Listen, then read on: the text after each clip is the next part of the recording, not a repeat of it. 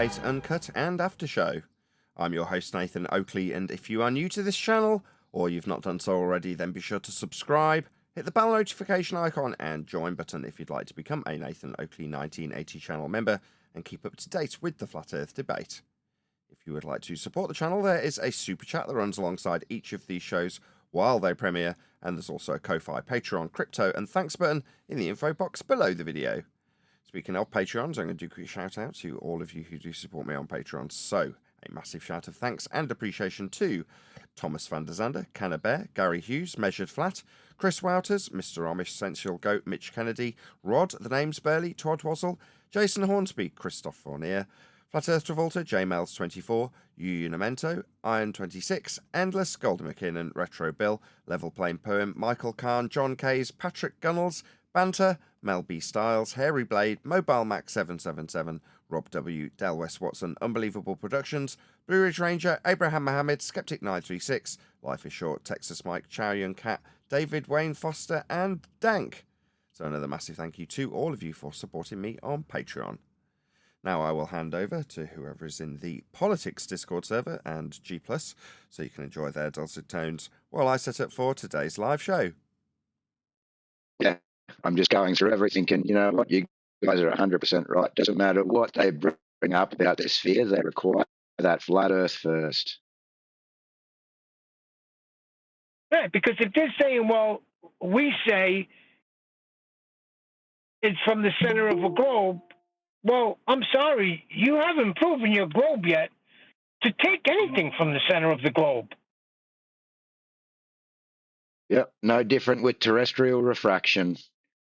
Have to assume sphere-shaped air, something that we don't see in reality. And according to gas laws, gas takes no form or shape apart from the shape of its container.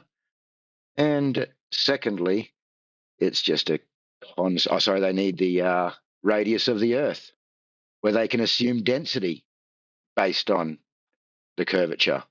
Well, they don't have either. They don't have sphere-shaped air, and they don't have a radius to begin with.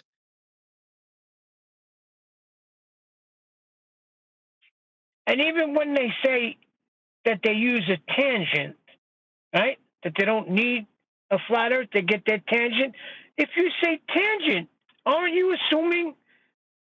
You understand what I'm saying? Yeah, well, at that point, you're assuming a sphere, and they still don't have a tangent. Yeah. Yeah, well, they don't have a sphere to begin with to have the tangent. And secondly, in their own claim, they never see a geometrical horizon due to refraction, but then they would require a geometrical horizon for a tangent to intersect with the sphere. That they haven't proven. That sphere? Correct.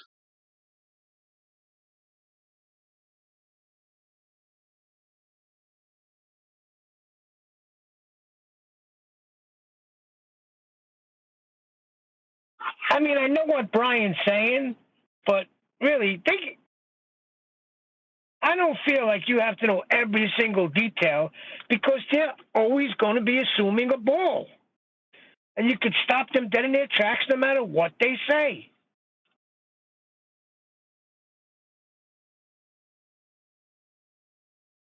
Yep.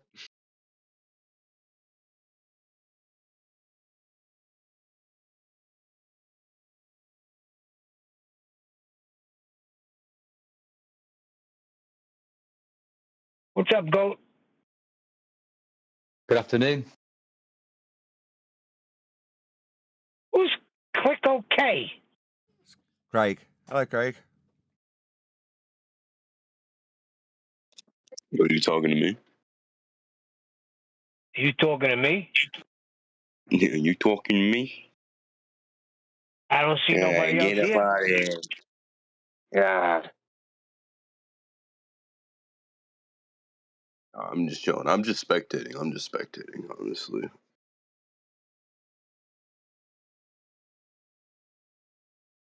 Okay, then. I apologize if this is rude, by the way. I will leave if you'd like. But, Yeah, I was just curious. I wasn't like trying to be rude, but I just want to hear. I just want to know. You know what I mean? Just curious. Wanted to know what? Who was in?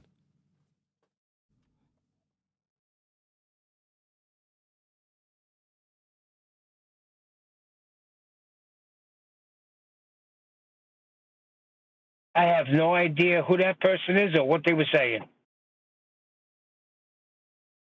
He said, I'm sorry if that came across as rude. I didn't intend to be. I'm just seeing who's in. I think that's what he said. Yeah, I wasn't trying to be rude either.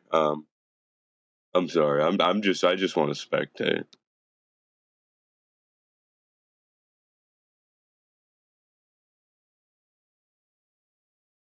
Okay.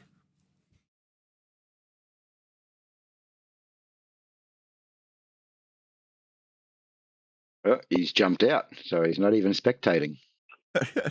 I was not even asking about him. I was asking who Click OK is. Craig. Craig who? Craig, my tech guy. Oh yeah, like I know him for 100 years. The guy I go out for curry with on a Friday night. Yeah, I know now that you explained it. But I'm looking, I'm like, who the hell is Click OK? Oh, Craig. Oh yeah, Craig, yeah. I know Craig.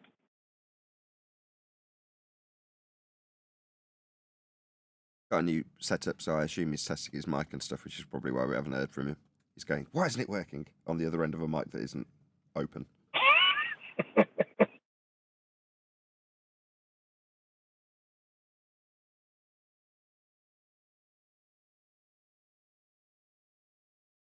Yeah, John leaving has set off an avalanche of newbies coming into the G Plus panel, which is good. I've encouraged that. I'm sure we'll pick out a few other faces from our own Discord to make the transition across to the G Plus panel. Yeah, I've been saying that's necessary for a while because there's enough people in Discord. We need at least 5, 6, maybe even 7 panel members on G Plus as well. Sure, but they're a select few, right? I know it's almost 100 people, but if you compare that to the Discord, I don't know, there's probably several thousand people. May I ask a question, Nathan? Done. Sure. So I have this arranged stage debate tomorrow with a moderator, obviously flat versus globe or globe versus flat, whichever way you want to put it. And my opponent, out of the blue, has just sent me all of his citations and basically his argument, and now is requesting mine ahead of the debate. Now, from my understanding, unless that's been prearranged, that's not a something normal that would take place in a normal debate. You would have to have that prearranged as an agreement prior to the debate. Would I be correct in saying that? It's entirely up to you, right? If there's been no ground rules laid down that you'll provide all of your debate material to him, then you don't have to do a damn thing if you don't want to. Now, he might use that against you, but who cares? I didn't want to provide you with anything. Thank you for providing me with yours. I had a glance at it. Not like I'm unfamiliar with the arguments from my opposing side, though. Didn't need you to share anything. But thank you. I don't want to share mine. You can find out on the day. That's exactly what I was going to say. We know all their arguments. What could he have sent you that we don't know? Well, let's find that out. Yeah, well, I thought the whole point of... Yeah, I have, yeah. But I thought the whole point of the debate was that it was going to be, dynamic. People think on their feet. They actually debate the subject. And it's a little bit set up if everyone knows what everyone's going to say and everyone's sitting around trying to form rebuttals prior. Okay. But I have a great one. I have a great one. He just sent me through... But well, the next thing that I was going to ask is, in terms of what he sent you, right, as far as I'm concerned, and Quantum Erasers is off the same attitude, the way it should go is you offer a claim, and then you support the claim, and then you listen to your opponent rebut the claim, and then you attempt to refute their rebuttal. That's how it should run. Now, if he sent you a presentation, yeah, that sounds more like what you're suggesting he sent. No, he's sent not a presentation as such, but he's just sent through a list of what he's relying on in order, and he's asked for a 10-minute opening. Now, I refused that and said that I'd like a 2.5-minute opening. I believe that the opening should be just dot points of your positive claims that you're going to make in the debate. So I'm going to say water is level. I'm going to say that we have the Earth measured as flat. I'm going to use lasers for that. So let's just say we had 4 points we were going to cover. You would, in your opening, do your 2.5, 3 minutes, just with the points we're going to cover in the debate. That way, there's no big gish gallop of 100 things that aren't being answered and just letting run on. And that way, we're keeping the audience engaged. And then we would, like you said, go through point by point in the open discussion. But he's insisting on 10 minutes for himself. Just has to go first. So I'm assuming. Just has to go first. So I want to go first then. No, he's also said that we hold the burden of proof, so I will be going first. Fine. Fine. Use That's that to fine your with advantage. me. Great. Your job's a good one. Just go through your presentation. Keep it brief. Keep it snappy. Be assertive. Make it quick. Then let him waffle on for 10 minutes afterwards. Yep. And then once we come into open discussion, I think that's going to give me the ability to say, well, all right, now we need to go through that gish gallop of fallacies. We need to unpack that one by one. And being that he was the last one to speak, I'm hoping that we'll get to go through those claims. I'll write them all down as we go. I'll address them one at a time. And then once we've debunked that gish gallop, I will present my positive claims. If you're going first, present them first. Just straight off the bat, obviously. Oh, yes, I'll do that definitely in the opening. But I think once he speaks with his big load of gish gallop, because he's going to make 1,000 claims in there that can't be addressed during his opening, that I should go straight to his opening and address each claim individually, get all of those off the table, and then give the evidence for the positive claims that I've made in my opening statement. Yeah, sounds like you got it well and truly sorted. What were you going to ask me? Just if that sounds good to you? Or is it just about the fact that he wants 10-minute gish gallop and he sent you your stuff, his stuff? No, I think the main thing I wanted to ask was, is it normal procedure that you provide your opponent with everything you're going to use in the debate prior to the debate if it hasn't been discussed or organised? Because I never believed that was the point. Have you got stuff to give him? I've got plenty, but you know what? These citations and these things that I have are hours and hours and hours of work, yeah? Because we know what happens. The Globers go and hit Google. I'll give you a good example of this, right? If you just go and Google right now, is maths science? The first 3 responses that are going to come up on Google are going to tell you, yes, maths is science. Now, what you need to do is you need to open that document and you need to read the 200-page document, and you have to do a word search and get through all of their jargon to find at the end that, no, in fact, maths isn't science. So the citations and the things that I have are from hours and hours and hours of reading and work, days of it. And I don't think that I should just be handing that over to somebody. No, I totally get it. Like that. No, totally get it. Kiwi was very protective of his sources originally when we first encountered each other. And I didn't really understand why until you start doing a bit of research of your own. He's disclosed because his crappy citations will be 10 a penny, won't they? You could do them with a surface level Google search and probably get to the same point he's got to in his presentation with 10 minutes work. So he's like, here's my 10 minutes of work, surface level regurgitation from Google. Give me what you've got. You're like, no. This won't be offered up to you in a Google search. I've had to spend hours digging it out. I've had to scour through endless garbage stating the stuff that you would be giving me. And what you think that after wading through all the crap that you've now offered me one more of that I've had to wade through to get to my stuff, I should just give it you? Yeah, I totally get your attitude. No. By that reasoning, I absolutely would refuse. And if he's like, unless I get your citation, well, then get lost. Nobody asked. Nobody offered. You just suggested that you should be giving me yours. Well, good for you. So what? Like, I care. I don't need yours. I didn't ask for them. Get lost. If you want to pull out as a result of me not giving you my citations, then fine. Do what you like. That would be my attitude. No, I think you're right. They'll just use it in the debate and say, well, I gave you all this ahead. You didn't give me yours, so this isn't fair. However, I wasn't expecting it. That was your choice. It just rolled up into my inbox unexpectedly. So, not my issue.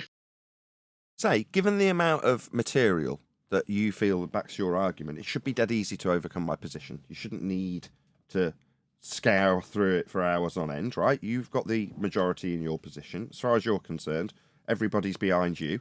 Why do you need to be put in an advantageous position? Yeah. And we've got a globe moderator. So, I'm going first. I'm taking the burden of proof. I'm letting him gish gallop for 10 minutes. And our moderator's a glober. So we'll see how we go. Yeah, exactly. You've been handicapped. When did these debates start with this opening like it's a political debate? Yeah, I don't know. It makes no sense to me, yeah. Because all they're doing is making claims that can't be addressed. And what they're doing is they're hoping that they can throw all these claims out there, knowing that you can't rebut or address them. They get lost in the debate, and somehow then they haven't been addressed and they've got some type of win. It's just a tactic, I believe. Yeah, scattergunning. Yeah. It's very telling that he wants your citations prior to the debate. It almost says that he's scared of what's to come. It absolutely says he's scared of what's to come. I hope and so. wants to be well prepared. If he's done even the slightest bit of research and he knows who you are, then he knows what he's up against, doesn't he? He should be scared. Well, the last one I got just a few hours ago. What's he going to do when you tell him Earth is measured flat? Where's he going to go from there? Well, then Too I suppose biggie, he's it's going to flatty. know how. But I will say the last one that I've got presented to me here a few hours ago that I just got, and I debunked it straight away, was a podcast in regards to the Arctic sun video, the 24-hour sun that apparently came out. And what I did was I read the transcript. So if anyone's claiming this 24-hour sun, I've got their transcript right here. Now, because it's a transcript straight from YouTube, it doesn't make a lot of sense in some parts. You've got to sort of... So it says here, it's 3 minutes into the video. So people were complaining about how the clouds at the start of this shot match the clouds at the end of the shot. And there's a reason for that. And that is that the original shot ran for a couple of days. Now, there's no evidence of that. The editor decided he wanted to start with the same imagery in the background to just help out the visual flow. So what we actually did was cut it in the middle. And if you look super closely here, around about where the sun passes behind the light bulb, we see a little crossfade on the clouds in the background. That's where we've actually joined the two ends of this clip together. And now we're going back around to the start of the clip. So from where the point disappears behind Observation Hill, we're seeing the same footage that was at the very start of the video. Right, so these are the matching clouds here that people were complaining about. So there is an editor, so there's a cut in the middle. So this has been presented to as a flat earth debunking video of a 24-hour Arctic sun where they admit in their own words, in their transcript, that they had to cut, edit, and join this video, and they're re-looping the start of the video. But who cares? It's non sequitur to suggest that you can affirm the consequent with these things and suggest that if you have a 24-hour sun, then... Sorry, just fiddling with my HDMI cable, which has come a bit loose. I hope that's not going to become a problem. If you observe a 24-hour sun, then we have a sphere Earth. We do observe a 24-hour sun, therefore we've got a sphere Earth. No, the one doesn't necessarily follow the other. Why would seeing the sun above the horizon, like we do in the north, suggest that we've got a sphere Earth? You tell me. It doesn't. It's an affirming the consequent form of logical fallacy. Yeah, that was my opening. So all of my openings to any rebuttal are going to start with, one, whether it's empirical evidence or not, because none of them are. Two, what would be the logical fallacies there? And then three, some type of rebuttal. suppose, to what they've said regardless, and with some questions on, again, how are you coming to this conclusion? How are you coming to the conclusion that if we see a sun do this, therefore Earth sphere? Yeah, they would have to be able to, at that point, I suppose, verify maps and locations and all types of things that they can't actually verify. Well, they just have to assume antipodal positioning. Yeah, assume. Yeah, antipodal Yeah, positioning. they're going to give you a false dilemma next. This can't work Yeah, I on a just find flat it Earth. funny. It Like can I only said, work on a sphere. they don't read their own citations. Yeah, he gives me a citation showing a 24-hour sun of an unedited video where the actual transcript states, yes, we cut it in half and re-looped it back to the beginning. So where's our continuous 24-hour sun video? But why? Even if they provided it, it wouldn't prove their statement in the affirmative in the first instance. That's how an affirming the consequent formal logical fallacy works. If the grass grows green, Yeah. it's because we've got magical unicorns. The grass grew really green. It's because we've got magical unicorns. Yeah. No, I understand that fully. I was just sort of going back to that point earlier that they don't read their own stuff. They look at it on the surface, they skim through it. Oh, here's my evidence. But when you read further into their own evidence debunks what they're trying to prove, regardless of their fallacies. Right. Obviously, this won't be in your opener. No. I'm just having a discussion in here with you guys.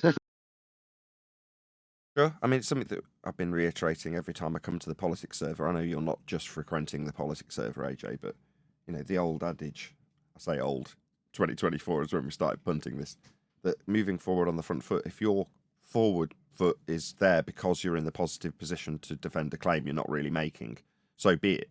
But going first means you can just be on that front foot, not mention the globe at all.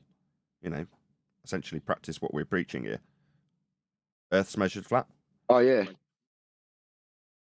Yep, that is my opening. It's viewed as flat, it's utilized as flat, it's measured flat, and we can see this via fluid dynamics, static fluids. We can see this with measurements, celestial navigation, lasers, whatever points I'm going to use. I'm not going to release it all here, but yeah, we're going to go straight for the positive claim and go for the throat.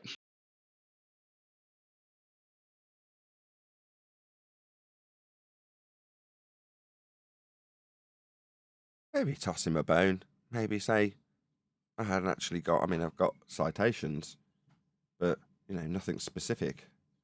And just give him what you've just given us.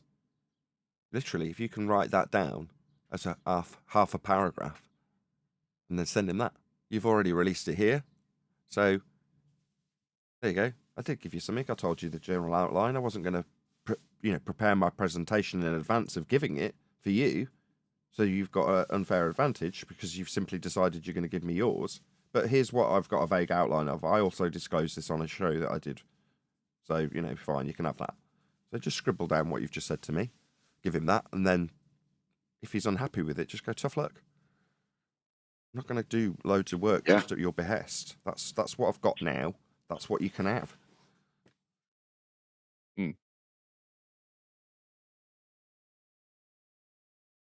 We'll see how we go. It'll be interesting. Well, Never done this before. Well, it's good in a way because you've obviously got some ambiguous situation that you don't have to deal with, hence you're asking. But by discussing it, you've inadvertently, in your own mind, released what you would like or be happy to be released. Therefore, that would be what I would give him, having had this conversation with us, knowing that it's recorded. So that would be the information I gave him. I wouldn't go out of my way to present or dig out any of my citations. I'd just be like, this is what I've got so far. This is how I discussed it when discussing the issue, presenting you a load of my information. I'm not willing to put together a presentation in advance of the debate for you, but here's generally what I'm going to be covering. Yeah.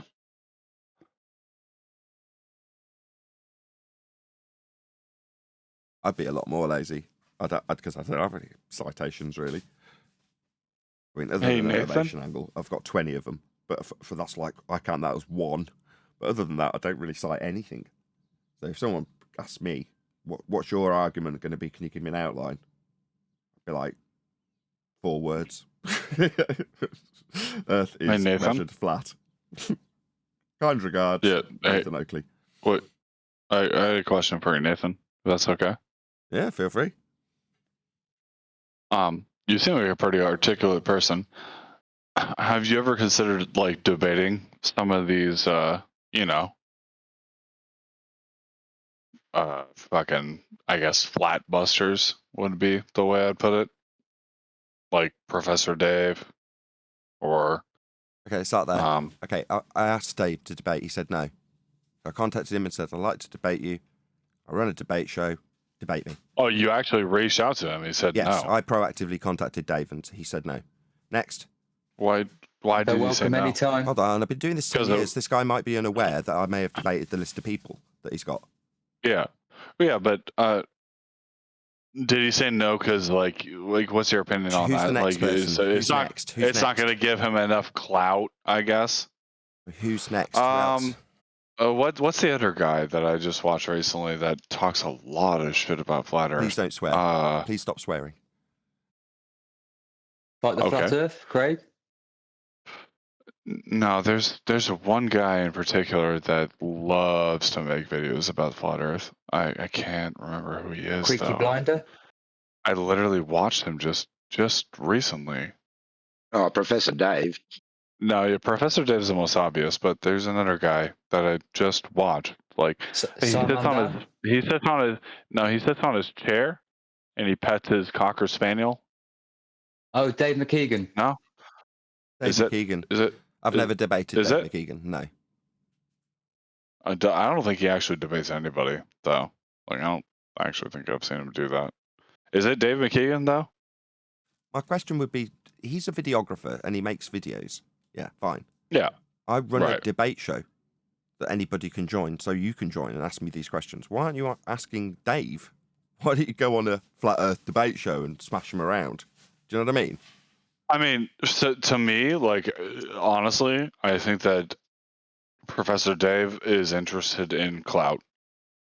Like he is interested in science, but he's also not going to take a debate unless it gets him a lot of views on YouTube, right? So Okay, that was good. Did you He get doesn't that know from what your science crystal ball? is. Because your crystal ball said so. I mean, he understands what science is as far as He doesn't. he's been told, No, he does not. right? No, he No, doesn't. he He doesn't. hasn't got the slightest idea what science is. Incorrect. Oh, okay. Well, elaborate. He doesn't know what I haven't science heard is. this argument. He's not a professor and he doesn't know what science is. Well, you're correct. He's not an official professor, but I mean, have you watched his other videos? I mean, You it said seems you like know, he knows. he knows what science Well, is. I'm thinking about to assess science. that, right? To assess whether or not Dave knows what science is, for you to make that statement, that would infer that you know what science is. To know that Dave knows what science is, for you to suggest that he knows what science is. Would you agree?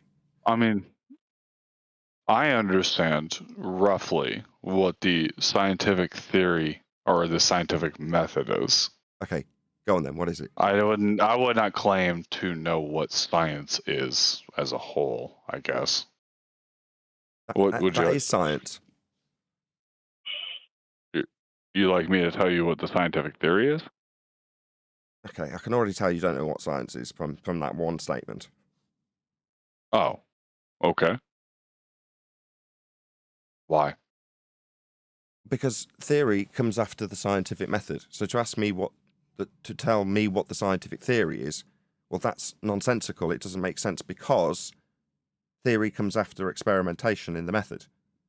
So to tell me what the theory is, I've never. Why are you interrupting me? So in one statement, I know that I already know you don't know what science is because of your poor phraseology when asking me if you want me to be told how the theory works as science. No, I don't. I don't want anything, man. I'm just saying that, like, my understanding of science is that. Stop. You told me Dave knows what science is. I say, no, he doesn't. Now, I can make that assessment because I do know what science is and know what Dave says about it. You don't.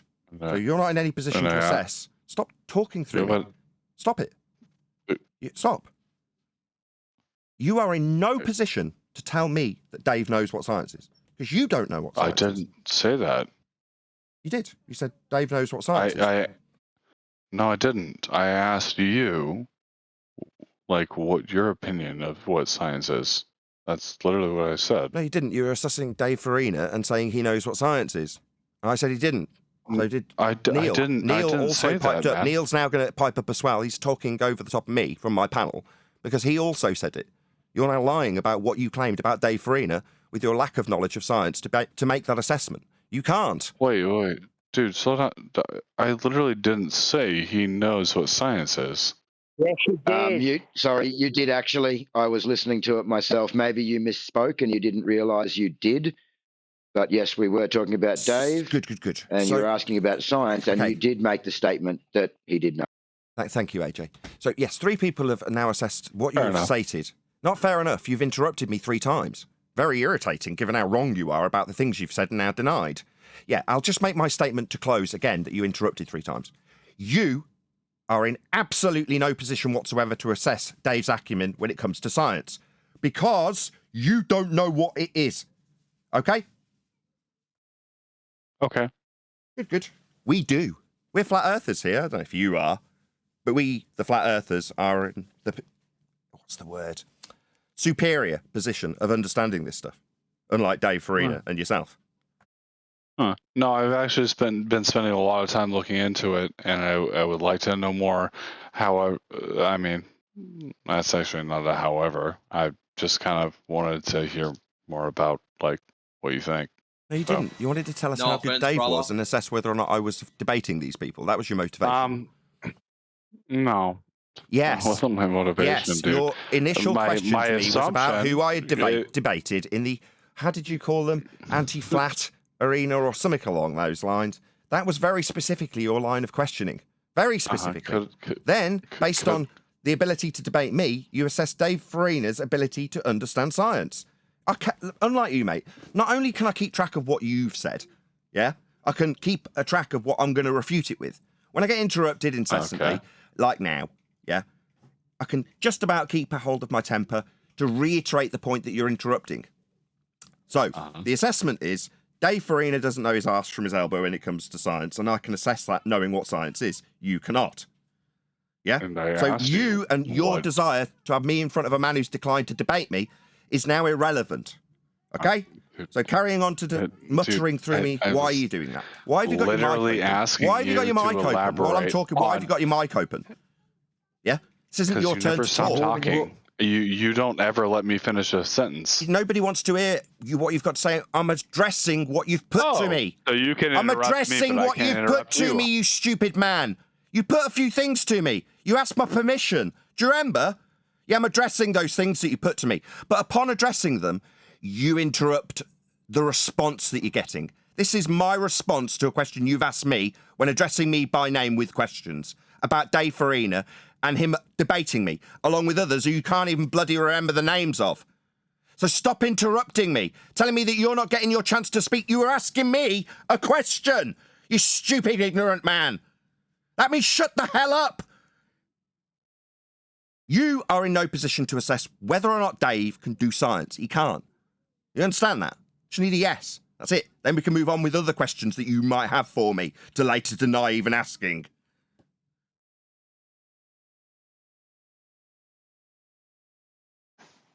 You appreciate the warm-up, Nathan, for the show? Oh, wonderful. Meanwhile, I didn't get my answer. Where's my answer? Why aren't you in front of Dave McKeegan asking him why he's not joining an open debate show from Flat Earthers? He's massive, we're little, he's apparently got all the answers. Why isn't he here smashing us around? He's not got an open platform to go and join, has he? So why aren't you asking him, is my question. You're asking a guy who doesn't host debates. No, you are asking the debate host why I'm not going to a videographer. That makes no sense, and I'm not getting an answer to that. I asked, I didn't get an answer.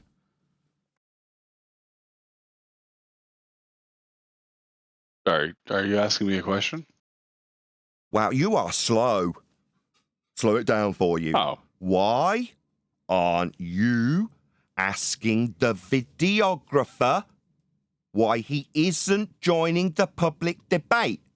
The public debate's hosted by me And you're asking me why I can't jump through my iPad and debate him on his videos? You should be asking him why he's not joining this platform to debate me, not the other way round. I'm asking why you're not doing that. Third time. Oh. Wait, I thought you were talking to me.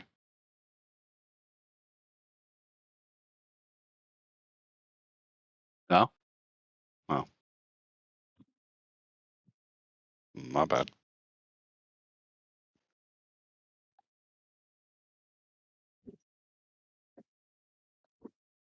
Still ain't got an answer. Oh, I'm sorry. Were you asking me a question? No, not anymore. I think you're retarded, King Dave. stupid. Like, can't cope with a question that's I been mean, put I to you asked 3 you a times, pretty and now I'm straightforward answering you. question, my Now I'm dude. answering you, and you're talking straight through the middle of me. That makes you a prick. Shut the fuck That makes up, you a prick. you bitch. Makes you a prick. Now you're swearing at me because I'm highlighting your bad behaviour. You've had a question put to you 3 times you were incapable of answering, and for a 4th time you asked me, is that a question for me? No, stupid idiot. The question time's over. You're stupid and will be removed from the conversation rather than you getting your opportunity to swear at me, which is all you really want to do. Yeah, telling. Did that really just happen? Of course. What he really wants to do, Neil, is swear at me and tell me I'm stupid.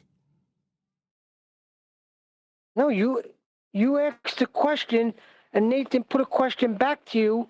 Why are you not asking the other guy who's hiding from the debates, not the person that runs the daily debate?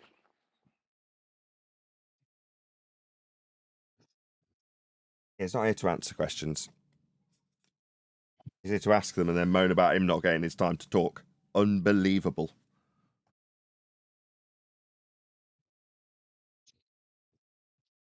It's a lovely server.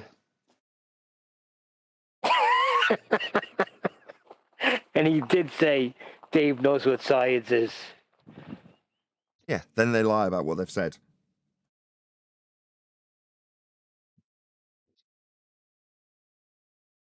Is QE still banned from politics?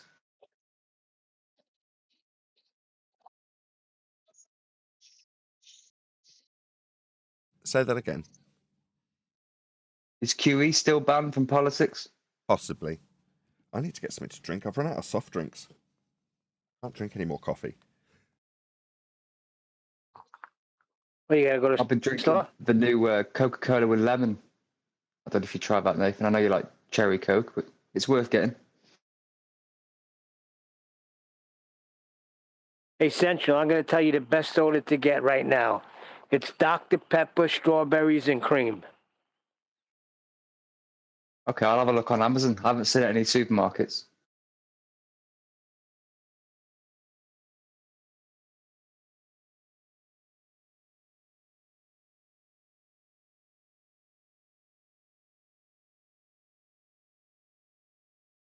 But your choice of sweet goods in America is twice that of over here.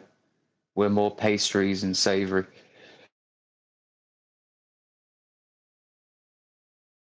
Nah, it's because half the stuff over there wouldn't pass our food standards. True. And it leaves you with a faulty brain where you go into servers asking questions and then not knowing when questions are put back to you. It must be hard being American. They tried to sell Mountain Dew here, and they couldn't. Well, they could, but they had to sell it as an energy drink. Had so much caffeine in it that you couldn't sell it as just, sugary pop that you could give to any old kid, like Fanta or something. No, it's the same as a Red Bull.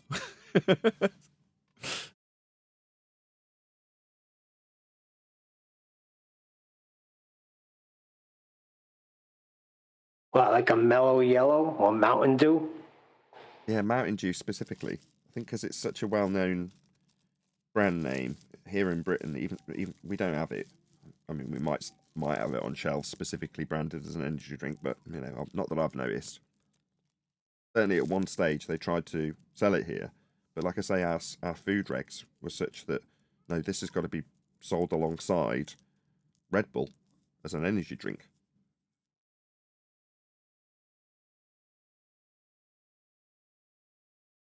Yeah, they're trying to kill us over here in America with the foods.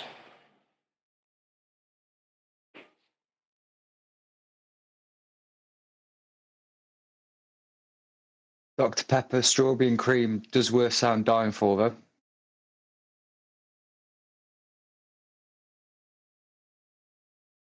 Right, we're going to be going live in about 5 minutes. So if you're new to this server at this particular time, I run a live show from this server. So just please don't swear. That's all I ask. Everything else pretty much goes.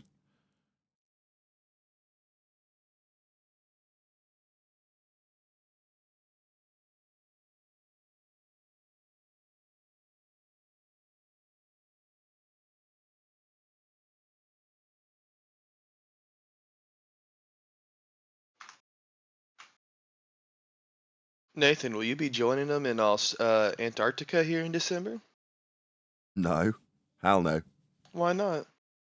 Why would I want Too to? cold? I don't know. See part of the world that you probably haven't seen before? Oh, there's a date assigned to that nonsense, is there? Is it December? Yeah? Other than going to see somewhere I've not seen before.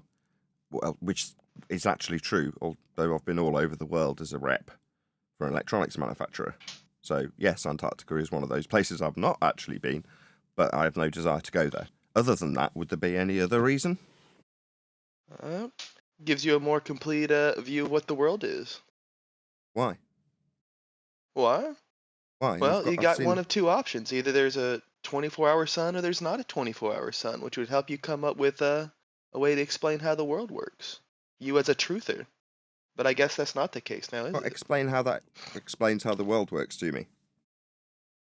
Well, if there's a 24-hour sun, then you have one method you could go to figuring out how the world works. And if there's no 24-hour sun, then that's another route to take. Yeah, that explained absolutely nothing. How the I world works understand it isn't didn't an explain anything explanation. to My you, bad, I'm maybe. responding to you. How the world works, end quote. That's not explaining anything at all. Okay, I understand it probably didn't make sense to you specifically. You didn't say anything. I'll rephrase it for you. I did. If there's a 24-hour sun, that gives kind of a specifics to where the sun goes, how the sun orients itself, how the sun moves around. If there's no 24-hour sun, that implies a different method to how the sun moves around. So giving you more context to how the general world works. I still don't understand how the world works from that. How the sun orientates itself and moves around. I'm responding to you Okay. again. It seems within 3 sentences you're going to be talking straight through the response you get. Shocking, isn't it? Yeah, you still haven't actually explained anything about how the world works in those descriptions there.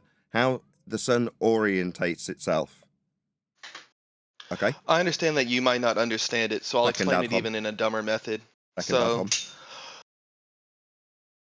if the sun has a 24-hour day, is visible for 24 hours in Antarctica, that inherently means it's not a ring of ice around the world, and you'd have to treat it as an actual continent of which the sun orbits around. I see. So you could put it into a statement of logic, which is if P, Earth is a sphere, then Q will have 24-hour sun in Antarctica. Correct? Did I say anything about the Earth being a sphere? Yes, you said orbits.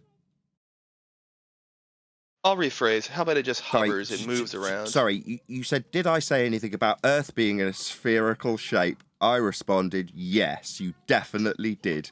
You said orbits. No. Yeah, so orbit can be a colloquial term for moving around. Sorry, Yeah? I'll just stop you there, son. You did.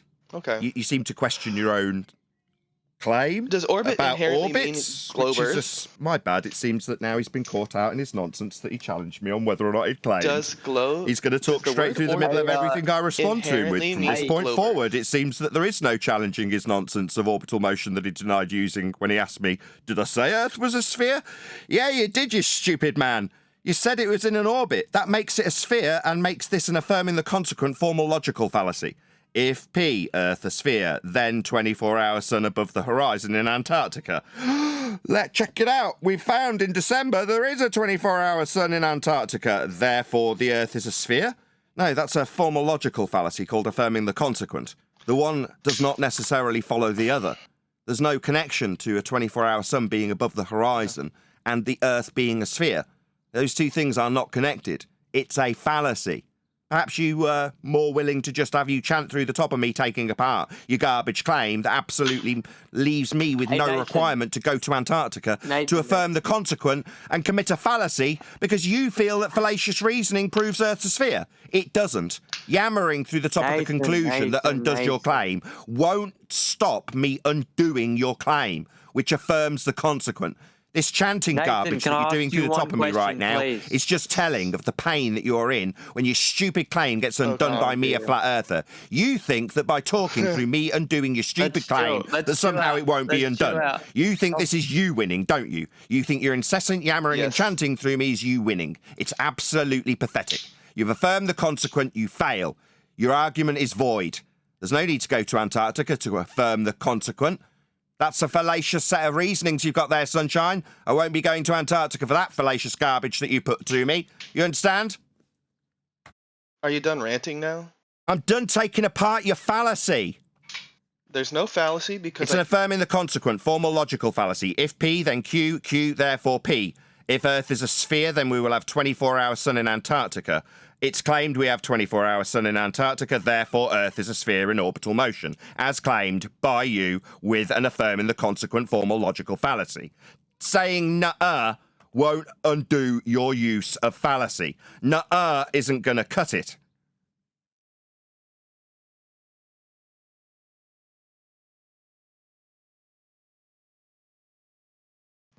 Good afternoon. Good morning. Wherever you may be. Indeedy. Good morning, good afternoon. As is usually the case, it's been a recent tradition, if you will, to be in the Politics Discord server on a Friday. So that is where we are today. So hopefully one of my mods will stick a link to that particular server. I said below this video, it's not, that's a total lie. So if one of the mods can stick a link to the Politics server, feel free to join. It's a very good server. And we enjoy coming here each Friday, having a bit of a tete-a-tete with some of the ball-believing side of this discussion. Some of them are still out there, believe it or not. So that is where we're at. Hopefully you'll get a link to join that server in the live stream chat right now. Please share the show if you've not done so already.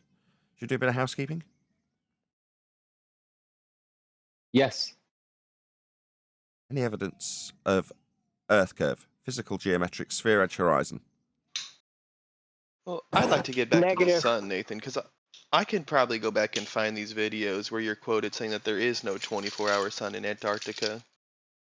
Yeah, I've got first-hand testimony. Would you like to stay sticking to those claims? I've got first-hand testimony of a guy who spent 18 months down there. A guy called Robert Shortman. Oh, perfect. Who spent... Perfect.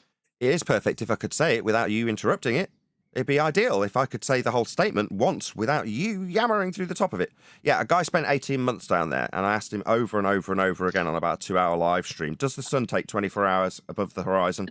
No, he says. No, it just rises and falls in the Antarctic summer.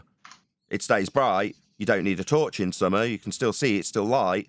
But no, the sun makes a low arc in winter and a high arc in summer. That's what he told us. Do I stand by what first-hand testimony of a guy who spent 18 months down there? Whoever's in G+, can you mute? I'd just take his testimony as read. Regardless of if you have a 24-hour sun, as I've explained in the pre-show, it's an affirming the consequent formal logical fallacy to suggest that that would prove sphericity. It doesn't. No. It doesn't prove sphericity. I agree. But it would go against your claim that there's a no 24-hour sun, and you have one person's testimony, whereas we could point at hundreds of people's testimonies, thousands of people's testimonies. Perhaps he wasn't as far south as you think he was. If he's saying you've got thousands of testimonies. Name 5 people. Yeah. Name 5. Mr. Beast and his crew. Name them. Let's take a look at his crew. I know Mr. Beast. He goes by Jimmy. And I forget the rest of his people's names, but I can link you the video where they're in Antarctica and they're talking about. They didn't see the 24-hour sun. They actually went to sleep. Somebody asked them on his live chat, and they asked him straight out, and he said, "No, actually, I can't say that." He's all, but there was 24-hour light, but not. I didn't see the sun up there. So don't say lies, buddy. All right, I'm gonna mute myself now. Thank you. Anyways, so regardless of that, we also have Sorry, Admiral you said there was Byrd's thousands of people. novel. Sorry, stop a second. Yeah, so I'm getting Sorry, there. just stop a second. We could just brush past your failed claim. Mr. Beast and a Mhm. load of guys you can't mention. Mr. Beast was asked, according to somebody on the panel, and he said he went to sleep and didn't see the sun above the horizon for 24 hours. So, name 5. That's 0 so far. Well, I don't believe him, so I'll just stick with my thing. Sorry, name. So- You said there was thousands. We're going to get this Yeah, squared Mr. Beast, away. I'm going to so stick with far, that one. 0 say there's I'm gonna 24 stick with hours of that sun, one. compared to my one person, Robert Shortman, who spent 18 months down there. So, Mhm. thousands versus one first-hand testimony. Sounds good on paper. So far, no, Mr. Beast didn't say that. Let's have Mr. 5. Beast did say please. that. 5. I just don't believe. I still don't believe. Can we shut this guy up? Whatever his Can we fucking shut name this is. guy up so I can conclude? There aren't thousands of people suggesting that there's 24 hours of sundown. This man's a liar. He suggested that Mr. Beast said that he didn't. He was proven wrong immediately and wanted to brush past it. Scumbaggery of the highest order. I've asked him to name 5 by name. That's what I'm asking for. If he can't do that, I'm going to berate him for his stupidity to suggest that he's got thousands. That's stupid. A baseless assertion he cannot back. It's just scumbag lying glurf, making up shit on the spot. No, you haven't got thousands of testimonies of people saying there's a 24-hour sun above the horizon in Antarctica. I've asked for 5 and you failed. And we're going to highlight that. Rub it right in your stupid face. No, globe believer. You don't have thousands of testimonies of this. You couldn't name one. Why would you say you got thousands? Is it because you're a Billy bullshitter and you like making stuff sound better than it is when you've got nobody that you can name? Nobody so far. Yep, standards of glurf. I'll make up that I've got thousands by baseless assertion, Nope. and then rumpus So- the living crap out of the person calling me out on my lies. Right? Talk straight through him, calling you out on your lie. You're a lying glurf. You've got nothing. There is nobody giving this testimony. Furthermore, it's not a claim I make. I delivered first-hand testimony from... Don't talk through me. You've got nothing, son. Me, on the other hand, I've got a 2-hour interview with a man who I spent days and days and days with talking about this stuff, called Robert Shortman, who spent 18 months down there and unequivocally described what the sun does in Antarctic summer. It does not go around you, according to him. It's not a claim I make. It's first-hand testimony. So why do you keep describing it as a claim versus the thousands of people when you can't even name one, let alone 5? I already did. You didn't name anybody. Yeah, I did. Give me Jimmy. 5 names right Mr. now. Beast. 5 names. Yeah, Jimmy I'll write them from down. Mr. 5 Beast. names. Yeah, Admiral Byrd. He has it in his journal. Right there's Admiral Byrd. I'm sorry. Yeah. Right, what's the journal? What page? Edmund What page? Hillary? What page? I'll have to look at the page. Well, give it. Well, you said It you talks. got it. It talks in detail. That's it talks in one. detail Admiral about- Byrd. Let's Hey, see if that's true. Stop. Hey, Stop. hey, can I speak? You can name off? back your bullshit. So when you say Admiral Byrd, it's in his diaries. Let's have a look at them then. Hello? Let's have a look at them then. Okay, let's read his diaries together. Yeah, You got the let's ability cite to them. read? You were the one who claimed it. So let's see him. Post Yep. them. Let me find his diaries. I You remember do it that, talking in son. Jolly detail good. about how they would I would turn over their canoes to be able to use for Right, are we shade. going and so they getting could this sleep. testimony from his diaries, or are we talking about something else? Yeah, It doesn't seem I'm like I'm getting getting it a for you, don't citation worry. that says Well- Admiral Byrd well, saw I can do 24 two hours of things sun at in once. Antarctica. It seems like I'm getting grumpus when I point out I'm not getting it. I just need you to get that, son. We don't need anything else other than this first name, Admiral Byrd, who you've spoken to personally, like I spoke to Robert Shortman recently. Yeah, Richard okay, Byrd Admiral is his full Byrd, name. but he's got it in his testimony of his diaries. Okay, let's see him. Also, I'm looking up. Not your guy also, is, stop him, mute him.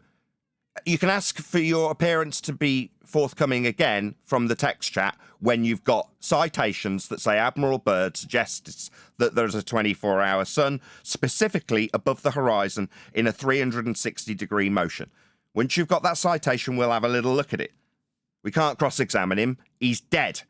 But nevertheless, we'll have a little look at the first name you've provided once you back it by citation. I've done that for mine. Robert Shortman, you can see the 24 hours of sun. I ask, no, he says. It takes an arc, he says. First-hand testimony of being down there. Admiral Byrd we can't do that with, but we'll have a look at his little diaries that you say he says there is that in it. Nothing else. We're not doing anything else but that. Anybody else got anything they want to discuss while this man goes and backs his bullshit? Yeah, how unreasonable, Yeah, have you Nathan, got that that you're holding his this flat words Earth to measurement? account and asking to back his claims. How unreasonable. Got a new contender. Go ahead, Mez. Yeah, you keep going on about Earth's measured flat. This is something I've heard you say before. Can you cite that? Sure. Latitude. Latitude. Yes. Where's the flat Earth measurement? Latitude. What value did you Are get? you deaf? I just told you and Latitude. you repeated it back to me. No, I'm asking for your flat Earth measurement. You're saying So latitude. you don't need That's to get not a measurement. louder. Do you know what latitude is? Did you hear me? Yeah, I'm I looking repeated for your a question to me flat and then Earth responded measurement. to me, and now you're yammering through the responses as they come.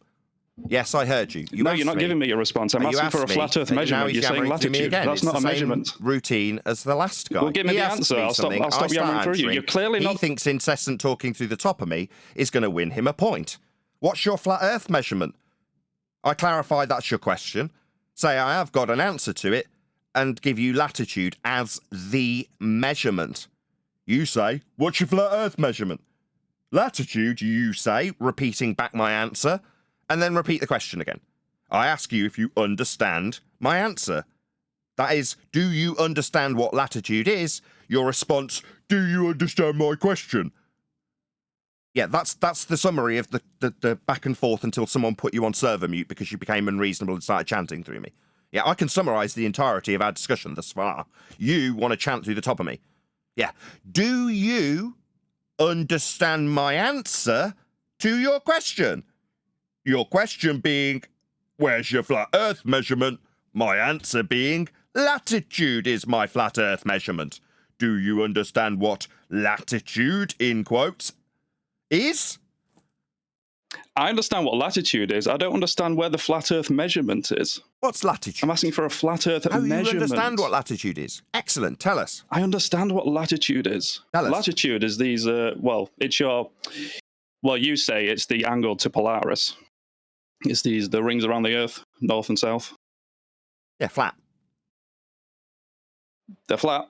That sounds like begging the question. That sounds like flat Earth measurements to me. It sounds like you're going to accuse the measurements that are measurements of being begging the question fallacies when they're measurements of latitude. Nobody's begging any questions when they measure latitude flat. They measure it flat, something you admit, but now it becomes a logical fallacy. We're not employing logic when we take a measurement of something. Are you an idiot? This isn't a logical inference. It's a measurement of an angle off a flat Earth. That would be, to answer your question, my flat Earth measurement. It's a measurement, not an employment of a fallacious set of reasonings. It's a measurement. Hope that's clear. Flat. Flat Earth. Yeah, you measured an angle. I want a measurement of the flat Earth. Yeah, it is a measurement of the flat Earth. It's the Earth that forms part of the angle. It's the baseline for latitude to Polaris. That's what it is.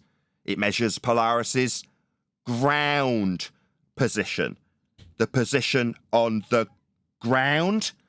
So that's a ground position measurement of the ground with a flat baseline when we measure an angle.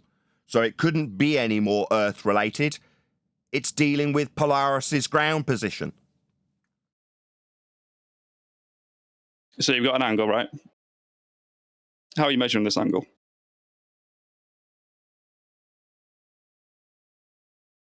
Hello, Nathan? Don't run away already. Yeah, I'm pressing buttons, mate. So you've measured an angle, okay? You've got Shocking that I would be running a live stream. Shout out to Flat Out Truth. These guys are full of globe poo. And that's TFOT. Point to O Nobles. Thank you for the super chat, Flat Out Truth. Really appreciate the support. Why would you question how we measure this flat Earth angle? It's definitely a angle, and it's definitely in use, and I'm definitely going to get interrupted. We measure latitude. It's definitely an angle. And I'm still I agree answering. with that. And obviously the answer is painful, so would require you to talk through the top of me answering you. Yeah. No, it's not painful. It's just you're not really giving me a flat Earth measurement. You're giving me an angle. It seems like the moderators need to step in at this point because we're going round in circles. He says it's not the ground, it's not a measurement. I say it's an angle measurement with respect to ground positions. I've answered you. Yeah, You've it's an angle measurement from the and ground. now It's not an chanting angle through me and asking the same question, no doubt, through the top of me. So undoubtedly the moderators aren't going to step in while this arsehole decides that every single rebuttal, that what if it gets chanted through, it's not a rebuttal anymore. No, it's with respect to ground positions. You said it had nothing to do with measurement or the ground. I mean, it does. It's a measurement of Polaris's ground position. It is a measurement. It is flat. You conceded that yourself and then started screaming about being begging the question fallacy when it's an angle measurement, not begging anything. Then you started asking me how we'd measure this flat Earth angle measurement that's absolutely flat as you conceded. Who cares how we'll measure it? Latitude's very well established, and there are many ways of measuring angles. My daughter made a little tool with a little protractor and a little dangling string on it. If I could dig it out, I'll put it on camera. So, I mean, they're teaching this to Girl Guides. So, what, you want me to go through the Girl Guides method of measuring angles? No, I'm not going to do that for you. It is definitely a flat Earth angle measurement, though. It's along a flat baseline. The one you conceded when you said it is flat and then accused it of being begging the question when it's not implying any logic. It's an angle measurement. But there we go. That's where we're at. You're going to now repeat that you're not seeing where the flat Earth is it when it's a flat Earth you conceded and it's two ground positions of Polaris and very well established and is a measurable angle. That's where we're at.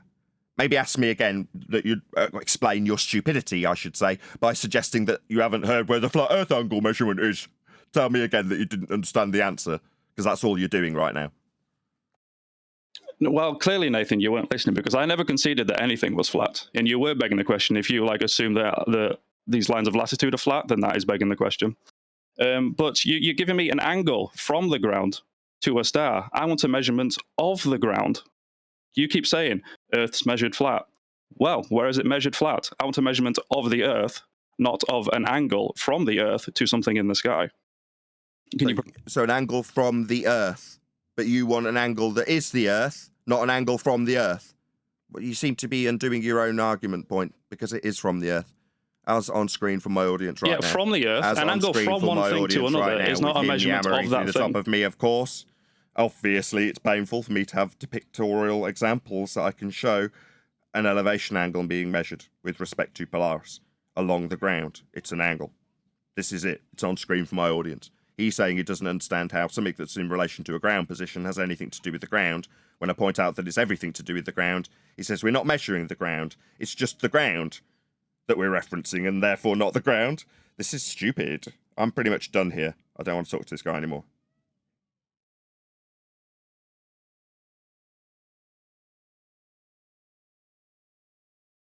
So, to conclude, we measure Earth flat with elevation angles to Polaris for the system that we map the world with, called latitude. Earth is flat. That's how we measure it.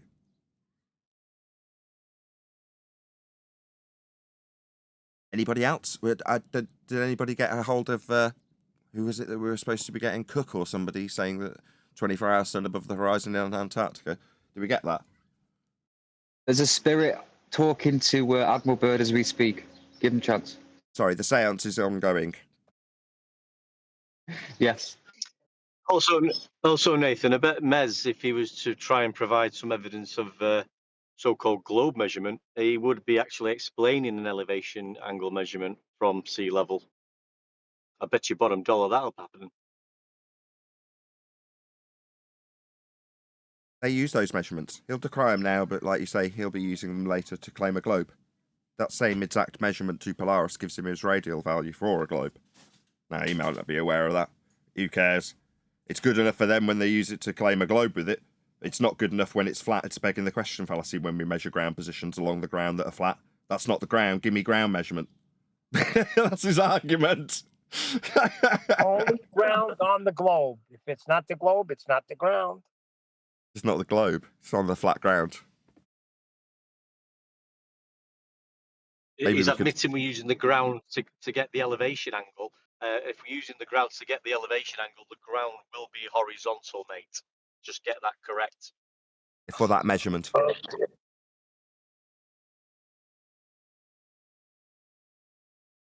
ahead, whoever that was.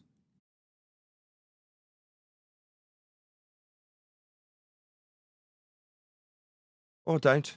It gets a bit like this sometimes.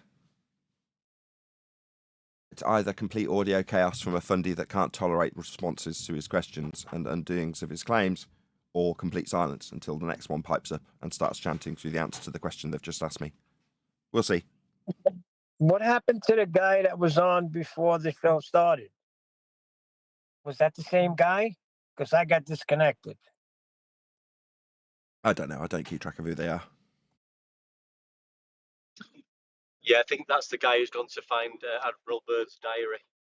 Could be a while. That baseline that runs to the GP of the star, will that run to beyond the horizon, Nathan?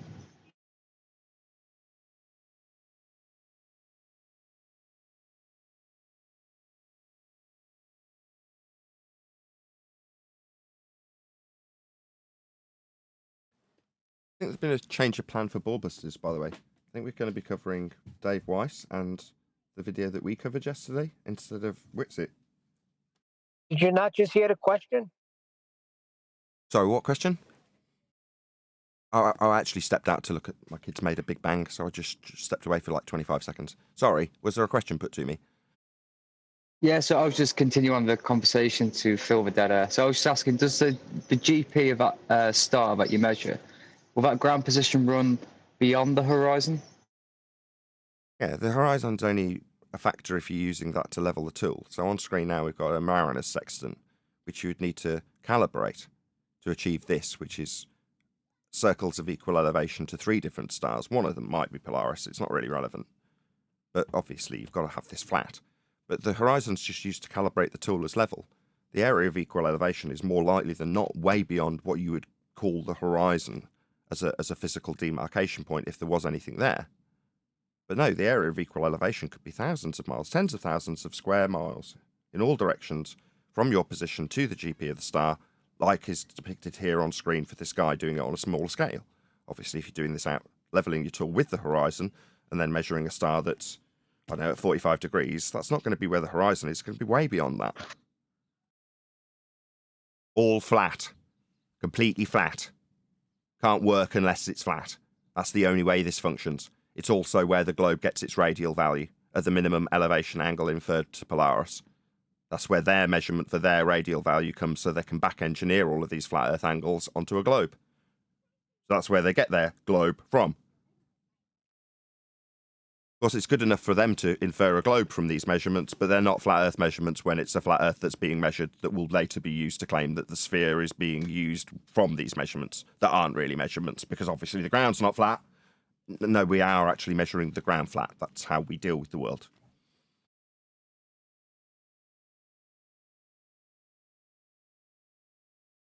Didn't anybody ask themselves why the maps were all flat?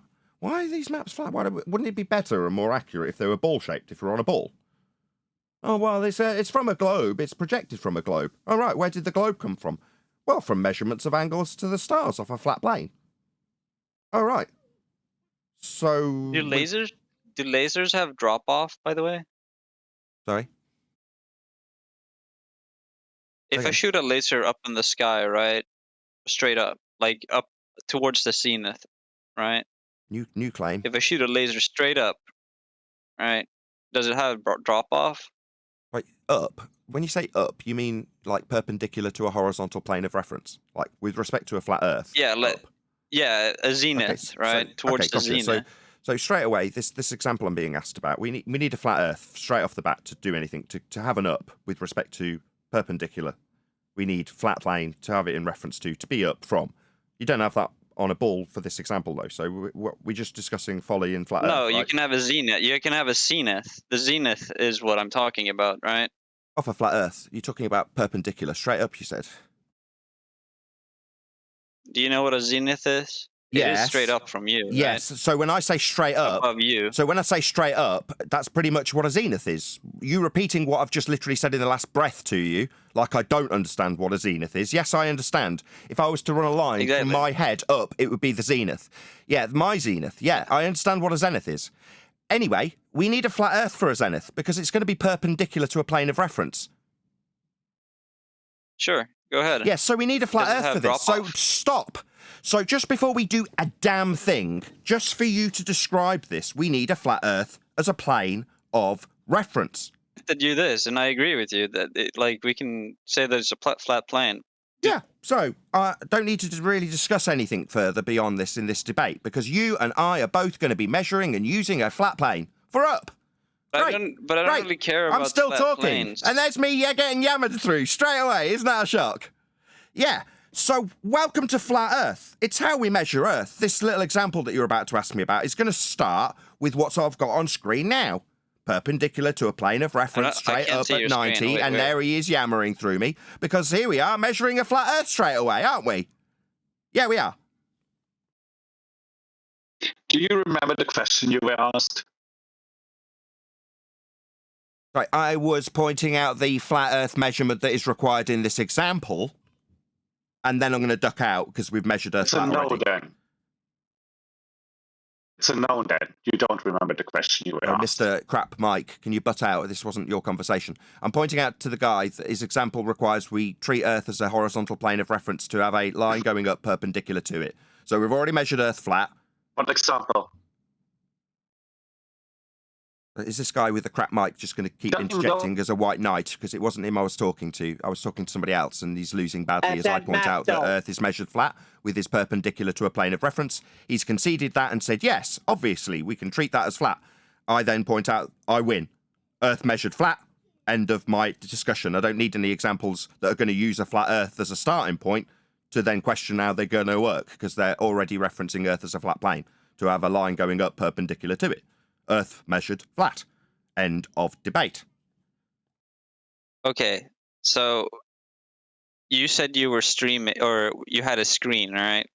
If you had like something that you were showing someone or some people, I'm not able to see it. I'm just wanting to be informed and tapped into the conversation. If you were showing people info like that, were you? So you already conceded. Yes, we can move forward. Yes, we will have perpendicular planes to describe up from. You've I already didn't see it. conceded. I You're didn't talking see through me. It seems anything. like he's talking through me when I start answering him. He's asking me what I'm presenting to people, and I'm saying it isn't necessary for you to have those things presented to you. I've got an audience. You conceded that which I needed. When you went, we can start out with a flat Earth being measured to get perpendicular to describe up for this laser example I'm about to give you. And I stopped there and pointed out Earth was measured flat, and then gave a few examples of what you described, with a perpendicular to a plane of reference on screen for my audience that's watching. Now, at that point, we together, you and I, have measured Earth flat. So I don't really care about anything beyond this, because Earth's measured flat. That's my argument, sustained by you, which is great. Sorry. And it wasn't the end of my sentence, but you still think it's your turn to talk. I know, because it's triggering that we're in agreement that Earth will be measured flat to move this example forward. You will incessantly interrupt regardless of me taking a little victory dance. That you and I together, in your example, will be starting with a flat Earth, and that's me winning. So that's it. Earth measured flat. Right, There's the fourth interruption through the top of my little victory that I'm never going to get to have. Is it going to be a fifth attempt at me taking that final little step to taking victory? Did you want to rob it from me a fifth time? It seems you're yammering through me again. It was a rhetorical question pointing out that you're yammering through. This will be now the fifth time I'll try and take this victory dance. You and I together, to have this discussion that you're about to speculate about what lasers do, requires Earth be a plane. You have conceded that. Yes, we can move forward. Obviously measuring Earth flat as a plane so we can have perpendicular to it. You conceded. Then I showed the audience a few examples of how you measure Earth flat to start this example off. It was wonderful. That's the end. I win. Earth is measured flat for us to do anything moving forward, because we're going to be describing things perpendicular to a plane, to have up from them. I win. Earth measured flat. Yeah, but I like lasers. That's lovely. How lovely. Ruffles his head and sends him on his way with his lasers that are going to be using flat Earths to be perpendicular to them. So for my audience's benefit, do you see how easy it was? Do you see how in years gone by we could have just brushed past the fact that his starting point was measuring a flat Earth? I hope this is all turning the cogs in people listening's mind, because they and we all start with a flat Earth measurement now, don't we? That's what we've been saying since 1st of Jan 2024. And there it is for you all to witness. He needs a flat Earth to start his argument, doesn't he? I win immediately. It's wonderful.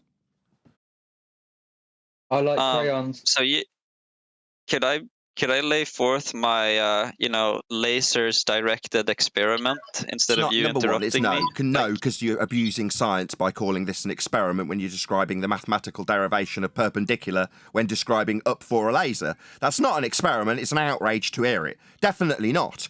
I mean, in terms of the debate, because we're here debating whether or not Earth is flat, because you think it's a ball, and you've already measured it flat in your example.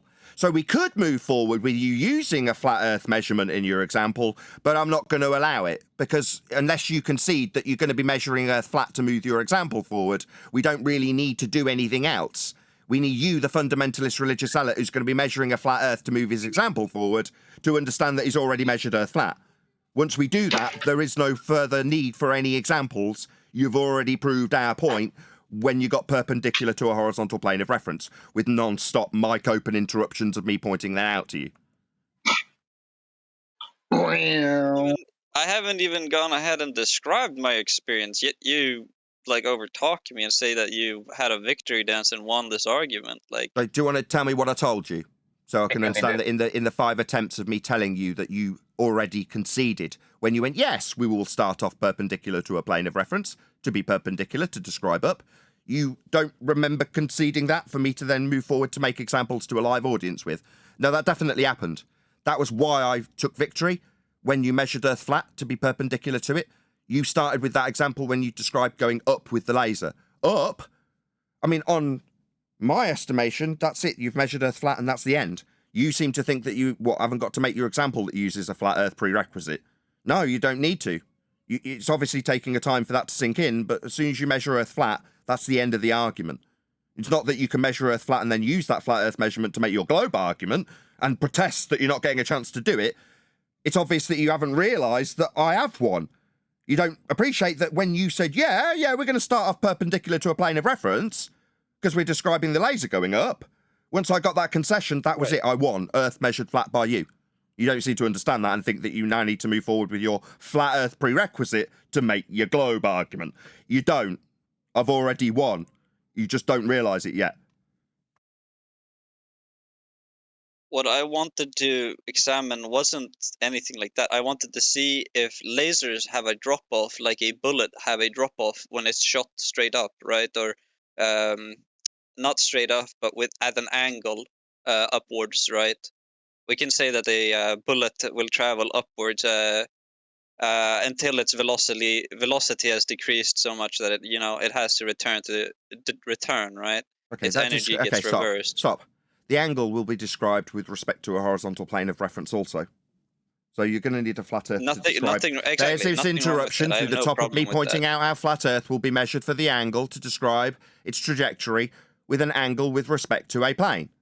So, but I want to talk about there's lasers. This interruption for the second time. Is it going to be 5 times? And then you tell me that, I don't understand why you're taking a victory. When the angle measurement is with respect to a plane also, to describe its trajectory, we will be using a flat Earth angle for that description.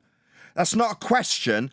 That's a statement of fact in relation to what you've just said that I should have let you carry on with, told you that I wasn't going to, you did anyway, and then used another flat Earth example of angle measurement for trajectory when describing the angle of a laser or bullet. That's a flat Earth prerequisite also. You'll be describing an angle from a flat Earth with that.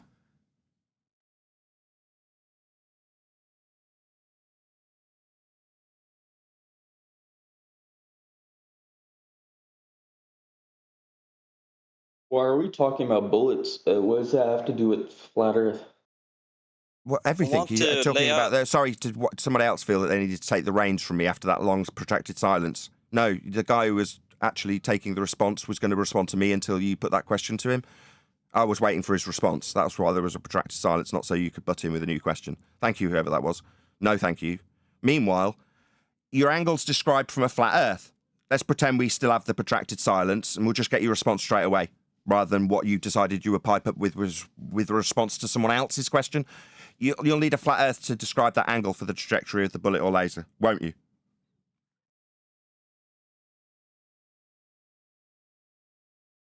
Sorry, I'm a little bit.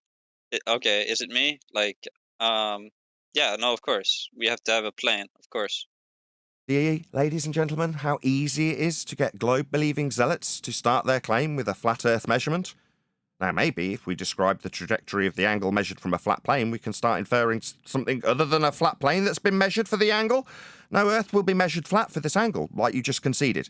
Again, maybe in a moment you'll tell me that you don't understand why I'm taking a victory dance. It's because I've won. You've just explained to my audience why I won, because your example includes a measurement off a flat Earth. So I win. Earth measured flat by you. For this angle, I win. Earth is flat. That's how we measure it. Yeah, but I want to measure lasers in respect to a flat plane. Yeah, I know you do. Welcome to Flat Earth. You're on the wrong Cool. channel. So there's plenty of laser tests that have been done. You just need to go out and do some research like we've all had to do. Yeah, no, I know about laser tests, right? But I never get time to like properly what's the word? Properly construct it. Because this guy, you know, thinks that me laying out that it is a flat plane that we're measuring to in respect to, right, is like end of. Like I don't know. It's a little bit funny. It's a bit funny to say that if we're measuring a flat Earth, that's end of. It's not at all funny. We're measuring a flat Earth. End of. But we're not measuring the flat Earth. Oh, so we're not getting an angle from a flat Earth after all to describe the laser or bullet's trajectory. We won't be getting an angle from a flat plane to do that after all, even though you've just conceded that we very much will be getting an angle from a flat Earth to do that, only conceded literally in the last 60 seconds. So we won't be getting an angle from a flat Earth. It'll be a curve meeting the line of trajectory, which won't be an angle. No, we'll definitely be getting an angle off a flat Earth. It's a measurement that you will be taking. You'll just need to take an angle off a flat Earth first to move forward with your fundamentalist religious zealot globe belief. It'll be a perfectly satisfactory angle measurement that you will use when you use it, but obviously you need to deny that you've measured a flat Earth, and that's precisely what you're now doing, it seems. Because you're denying that you took your angle measurement at all because you had to have a flat Earth for it now. And now while I'm summarising that point, you feel that the summary of the point I'm making in victory needs a response? No, I wasn't inviting a response. Any suggestion by rhetorical nature wasn't an invite. It's me taking my victory dance again, because you've already conceded this. You will and do take an angle off a plane. That's how you get this angle to start your claim about trajectories of lasers or bullets. You measure a flat Earth. We measure a flat Earth. None of you There's the fundy zealot chanting through it because it's painful. Let's try that again, hopefully without the interruption from a zealot who's measuring a flat Earth. Because, let's try that again. We, that's him on the globe-believing side, numpty side. He and I and you and we all measure a flat Earth. And when he does, but it's not being pointed out that that means he's measuring a flat Earth when he measures a flat Earth, it's all good to move forward to make a globe claim with that measurement of a flat Earth. When I point out that it's a measurement of a flat Earth that he's using, that he absolutely needs to measure with respect to a plane that he concedes, then it's not just, that's it, we're measuring a flat Earth, because there's a load of crap that needs to come after we measure a flat Earth to claim a globe with it. No, that is just the end. It's just for 10 years we've never stopped anybody when they started using their flat Earth measurements like these angles to start claiming globes with them. But now in 2024, I'm very much on the front foot telling globe believers that you're not going to get to use a flat Earth measurement. When you do, I'll point out that I win, like I've done. And you, in dumbfounded silence, will go, don't know what to say, maybe I'll wait for a different question from someone else that I'll immediately respond to. Or tell me that you don't really understand how that's it when you measure Earth flat. No, that's just it. You measured Earth flat for these angles. And zeniths. And perpendicular to planes. You're measuring it flat, mate. We all do. That's how Earth's measured. Like you did. Because that's how it's measured, isn't it? Yes. Another stony silence wasn't very good for my live stream audience. Stony silences aren't very good for me. I'll just go through the reiteration of the fact that, can you all see now, audience, what I've been telling you for the last, 5 months? 6 months? Almost 7 months? That they need a flat Earth more than we do? Because it's the starting point of all their claims? And there it is. Him using a flat Earth for his angles straight away. Yo, Nathan Oakley. That's me. What's your YouTube channel so I can go listen to it at work? Of course, Nathan Oakley 1980 on YouTube. I'm frog in my throat because it's always lovely that someone asks for my channel name. Awesome. Thanks. Absolutely my pleasure. Subscribe today if you've not done so already. Hit me up on PayPal if you want to support this channel. We expose the nature of reality based on how it's measured, and it's not like we're going to get a disagreement from our opponents. They come here and tell us how they measure it flat too. It's the best show on YouTube. Any joy with that 24-hour sun from Cook? Was it Cook? Or was it Bird? Bird! No? Good job we didn't let him waffle off in La La Land like he'd made that claim and it had been substantiated. So, thousands. No, that was Dilophosaurus, and I just messaged him in the chat, and he said he's still trying to find a free copy of Admiral Byrd's diary. He hasn't found it yet. Oh, right, go to one of the other thousands of people you claimed when you haven't yet named one. I mean, it's amazing that these lying glyphs would come up with baseless assertions so exaggerated as to be into the thousands, and yet here we are, what, half an hour later, can't manage to dig one up? Questionable from a dead guy with the one that he's saying he can't find. Yeah, these people are bullshitting lying glyphs, aren't they? That's what you got to do to be a globe believer. Lie. You know, claim that the measurement of a flat Earth you've just taken to make your claim move forward isn't really Earth, and you don't understand how that's the ground that you're measuring for your globe claim. When it's flat, it suddenly becomes very confusing. Shout out to the Flat Earth Truth again. It's smashing the super chat hard. I'm going to start counselling for Globies pain. Yes, indeed. Thank you for the super chat. But like, Are you guys into the right? middle of a row? You've got crap, Mike. What? Go on, Eli. One more time. Oh, sorry. As in the middle of a row? No, we're just proving Earth's measured flat by our opponents. That's how it's going to go from now on till the rest of eternity. Oh, okay, yeah. Because I was having a conversation yesterday, and I just thought, well, one, there's two things that are true, and somebody did point out, I forget his name right now, but the measurement is part of celestial navigation. You can't just take one component of it and go, well, look at this part. Is this really measurement? So you have an angular degree measurement, an elevation measurement that requires first for you to level the tool. Like, that's only possible, especially if you're referencing the Earth, to level the tool with the Earth. And that wouldn't be possible if the Earth wasn't level, aka flat, aka straight, aka horizontal. But there are other things after that step that are measurements, but it's all a part of the measurement. So it's like people try to pick it apart and say, well, that's technically not a measurement. And I'm like, listen, isn't a mile the same thing as an inch? No. Why not? Because they're different. Well, what I mean is, an inch is a unit of measure, right? Yeah. A mile is not a unit of measure? Yeah, and it's in the same system, but they're not the same thing. Well, that's what I mean, though. Like an inch is a distance. A mile is a distance. They're both flat. And exactly. And I was trying to point out that if you're out at sea level and you have an island 15 nautical miles ahead of you, you're already at sea level. There's only two options. It's straight or it's curved. You won't get an angle if it's curved. Exactly. So it has to be straight. But people are, but are you sure it's measuring flat? Well, you only have two options. I've got to stop you. You're kind of turning this into, like, it's a debatable point. Well, it's got to be this versus it can't be that. Well, no, this isn't a debatable subject. It's like, well, it's got to be this or that. No, it is measured flat. We started this discussion with the first Friendly with latitude. That is how it functions. That is how it's used. This isn't a debatable subject. Right. No offense Yeah, to I guess you. I'm It's not force of turning it habit. into a debatable subject. I'm just pointing out that it can't possibly be curved.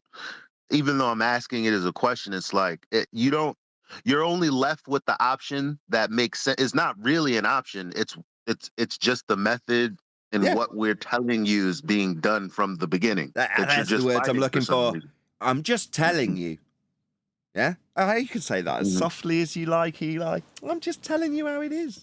Or I'm just telling you that's how it is. It is measured flat.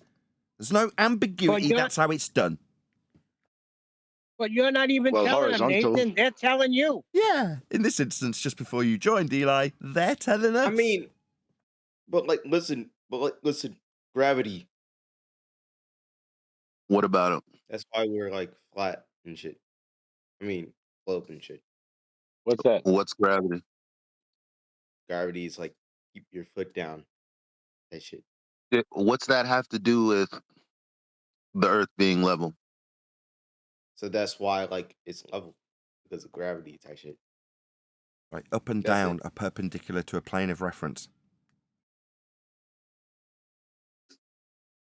Next. Well, back to this angle measurement, Nathan. Yes. To have a horizontal straight line to begin with, we would have to have an angle equal to 180 degrees. We would also have to have that horizontal line not deviating from 0. Are these not measurements to establish that the surface is actually horizontal? I mean, you're phrasing it like a question. I don't want to have a go at you because you're the mod of this server. No. So what you want, man? I am phrasing it as a question, I suppose, because everyone keeps arguing that using the surface of the Earth as a horizontal reference plane is not a measurement. However, to have that horizontal reference plane, we would require a first straight angle measuring 180 degrees or a horizontal line that does not deviate. So I would believe, I could be wrong, please correct me. There's a That's what I'm shorter here route. for. You're absolutely correct. And the reason I'm annoyed is because it is debated, hence you're phrasing it in that way. But it's easier for me to have a go at Eli because we know each other better. And I can give him crap as much as I feel necessary, and he'll take it like a good bitch. Don't worry, I can take it, yeah. Give me whatever I need. You can't speak this way to me during Gemini season. I was pushing my luck actually there, Eli. I hesitated to do it, but did it for humorous effect anyway. Very funny, it was. It was, I thought so too. Anyway, no, Eli will take the fact that I say no, even though he's perfectly right, and I'd encourage him to do it again, to suggest that this is an argument, because it's being argued about. But it isn't. This isn't a debatable point. When you say it's referenced as a plane, but that's not a measurement, hello? You're referencing it? What are you talking about? It's an utterly absurd position to take, but that's what the guy just did with me in a roundabout kind of way, didn't he? Yes. Yeah, it is. It's part of the measurement you're taking. You're referencing it. You're referencing Earth as a horizontal plane. And the baseline for your angle measurement, that's right, it's a measurement with respect to Earth as a plane, has a ground position on the end of it, and it's a measurement. But they don't like it. They use this measurement to move their globe claim forward. But when we point out that it's a flat Earth measurement, suddenly they don't like it. It's perfectly satisfactory to move a globe claim forward as a flat Earth measurement like that guy just conceded. Yeah, I accept that we're measuring the angle from a plane, but now I need to move forward and use that flat Earth measurement to make my globe claim with. Hold on, stop. It's a flat Earth measurement. It's not the ground, it's not a measurement, we're not doing anything. Blah, blah, blah. That's what they do. Do you think Australia's real? Say again? Do you think Australia's real? So you're asking if I'm a paid actor? What a stupid question. I thought you were a Kiwi. No, I'm an Aussie, buddy. Oh, get out. Don't insult me like What the hell are that. you still doing here? I thought that was a rule. I thought flat earthers thought that Australia wasn't real. Why would you think that? Did anybody say that here? That seems crazy. Most of them say it. Name 5 people that have said that. Go to YouTube. Name They all think 5. Australia is not real. When I say name 5 people, I don't it study doesn't them. now need you to constantly interrupt me. You say, loads of them say it. Okay? Name 5 of them. No, I'm Go not to going YouTube. to. Let me Listen, just go to YouTube. stop. I am not going to now satisfy your burden. You've made this claim. So now you, shocking as the claimant, have to Okay. satisfy your burden. Hopefully not interrupt me laying down reasonable standards that you obviously don't understand because you're interrupting me constantly. If you make a claim that lots of people, Listen here, flat buddy. earthers, I'm say gonna that throw you off Australia the isn't edge of the real, world in a it minute. doesn't mean that you win by talking through the response, which is what you're doing. I say, give me 5 people by name. Get a load of this guy. Now, if you can't do it, that just makes your claim an abject failure. Now, you yammering through me pointing this out to a live audience doesn't get you the win. What does get you the win is substantiating your claim that you've made, not flipping the burden and telling me to go to YouTube. I'm not claiming this. I'm not going to do a damn thing. I'm going to see if you can back your garbage. So, the standard I've laid down arbitrarily is 5 names, given that loads of them say it. 5 should be dead easy by name. Now, like the last guy, thousands have seen 24 Hours of Sun in Antarctica. Name 5. Yeah, he's not here, is he? We haven't had one. Let's see if you, the dumb lying glurf, can do the same thing and give us 5 names. Tim Andrews. Okay, let's start John with Tim Baker. Andrews. John Doe. Who's Tim Andrews and what's he done? Tim Andrews, it was born in 1964. And he was the Foreign Secretary for the United Kingdom. And he's a flat earther. Yeah. And where's his quote? What did he say specifically? He said, Australia's not real. When did he say this? That's a quote, is it? He said it in 1984. In 1984, he said, Australia's not real. Yep. Okay, I'll take that as read. That's 1. Next. I can't remember the others. Sorry, you said loads of flat earthers say that and asked me now, and the only example you've got is from 1984, and you haven't got 5 of them. yeah. I'm still talking. What I'm doing is taking a giant steaming dump on your crap standard that you haven't fulfilled. Given that you'd be asking me now in 2024 about something that happened in 1984 by way of one man, that doesn't seem like loads of flat earthers say Australia is real. That seems like a really stupid thing that you've made up as a glurf, like an idiot glurf. Why would you think that? Based on it seems that you think that. It seems that you're going to interrupt me no matter how much you feel that this is going to buy you the win. You think that the standard of a man saying something in 1984 is cause to ask me because lots of flat earthers say this. That's a really stupid standard, son.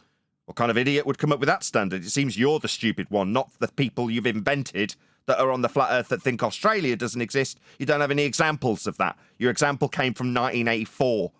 So that's a pretty crap example. What's the Well, point? there's others. I just can't remember them. So loads isn't, I can't remember, and my own example comes from 1984. So you're just an exaggerator then, bit of a Billy bullshitter. I mean, I know there's loads of people on this planet, but I don't know every one of the names of them. No, specifically the ones that you said there's loads of flat earthers by stereotype fallacy that say Australia doesn't exist as a justification for asking me the question. When I ask you why you'd think that, you said because loads of flat earthers say it. You don't have a recent example, really, do you? And you can't remember any names, so it's a baseless assertion. And now you're chanting through me as I point out your loss again. This is a total loss for you. It's made you look very stupid, like a bit of a Billy bullshitter exaggerator. Do you have any proof anybody's on a planet? What? You said there's people on a planet. You may be unaware that that claim is derived from measurements of Earth as a flat plane to give you a belief, Yeah, but show me the edge, bucko. There's you chanting through me. So to give you that religious belief that you're on a sphere that you asserted a few minutes ago, one of my panels pointing out that you won't have any proof for that because it's derived from flat Earth measurements. And you're the I one can't with the find edge, the edge of the world.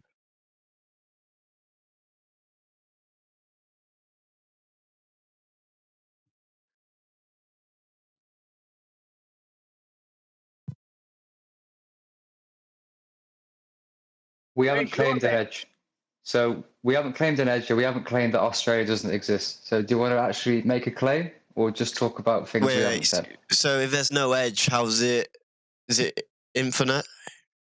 You have an edge that your boats go over. Where's your edge? Yeah, the only edge that actually gets claimed is a globe edge for boats to fall over, but we debunked that in 2020. If the Earth is a sphere with a radius of 3959 miles, then every distance to your edge can be no more than 1.2 times the square root of the observer site in feet, as per your maths.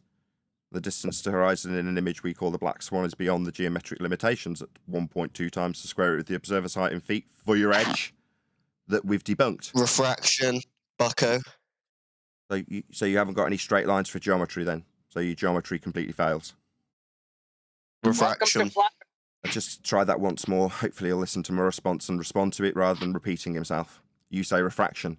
I say, so you appreciate you have no straight lines to imply geometry for sphere Earth measurements then? Refraction. So just remove him. I'll just take the win and summarise. So if you assert that the light to the horizon is bending, then you have no straight lines to make geometric assertions and measurements of a sphere edge horizon called Earth curve. If the light is bending according to him, there are no straight lines to make measurements with. You can't get tangency, you can't infer sphericity, and you can't take a derivation from surface level and eye level as per the maths. The maths suggests lines are straight, he says they're not. Okay, well your maths fails then. You want to say refraction again, like that's going to overcome my rebuttal?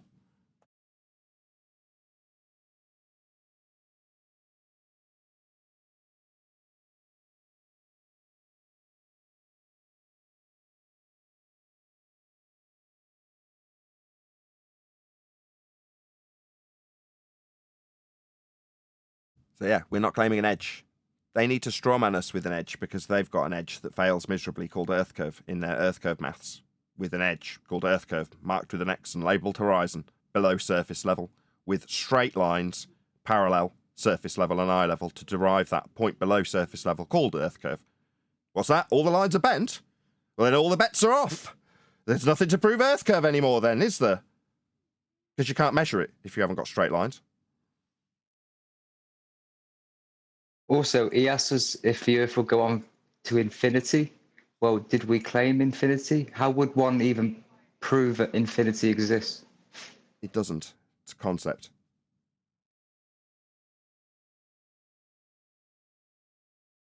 There is no such thing as being infinite.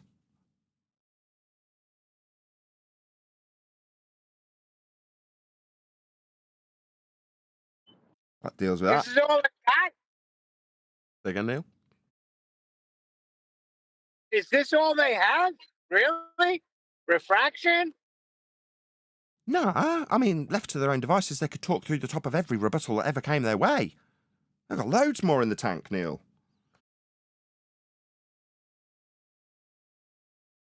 I would suggest that some of them can talk through the top of the conclusion of at least 20 rebuttals. I mean, I've seen some of them go up to 100 and beyond. Well, that guy was he was attempting to character assassinate flat earthers by claiming that we say Australia don't exist. So it's all about character assassination. Yes, it's called a stereotyping fallacy and strawman fallacy. Here's an argument that I say you have that I can burn really easily. Because all of you say it. Oh, so all of us say it like a stereotyping fallacy. And we make this argument you say we make because lots of us make it. Who? Oh, the guy in 1984? Oh, of course, so it's perfectly reasonable that this stereotyping strawman fallacy should stand. Yeah, this is what they've got, Neil. I would understand it if someone came along and told me that I was completely unreasonable for talking through him every time I refuted that garbage. I mean, it's only reasonable that they should get to chant that exact same claim through the top of me 16 times. I think that's reasonable. Don't you? What's wrong with that?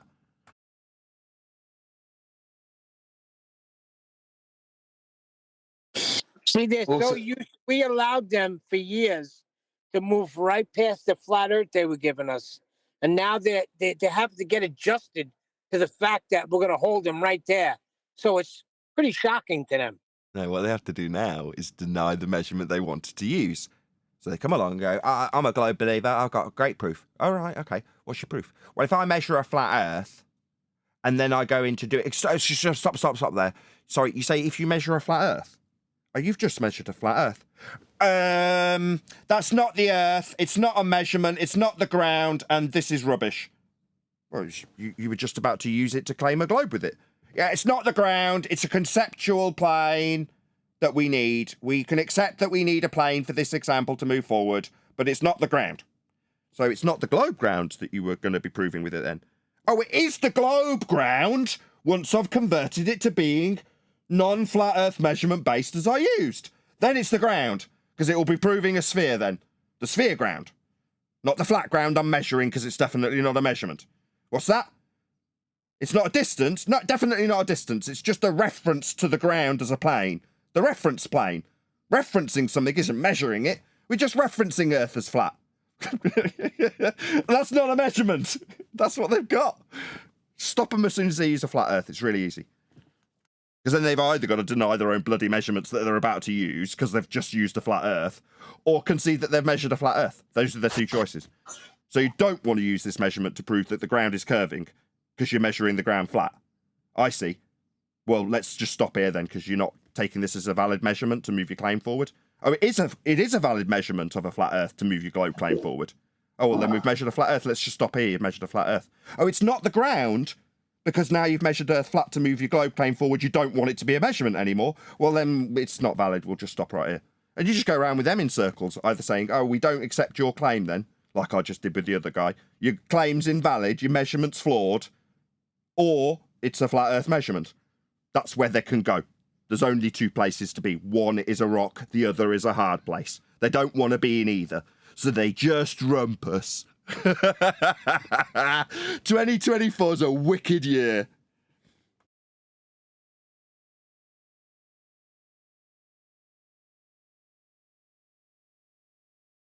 So are these flat Earth You're right. measurements This is valid? a hell of a year. Yeah. Are these flat Earth measurements valid to move forward to claim the ground's curving? They are. Oh, well, we've measured a flat Earth. Happy days. They're not, because it's measuring a flat Earth. Oh, well, you can't make a claim of a globe surface with them if you're not accurately measuring the flat surface you need. Well, we can't move forward either way, really, can we? Oh, we can. We can measure Earth flat and then move forward. All right, measure Earth flat. Let's just stop right here.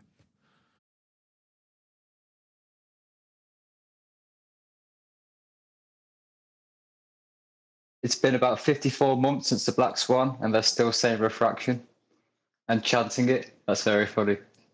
Yeah, they don't even know what they're saying. Yeah, surface level understanding followed by a surface level understanding of the rebuttal.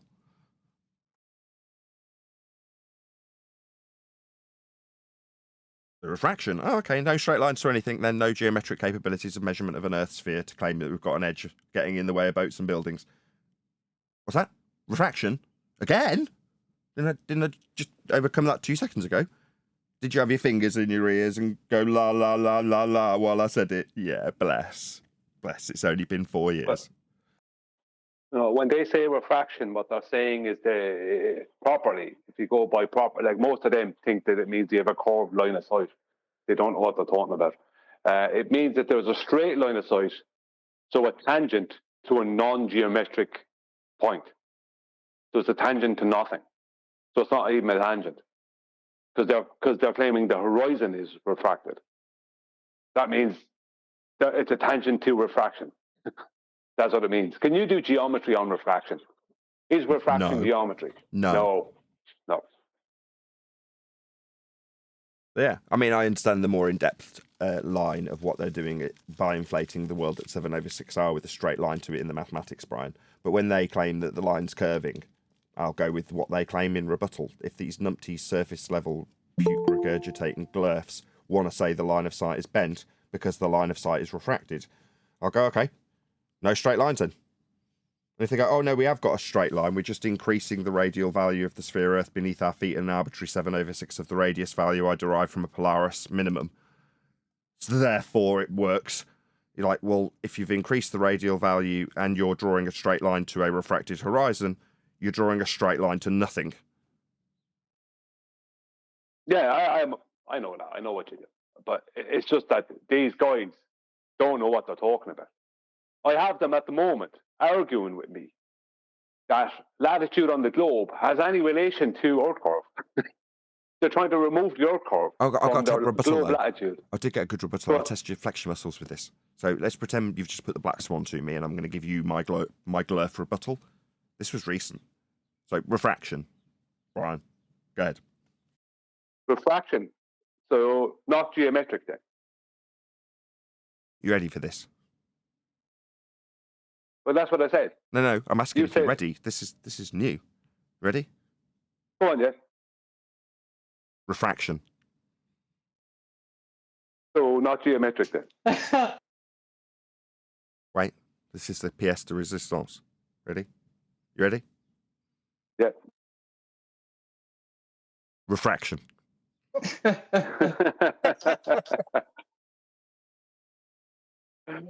Yeah, so the same old tired disaster every time. The same old tired disaster. Well, the guy Unreal. just did. Wait, I heard him. What I'm dealing with myself personally in the past couple of days is they're denying that an elevation angle is a vertical angular measurement. Denying. I don't know what elevation angle is then if you're not measuring in the vertical. And they're denying that our curve has anything to do with latitude on the globe. It's nothing to do with it. Well, that's There's no correct. our curve in the way. Well, no, that's correct. Latitude has got nothing to do with the sphere Earth because it requires a measurement of a flat Earth and then a conversion process to put it on a sphere, and then a conversion for you to be in an equatorial plane in the centre of that sphere that you converted the latitude lines onto. So you can project out angles from the sphere through the globe with PZX triangles up to the celestial dome, hemispherical in nature, that you created with the original angles. Well, therefore, when they describe any angular relationships, it's the assumption that upon conversion from the original angle measurement, you're twisting a protractor that is globe Earth. Yes, I know all that. As you know, I'm fully aware of all those things. I know you know. But you just stood on the. You missed the point. They're trying to claim that when somebody goes from the North Pole on their globe, right, where Polaris is at their 90 degrees, and they go south down over the curvature, that the angle to Polaris that they're claiming that's changing to zero when they get to the equator has nothing to do with our curve. There's no our curve in the way. I missed the subtle nuance that being anti-flat earthers is your point. They're denying their own rhetoric. They're denying the Earth curve. They're denying the Earth curve of their globe. They're Yes. denying that there is 5,400 nautical miles of Earth curve between the GP point of Polaris and the equator on their globe. They're denying that when you're 45 degrees north, let's just say, that means you're 45 degrees within their paradigm, down from the Polaris' GP point. That the reason you have a 45-degree angle has nothing to do with Earth curve. Yeah, they have This is to what they're deny trying it to- because it won't tally when we contextualise the measurement with a globe Earth, so they have to deny it. Well, when I pointed out to them, the problems they have when there's someone in an airplane that's 6 miles above that 45-degree latitude point, and they're getting the same angle, yet our curve is not getting in their way.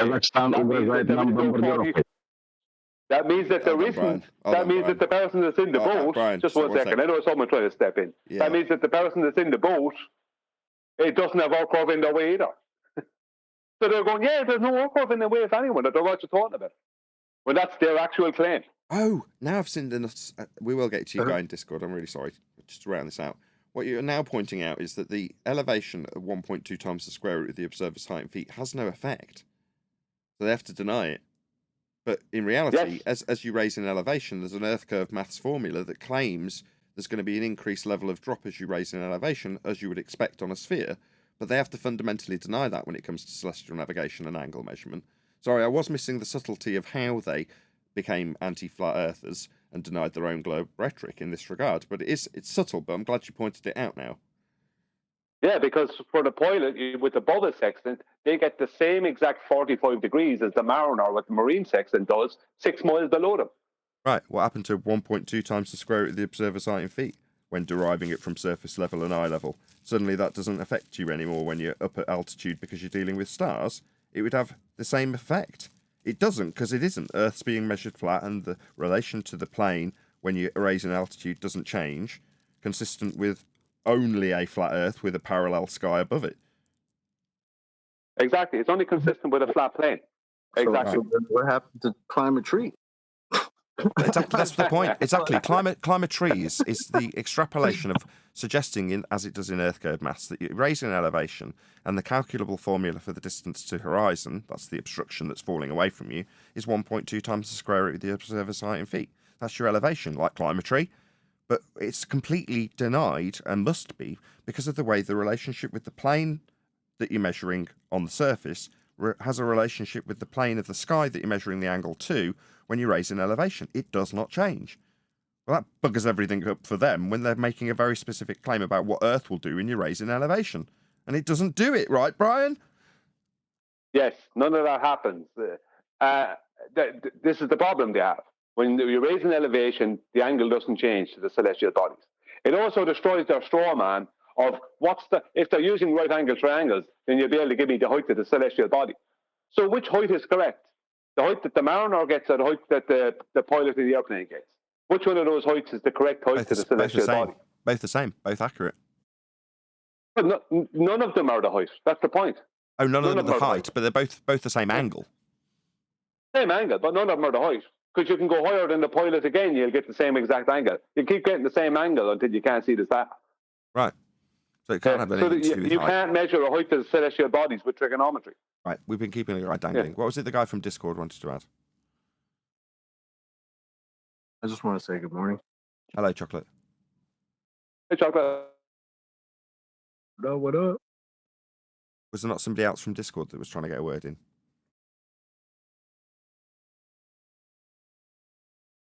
It might just be Chocolate. Maybe it was. Maybe it wasn't. That wasn't me. I know what you're talking about. That wasn't. You see, what I pointed out to them was when they claim parallel light rays, right, which is a joke, there's no such thing as light rays. When they claim parallel light rays mathematically within their claim, what it means is that light ray is coming to what they're claiming to be a tangent, right? And there's a 90-degree line meeting that tangent, making a 90 degree. And then the parallel light ray, where that intersects, is the angle, right?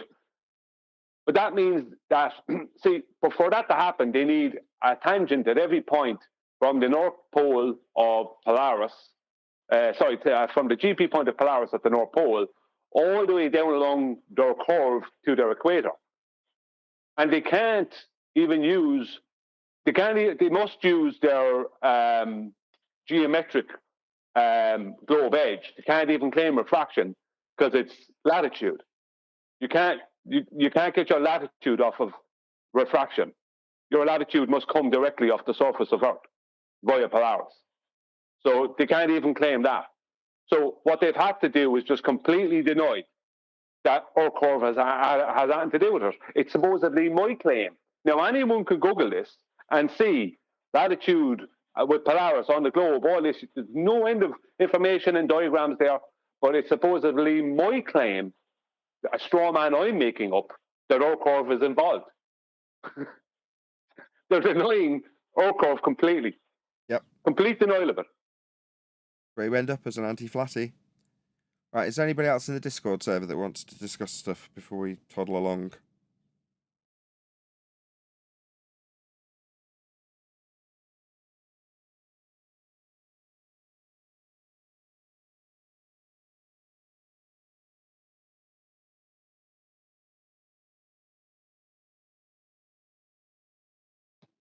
It's been a good year. I have to say, it's been a good year.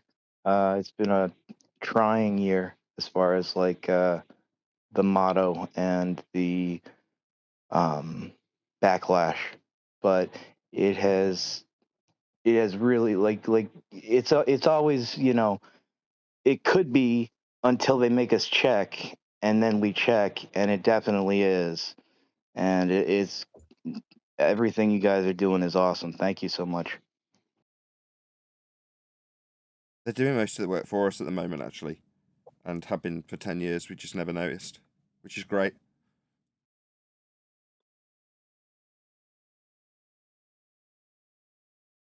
Thank you. Thank you for the compliments. The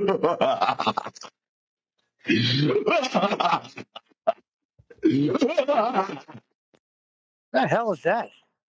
Someone sharing their pain. Oh, hater before human. He's a bit deranged. Yeah. They're in their pain. Nathan's right. They're in serious pain. When Nathan shows up, all the Globers that are normally in here, they just shut up. They don't say a word. Yeah, because we But get tired why of is him that? just talking straight through us all the time. Why is Where's that? your citation, man? Where's my Diplosaurus. citation? Where's the citation? Citation for Don't what? worry. I'm looking for the journal. Don't worry. Well, don't worry about coming in and butting into other conversations and putting your 2 cents worth in. Get your citation ready first. Oh, I got it here, dude. I actually also at the same time looked up Let's have a look. that dude Excellent. that Excellent. Nathan Oakley was mentioning, Can you post and it I in the looked chat? up where Stop he worked. him. He Stop worked him. at the Stop him. Stop him. Stop him. No. We'll have a look We at your don't care where citation. Nathan worked. We don't want to just hear that you've got it and then let you waffle off into la la land. Yeah, we'll shut that down immediately. Yeah, you were stopped, asked to get it. You say you've got it.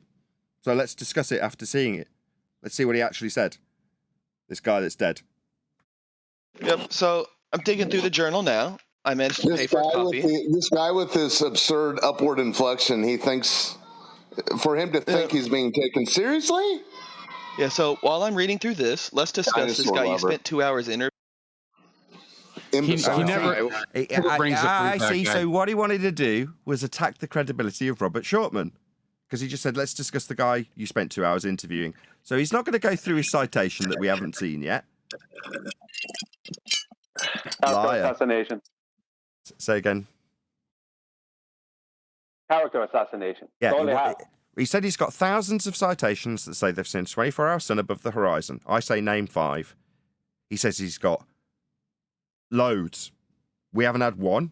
Now he wants to attack the credibility of the only person that's actually been down there in this discussion that's absolutely a real person, been validated, checked out. He's been and says it doesn't do that. Where's the thousands that say otherwise? They don't exist. Just liars. They lie. He lied. He would have had the audience believe that there was thousands of people saying it does occur down there. No, there isn't. And he's got a dead guy that he says wrote it in his journals. Right? Bird. All right, Bird. There's people down there with internet right now. You know, I spent the morning watching shorts from Antarctica. You're telling me Bird is where your reference comes from? What about one of them on TikTok? Go and ask them. They're down there now. We got internet. They're posting videos. Thousands, you say. Bullshit, I say. Meanwhile, I've spoke to Robert Shortman. What, we should dissect that?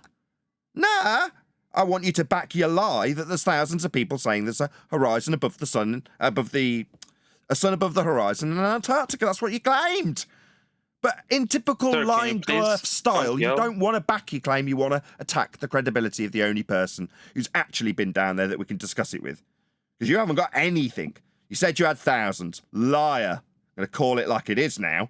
Liar. You haven't got thousands. You're struggling to find one. Yeah, I was going to say, it's been 2 hours, Nathan. Seriously, dude, if you worked for me and it took you 2 hours to find one citation doing a word find out of a book, I would have sacked you. Especially if you said it was dead easy and you got thousands. Oh, yes, boss, there's thousands. Easy to get, really easy to acquire. Get me one immediately. 2 hours later, yeah, I'm struggling to find it in this diary from years ago. Hello, we've got TikTok and people down there right this second. You're telling me you can't get one of them on the blower? You having me on? We got modern communication. You're looking through some dusty old diary of some old tosser. No. You said there was thousands. You're fired, son, for being a bullshitting glurf. Meanwhile, who cares? It wouldn't make any difference if you showed us a 24-hour sun in Antarctica. All you'll do with it is affirm the consequent. If we see a 24-hour sun, then Earth's a sphere. Earth's a sphere because we see 24-hour sun in Antarctica. The two are non sequitur. Doesn't follow that one means the other is true. You link them together in a fallacy called affirming the consequent.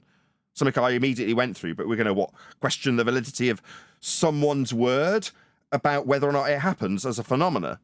Well, it might happen as a phenomena, not according to the testimony that we've actually got on record, and there aren't thousands of contradicting testimony. Far from it. Same Glurf claimed Mr. Beast said that there was. No, it turns out he was asleep. So I definitely didn't confirm that. But Lying No, Glurf so says nobody he's one of the actually thousands because he's a liar. Nobody presented that interview yet. All I have is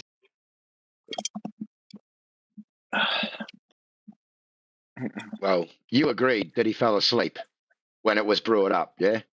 Anyway, regardless of that, we need your first citation before you can speak again. You need to back your first claim of these thousands of people and your Admiral Byrd diary, or you can stay on mute. We're not going to go off into the weeds about Nathan's job. Yeah, that's what he wants to. He wants to attack my credibility. He suggested that he's not getting his opportunity to speak, yet we listened to his claim and have honoured the ability for him to back it. He's failed, so now it's an attack on me and me not letting him have his chance to speak in a server I don't run. Now, it's shocking, but this server just doesn't allow bullshit. When people lie about having thousands of references, therefore ergo making them really easy to get hold of, and 2 hours later you want to attack the credibility of the only man who sat in front of a camera. Shows true character, right? Earths. That's what you got to do. No character. What you got to do? You got to lie to be a Glurf believer. Insincerity. It's that simple. That's what they do. It's what you've got to do. The globe is based on lies and fallacies. I'm glad you're calling it out. That's all I gotta say. And the supposed trip doesn't happen till December, so we've only got 6 months more of this. Plenty of practice. Eddie Banjo shared a video last week, and he showed video within his video of a woman, and I think it was someone else as well, in Antarctica on the 31st of December, and it got dark. And it showed video of a guy, a military guy, in Antarctica, an American Antarctic base, on the 21st of December, on the 21st of June, the first video was the 21st of December. That was the woman, and the other one was a military guy on the 21st of June, and there was daylight. There was only a few hours of daylight, but there was daylight. There wasn't darkness like there is in the north. In the north, there's total darkness for 3 months. That didn't happen. It doesn't happen in Antarctica. Right. Exactly in line with Robert Shortman's testimony, which also made it into that video. So shout out to you, Banjo. I watched that video also, and he shoved in Robert Shortman's testimony, as you'd expect, as he's stacking up all the testimony that actually exists, unlike the lying Glurfs who say there's thousands and can't get one. There's loads of people showing what happens in Antarctica. It's a fairly explored territory now. And from the perspective as it's in a particular position, you could say that that's with relation to a 24-hour sun if you affirm the consequent, but that's not the testimony we've got. The testimony says otherwise. Exactly, Brian. What Robert Shortman described was, when it comes to them suggesting that there's a 24-hour sun, he didn't define it in this way, I'm paraphrasing, he said you didn't need a torch. Okay, what about the sun? What did the sun do? Well, it rised up, and then it went down again.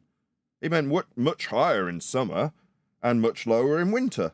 That's what he said. That was his testimony. You know, he's got no axe to grind. He's got nothing to gain. He just described what he saw.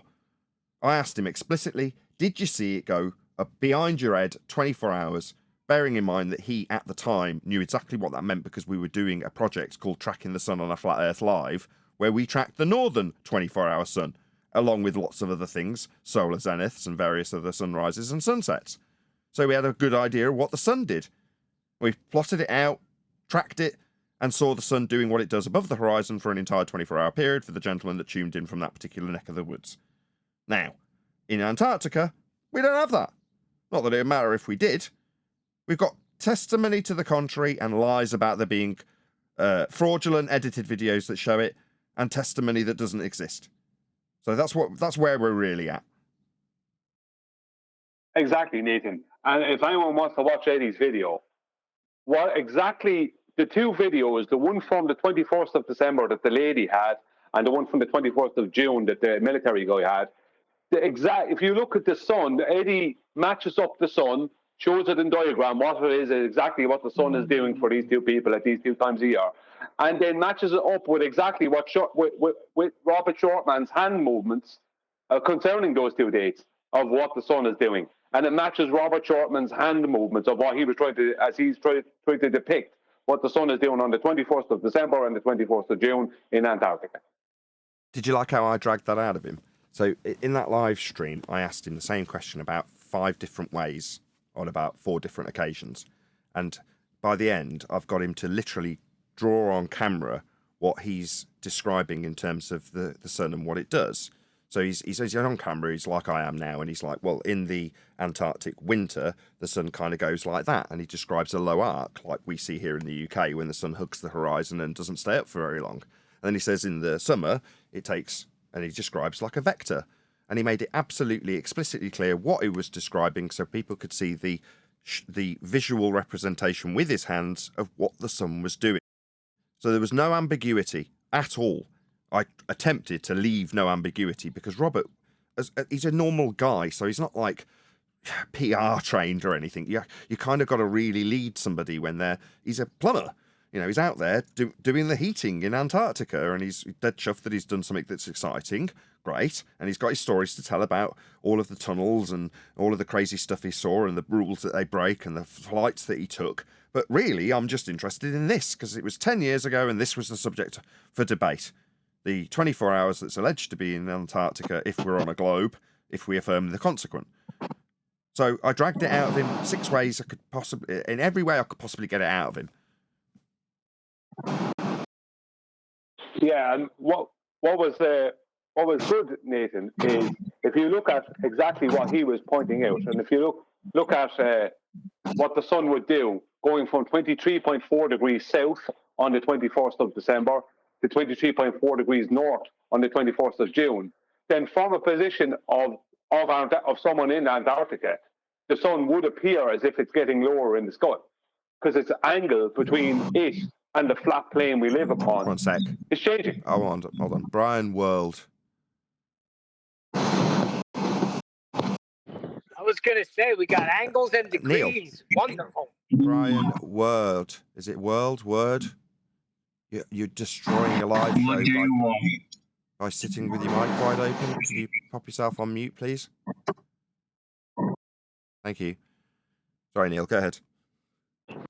I was just saying, it's wonderful. Brian's talking about angles to the sun and degrees. That all comes from a flat plane, right, Brian? Yeah, it's exactly as it looks in the videos that Banjo is showing is exactly what someone would see with a change, with the sun having a distance change in latitude of 23.4 degrees south to 23.4 degrees north. That's what it would look like the sun body. It would look like it got lower in the sky when it's north, simply because it's further away. So the angle between that and the flat plane is traversing, whatever it is, would appear to tighten. Right. With that, I'm going to say, if you are watching this on either Nathan Oakley 1980 or Nathan Oakley premiering streams, then stay tuned, as there will be an after show to follow. In a flat model of the Earth, how is the sun supposed to behave at Antarctica and the North Pole? I have no idea. I don't know what the sun is. Do you know what the sun is? And nobody knows what it is. I don't know how it does what it does. I was going to say that first you would need to know what the sun is. You'd need to be able to verify that. You would also need to be able to verify the terrain, so the layout of the Earth, what and where Antarctica is, and what path the sun is now taking. And none of this is verifiable. It's all speculation. It's based in philosophy. Straight up burden of proof reversal fallacy. So they've got a positive claim that the sun and what it does in Antarctica proves sphericity of a surface.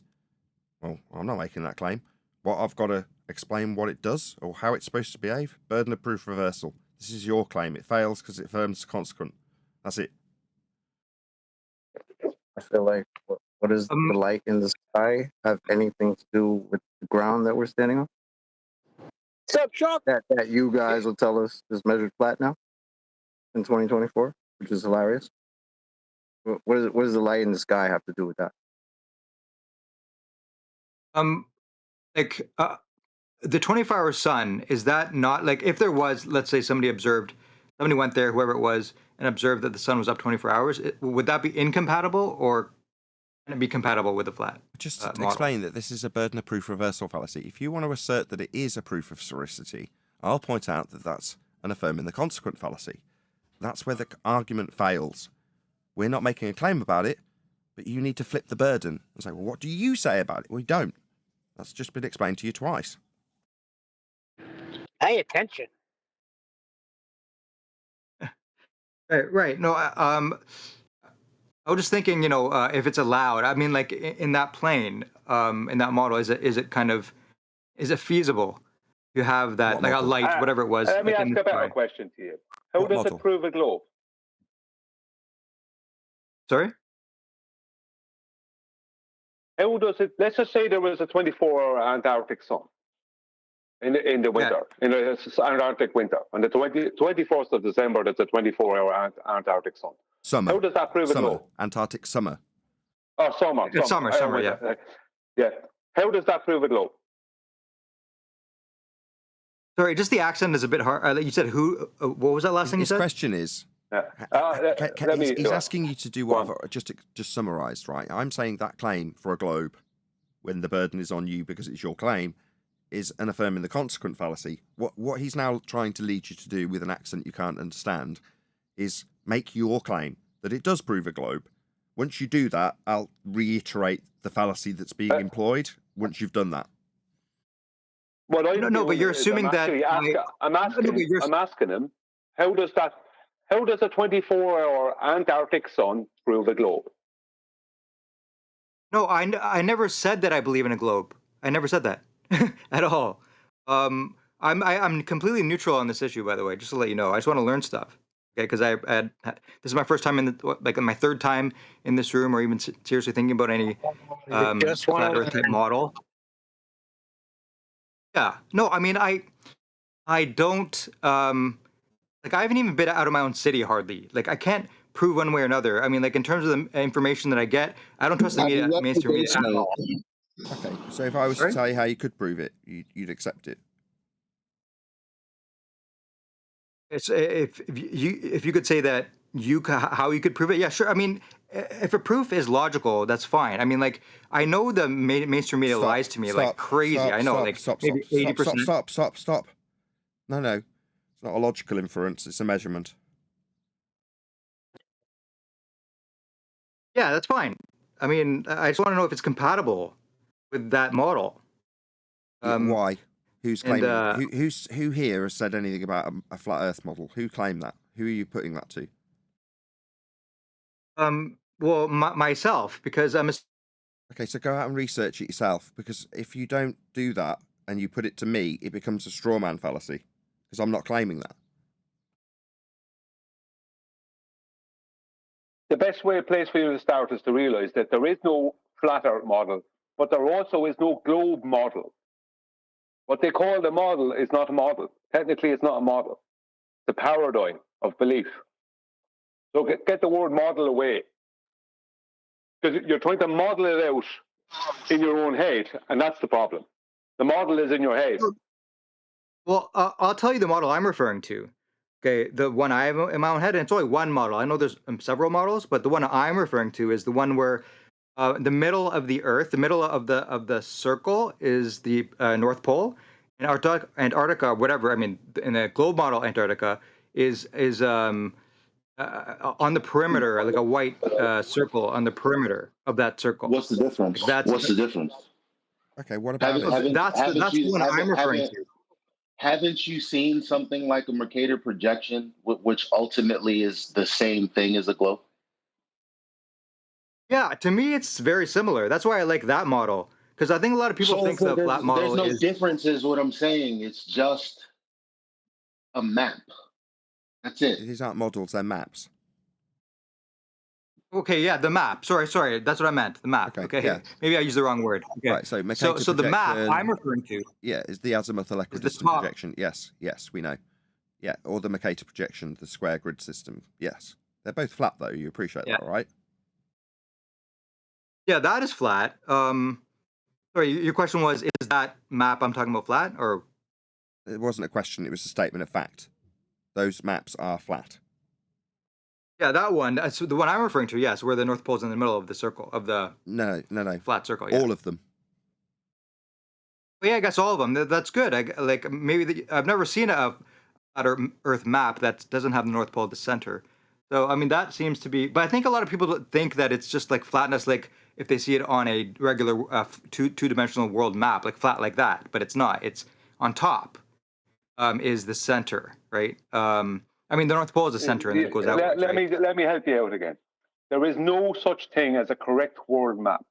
There is no flat Earth map. There is no globe map. All maps are distorted. Every map of the world is distorted because they need to use the flat Earth, but then they try and insert the globe mathematically, and it distorts every map. So there is no correct world map. So even when you're trying to refer to a map, you don't have anything really to refer to because it's all distorted. None of it is correct. So they are all flat, all of them.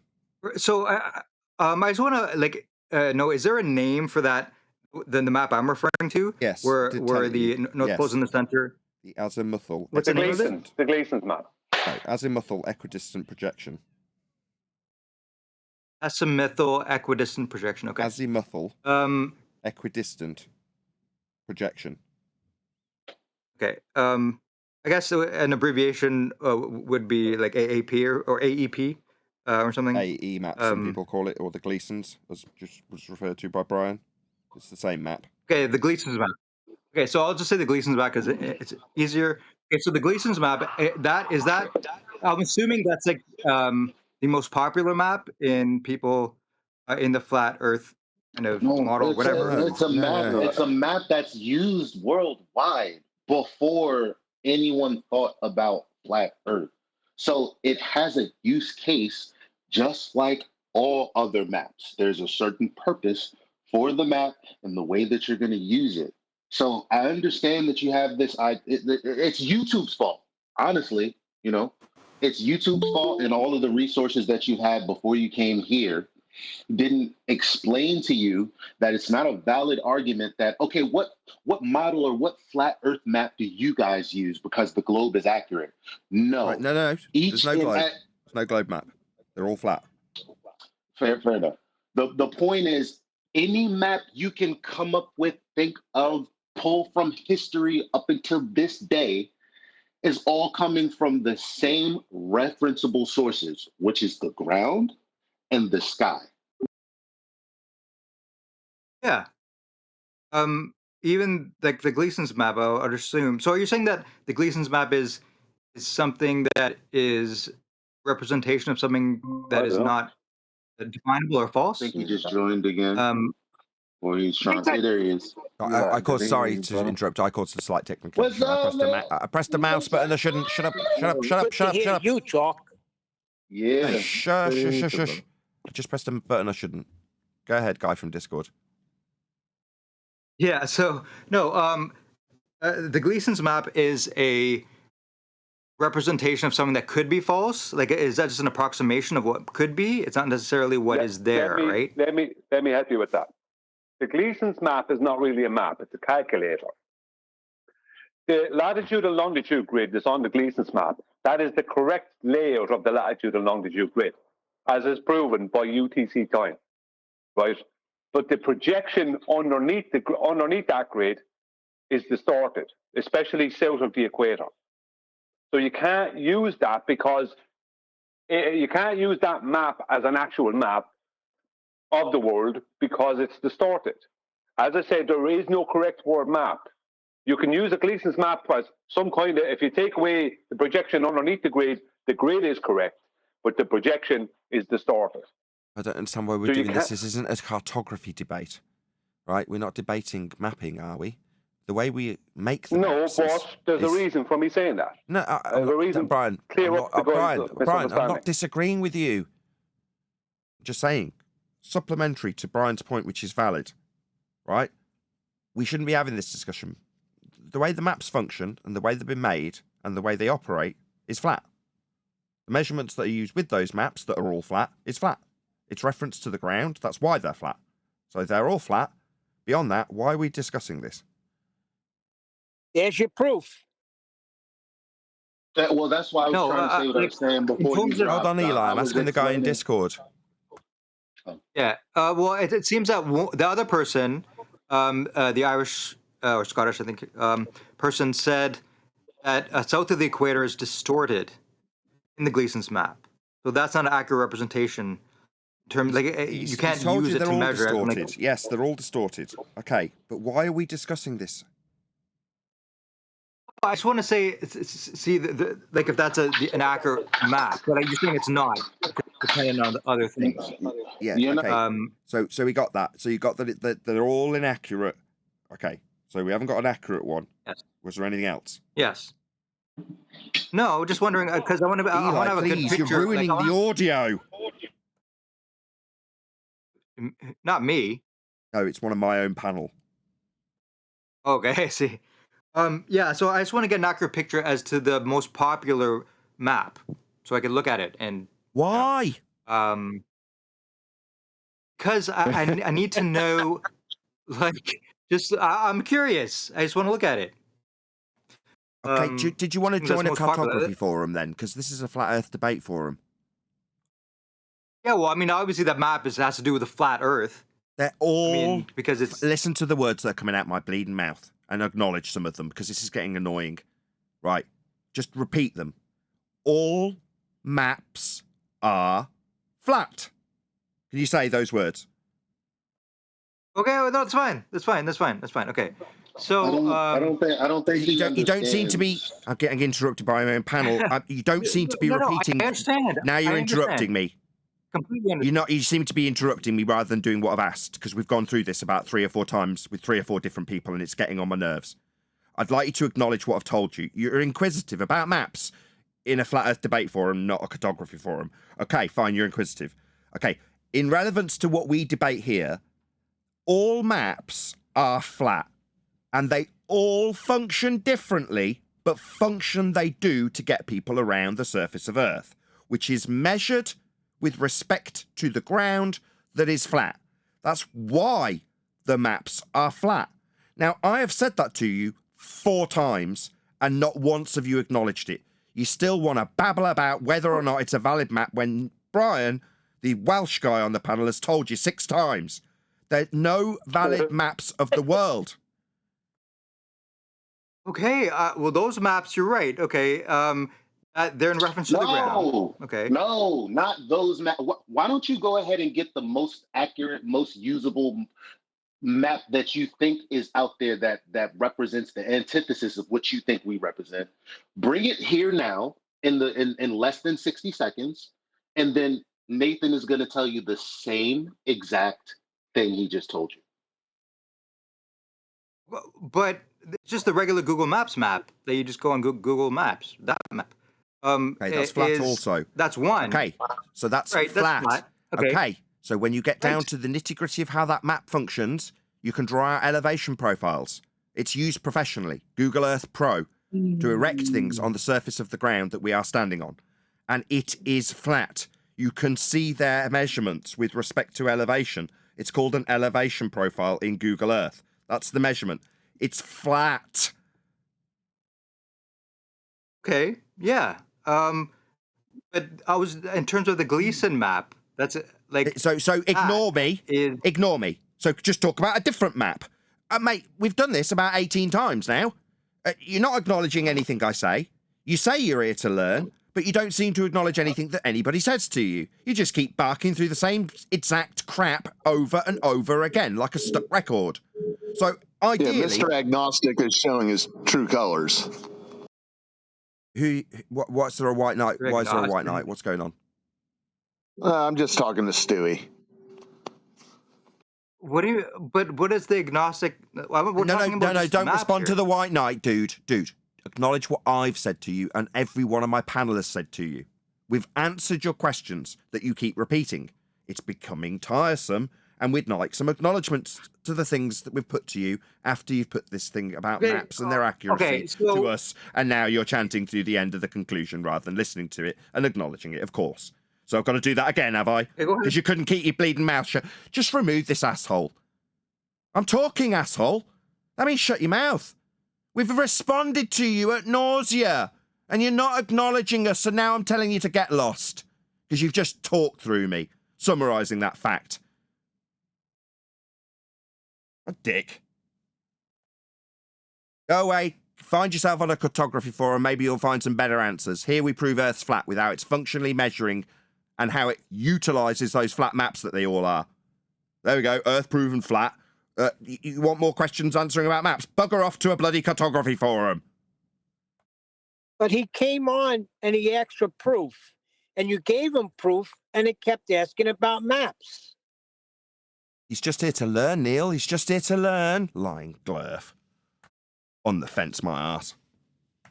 He needs a little straw man to get hold of, doesn't he, Neil? Correct.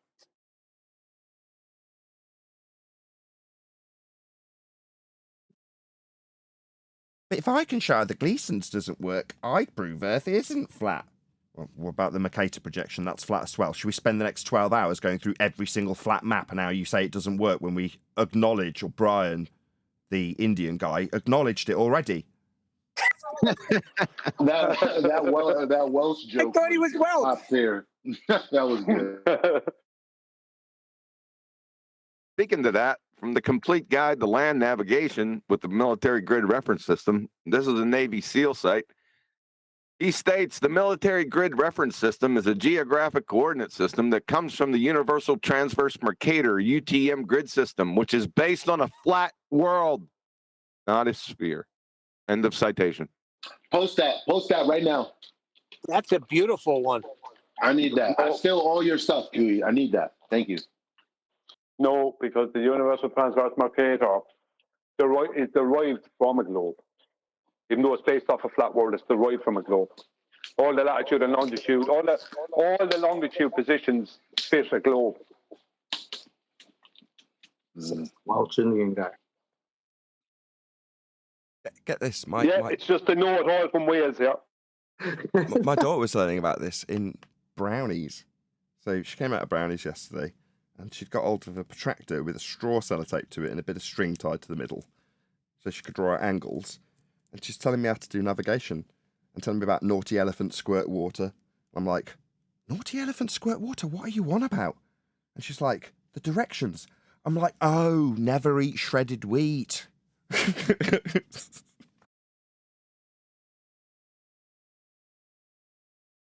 North, south, east, west. Yeah. Naughty elephant squirt water.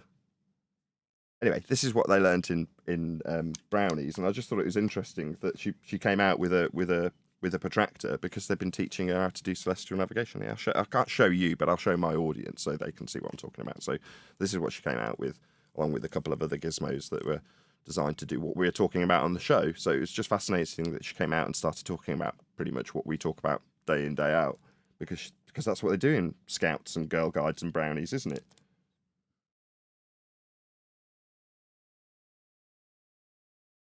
Yes, Nathan, I went to Scouts. I don't know. My mother tried to sign me up for the Brownies, but I never made it. Brownies is girls. Yeah. Neil. No kidding. Neil failed. Meanwhile, the borders are navigating with the direct. He just made it past the crumbs. Huey, what's up, man? You'll stop rumpusing our Turkish guest. Go ahead, Brian. I'm just saying, meanwhile, the borders are navigating with the direction of gravity and clockwise and anti-clockwise.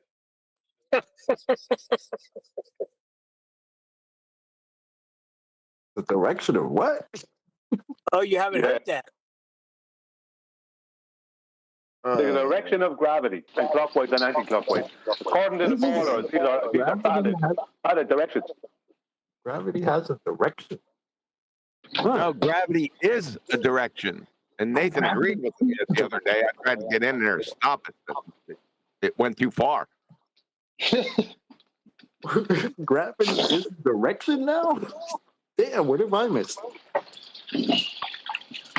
I'll roll with that all day long. Yeah, fine. Perpendicular to horizontal. No worries. Facts. I'll go with whatever they gave me, right? So you're right. When you stepped in yesterday and did it actually, QE, and were like, what? Down, gravity? No. Conceptual in all regards. And then I'm immediately into conceding, but I'm pointing out that if they want to describe it in that way, I'll describe it in that way and respond to them in that way. Of course, Eli's Hold on a reading second, the audio. David. Yeah, hold on a second. Elijah, if you don't go on mute, I'm going to take a contract out on your ass. You're too late. I'm already on mute. Go ahead, Nathan. I'd already covered it. I didn't hear it. It was echoing through Elijah. You'll have to become a member.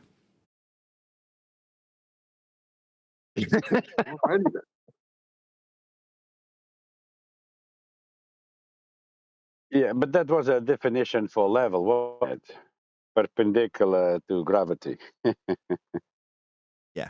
I was saying, I'll go with what they give me. So you were correct to come in and point out that I'm wrong if I'm a globe believer to go along with the downward claim of gravity, right? You corrected me at yesterday's live show, and you're right to do so. And immediately I'll flip to, yeah, that's correct, and go along with your explanation of how gravity actually is. But if in rebuttal they're using it down, I'll take that as read when they use it. Same went with today by a slightly different example. So the refraction claim comes in, and I'll immediately put it to them that their lines are bent. Now, Brian steps in after that debate is closed out and says, lines aren't bent. They've got a tangent point to a non-existent horizon of a increased sphericity at 7/6 of the radius. Yes, Brian, I immediately agree. But that isn't what I've got from my opponent when he just says refraction, is it? So I'll go with what I've got from my opponent. Regardless of us knowing their correct rhetoric, I learnt this the hard way with Coriolis effect. I'm not going to correct them on their rhetoric anymore. If they get it wrong, I'll take it as read based on their rebuttal, is what I'm trying to get across to you, QE. Oh, that's twisted. Good luck with that. I guess you like long shows. You think it's faster? Mastering flat Earth Aikido. Say again, Chocolate. I said Nathan's mastering his flat Earth Aikido. Yeah, that's what he's doing. Energy against them. I take the same approach. I ain't gonna lie, because I'm tired of explaining. Because once you tell someone they're wrong, they shut down anyway, and at that point, well, there's really no point in me talking to you because you're not listening.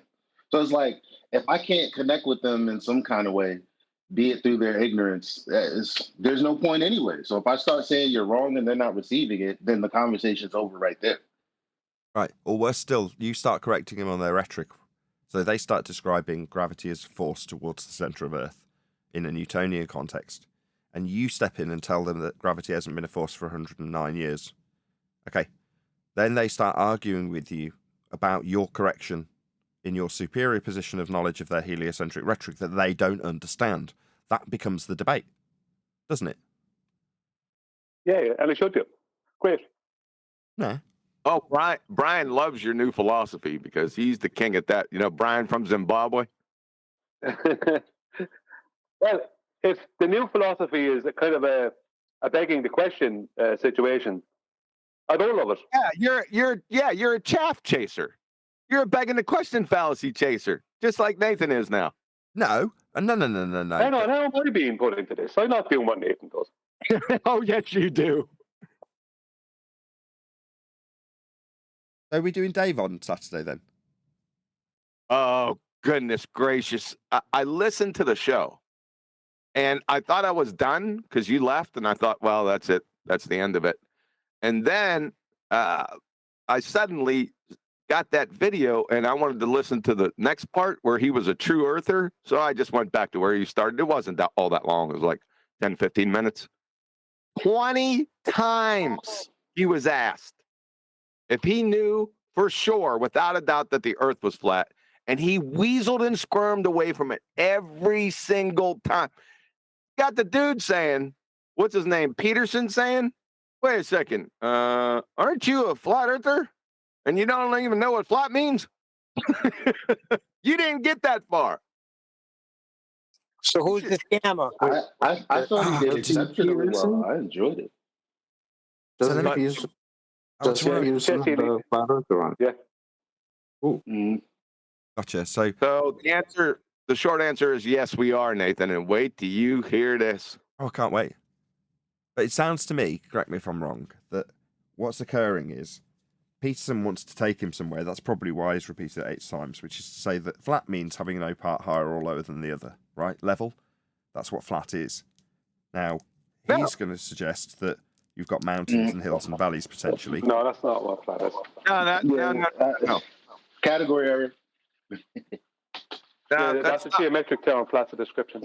I'm talking on behalf of Peterson. You realise I'm talking on behalf of where I think Peterson's going, right? Are you defining someone's thoughts? Yes. Okay. We're back in the question and defining thoughts now. Okay, off you go. Get lost. That's freaking Bloody Africans are all the same. That was just one Did you say North Africans are all the same? Yeah. No. That was just one question because Dave was red herring fallacy and he was squirming. He was trying to get out of the direct question that Peterson was asking. So the direct question, it was reasonable offshoots of this question. Dave, do you know for sure and without a doubt that the Earth is flat? That was the question. It was kept on being asked.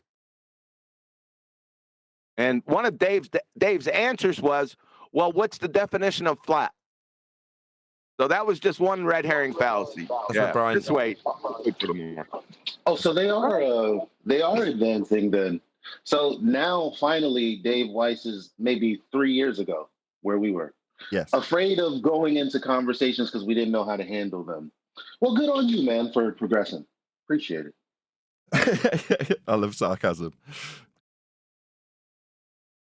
Where I was going to go before accused of chasing chaff was to suggest that flat in his mind is going to be no part higher or lower than another, as I divine his thoughts and motivation for keeping asking the same question 20 times.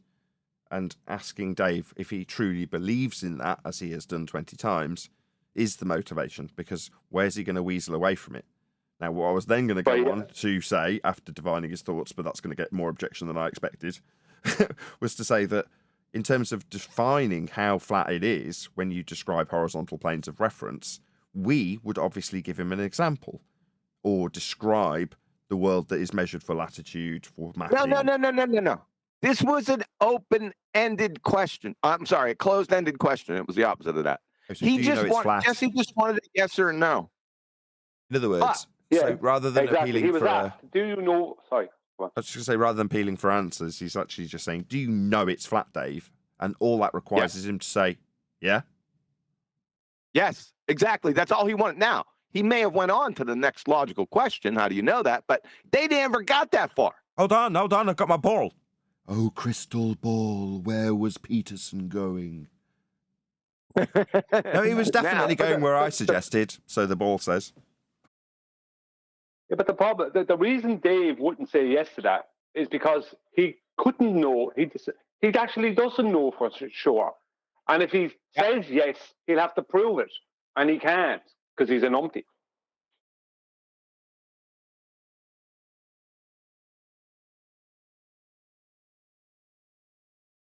As a matter of fact, I meet these people all the time. Sorry, Neil, go ahead. So he doesn't know the Earth is flat. He just believes it's flat. He knows it's not a sphere, though. He knows it's not rotating. Oh, gee, thank you, Dave. Well, I don't know the way that they... Let Eli go or he's going to ruin our audio. Go ahead, Eli. Yeah, I don't know. Matter of fact, let me turn my headphones off, too, because I can hear you guys on speaker. Better? Someone else talk while Eli's talking, please. Or while he's got his line open. Yeah. Okay, I'll do that. Yeah, much better. Thank you, Eli. That's miles better. Awesome. Okay, so I don't know if he knows that the Earth isn't a globe either, because it seems like celestial navigation has kind of dragged them all back to maybe, So it's annoying. What was I going to say? At the end of the day, Dave doesn't use any flat Earth arguments. So what is he going to answer? How's he gonna be like, yeah, I know for sure? Okay, why? Look, and what is he gonna do? look, Take out his Eli, little pictogram of the which one is a ball? And he's gonna show them like a hollow cup. Like, what are you gonna do at that point? you might So want then to he's demand the the scammer. answer. You might want an answer to that, Eli. But I know beyond doubt that Earth is not a roast chicken. But we see too Yeah, far, but then obviously. he's the scammer because his name is Flat Earth Dave. So who's the scammer here? Yeah, Dave just wanted to insert his geocentric ether globe. That's all he wants to insert. That's where he's looking to go. I think it's becoming very obvious. A young girl asked me yesterday. She is like, so what do you guys say when people say they don't believe your position? And I said, well, the first thing I would ask them is, what is my position? And then she tried to reposition, like, okay, well, if the earth is flat, then da da da da da. I said, let's rewind. If someone asks me why the earth is flat, guess what? I get an opportunity to tell them. Are you going to ask me, or are you going to ask me questions about things that I haven't made any claims about? So she's like, okay, fine. Why is the earth flat? Or how do you know the earth is flat? I was like, do you know what an elevation angle is? I told her to Google it, and she just accepted it. Because what are you going to say? Obviously, I did a little more, but normie. What are That's you going to normal. say? Hold on. You sound surprised, and I don't blame you because we're slightly tarnished, us as a stereotype of flat earthers being in it for a while, right? You're surprised at that. That's not surprising.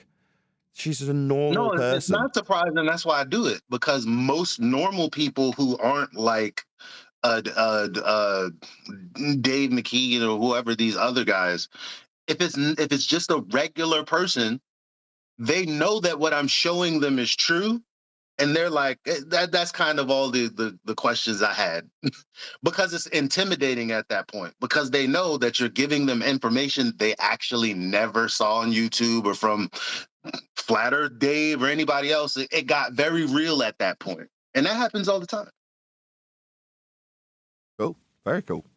Yes, I agree. That's normal. So it's not the perception that is created in social media that YouTube's as condemned or as feared or as ridiculed as it is in this arena. Because out in normal world, it's not like that. People are actually quite receptive, generally speaking, when I've spoken to them about it. And I'm shocked when they're like, oh, really? In other words, they don't just berate you and talk over you like we experience here today. They don't do that. They nod along and go, oh, right. You're like, shocking. No, it shouldn't be. That's just the perception that people have got because of how anti-flat earthers behave. Zealotry is the general consensus about how people think flat earthers behave. It's like, no, that's how anti-flat earthers behave. But that's what you get exposed to if you type in flat earth. You get your flat earth information from people who aren't promoting it. They're decrying it. Well, I think the difference between an anti-flat earther or a zealot, someone with a fundamentalist belief, is that the everyday person that you may know, you might tell them something, they might disagree with you, but if they come across anything in the future that validates you, or to get a better understanding on their own, in my experience, they'll come back and say it to you. They say you were right about that. But someone who's a zealot won't. They will never. They don't ever want to say you were correct about something. They want to keep arguing. They don't want to give up their position, regardless of how untenable it is. Or they'll tell you they don't want to talk about it, like my sister-in-law. When explained to her, she Hold on a can't second, deny Will. it, but she said, I want to talk about it. Did you want to add something, DK? Yeah. Go ahead. Come again? Do you want to add something? Well, I mean, not yet. I'm still listening, absorbing, trying to find my way in. You guys keep going. We would, but you're off mute. Okay. Oh, so I have to speak? That's Yes. Well, you must. I mean, the thing is, I feel like I wouldn't have much constructive criticism, right, to contribute, because I I don't know enough about the situation, but I think it's pretty reasonable to conclude that the Earth is not flat, right? And in my naive, perhaps even ignorant perspective, I do think that it is a remnant of old dogmatic religious perspectives on our shared world. And I think it's ample time that humanity and you British people moved on from the Dark Ages, you know? Okay, so hold on, everyone in G+, just one sec. There's quite a lot to unpack there. So yeah, I'm sorry. I'm trying to be funny and respectful, but yeah, not really. You've Don't take me too just seriously. claimed that we've got Dark Ages beliefs. That's quite disrespectful. Yeah. Oh, I know, but I did it in a fun way, right? Or like, Not really. at I least, wasn't amused. Nobody else Not laughed. really.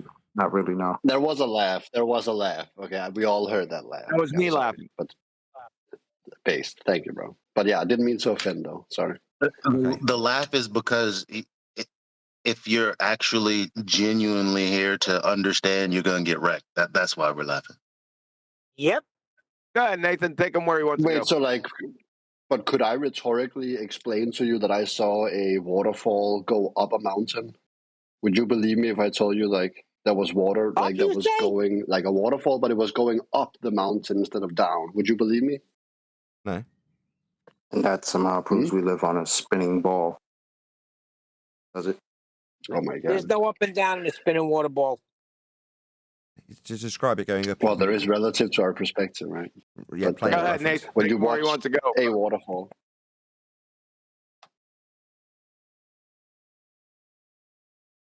Nathan? Okay.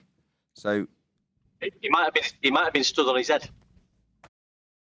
It didn't sound like Nathan. Okay. So your belief so far is that we're in the Dark Ages because we believe it's a flat Earth. We don't believe it's a flat Earth. That's how Earth is measured. And you may be unaware that those measurements are used to... Is that you, DK, off mute while I'm talking? Second time I'm asking you, DK. When I'm talking, is there any chance you can go on mute so that the conversation can be audible rather than us hearing a background noise? Thank you very much. But you may be unaware that your belief in a globe comes from the measurements that I don't have a belief in. They're just measurements of Earth, flat. And those measurements are used to create a belief in a sphere that you hold and feel the need to belittle others who just understand how your heliocentric belief works. We understand the measurements and origins of your belief, and they are of measurements of a flat plane.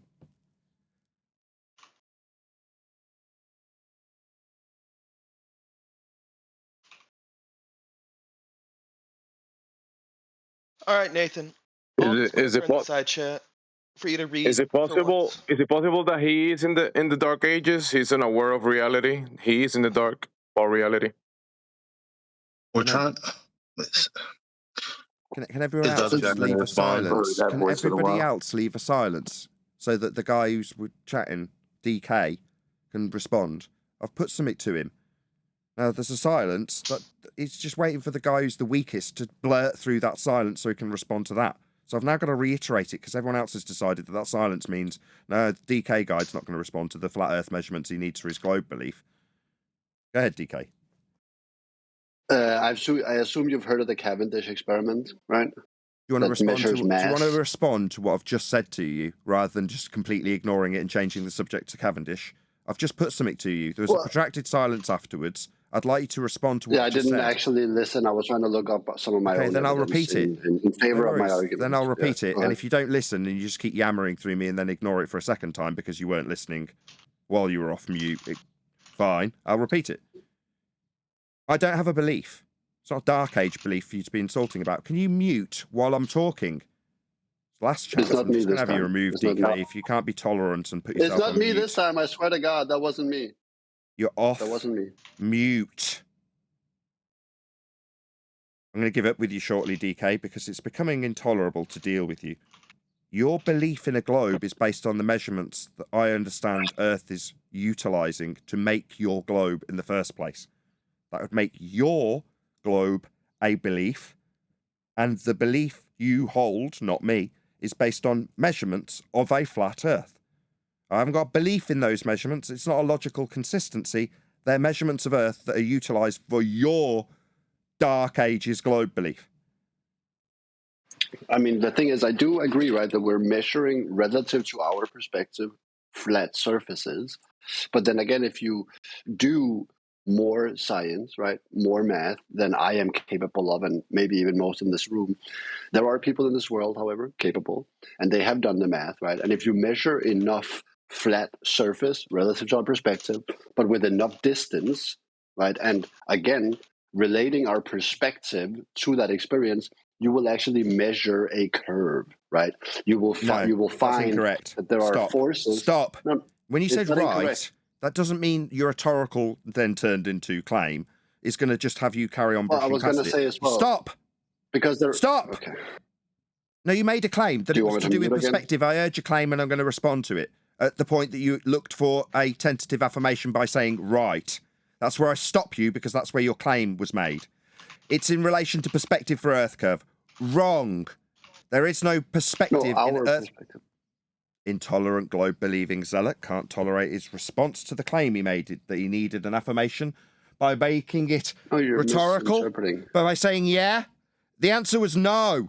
When you said yeah, perspective for Earth curve, you said yeah. No. I'm going to point out why. Hopefully without you having to be server muted because you're an intolerant prick globe believer, zealot with a Dark Ages globe belief based on flat Earth measurements. There is no perspective in Earth curve claims. The perspective hijacking Earth curve mathematics is in an orthographic representation and utilizes actual heights of buildings and objects that are obscured by Earth curve. That is to say, the heights in feet or meters do not change with distance. They are entirely exclusive of perspective, as you claimed when you suggested that we see a flat world with a perspective view when measuring enough of it flat to get a curve with perspective.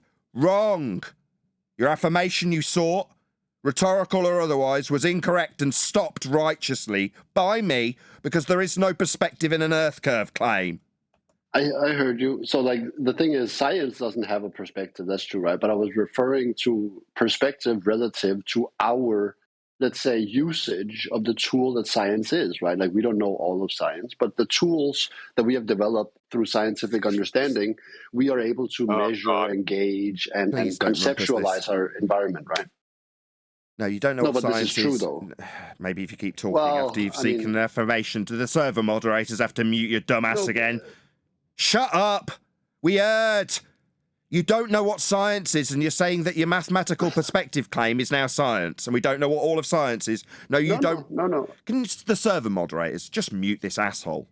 Because he's a total asshole, and he's going to chant through every sodding word.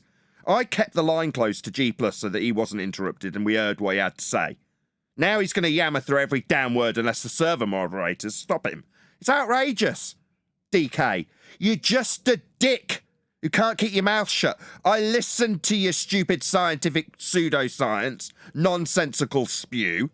You don't know what science is. This, a measurement, isn't science. So stop appealing to it like you're intelligent when you use this word you don't understand. Furthermore, we're measuring Earth flat. You've already conceded that and suggested that if we have enough flat Earth measurements, we can make a ball with it. No, we'll just be measuring Earth flat, as you have already conceded.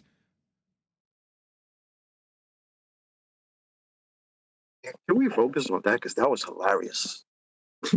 I didn't concede anything, right? So if I just may... Oh, I thought he was talking to me. No, I was talking like, the to thing you. It's is, just the my reason panel why can't get a bloody hint. They think that they're going to ruin the conversation by making it inaudible between you and I. Well, I mean, you guys can sit and agree with each other and circle jerk for the next hour, or you could, like, have a conversation, right? I know circle jerking is what you guys prefer, but there are other people. I'm not going to tolerate this ad hominem from this asshole who can't stop chanting through my rebuttals to him. What an asshole. No, you're an asshole based on your behaviour, your constant rumpusing and chanting through rebuttals that you receive in regards to, yes, we accept that we'll measure Earth flat, but if we measure enough of it, it'll be a ball. I heard what you said. And then in response to me taking that apart, you suggested that we just didn't understand what science was. That's what I've heard from you. Now it's circle jerk. No, I put it to you that you don't understand what science is, and you told us that we're circle jerking. You don't know what science is because science deals with cause and effect reasoning, and this is a mathematical derivation. It's a measurement. It's nothing to do with science. You're in a category error. But what? That's a circle jerk when I respond to that which you've claimed. Now, I've just taken a dump on your stupid nonsense that this has anything to do with science. It doesn't, DK. You're just stupid. Whoever else is off that mute button in Discord, because this is triggering them, can you go back on mute while I talk to DK? Thank you.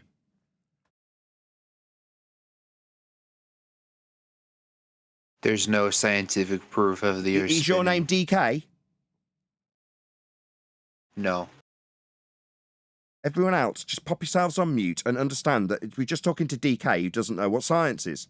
Hopefully the server moderators will take him off mute because he can't shut up while he's having responses put to him. He just wants to get his ad hominem attacks in. Oh, you want to talk to me now? You don't know what science Like, is. you got to make up your mind, right? You got to make up your mind. Either mute me and, like, talk about me when I can't reply, or, like, let me engage, right? Like, you can't do both. That's Let not him engage. cool. You don't know what science is. You Wait, suggested is your this has, name no, Nathan? and now you're I wasn't chanting talking through to me. you, So bro. I'm not getting. There was a pause. I start talking. He carries on talking. So last chance. I can respond by putting something to you may or may not listen to. If you don't respond to it, I'm going to ask that you be removed.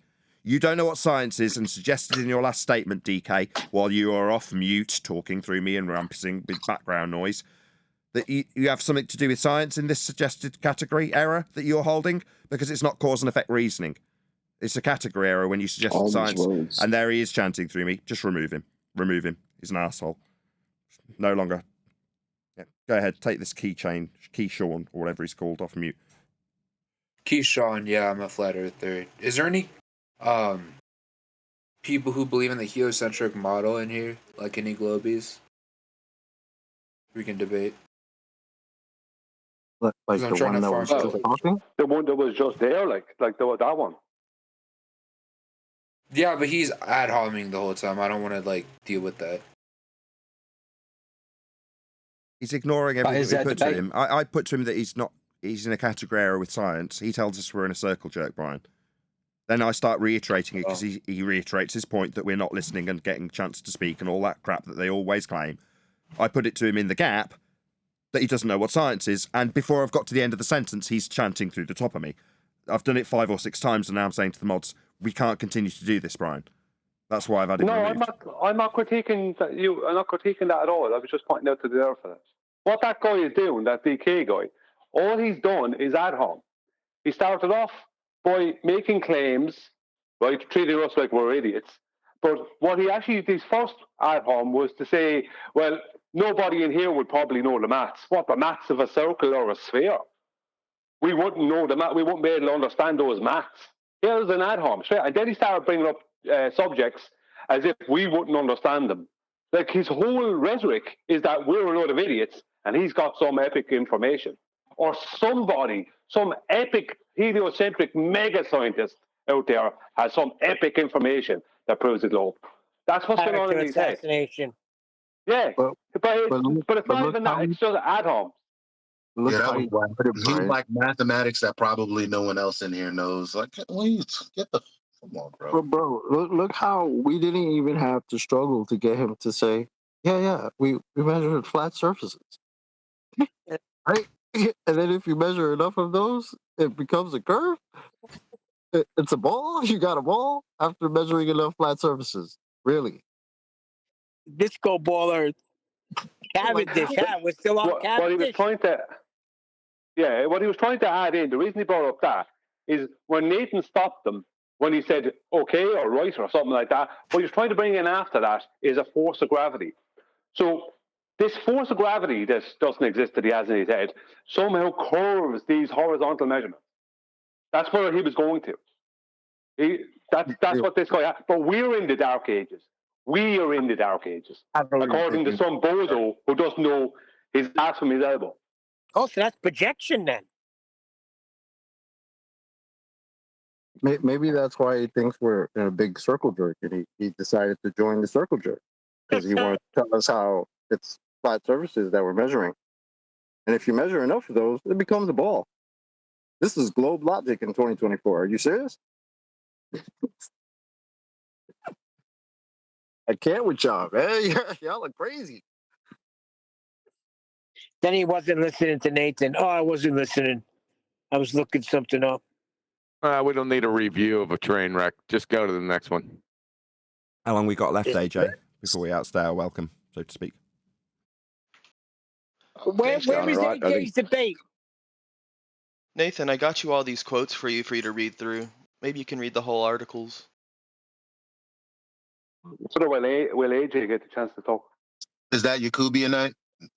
Yeah, he's a that's zealot. Yakubianite. Wait, how many thousands? How many thousands are there? Yeah, well, I got you what you were looking for.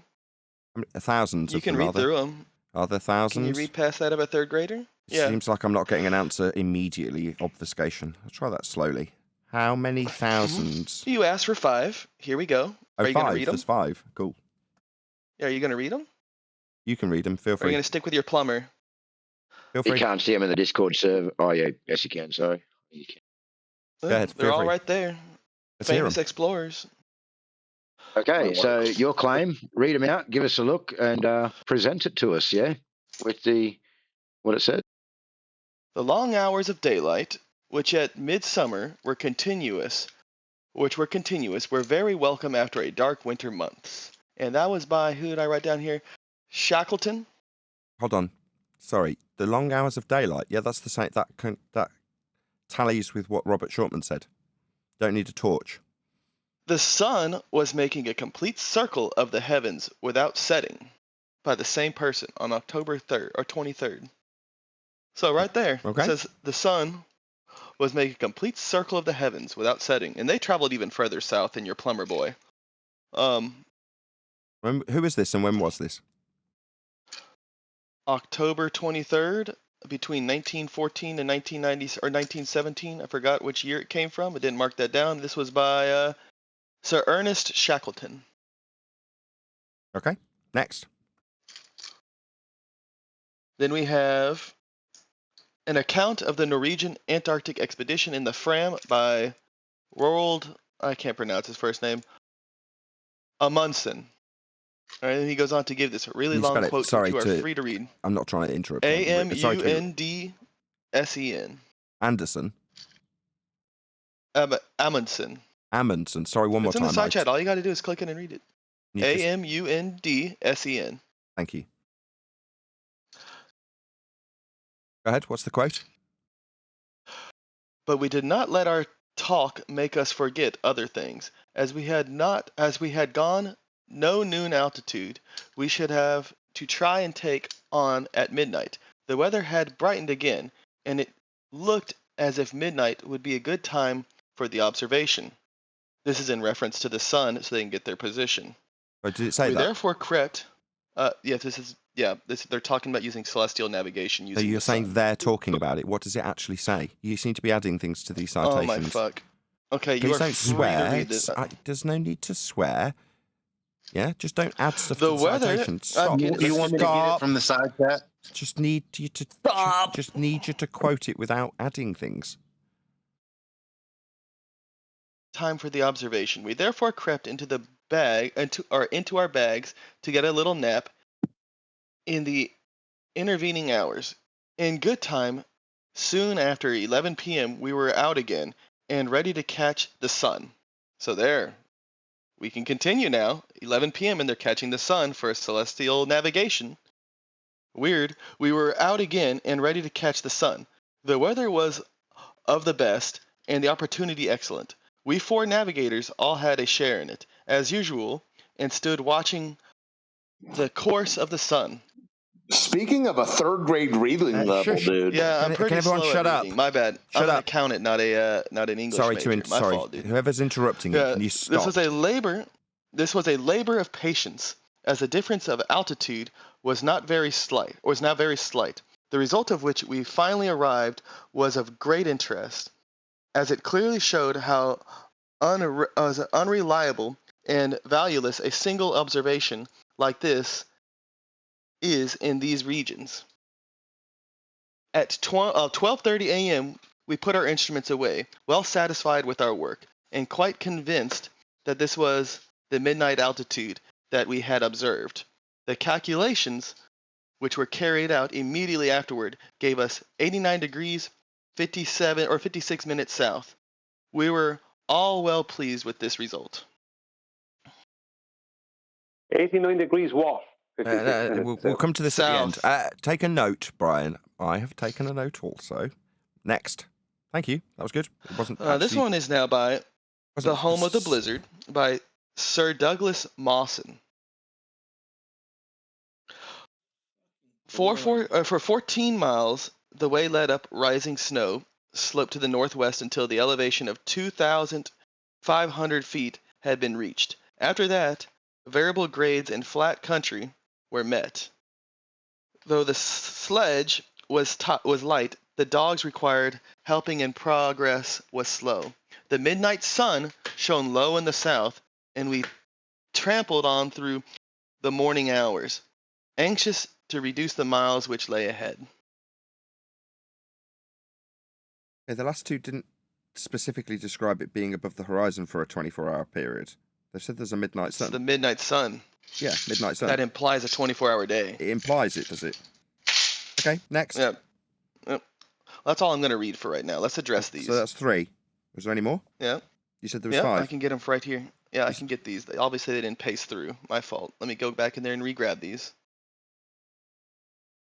The last two didn't explicitly state that the sun stayed above the horizon for 24 hours. The first one did. So that's 1. Okay, so let's address that one then. Where's the other 2? There's 1 so far. You said there was 5. There's been 1 so far. Yeah. Well, let me get those again. Obviously, it didn't paste through. I'll have to re-grab those. Stand by a little bit longer. Will we actually get 5? Yeah. We've only had 1 so far. Well, if you want to interpret it that way, I can easily interpret a let's midnight not sun bandy meaning words about 24-hour what we'll day. interpret. The second two boy. did not explicitly state your claim. The first one did. Midnight sun does, in fact. No, it doesn't. Midnight sun. Yeah, Okay, it does. sun's up at midnight. That's not saying the sun is above the horizon for a 24-hour period. That's not what it explicitly states. I don't care if you like my assessment. That dishonest? I don't care about your interpretation of what it says. I heard what it said. Now, you can assess it however you like. Having the sun out That's at midnight 1. literally means it's That's been out all 1. day. That's 24 1. hours. It's 1. How do you have a sun out at midnight, Nathan? I don't care. Actually, can we Doesn't just get in the explicitly chat because state we have your some claim. people who don't. Sorry, you can make. Can we actually just get a. Maybe we could just talk over each other indefinitely. It doesn't back your claim. It doesn't explicitly state that. You don't have to like it. It quite literally does if you read the quote because they're tracking Give it us the over all quote. these hours. Okay, in the sun. give it us. I Give it us just again. fucking read it to you. I'll have it I again just then, read it so to we can. you. No, we'll be clear. They track it I'm wrong. all through Stop. the night. Stop talking They through me. I know it's painful. Bless. Let's hear it. Stop. Calm your pants. Let's hear the explicit quote that makes it abundantly clear that the sun is, without question, according to them, above the horizon for 24 hours. Let's hear the quote again from the second and third that you say you are free proves to this read it, claim. dude. There's him chanting through me as I summarise. Painful much? No? You'd rather have the end of my summary chanted through because that makes you win, does it? Let's hear the explicit quote that makes it clear the sun is above the horizon for a 24-hour period, according to these citations. Let's hear it again. Go. I just gave it to you. Is that a no? You'd rather not because it doesn't explicitly state that, like I've made absolutely abundantly clear that it doesn't. I would just be repeating if it made it explicitly clear. You'd be wanting to shove that right in my face, would you not? You don't want to repeat it. Yeah. So should we move on? That's 1, not 5. The 2 that we've just discussed don't explicitly state it, otherwise he'd be explicitly stating it right now, and he isn't, because they don't. Moving on, we're going to get a second one? Or is it just the 1? Oh, well, there's 3 there. You can there's interpret 1. it however you like. Are we going to argue about whether or not it's 3? I thought we were getting 5. We've only had 1. Mm-hmm. Yeah, so there's Shackleton. Did I mention Scott? Is Scott one of the people I mentioned, or did it not carry Scott through? Same exact expedition, right? Shackleton and Scott? Yeah, same expedition. No different expeditions. Fair enough. 1 account that says the sun's above the horizon explicitly. That was Shackleton, right? At midnight? Right, being up at midnight isn't saying the sun's above. Sorry, we could argue about this all day. So when does it go below the horizon? We could. But it When doesn't does it go below explicitly the state horizon, that. then? Yeah? Okay. Sure, we could argue about it all day, but let's just get this on record because I have some people in the side chat who disagree. Do you believe it's possible to have a 24-hour Where's sun in Antarctica? where's the second, third, fourth, and fifth I'm getting that. citation? This was supposed to be for thousands. I said, get me 5. We have had 1. Mm-hmm. So 1 isn't going to cut it when you said there was thousands, and you're struggling to get past. You say 3. Okay, let's hear 4 and 5. So did the Scott quote not go through? Sorry, 4 and 5 now, please. Scott and Shackleton. Okay, you say there's an inference of a 24-hour sun. I'll accept your inference from 2 and 3. So let's hear 4 and 5. Go. So here we go, Scott. I just didn't look down far enough. Which we call it. Let me find this. Monday, January 2nd, observation at 75 degrees, 3 minutes. I believe that was south. And then 173 degrees, 41 minutes. I forget which way it was. West, I want to say. Okay. I didn't write it down. I don't understand. What do these numbers mean? What are these? These are just the coordinates. I'm just giving you the exact quote. What are they? Coordinates. What does that mean? They're the coordinates. Holy fuck. Stop swearing. Good. Please stop swearing, or I've got to remove you for Holy reasons I flip, don't my want fault. to. Stop swearing. Just Gotta explain make it to safe us for kids, I know. How do we measure coordinates? What latitude? How do we measure it? Latitude, we understand that there's a linear relationship between viewing angles and distance at Polaris, and we use that we use that to measure lines. Hold on, everyone who's keen, just calm down. Sorry, viewing angles. Yeah, viewing angles using a linear relationship understanding. So we're going to view an angle to the ground position of Polaris, right? Mm-hmm. So that's flat then.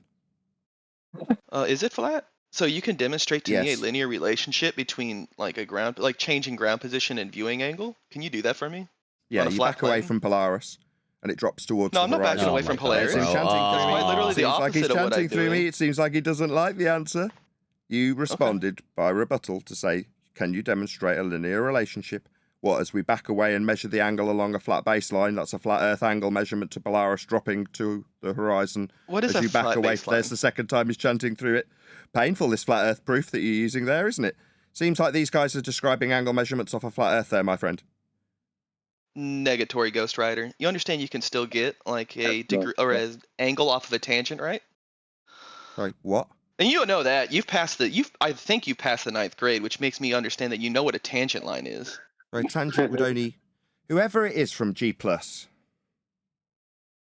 tangent... So what is a tangent, Nathan? Sorry, a tangent is a single point meeting a spherical surface that you're assuming by way of begging the question fallacy. But that wouldn't have a GP on the end of it because the GP is along the same baseline that you're standing to measure the angle. And a tangent, if it had a sphere dangling beneath it, would be out into space. It only meets the ball at a single point. So you can't have a ground position in space at the end of a tangent. Sure you can. It seems like I'm being chanted through again at the end of my conclusion. The ground positions are on the ground. They're not out in space on tangents. Sure. Welcome to Flat Earth. So we'll be measuring ground positions along the ground with flat Earth elevation angles that aren't on tangents that meet ground positions in space, because space isn't a ground position. Welcome to Flat Earth. Sure. So if you take a look in this side chat, So if you ignore what I say, why are you talking through me while I'm trying to make my point? Quite ignore me and just hypocritical chant of through you. it. You're going to ignore me. He's rebutting now. He's chanting through me, yeah, I know. So you're going to ignore that? So, yeah, sure we can. Yeah, we can take angle measurements to ground positions, not tangents. Tangents don't have ground positions on them. You've ignored me 3 times. I'll conclude in that stony silence. Earth is measured flat for latitude for these grid systems. That's right. Yeah, when they're describing these azimuth and altitude measurements, they're positional data on a grid that's flat, on a map that's flat, with angles measured along a flat baseline to ground positions on the ground that's flat. No, they're not measuring along tangents with dangling dingleberry Earth below them because they won't have ground positions on the end of tangents. But they do definitely measure these latitude angles along a flat baseline because Earth is measured flat.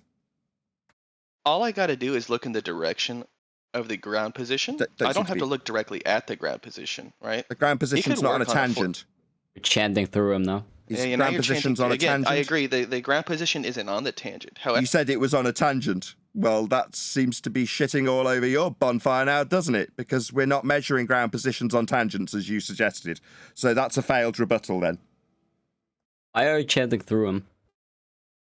Oh, he's just chanting through me, is he? Who's that? What you were just now chanting through him. Sorry, can we mute the White Knight? Sorry, tangents don't meet ground positions. I'd like to point out with elevation angle, it's a horizontal line of sight. Tangents don't meet ground positions. That was your last rebuttal. yeah, tangents don't meet ground positions. Right, that's the end of Why the you keep argument. muting me, dude? Why do you keep talking through me? Sorry, This that is was quite my mistake. hypocritical of you. And it's not him, it's me, dude. Okay, Try and can you keep this stop? conversation on track so that there's no audio chaos, yeah? And this is Nathan's show here. So I did that last one by mistake, dude. Sorry. Just know that it's quite hypocritical that he talks through me, but I can't talk through him, and he wants to go on a long diatribe about how I interrupt him. Oh, shut up. Ground positions don't meet tangents. Your response to say that we need a flat Earth to measure to get an angle was to say that the angle was off a tangent. No, it's not. It won't have a ground position on it. If you look in the side chat, you can clearly see in this demonstration. Oh, I posted the wrong thing. My mistake. If you take a look at this diagram, you can clearly see how a celestial body can still have a ground position and yet still have an angle that can be taken to it from a tangent. So case in point, this is completely possible. I don't know what you're reading. You've never done celestial navigation yourself successfully. I have. And you can even demonstrate this perfectly well on a globe by taking your measurements and applying it to a globe, which I can show you a video of, which I know you've seen because you made a 3-hour video talking about the guy. So you take these measurements... Who was actually doing all the math. Oh, you haven't been finished. So you take these measurements and apply them to a globe. What, the flat Earth measurements with a flat baseline meeting the ground position of Polaris on the ground, not on a tangent. Again, you're not addressing the image I put in the side chat, but it is addressing how one is easily able to use a tangent as well as a known ground position of a star to get an angle to that view. I've already rebutted this 3 times. You didn't. Let's just try again, hopefully without you chanting through the rebuttal and listening to it. A tangent meets the ground of a globe at a single point that you will be standing at. That line that you are drawing out for the angle measurement with respect to a horizontal plane of reference has the ground position on that horizontal plane of reference also. So you are on the ground at a point, and the ground position of Polaris is on the ground on that line. If that line is a tangent to a sphere, it only meets that line at a single point where you would be standing, not at the ground position of the star as well. It's only got one point on the ground. That's the 4th time. The ground position of the star is irrelevant whenever you take the measurement to the star. It only applies in the second part of celestial navigation when you use your angle to calculate the distance to that star. So you're already fucking yourself in the ass by this one. Stop swearing. The angle is measured with respect to a horizontal plane of reference. That's how we acquire this elevation angle. It's an elevation angle, meaning it's with respect to how high something is from the ground, the same ground that's got a ground position for the star on it. So it doesn't work with a sphere. We need a flat baseline with the star meeting the ground at the ground position. That's not a tangent because that's in space. 5th time. The tangent is your flat baseline. You understand that, correct? Or can I not get an angle to a tangent? Is it impossible? Let me ask you this. Is it impossible or is it possible to get an angle from a tangent? We're measuring from tangents, are we? Or we're measuring from the ground? Tangent. We're measuring from the ground. We're measuring from the tangent. We're measuring from the ground for ground positions. No, we're measuring from the tangent. Right. Okay. So the baseline is called a tangent, is it? Oh yeah, your baseline is in fact your tangent. Yes. Yes. What's that called? That's called your baseline. It's got a name. It's called your horizontal. Is it plane of reference? A horizontal plane of reference has got a name in your Earth curve maths. What's it called? This tangent. If it's tangent, that's your parallel. You not know the name of it? No, I forgot the name. Maybe you can enlighten me. It's called surface level. Oh, is it at surface level? Yeah, that's level and the surface. So when we do dip yes, so I'll be corrections, concluding what that is the that going on surface there? level is the tangent you're appealing to in your maths. It's labelled very specifically as surface level. It is level. It is the surface. It will have ground positions on it. It is not the curved surface of a globe dangling beneath a tangent because it's surface level. That's the name of So we're your putting ourselves at tangent the that you're ground now level? interrupting because this is painful. Sorry, what was it he was saying earlier? Is it very difficult to talk when you're getting muted? You're muting me in the conclusion that I make when I describe Make that one point. tangent, the fourth time, fifth time, sixth, seventh time. That tangent has a name. It's called surface level in your maths. It's level, it's the surface, and that surface level is the thing that has GPs on it, ground positions. They're just not the ground if they're tangential to a single point of a sphere. Eighth time. I didn't interrupt you that time, but I guess you're just hearing voices now. So do you want to remove him? So he's claiming I'm schizophrenic. Could you just remove him, please? I don't want to talk to him anymore.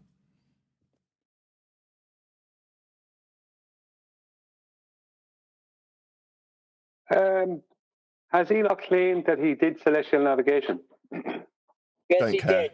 He swore 3 times and called me schizophrenic. Now he's not taking part anymore. Okay. I'm just wondering how he did the dip correction from the tangent. Why? He can't even spell navigation. He's a retard. I know. He didn't do anything. I'm fully aware of that. He's Everyone actually who's in here, a though, even the professional ballers know he did. bullshitter. Sorry? Sorry, say that He again. said he's a professional bullshitter. How long we got, AJ? Is it our time to move to the FED I don't know if I server? call him a professional. Professional bullshit. Well, we probably have to open the room back up to everybody, just so that everyone can get involved. But you're quite welcome to stay, Nathan and crew. I know what that means. I'm going to make a massive thank you, as always, to you personally, because you've done a mad job, as always, moderating the server. And yes, you're human. You occasionally mute people when they don't need muting, as happened earlier. And you blame me, as always. But that's, everyone's flawed. Other than that, fantastic job. Thank you for having us. And to all the participants in the server. No, he wasn't saying goodbye. He was opening up the room for more people to ask questions. Yes, and that is the point that I choose to leave and thank them for having us, rather than outstaying our welcome, because it just ultimately puts more stress on the moderating team. He's doing that to be welcoming to people who want to stick around in the server, and they're welcome to. I will choose this as my point to duck out as an unwritten understanding that you don't want to stay forever. May I respond? Did you get banned from this server? Yeah. Yeah, go ahead, QE. Go ahead, tell us all about it. I'm not telling you about the banning. I'm just asking. That was rough. AJ, are you highly stressed right now? Me? AJ, are you highly stressed right now? Not right now. No, and I want to keep it There that you way. go, Nathan. He's not highly stressed. I don't doubt it, and I want to keep it that way. So I will bid farewell to the politics server, and they will therefore have a really warm welcome next Friday when we come back. Thank you for having us. I really appreciate it. We'll be in our own server. We're going to transition to that now. But thank you so much for having such a splendid server. And the mods never get enough praise. So thank you to the mods. You've done a fantastic job as always. When is Yeah, just for QEs. I have a question. Oh, I'm over. It's in about, what's the time now? It's nearly 2 a.m. to. May I pose a question? About 8, 9 hours. It's 10 a.m. my time. May I pose a question in the statement? Was that from Discord? Or was that UD? It's me, D. There might have been one final question. Yes, because you'll be in no matter what, D. First, I want to commend Brian for a very specific, explicit description of a particular person that's a passive aggressive, and that's basically a bullshit artist, like you just said, which I came on the end of that word, and I was assuming, but I didn't want to ask who you were speaking about. I'm not going to drop the names, but it's who Brian was going on about before, how cunning and manipulative, passive aggressive. He knows what I'm talking about if he's there. How he says "F you" with a smile, those type of people. And I wrote on that particular show. I made my comments on it because that was a perfect description of this person that has a PhD in astrology and is a well-known person who was on the show who kind of stuck in and sneaked in and got called out and was questioned about elevation measurements and everything and tried to avoid it by saying he had to go to lunch before he had an office visit. So y'all know what I'm putting two and two together. But that was great, Brian, how you described that. Okay, as much as I want to pat our Spanish panel member on the back as much as possible, I am trying to bid farewell to the panel at politics. Okay, adios. So, thank you for having us, politics panel. Really appreciate you having us, as always. Thanks, T-Rose. What's up, Brian? No problems, guys. Hey, D. See you next Friday. Thank you. You guys are a nightmare sometimes. We're annoyed now. Huey was having fun, and you came in and you got paranoid. They know you're not going to do another 10 hours, Nathan, but you could have hung around a little longer. It is 2 a.m. for AJ. Did you hear him say that? He's going to a debate in a couple of hours. You think he's going to sleep? There's 10 people on the panel here. Well, maybe 8 because Nathan Bobby has joined twice. And none of us are allowed to talk.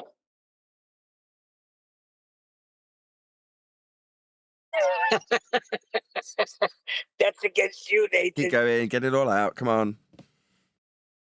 Oh, an addendum. And I want to also give props to QE, who has said that a long time ago that this particular person is going to be two things, a liar or an idiot. No props to QE for calling that out a long time ago. And I'm not saying his name because I don't think he's worthy of it. You got your teeth into a couple of people, Brian. Well, I think D is talking about my comments about Danny Faulkner, which I actually can't remember. Correct. You'll have to remind me. I know what Dee's referring to. I'm referring to your comment before that, which was to say that no one's getting a word in. But you definitely got your teeth into a couple of necks. Yeah, but that last guy, you should have left questions come at him hard and fast because he was obviously a lawyer. Like what he brought up there concerning when he said, like the first thing I always stopped him on is when he said that they got up to take what was it, an angle or something? I don't know what it was, but they got up at 12 to meet the sun. Now that doesn't mean the sun was there at 12, but they got up at 12 to meet the sun or something like that. To catch the sun. Where was the sun? Where was the sun before that? Like, why did they have to get up at 12? Where was the sun? Is the sun coming up at 3? You know what I mean? Where was the sun prior to 12 when they were asleep? Why couldn't they just do it then and then go asleep? Why? There was a load of stuff. Why? And it doesn't matter because we're not allowed to talk. We're not allowed to talk. The 8 of us aren't allowed to talk. Only you and the other you on the panel are allowed to talk. What's the other me? There's 2 of you on the panel. That's fair. All I know is I cracked a huge smile when dude said coordinates. It's like coordinates. I was me that laughed. I don't think we're not allowed to talk. I think when he's got a guy against the ropes, we got to hold back. When he said tangent, I was the one who laughed. So I was the person in G+ that caused the problem. When I heard tangent, I started laughing immediately. Yeah, I went too. I'm sorry. Me too, but I was on mute. Y'all know what that word does to me. Tangent. What? Hey, you know what? You know what, Two Chocolate? You know what I want to say something about? Y'all stepping on? Articulating specifications when you're trying to give an example. Like y'all was talking about when Doofy Dave, that has a channel calling himself a professor, says that I can prove the Earth is a globe and rotating because the stars rotate one way when you look the other way and another way. And how right there, how that crushes his whole motionless sun, motionless moon, motionless stars, but a moving Earth rotating. The same thing to say this. I think a glober kills himself when he says the sun rises and the sun sets, because that's a movement articulated about the sun making movement. If you be specific about it, if you think about it, because the sun shouldn't be doing anything. You shouldn't even say that if you're trying to really stand on a motionless sun and a moving Earth. And there's a say all that. As soon as that I'm just saying, just to be pedantic. I'm being overly pedantic about it. What? Serious? What? Stars are rotating in different directions. Well, that's what they. But doesn't that kill? Doesn't that kill the globe? That kills the globe argument, right? No, there, what right? kills the globe is when they refer to tangent, because they're assuming it's. Well, there's many ways, Neil. There's many ways, Neil, but you're missing the point. I'm saying about the follow up on the show when Brian and Nathan were talking about that point when Whitsitt was going against Doofy Dave. And he was saying, well, I could prove it because the sun's rotating. Just by out the gate by saying the stars move. Welcome to flat Earth, because that's what we recognize in reality, not a rotating Earth. Same thing to say about the sun. When somebody says, well, you can prove that it's a globe because when it sets or rises, to me, that's indicative that the sun is making a movement. I ain't talking about perspective, but just out your face to say that, you've crushed yourself. That's another thing people miss. Yeah, sunset, sunrise. Yeah, just to be pedantic. Sunrise. What's Hey, Nathan, you be pedantic. You're going to be pedantic. I'm going to be pedantic. It's pedantic. Thanks. Yeah, QE. Nathan. Yes. Maybe you ought to go over decorum, because a lot of people in here find that when you start talking to somebody, that they need to like interject, even on our panel. I find myself struggling not to interject, but I usually don't. A lot of people in here don't seem to catch on to that. Could you explain the importance of it? You're all ace, but QE's right. Sometimes it's just the way it is. Other than the Frenchman, Brian can interrupt as much as you like because he gets a bit bitchy if he doesn't get to do that. Can you guys control yourselves? Because it's hard enough when all the numpties in the other server are talking, and then Nathan has people, that want to interject from our server. It's kind of difficult to handle that. You guys understand that? Yeah, we're supposed to raise our hands. Yes. I try to do that. Now, unless Nathan says, "Hey, go ahead, D-Rose. would you go ahead, D-Rose. Go ahead. Oh, Jesus. See, I try to utilize that all the time, and it gets ignored. But Nathan purposely found it because the point we're making. But I understand. Somebody said Nathan is a bass fisherman or fishing. You don't mess with the line. You don't mess with the catch. You stay shut up. Let the fisherman do his thing while he's got the bait hook and sinker on the trapped. I like that prey. Analogy. Yeah, you dig what I'm saying? So that's what he means by that. Don't interject. He doesn't even know what a bass is. Shut up. Big speaker. Who doesn't know? Big vented speaker. So, are you serious? Oh, yeah, good one. Are you serious that if we want to interject, we can raise our hand and you'll see that? No, John wanted to. When John realised that he was going to be departing, he started throwing in all these suggestions that we should do, and suggesting we should all reform in terms of our interruptions, much like the sentiment that you're taking now, actually, QE. And not that I disagree in the slightest, but he came up with, well, no, we should be raising our hands. But you're compelled. I like that, and I'm leaning on your sentiment rather than reiterating, which I'm sure you've picked up on. And that's because I don't want to stop anybody, because half the time, especially with Brian, in fact, let's be honest, with only Brian, his interruptions are always justified.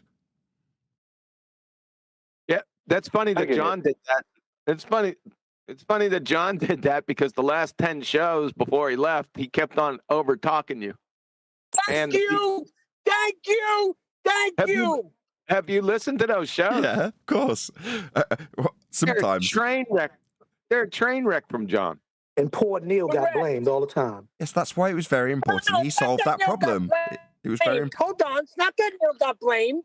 I don't care. When I interject, I get yelled at, fine. But he never freaking reprimanded his little pet.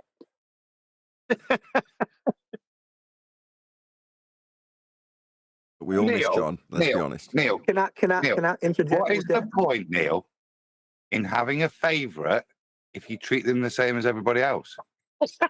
But you know what though? No, Adam, I'm gonna add to that. Neil, your voice. That's funny. Neil, the difference between you and John's voice is almost like a screeching cat versus a warm breeze. You come in, I told you so. I told you so. And John comes in. That's not true. Hold up, and John Don't comes say I told you smooth. so. And I don't John comes in freaking smooth. say exactly. I try to get in when I hear something that I can come in on. Now, I've been taking notes on people that say exactly. Do you want to hear how many? Yes. I'm sure you don't. It's important Yes, stuff. we do. Yes. Everybody clear Yes. the airwaves. Neil, you go ahead. I counted so far Brian. I haven't caught Adam in it. I caught QE in it. And a few other people. I got them written down. I'm driving right now. Can't remember them all. That's bullshit. Saying exactly. That's bullshit. Baseless assertion fallacy. We want time, date, and time group. You need to support this shit, not just to say, I am. I'm going to go home and get the list right now. Go ahead. Just mark Date it and time down. group too, and you present it live. Mr. King, exactly. Why don't we just have a review? Why don't we just have a review on a yesterday or day before yesterday or sometime this week show? Why and we don't can you see. just pay attention and you'll hear it too? Damn. Knock D Rose right down. No, I'm backing you, Neil, and you coming back at me. Yep. I'm backing you up, Neil, saying let's go Oh, I'm back sorry. to the Go ahead. tape. Back me up. No, keep with the back what I was saying, Neil. John's voice is more soothing when he interjects. It's more of a, well, you know, yours comes in Yeah, like we got that the first time. okay, so that's probably why, Nathan, you have more of a No. resonance that I think that's QE, what was it is. that soothing, QE, when John was interrupting? Because I know the shows. I wanted to come in and wring his neck, but it was in the past, so I needed a time machine. You John's Refracted. Yeah, it was like 3 or 4 shows that I guess a couple were from here, from in the politics server, that you would start talking, or you would ask somebody a question, your opponent, and John would answer. John would immediately come in, and then the other guy would start talking. It happened like 30 or 40 times in one show. I remember that. I remember that show. Yep. It was very annoying. It was more than one show. It started to become the Nathan and Refracted show. It was almost like John was leading the opponent to assist him and giving him like leading the witness to give the indirect hints.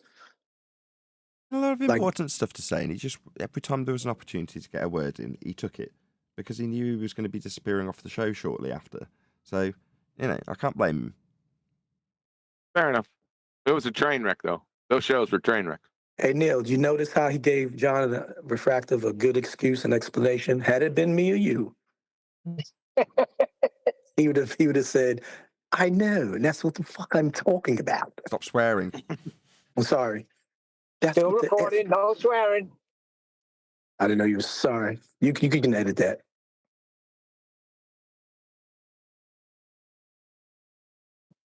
I ain't got there until you get a for the love of F chocolate. Yeah. Way to go, Elijah. Those are classics. Eli got the front end today. Eli, are you in here? Mr. Open Mic. He gets it's by accident when Eli does it. Eli, he takes 18 hours to get his 3-second point out, and then after he's done, he leaves his mic open. So I don't know what we're hearing in the background. He's washing dishes. He's spraying cows down. I don't know. Eli comes in. No.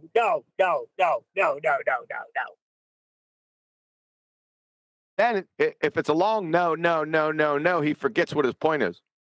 And then he says, I do that too. I forgot where I was going. Eli's got a lot of good stuff to say, so I can again appreciate why he'd be interjecting. Neil, on the other hand, it's just irritating. Exactly. Exactly. There you go. There goes another one. Mark it down. What Neil's trying to get across to you, QE, is exactly is a form of colour commentary. And if you're in a back and forth with somebody, and like earlier, right, Brian's put a point to me, but I've missed a subtle part of nuance when they're talking about elevations to the stars. So you're measuring from a boat and you're measuring from an aeroplane or a hot air balloon, so it's exactly above the boat. Well, there's no need to take into account the elevation in terms of 1.2 times the square root of the observer's height in feet. That suddenly has no bearing on anything. They don't change with altitude. And Brian's trying to explain that to me in terms of the relevance of his point that he's making, but I keep missing it and pointing out where flat Earths needs to be measured. Sound familiar, right? But when I finally get it, he's affirming it through the top of me. Exactly, because I finally got this point that he's actually trying to make rather than the one I want him to be making or have decided that I've picked up on and can reiterate quickly on the spot. So those sorts of exactlys are sort of back and forth affirmations that the conversation's going the way it should be by way of the person making the claim, in this case, our Spanish resident, Brian, right? So those sorts of exactlys are fine.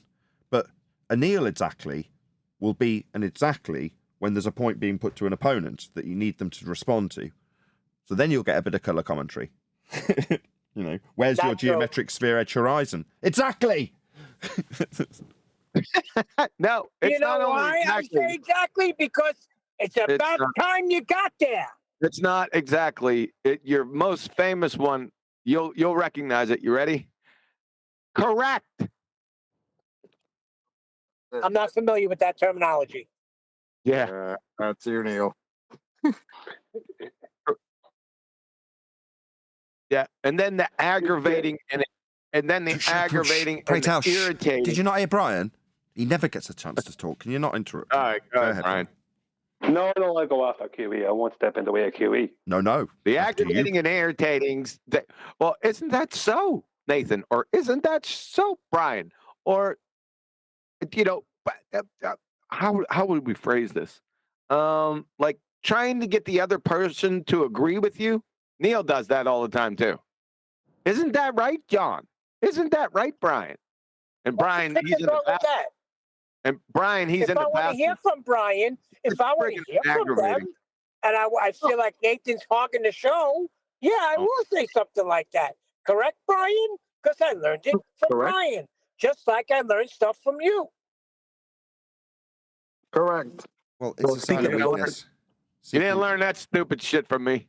You know what? Fuck you all. Hey, no, stop swearing.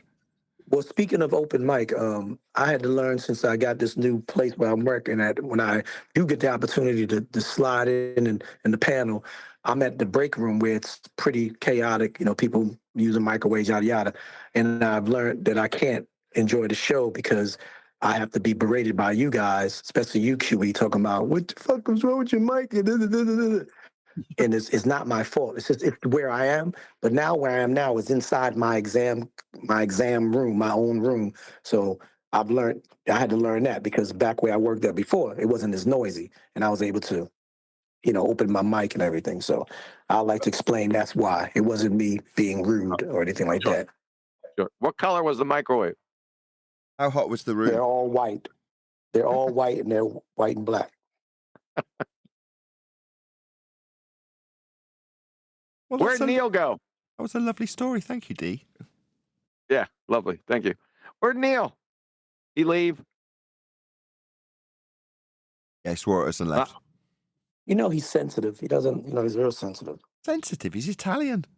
So he says. Adam, we might have to take him out of there. Hi. Don't you bleeding start.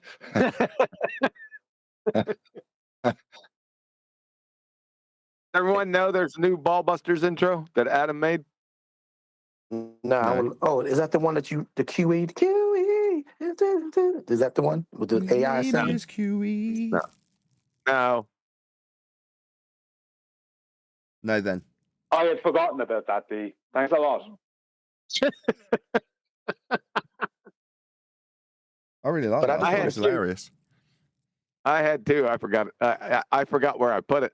I was searching for it the other day. Oh, can I? What a guy. I would do like to say in my MIA status, how right now, I mean, I've always been impressed, but right now with this measurement situation, how that is, I guess, I mean, that's the epitomized, irrefutable stands to be on. Like y'all said in one show, stand on that and it crushes everybody. Because like you and I guess there was a guest that had said, if you're in a room, you can talk all you want to about, yeah, I think it's about a 10 by 15, depth of, until you measure it, it don't mean diddly squat. And I think, huh? Go on, finish, sorry. Yeah, and I'm just saying that measurement stands, as far as like you see the PhD dude, he ducked it. I have to go to lunch. I have an appointment. I don't want to touch that. You just see it. We try to tell Witz and all the other guys, use it. You will crush it. Let go of that ice wall crap. Let go of that puddles all over the spectrum realms of 4-dimensional time, space, extraterrestrial. Screw all of that. Let's talk about the measurements. You look like you wear a size. You look like you wear a size 10. All right. Yeah. What does that mean? That's explanation. Huh? Brian, when you interrupt them, right? Don't say, go ahead, you finish up, because we're going to be here for 12, 15 minutes to wait to the end. Get much chance to talk. I got time. Look, stop. Can I catch up? Look, can you stop interrupting my new favourite with the middle of your sentences? You go ahead, Brian. You don't listen to those twats. I won't be your favourite after this, Nathan. I don't think it's epic, and the reason I don't think it's epic is because it has become an agenda.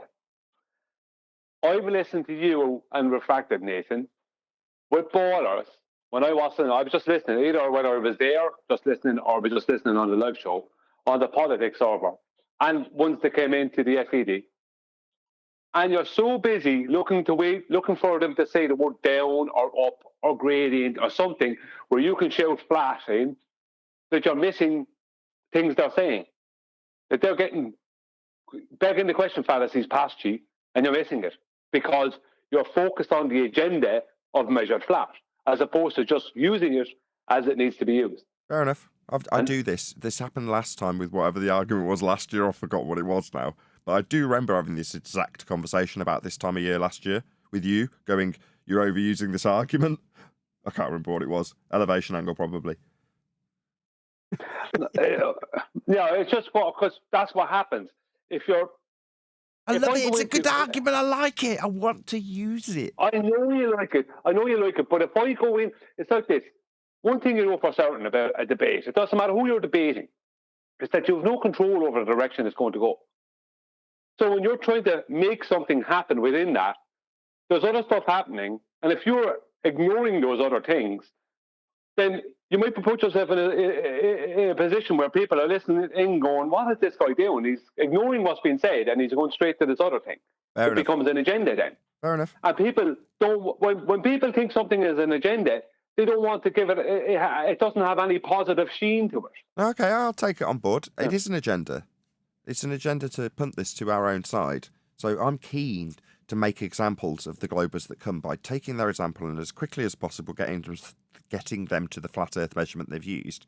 And your critique is to say, nah, you're letting other fallacies slip by and it's just not good enough. If you've only got the agenda, people will lose focus on other parts of the argument you've ignored because of your agenda, and that means it loses its shimmer. And I've got to agree. Yeah, okay, I'm glad you're saying this. You're keeping me in check. Really appreciate it. You see everyone else? How that was worth it? 1 second, D, thinking your conversation was important in the middle of it. 1 second, D. Won't be only a second. Hunting it to our own people is not the way to get them to adopt it. Demonstrating it at the correct times, that is the way. Yeah, I agree. I hate to agree with you. You don't need to punt gas pressure without a container. You don't need to punt that. You don't need to get people to take that on board. I did it with that too. That's used.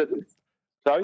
I did it with that too. Every argument I get is new and shiny. Him and John both did. They drove me up a wall. This guy was up here on the gradients. John immediately came in gradients. Is that an elevation change? Yep. That's where they went. Both of them. What's wrong with that? What's wrong with that? Because you missed the delta X argument. Oh, yeah. Shit. Yeah, okay. No, if you use both, that's fine. I can understand it. But you completely altered and went that way, which I thought was hilarious, by the Yeah, way. you're right. Yeah, you're right. I'm keen. But listen here, Nathan. Not all is lost. You know, when they come up with things, when they come up with their claims, just ask probing questions. They're gonna say elevation before too long. Yeah, I know. You don't have to. You're preaching to the converted, but you've got to hear it once, and that's all I need to hear it. Thank you very much. Shut your mouth now. But my point being, Nathan. Sorry, 1 second, because I didn't miss my point. Oh no, I didn't. I don't have to punt.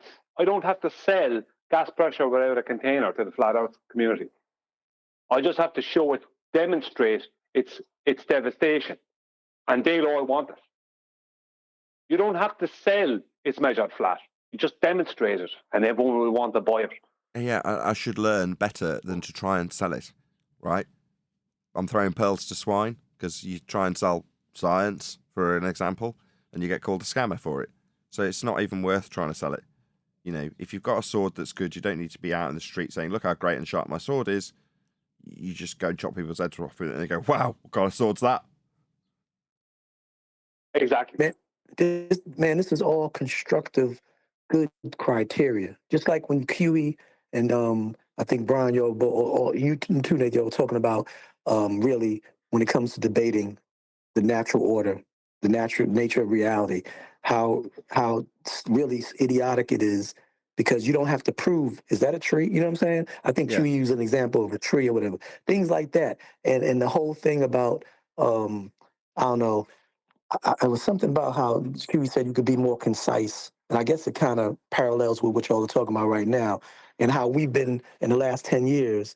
Well, I'll say y'all, because I've only been down like 3 years, but how we've been allowing the other side to, whether they knew what they were doing or not, but just string us along. And now it's just becoming so tight. The sword is so sharp. I mean, it cuts anything. Yes. That's an amazing story. Well, no, I think it's bringing us back on track, but it is kind of a distraction from what you were talking about before. I mean, could you give us a measurement about how many decibels the old room was versus the new room?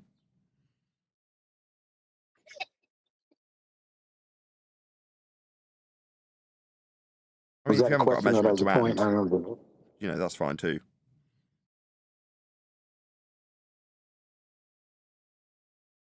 No? Well, okay, fine. Whatever. Was that a question? Yeah. It was a joke, but labouring it will make it very unfunny. It wasn't supposed to be funny. I think it was supposed to be like, cunning, like a genius type of thing, and it went over my head. I'm not that sharp. Sorry. No, you were talking about how loud your previous room was, weren't you? I said, have you got a measurement for it in dB? Oh, did I mention a room? No, the thing I said about the room was that gentleman that was speaking about the room, the dimensions, you need to have a measurement for it. So I don't know the pun that you're using for this joke you're trying to drop right now. Let's pretend it wasn't. Okay.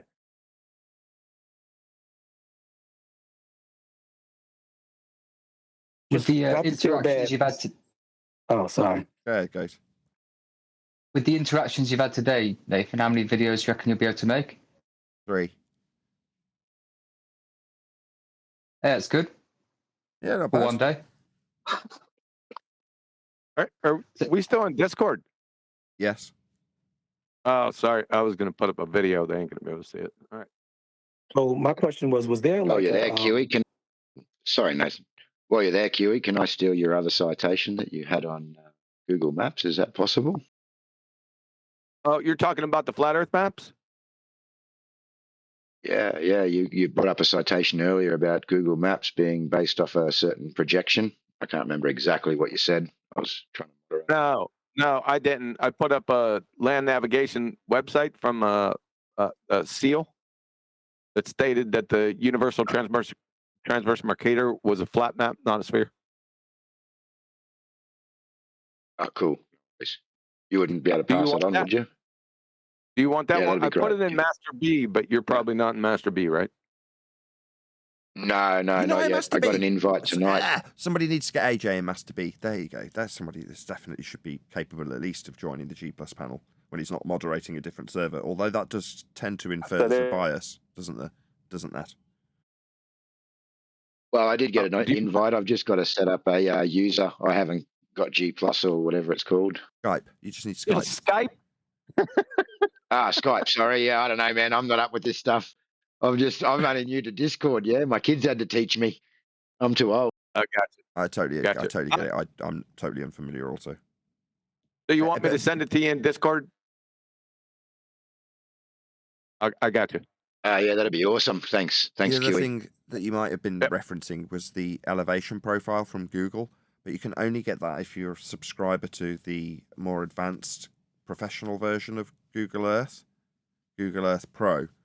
That allows you to draw out elevation profiles on the map itself, and you can draw them across the entire surface of Earth that's known, and it's flat.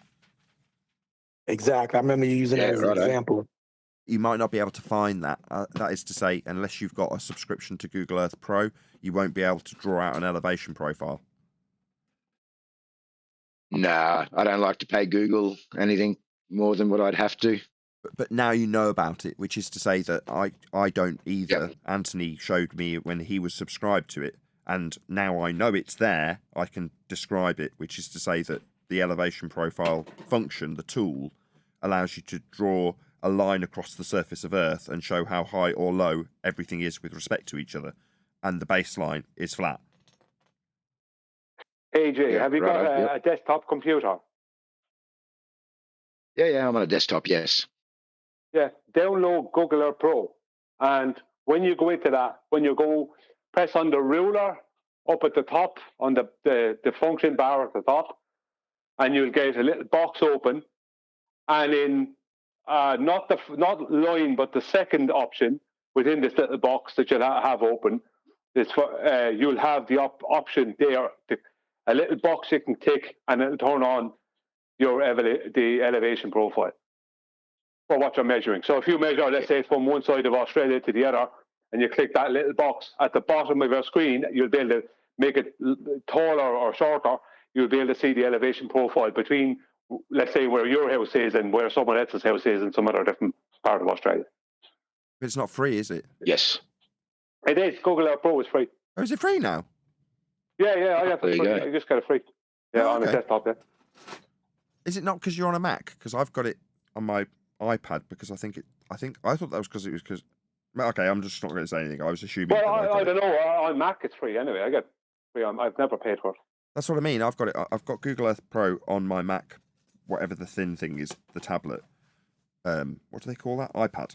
But I just assume that that's like iMovie. They give it you because you bought an Apple product. But if it's just free, then download it. You just draw 2 points between any locations, and then, like Brian just described, you go and click on or tick elevation profile in one of those drop downs, and it just shows it along the bottom, and in a square box, obviously flat. Yeah, you can download it onto your. Say again, Brian. I'm just saying you can download it onto your desktop, Nathan. It's free. So can AJ and everyone else. Totally okay, free. I didn't know that. It was a paid part. Well, it's 7 years ago now that we were. Used to be, maybe. Used to be, not now. Yeah. 7 years ago when we were debating the Isle of Man. I think it was still free back then, but that's all right. Remember we did the flat Earth model? Anthony had to pay for it. Say again? Anthony had to pay for it back then. Oh, okay. That's great. Remember we did the flat Earth model show and sent all the baltards into a tizzy? Vaguely. Yeah, I remember. We did the elevation profiles just on Google Earth, though. Oh, okay. Fine. I'm wrong. You don't need to pay for it. I'm not talking about that. Jesus. Later, fellas. I'm out. That sounds like Anthony. Where is that old cut? Who? Anthony. I miss him. Yeah, send him a card. We miss you card. Yeah. I spoke to him the other week. You doing okay? hold on, my kid's rustling through Lego, which is surprisingly noisy. Did he get married yet? No, he's not married yet, but he's in a very long-term relationship and sorting housing out. So he's got several properties that he needs to sort of amalgamate and just move into the one that's the newest. But he's been faffing around for like literally a couple of years with this property, and it's like, just move in. Anyway. Yep. He might have moved in. I'll have to phone him and find out.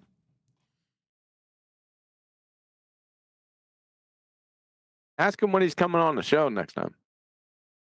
Okay, I will do when I next speak to him. Okay. You guys stayed on good terms at least? I knew we always were, but by my state of Skype with him. So there's like various levels of annoyance that Anthony will go through when he works his way up to total rejection of that person. I was only on rung 1. I'm not happy with him at all. Brian's on rung 2. Oh, yeah.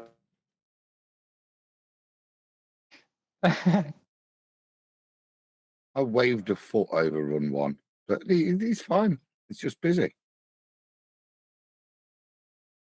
Adam, what's up, brother? Hey, Chop. Hope you're going to be there tomorrow. What's tomorrow? I knew that was coming. Certain people that's, Okay. Got the new BB2. How good is Neil's? Hey, John. Wait, have you released it yet, or is tomorrow's the release? Tomorrow's the premiere. I know John got a sneak peek already because he had to approve, obviously. Yeah, there's a couple of people seen bits in production, but no one's. Only Betty and John saw it last night. Just final. How is Betty? Dutch. Very Dutch. Still Dutch? Oh, man. Yeah, she's doing fine. We need to have a little word about Divergent Droid, who's having an absolutely terrible time of it. I've seen little bits and pieces. What happened? I don't want to disclose it because we're still recording, but we need to do something. Okay. What are we doing? I don't know. I quizzed him about what his problems were, and I was a bit horrified because when you first hear serious problems that people have got, you're like, wow. So I don't really know where to begin with it, to start unpacking it, to start helping. So I'll put that to him, but that's probably the last thing he wants, which is to say, I've said, what can I do to help? But he probably doesn't know where to begin either. So if we can put heads together at some point and just have a look at his woes and see what we can do to solve or help alleviate the pressure from him somehow. I just feel really bad for him. Is he going to be able to come in here? Is because I seen him post, but is he active? Was he in your chat today? I don't think so. I wasn't paying close enough attention. He may have been. Right. Yeah, for a little while. I was thinking, Droid's good people. Like, Droid's real good people to everybody that walks in the room. I'm sure there wouldn't be a problem with people trying to help him out. Yeah, we just need to figure out where to begin. That's the right. Yeah, like I say, we'll put our heads together at some stage. I've noticed as well, he does a lot of work that people don't see. For example, he will be in the comments on your second channel, Nathan, with your link and your PayPal and all sorts. Oh yeah, he's all over my shows too. Yeah, he does tons of work for us. Yes. Yes, he does. Without us even asking, he just does it. Yep. There's nobody I've ever come across that could or has ever moderated or live chats better than him. He could actually run classes for how to do it. Yeah, he's perfect. He's got the right tolerance level For opponents, he doesn't ban them. If they overstep the line, he gives them several opportunities, and he's really polite and kind to them to get them to stop. He's just good, basically, isn't he? He could run lessons on how to be a proper moderator. You're right. Yeah, even their opponents like him. Because he doesn't just immediately ban them. He'll appeal to them as people. Just, yeah, good people.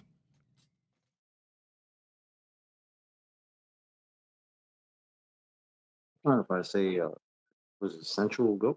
Welcome to the panel. Hey, thanks for having me. Yeah, but I have seen the Divergent Droid kick off before now, though. That was entertaining too. Very passionate. That's partially what makes him a good mod. He knows when something can be let go because he knows the majority of the arguments really well.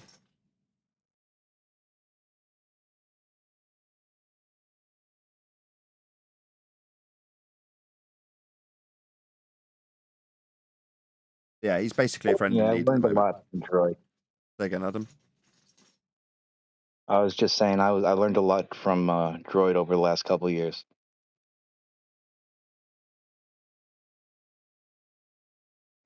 Even if he's just like, he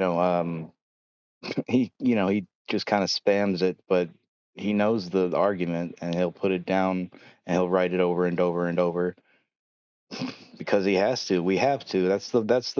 That's the thing, is we have to know these arguments inside and out.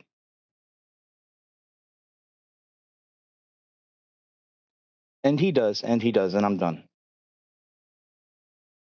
Well, we need a summation so we can work with him. We need to know what the issue is and how he needs our assistance, right? That's what we need. Yeah, I know that. I can give you all that information, but just not on a recorded stream. I need to change the subject. Okay, gotcha. Sorry. I'll change the subject to make it a bit more light-hearted. But yeah, just mark a note, make a memorable note to yourself that we need to do something about Divergent Droid and his woes at some point. Yep. Cool. So one quick question for QE. Q, you said you were going to do, was it Witsit and who did Witsit debate? That's Professor Dave. That's not going to be tomorrow. That's going to be delayed. Right. Okay. So I wasn't sure which one you're going to do first. Okay. It's going to be David Wise first. David, yes. Tomorrow. Yeah, we have to. We can't let this go. So I'll get shit later. He got criticised. Was it you, Goat, that picked it? What, the David Wise video? Yeah. No, that was Leah Brown Tattoo. Quality, though. I was saying to QE last night. Top video that's so pertinent to us guys. Us to review. Pertinent exactly right now.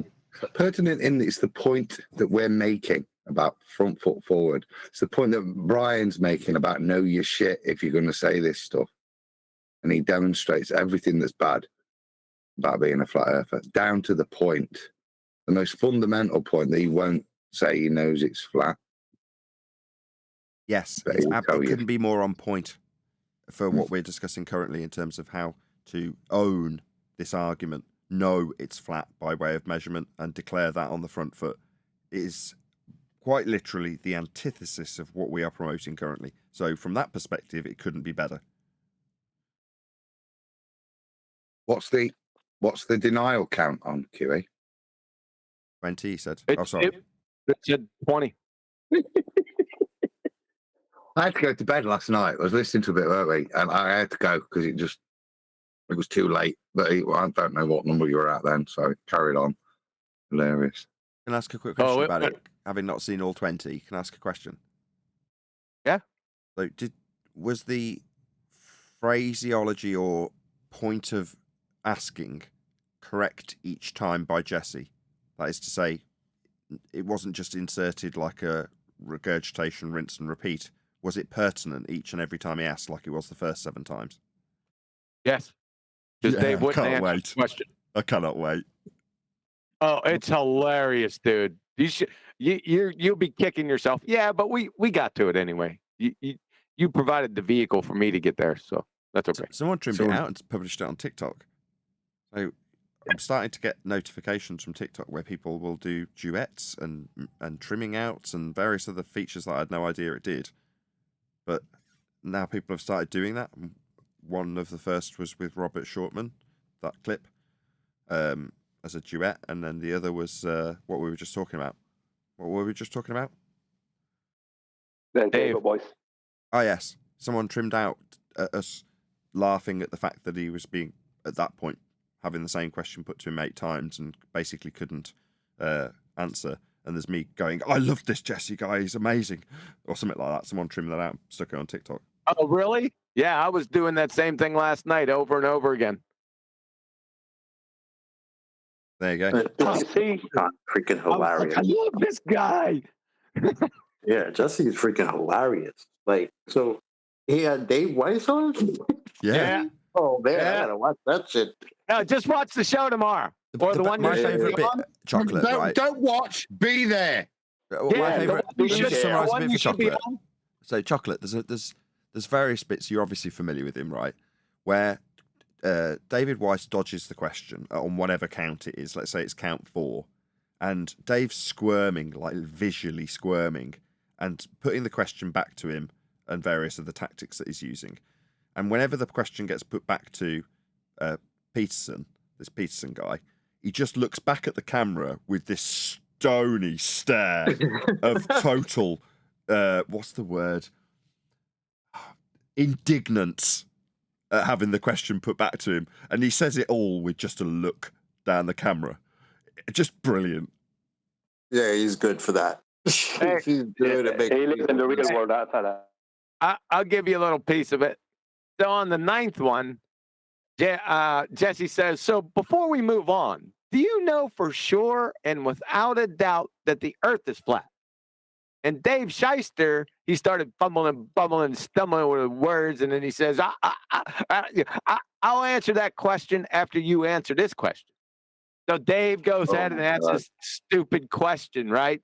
And then JLP, they shift the camera over to JLP after Dave Shyster was done. He goes, you didn't answer my question yet. When you going to answer it? After the show? Epic. He's controlling that, by the way. You say the camera shifts over. He's pushing those buttons like I push the buttons. And that look he has on his face is priceless. And after every answer that Dave doesn't answer, JLP says, he doesn't skip a beat. Do you know for sure and without a doubt the earth is flat? It's classic, dude. Wait till tomorrow. Yeah, it's a talent to be able to do that. There's been a few times that I've seen Piers Morgan do it. Now, I don't know if you know who he is. He's a British journalist, but he's hated by quite a few people. But he has got a talent. And if he doesn't get an answer to the question, he'll just keep asking indefinitely. And to be honest, I've kind of taken a leaf out of him and his book when I do it. It's like, no, we're not going to veer off this question. We're staying here. And the fact that I have, in fact, counting it off, that's mine. But the fact that it is being done repeatedly, I stole from Piers Morgan, and Jesse's doing it. So I could totally relate. I love it. Oh, Jesse's hilarious with it, man. You can't come at him without knowing your shit, because he'll make you just look stupid.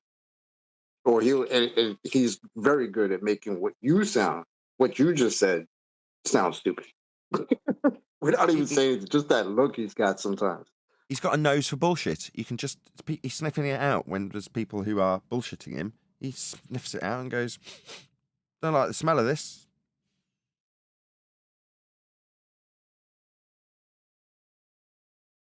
Yeah, up until now, I've just seen him on clips on shorts videos. And, yeah, I've enjoyed what I've seen, but I wouldn't call that being familiar with him. I'm just, I'm aware of who he is vaguely. But then you see him take apart someone like Dave with a question that essentially the same question over and over again, summarising our very points that we're making and have been for months in the responses that he's getting by way of asking that same question over and over again. You could kiss the guy, literally, couldn't you? Oh, yeah.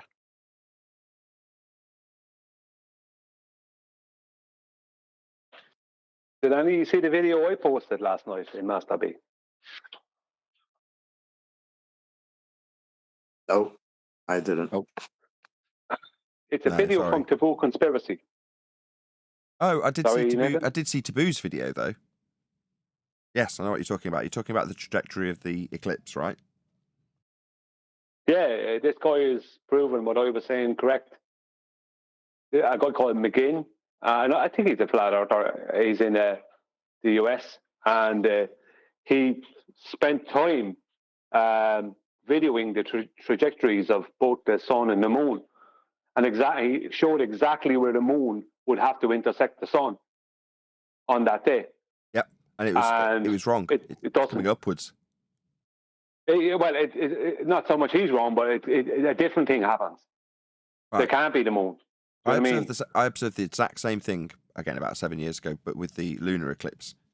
So I am just, by way of living in the same place for a very long time, extremely familiar with the trajectory of the sun and moon from my location. I am aware of where it's going to be and what it's going to do because I paid attention. So when the lunar eclipse came, it did what he's describing. It came from underneath as the eclipse started to eclipse, as we describe it, right? Careful with my words. Without describing occultation, I'm not going to bandy my words. I'll just say why I'm being careful. I don't want to say it's occulting because I don't know that. But that's how we describe it. So what we describe as the occultation came from underneath, upwards. And I remember noting it to my wife, going, why is it coming upwards? That's weird. Now, you don't think anything of it at the time, and it's when, obviously, someone else breaks it down and goes, no, that's wrong. It shouldn't be doing that. If you assume that the motion that is claimed to be orbital or otherwise of the path that we observe, it doesn't fall in line with the path we observe. That's it. That's basically what he's showing. Yeah, that's exactly it. The guy detailed the trajectory of both the sun and the moon for a couple of weeks prior to it happening, I think it is. And then on that exact day where the moon would have to be in the sky to intersect the sun, it's not. The sun is intersected by something else. Or there is an intersection of the sun that's not congruent with what would be the trajectory of the moon. Yeah, it was one of those moments that I snapped my fingers and went, bloody hell, why didn't I say that at the time when I noticed? But you do kick yourself when someone else really breaks it down as well as he did. And there's no way I'd have done as good a job as he did. Because when I was watching it, when he's doing his initial... Because it was quite long, it was about an hour long, right? The initial demonstrations of the sun coming up and showing its path that you just said he did it for a couple of weeks. But that was enough for you as an audience member to see what he's talking about. You can start to familiarize yourself with each and every time lapse of where it's going and what it's going to be doing, the following path that it takes. So when he shows it not doing that, you can really understand that it's wrong. And for the exact same reasons that I recognised it as being odd, not enough to note it, which is annoying, but it's one of them. But in terms of when I describe where the sun's going to be and what it's going to do, I can describe it in terms of which chimney it's going to come across at what time of the year. So I point to my kids and go, it's going to come up about through that chimney and that house top there. Yeah. And then I'll describe the vector that it takes across our heads and show them how it'll go further and further and further over there as time progresses throughout the summer. And then it goes back again. So I'm so familiar with the way it goes for me, for both the sun and the moon, that when, like I say, you see it not doing that when it's claimed to be an occultation, you're like, that makes no sense. I've never seen the moon go up from the horizon. What direction it would be? It'd be east. I think it's pretty much due east where I observed the lunar eclipse from. And you're like, the moon doesn't like rise up from the east up towards the moon. It's not making any sense in terms of the way they describe it. You know, if we're going to be claimed to be occulting something that is us, Earth, are between the moon and the sun, then it's going to follow the same path as the motion that's claimed to be in its orbital trajectory. Therefore, you're going to have a path of a shadow coming across it as it's occulting because we're occulting it. So to see it coming upwards, it's as bizarre as a Selenian eclipse, which is to say it makes no frigging sense. You're like, what? How is this even possible? It shouldn't be doing that. It's obviously not occultation, is it? Because that isn't what would happen. Which kind of questions why they even use this when they're like, we observed it thousands of years ago and therefore inferred, like Danny Faulkner did. It's like, well, if you actually sit and study them to any degree, they don't make sense in that world. No, they don't. None of it makes sense. It's like if you look at them for what they really are, as you said, just like with the Selenian eclipse, the coloring of the moon during the lunar eclipse for you was in the wrong direction for what it would be. Yeah. Like, these things are all wrong. The what eclipse? Could you say that again? Celine Dion eclipse. Selenian. Selenian. It's the Selenian. It's Anyway, correct. let's Before not you labour start that. laughing at me. It's a very hard word to say. Anyway, yes, it's not moving in the way that you'd expect it to in both lunar and solar terms for eclipses. They just don't do what you would expect them to do. That's the bottom line. Now, the claim that there's an inference of sphericity from these claim to be shadows based on occultation and an orbital motion that somebody who's never even had that described in the model form has decided that the inference can be taken from a perceived to be shadow on a moon. It's just absurd, in my opinion, because even when you've got it modelled out in heliocentric motion, it doesn't match. Exactly. I mean, they're for, I don't know, for all the time I've been involved in this, and prior to when I was involved in this, the proof of a globe were eclipses. And we're just after absolutely annihilating that claim over the past decade. Annihilating it. Like the Saurus cycle, right? It's a flat Earth cycle. Or it's a flat Earth observation cycle. It's even stated. It's off a flat stationary plane. It's the cycle observed off of that. And that is what NASA has to adhere to. When NASA had to change their predictions recently, just prior to the solar eclipse, there a few months ago, or whatever it was, across America, the change they made was away from globe and towards the Saurus cycle. Because they have a particular prediction, not a prediction, with their globe, right? A heliocentric model. But they must change that at the last minute when no one's going to really make a thing out of it. We need to make a small change. The reason they need to make a small change, the small change they're making is away from heliocentrism and back to reality. That's the change they're making. So they will be correct when it happens. And people think, yeah, it's proven a globe. When the globe, the heliocentric paradigm is the very thing that NASA changed away from. To get accuracy, they had to not use heliocentrism. Yeah, correct. Can I bring something else that's been irritating me for some time now? You can, but my daughter wants to tell you something. Come here, Eleanor. Oh, okay. Good. Hold on. Right, when you speak, you have to be loud, and I'm going to put you on camera. Do you remember me telling you that she'd made something in brownies? Yeah. Right, okay, there's the camera. So look down there and explain what it does. So, you look at a star, you put the star in the middle of this hole, and you see what angle it's at, and... We can't see it, Nathan. Sorry, I know Eleanor. you can't see it. My audience can see it. They'll see it on the recording. You'll see it on the recording. That's great. Just we can't. That's lovely. Go on, Eleanor. Sorry about that. You can hear her. She's describing an angle. Go ahead, Eleanor. And you will know where you are. Sailors used to use it, they said. There you go. Thank you, Eleanor. Very good, Eleanor. Thanks, Eleanor. I hear your auntie's very good at that and much better than your dad. Eleanor, just so you know. She said, did you hear that? Brother. She said yes. She's agreeing with you, Adam.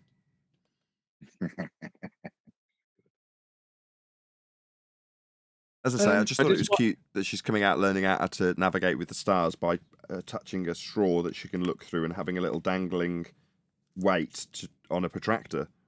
When she came out with it, I was like, wow, okay, cool. Just want you to know, Eleanor, my beau is named Eleanor. Your wife? My beau. Oh, your beau. Oh, God. I named it Eleanor. Gone in 300 feet per second.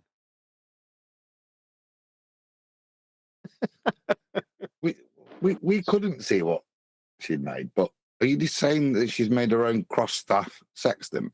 Yes. A straw along the top of a protractor and and a plumb bob. Yes, exactly. Oh, brilliant. Brilliant, Eleanor. Genius. Did she calculate the dip angle? I don't think she's got that advanced, but she's had it explained to her that measuring angles to stars is what is used for navigation. No, she doesn't need dip. She's using a cross-staff sextant and using a plumb line to attain a vertical. Oh. So at this point, when she reads her angle, she doesn't even need to calculate the co-angle. She's reading the co-angle. That's correct. The protracted angle's below the straw. Yeah. Well, but it would have been cool. It would have been really cool to see that. Okay, I'll take a picture of it and send it to you now. All right.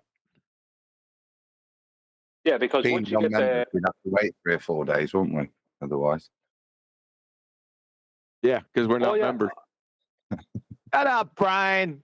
I'm trying to Can you stop explain interrupting something, Brian with the middle of your sentences, QE? How dare you? Once you get the plumb bob at the center of the protractor, then you have your 90. You have your horizontal and your vertical. So you don't need dip correction with that. Now, it was going to make things a little bit awkward at sea, but you don't need dip correction with it. Once you do that, then it's just a case of from that point tilting up to the star. Well, that's what I wanted to do. I wanted to leave you that hanging watermelon-sized curveball of dip angle because that's part of the Brian agenda. That's an excellent agenda to have. Yesterday, we were on about, what a flat earth person. Part of me just keeps yawning to say the horizon. I know it's complicated, but I would be happy enough to say the horizon. They'd have to have half an hour. But actually, to me, the horizon is a flat earth proof. All of the understanding we've built means it is. Yes, I wait for horizon all the time, but people don't. They just let them go right by the wayside. And another thing, I forgot what I was going to say because Nathan interrupted me with his staff friggin' sextant. Model. Now, I don't know how many times I've gone over this and explained the rationale, but I hear baltards all the time. Model. And then they Jedi mind trick into people repeating their arguments, and they're even giving them the model. The flat earthers are giving them a model. Why do you guys keep doing that? I'm going to start busting your asses. Who the hell's doing that? Everyone on this panel. Okay, I put a picture in Master B. On what panel? This panel? Oh, yeah. Yeah, you must find a different panel, buddy.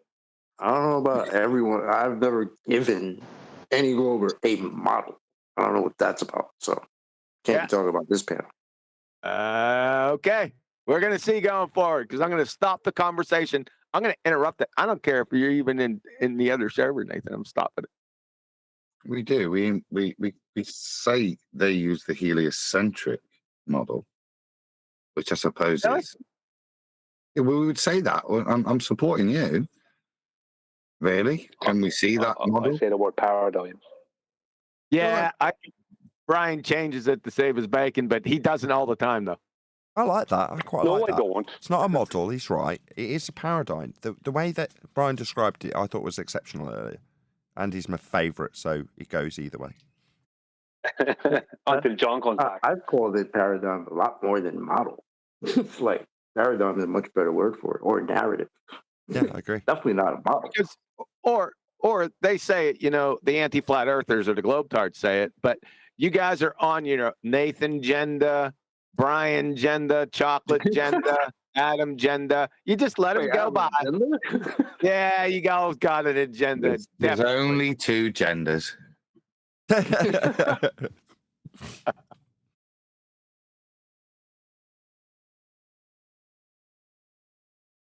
brilliant.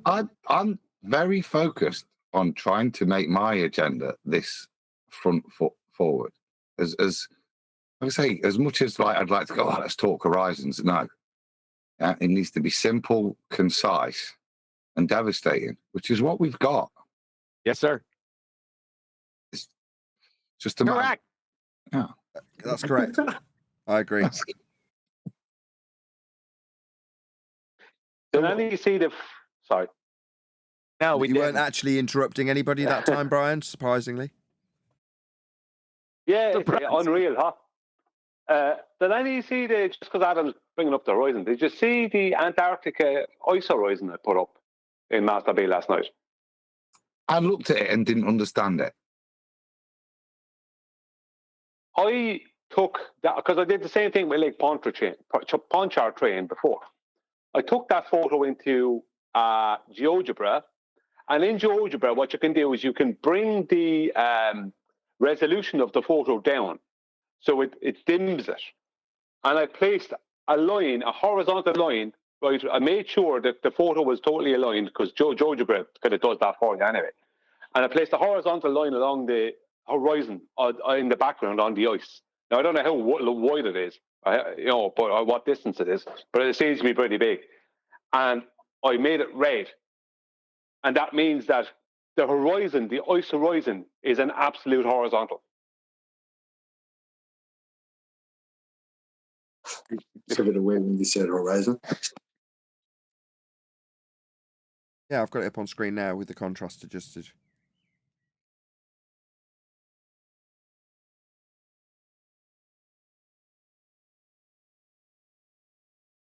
Just put the original back on, just for the audience's benefit. Whichever, yeah. But are people in the middle? Yeah, it's a group of people standing up above the ice wall, up on an ice shelf, and in the background is this massive ice horizon. Obviously, it's the limit of view or whatever, but that red line is absolutely 100% horizontal. I made sure I went in as far as I could on GeoGebra on each side to make sure they were both at the same exact point on the numbers. Because you have numbers like for X and Y's on GeoGebra, on the 2 dimensions. And they were both exactly on the same. So that red line is meeting the ice all the way across. Now, you could say that might only be 3 miles, or you could say that could be 90 miles. You have no idea how far away that is. Yeah, it looks fast. Yeah, it's more just how it looks as well, and the fact that it's ice. It's just more of an annoyance to the ballers, but at the same time, it's undeniable.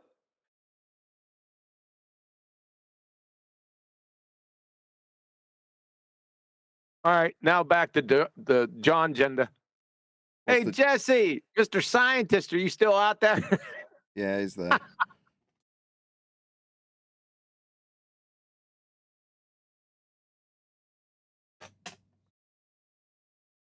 Jesse, you sat off mute, so I can only assume you're waiting for your time to talk.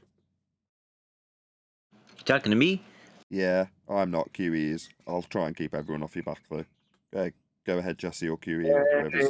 Hey, Jesse, how's it going? Can you Good. post a scientific hypothesis and identify the different parts of it for everyone, please? Sure, hold on.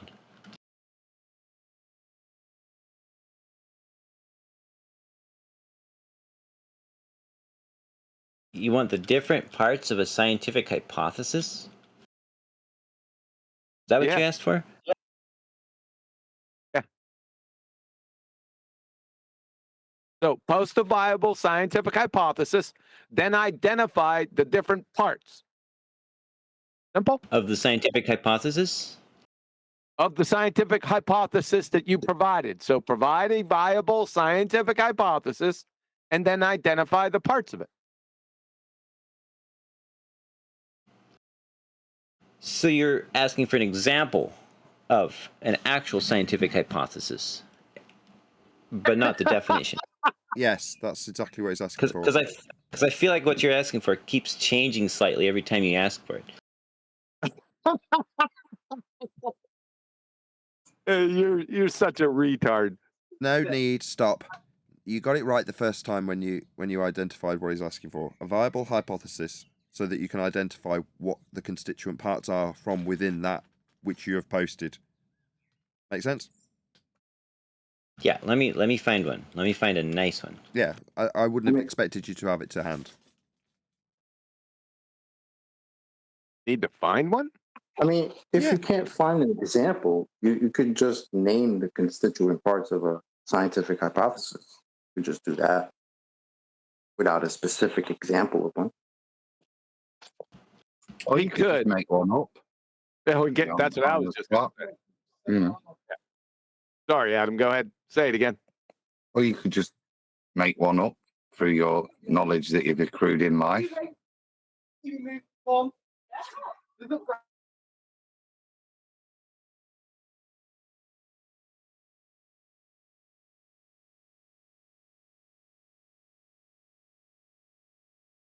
Well, give us yours, because I could have swore that Vexy, whatever he's called guy was sort of trying to pin you down on your experiment that you wanted to perform. Maybe we could have that hypothesis.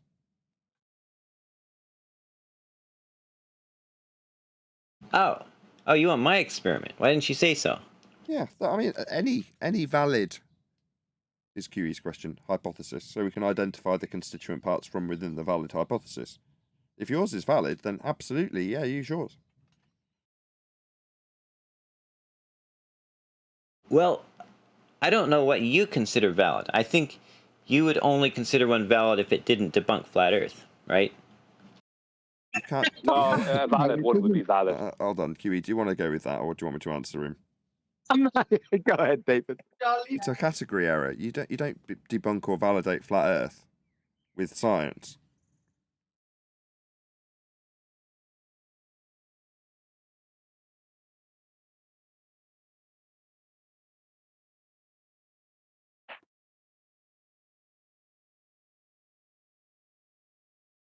The reason I was saying, I'm not sure is it Jesse, did you say in Discord? Yeah. The reason I was saying, Jesse, was to make one up wasn't to be smart. It was just saying just to keep it simple. I think it's just, you haven't got to pull some grandiose experiment out, or it's never going to prove or disprove a shape of something, but it doesn't have to be linked to flat Earth in any way. I think QE's just asking for a simple citation of a valid hypothesis.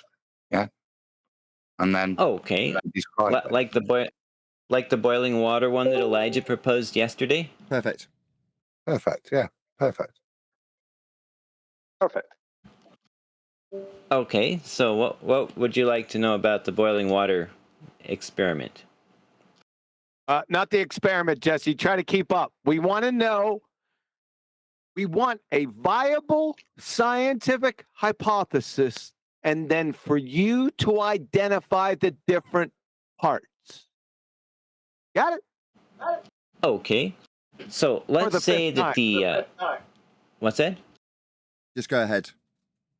Let's say that the hypothesis is that an increase in temperature is a contributing factor to the gasification of liquid water into a gas.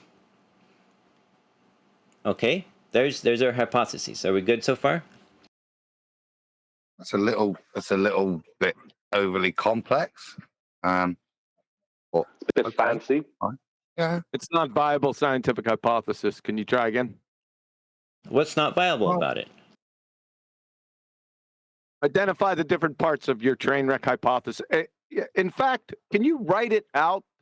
Well, that's not his hypothesis, is it? He's just describing what he's going to Let him investigate. write it out. Let him write it out first. And then say what you're going to say. Yeah. I didn't think I was getting the hypothesis. I thought I was getting what the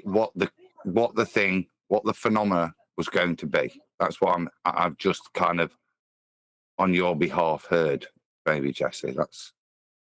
Just take a moment, think about it, think about what the hypothesis will be, and then describe its constituent parts. Try not to give you too much. It's not difficult, this one. Well, can we agree that a scientific hypothesis is a tentative, testable explanation for phenomena in the natural world? No, it's not. We told you that the other day. It's not an explanation. You don't know what explanations are, number one. It's a predictional supposition, Jesse. Supposition, not an explanation into a natural cause and effect relationship. Got it? So go back to Google and tell them they're full of shit. Okay? Oh, so all the dictionaries are wrong. So I guess if I can't use it published... Hold on, QE. Stop, QE, stop. Go ahead, Jesse. If I can't use the published definitions in the dictionary for the word hypothesis, then you need to provide your own private definition to me, because if you're using a private definition that I don't have access to, how can we talk about it, right? Right. You need to Jesse. define hypothesis for me. Yeah, no. So let's just add a word site. Right. Okay. So if we were to just take the word hypothesis, we could probably pick some definitions that may be troublesome for us because it has a multitude of uses. So with regards to the discussion we're having, if we just maybe restart the sentence and then with a scientific hypothesis, that way we've clarified where the definition should be sitting, and we're not going to use ones that don't fit or are maybe just colloquial in their origin. So are you asking me to give you a scientific hypothesis or a non-scientific hypothesis? Oh my God. No, a scientific hypothesis with that extra detail so that you're not going to get confused by definitions that aren't relating to the scientific method when we use the word hypothesis. Well, I'd like to. Can I make this simple? Oh, I'm sorry. So here's the problem. So he actually looked up scientific hypothesis. The first thing that comes up with is a scientific hypothesis is a clear, testable statement that proposes a tentative explanation for a natural phenomenon. Read it just a bit slower, Eli. It's the same thing that he read out. It's just what Eli's saying is it's the first result when you do a wiki search, a Google search. Sorry. But was it exactly the same? Sounded it, the first bit that we heard. I don't think so. No. But you guys pick the definition you want me to use, give it to me, and then we can talk using the same understanding for the same words. Definition is the answer. No. Can I make this simple?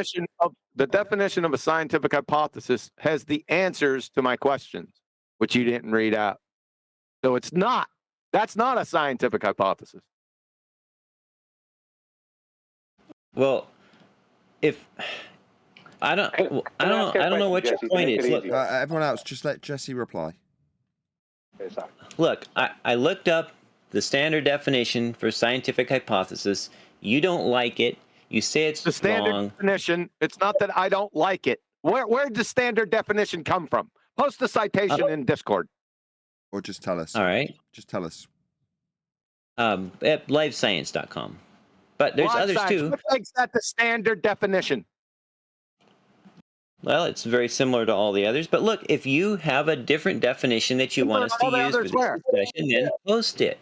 Okay? I don't mind using different definitions for words. Okay, let's do this. Let's do this. Let's go back to the original claim or statement or what I wanted, the request. Please post a viable scientific hypothesis and identify the different parts. Right now, I want you to write it down in main text chat so we have it. So You can't even tell me your definition of scientific hypothesis. How can I fulfill your request when I don't know what that word means to you? It's not my definition. I'm not asking you for a definition. I said post a viable scientific hypothesis and identify the parts of it. Did you hear definition in there? And what does scientific hypothesis mean to you? Because it means something different than it means to the rest of us. Stop. He has actually answered that, Jesse. Yeah? Oh, can you put it in writing so I can see it? QE, you defined it as a suppositional statement of cause and effect reasoning. Did you not? Is that correct? The suppositional, see, if I give the definition, some of the answers are going to come out. So that's why I asked him just to post the viable scientific hypothesis, what he thinks one is, and then I identify the different parts. Did I throw something in that might help the situation just along? Fire for a minute. Don't tell me I'm not letting you get your chance or anything like that. I just want to hear Jesse. If either he's going to say, okay, here's my scientific hypothesis and here are the constituent parts as requested, or I can't do that for the same reasons he's given, which is I don't know what you define as a scientific hypothesis, so I can't do that. If that's the case, we can move on. Yeah, if he's going to have a secret definition that's different than the commonly used definition, and he's not going to tell me what his secret definition is, then how can I possibly fulfill his request? It's like me saying, well, can you do X for me? And you're like, well, what is X? And I say, I'm not going to tell you that. It'll give away the secret. So can you do X for me? Well, if I don't tell you what X is, he didn't ask you for a definition, Jesse. Jesse, he didn't ask you for a definition. He asked you to post a viable scientific hypothesis. He asked you to post a viable scientific hypothesis, and for you then to define each part of that hypothesis.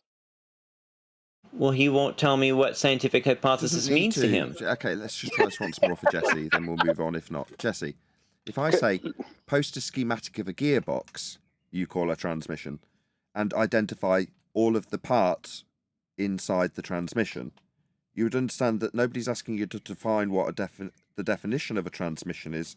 They're asking for a schematic of a transmission, keep going to say gearbox, and show us what the parts are and tell us what they are. So he's saying, post a scientific hypothesis, and then tell us what the parts inside that you have posted are. Okay? That's what he's asking for.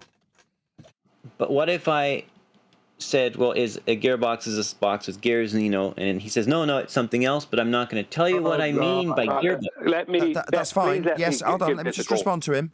Yes, that's fine. If you post a picture of something that isn't a gearbox and say, I'm going to identify the parts from within this, and he stops you and says that's not a gearbox, then all is well because it's not a gearbox.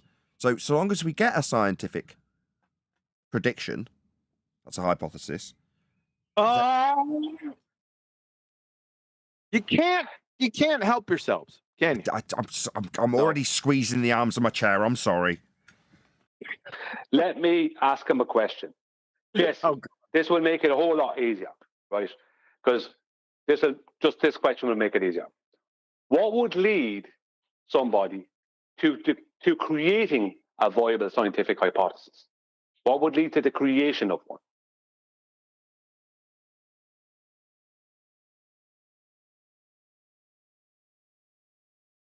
Depends on what your goal was.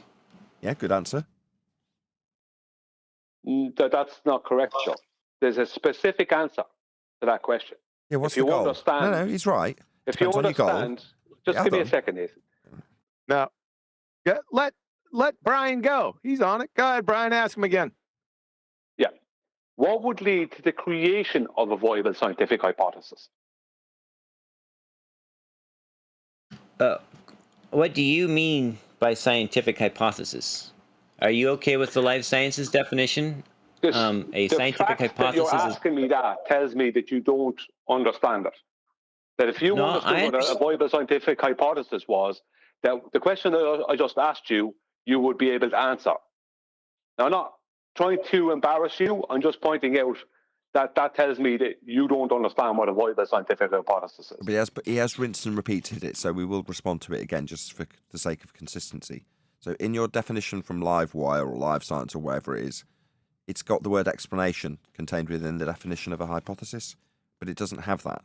That's already been responded to by QE when you put it to him the first time. Okay, let's try the one from Britannica. I'm not looking for a definition. Swearing. My God, are you retarded? I'm not looking for the definition of a scientific hypothesis. For the sixth time, post a viable scientific hypothesis and identify its parts. No definition! That's my compressors that I put on QE's line working overtime. Do you like that?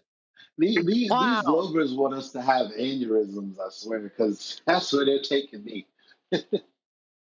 Jesse, I think we're probably at the point that if you probably just should present us a transmission, and maybe we could move forward. But if we've got some disagreement that it's not a transmission, because we're struggling here a bit, and maybe you might understand the constituents if you come and show us something that's not a transmission. We could then explain why it isn't, and you might get an understanding of what the actual components of a transmission are. So do you think you could give us what's been requested, which is what you think, without having to check with QE or anybody else what a scientific hypothesis is, but if you could just bring to the table what you think is a valid scientific hypothesis. Well, I don't know what kind of game you're playing. It's really It's not a game, it was strange a request.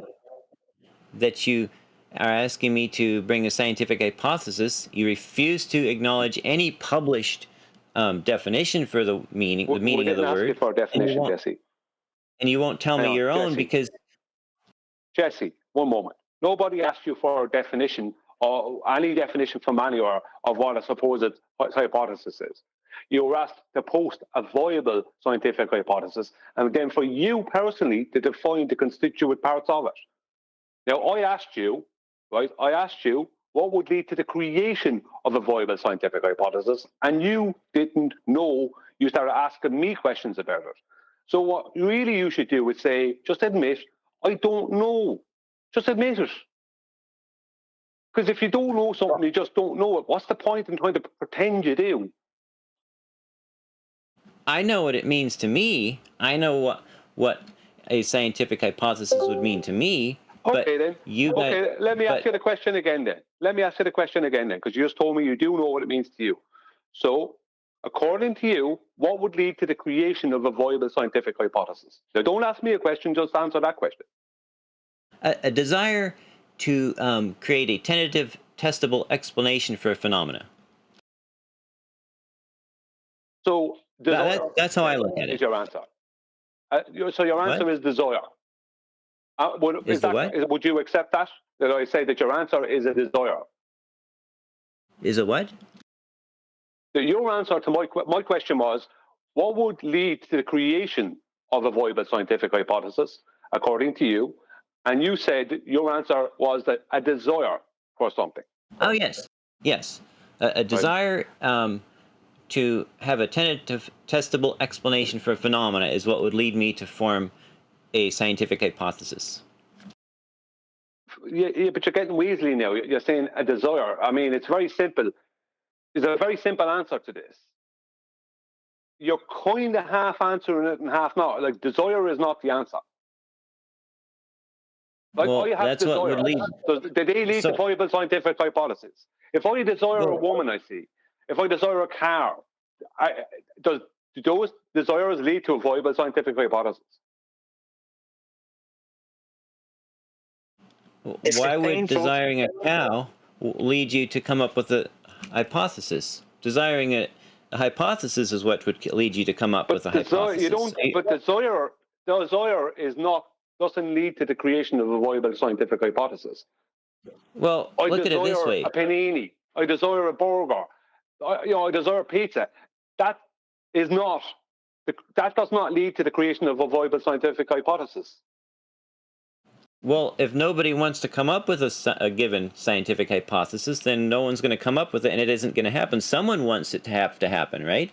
Somewhere, somebody wants it to happen, right? We don't. Otherwise, it won't happen. Do they come up with themselves? Understand it.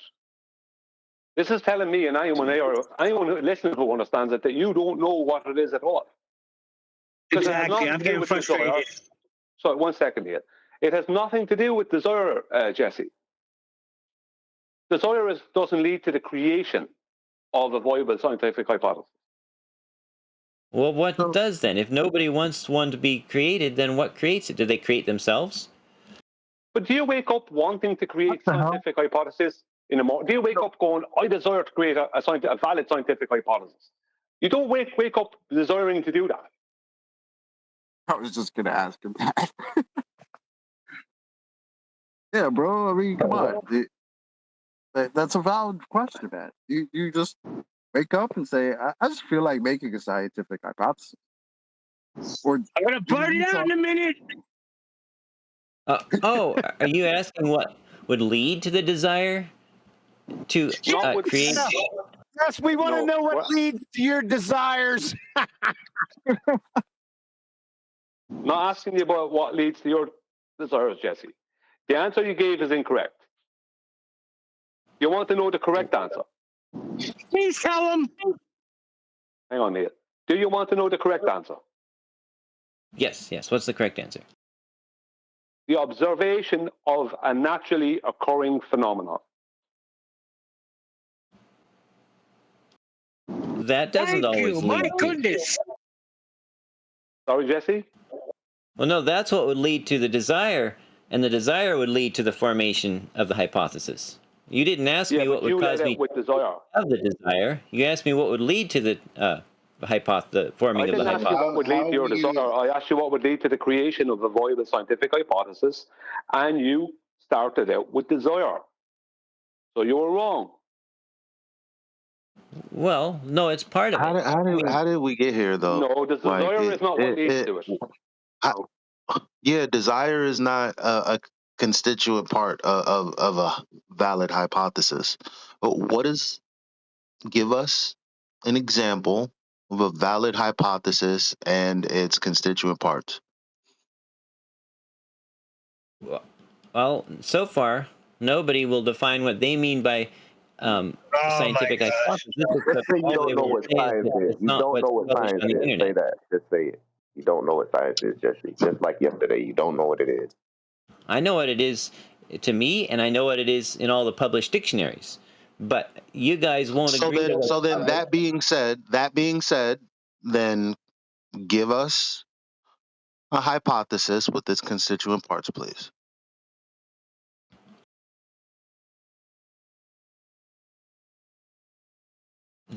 Constituent parts of the hypothesis? The last thing you said was science is everything that you and everyone else agrees with in these books, yada yada. Okay, great. Give us the hypothesis and its constituent parts, please. Okay, the hypothesis is that the increasing of heat is a contributing factor to the gasification of water.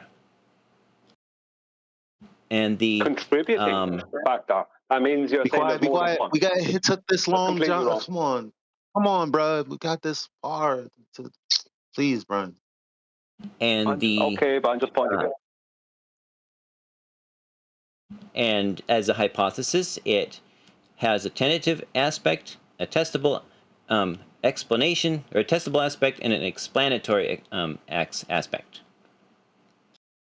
The tentative aspect is that it's claiming that heat may be a contributing factor to the gasification of water. It's testable because we can add heat to water to see if that does contribute to gasification of water. And the explanatory part of it is that if the experiment turns out to affirm the hypothesis, then it explains that water can boil due to heat. So, how's that? Have you flipped the script and you still wrong. Have you answered the question? What are identify the parts of your hypothesis? I just did. It's got the tentative part, the testable part, and the explanatory part. That's not the wrong. Testable and explanatory is horse shit. It's incorrect. You failed. You would fail 5th grade general science again. Well, this is what most of the world goes by. This is what I go by. You won't tell me your definition. This is what pretender clowns do. You're a moron. Okay? Not most of the world. Bring most of the world in here to affirm your claim. Well, I gave you the option to give your definition for scientific hypothesis, and you refused. Not my definition, you moron. It's the definition of a scientific hypothesis. At 21 minutes after the hour in main text live stream from Colorado State University, a scientific hypothesis is a special kind of prediction. Prediction. You didn't use that word in any of your friggin' hypotheses that forecast how. This is what I was looking for. The independent variable will affect the dependent variable. You see that sunshine? Oh, thank you. Now I know what you're talking about. Ass clown, you got it wrong. From McClellan, Nature of Science and the Scientific Method, hypothesis. Hypothesis should also contain a prediction. Oh, we hear that word again. The one that you'd ever mentioned? Yeah, that one. About its verifiability. For example, if a hypothesis is true, then 1 should happen when 2 is manipulated. See, there's the 2 different parts I was looking for. The first blank is the dependent variable. That one that didn't come out of your mouth. It depends on what you're doing in the second blank, and the second blank is the independent variable. Yeah, you manipulate it to get a reaction. There should be no other variables in the experiment that may affect the dependent variable. So you didn't answer the questions. You're a moron. Well, more on, more off. But anyway. You're moron. Anyway, you would fail Intro to 5th grade general science. I don't think so. If you read what you posted. I think so. Jesse. You just demonstrated it. And why wouldn't you just take that on board as education? Jesse, even when I gave you half the hypothesis, you didn't even recognize it. I gave you half of the hypothesis, and you didn't recognize it. That means you don't know what a viable scientific hypothesis is. And then you went on to tell Eli, 1 second, Neil. Then you went on to tell Eli about a contributing factor. Contributing what? With what else? Because that is employing more than one independent variable. The dependent variable is your observed natural phenomena. The independent variable is what you presume the natural cause of that natural phenomenon is. Not a contributing factor. Okay, so how would you describe the hypothesis for the boiling water experiment then? If you're going to say I've done it wrong. What is my observed phenomenon? What's my observed phenomenon? Before you even move on to that, have you recognized what are the constituent parts of a scientific hypothesis? It contains a prediction, a testable prediction. Right. The hypothesis itself. What are the parts of it? The hypothesis. I think you're mixing up. No, Huey just said it like 3 minutes ago. I think you guys are mixing. No Let me know thing. when it's my turn.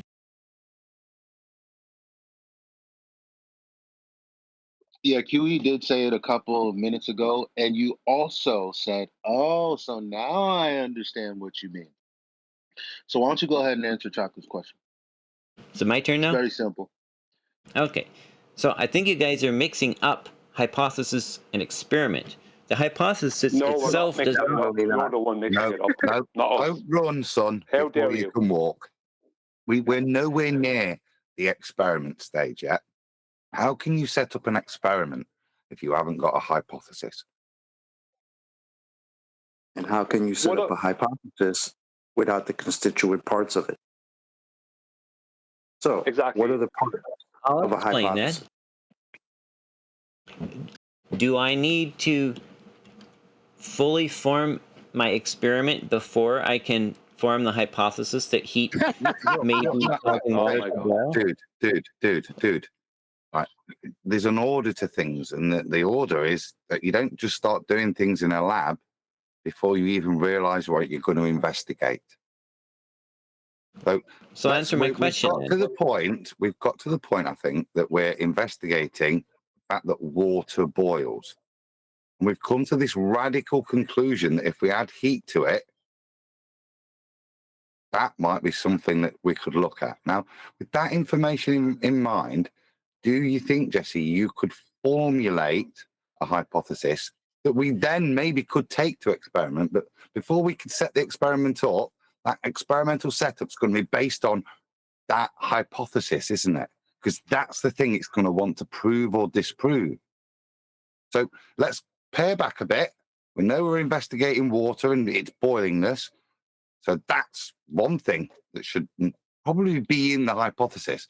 What else do you think we could put in the hypothesis that would help us investigate this boiling water? Maybe something we could vary. That sounds like an idea. So are you saying that the hypothesis is not a valid hypothesis until you have defined your IV and your DV and your CV and actually performed the experiment? There are no CVs in hypotheses. There are no control variables that are constant variables in hypotheses. You would fail Intro to 5th grade general science. Again. Okay, so you didn't answer my question though. Again, yes, I did. You're a moron. Do you have? What is another phrase for an experiment?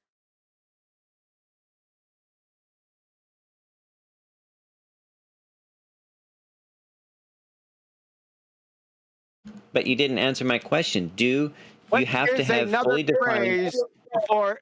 What is another phrase for an experiment? I'll just tell you because it'll take 25 minutes to get there. No, An don't. experiment, an experiment is a hypothesis test. So you have to have the hypothesis first before you can get to the experiment. You get it? Are you saying that the hypothesis comes before you have the dependent and independent variables defined? I'm out. Yeah. Sorry, guys. Oh dear. You are very lost, son, aren't you? So you want to keep jumping to steps ahead, but you've now completely forgot about step one. Step one's left you, hasn't it? You're in a lab and you're happy now. You all just want to throw stuff around, don't matter why. Why are you even there? But what's step one? Because this is very. I think at this stage he might be trolling Adam. Yeah, I know. I'm just pointing out that the guy. I'm not saying he definitely is. No, no one's ridiculing him.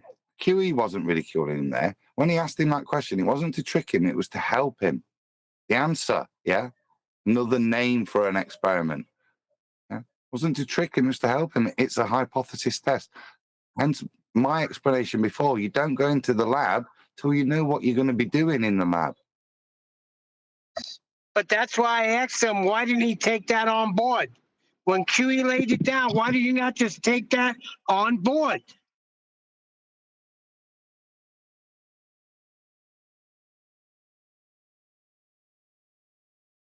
I concluded yesterday that he's soulless. He's here because he has to be. His soul wants him here. He doesn't know what science is. Yeah, but QE just broke it down. Now you can take that on board. Now you're educated. Come on. Yeah, but Neil, humble pie doesn't taste very nice. He's not a globe earther. He's just anti-flat earth. He doesn't know what he's talking about. He's here just to talk against us. Objection, Your Honor. There's nothing He's here to reaffirm his belief. You hung yourself. Wait, what are you objecting? You already hung yourself. No, I didn't. It's crazy because when you say objection, you have to actually justify it. He can't do that. I would say exactly, but I'll get in trouble for it. Just say you don't know what science is and you refuse to learn. I have a question, guys. Could we address this level argument I'm having in chat right now? No, we'll address Jesse a minute. Right? Don't move off of Jesse. Jesse, is it or is it not true that you weren't able to tell Chocolate how many parts were in a scientific hypothesis? Say that once more. Is it or is it not true that you weren't able to define for Chocolate exactly how many constituent parts were in a scientific hypothesis? I don't. It sounds like you're asking why couldn't I define something for chocolate? I can't see the names of you guys in detail how many. Why couldn't you? Is it or is it not true that you weren't able to detail exactly how many parts were in a viable scientific hypothesis when Chocolate asked you? Is that or is that not true? That is not true. He just is using a different definition. How come you didn't detail the parts then? How come when you were asked 2 or 3 times by Chocolate, you didn't detail the parts? I did. You didn't. That's a lie. Didn't. I detailed them using the definition. Then you tell us now. 1 second. Exactly. Just give us a number. How many parts are in a viable scientific hypothesis? Just a number. Let's see. The tentativeness, that's 1. The testableness, that's 2. And the explanation or prediction is 3. So about 3. Yeah. So, yeah. Now, you're either trolling or you're just totally wrong. It's one or the other. It could be both. I don't know. Explanations are predictions. Nah, he's a moron. No, the hypothesis is the explanation, and it needs to contain a prediction that will tell you if the explanation is true or false. You're an idiot too. You don't know anything. No, this is No, I'm just reading off the citation that's keep it on Jesse. posted. Don't move away from Jesse. Keep it on Jesse. Well, do we agree then that there's a reason why quantum eraser called them in here? There's a reason why this happened. Let me. Heat causes water to boil. Is that an explanation?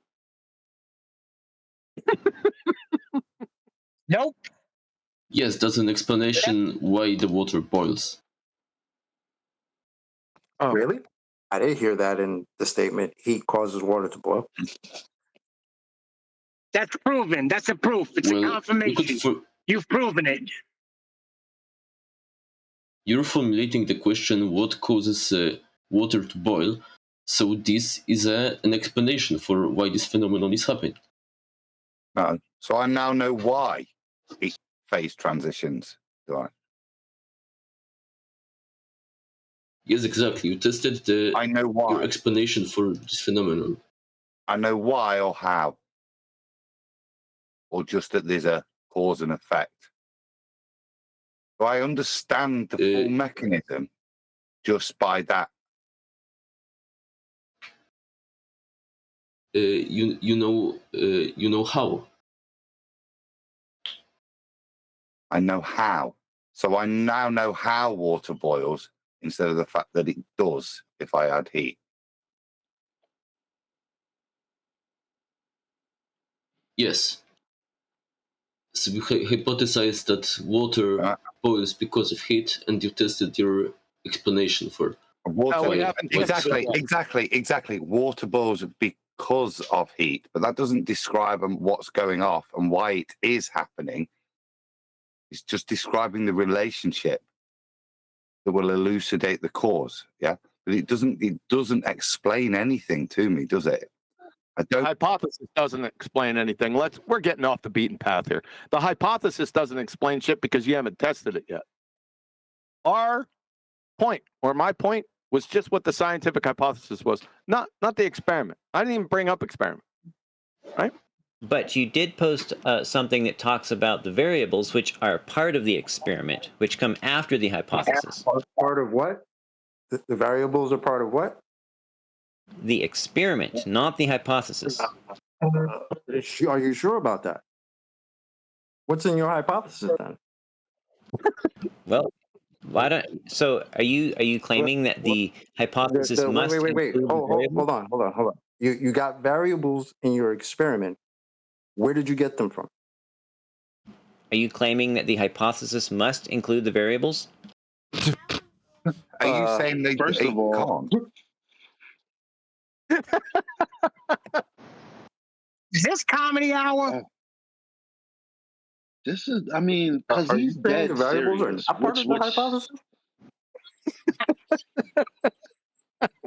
He's dead serious. I don't know about that serious. He's either paid to be here or he just his soul is That's what fighting. I'm confused about. I'm confused about it. It's so dumb. It's either I'm going into conspiracy mode about how they must be some agents of some, or he's really that dumb. And yet, not one of you will answer a simple question. So, he's who's retarded. gaslighting him? But we all know the answer. We're all listening to He you. sounds retarded. It's believable. He sounds retarded. It's a conspiracy. Brother, QE told you before. What's another phrase? What's another way to say an experiment? Right? He told you. It's a hypothesis test. So, in your experiment, if you've got variables, where do you think those variables should come from? Doesn't be defined by the experiment. There could be different. I'll say it again. Experiment has the same hypothesis. I'll say it again. Experiments could have different variables. Hold on. Experiment was described before as a hypothesis test. Now you're saying in the experiment you have variables. Well, if an experiment is a hypothesis test and you have variables, where did those variables come from? Do you realize that a hypothesis test is the testing of a hypothesis? Yes. The variables come from the test, not the hypothesis. What? It's just being silly. He's Keep fucking making yourself riddles. sound dumb, Jesse, for no reason. Brother, You're like dying on a hill that you don't want to. Well, don't we agree bro. that we could have multiple different, completely different tests, all to test the same phenomena or the same hypothesis, right? Where do you get the variables in your experiment? Being that an experiment is a hypothesis test. Where would those variables come from? Those would come from your understanding of the physics involved, and you would choose those based on that. So it would come from your understanding of the physics involved and not the hypothesis, being that you're doing a hypothesis test. AKA Right. For example, if the hypothesis is that heat makes water boil, you could have two different experiments. You could have one experiment where your independent variable and your dependent variable is one set of things. For example, your dependent variable might be counting the bubble rate. In a different experiment, that independent variable and dependent variable in the hypothesis? in the other experiment, the What dependent other variable. experiment? We haven't gone to experiment. I'm asking you about these variables you just said, right? You just said independent, dependent variable. Are they These are included all in your hypothesis? Yeah, if you don't let me finish a single sentence, it's not going to make much sense what I'm saying. No, that's not what's happening, Jesse. What's happening is you suggested that there wouldn't be a need to have the variables that you're going to use in an experiment in the hypothesis. You said, are you guys claiming that the variables are in the hypothesis? And on no less than 6 separate occasions, Chocolate has put it to you that you're doing a hypothesis test, ergo the variables have come from the hypothesis. So what is that, us not giving you an opportunity to speak? No. You're playing silly buggers.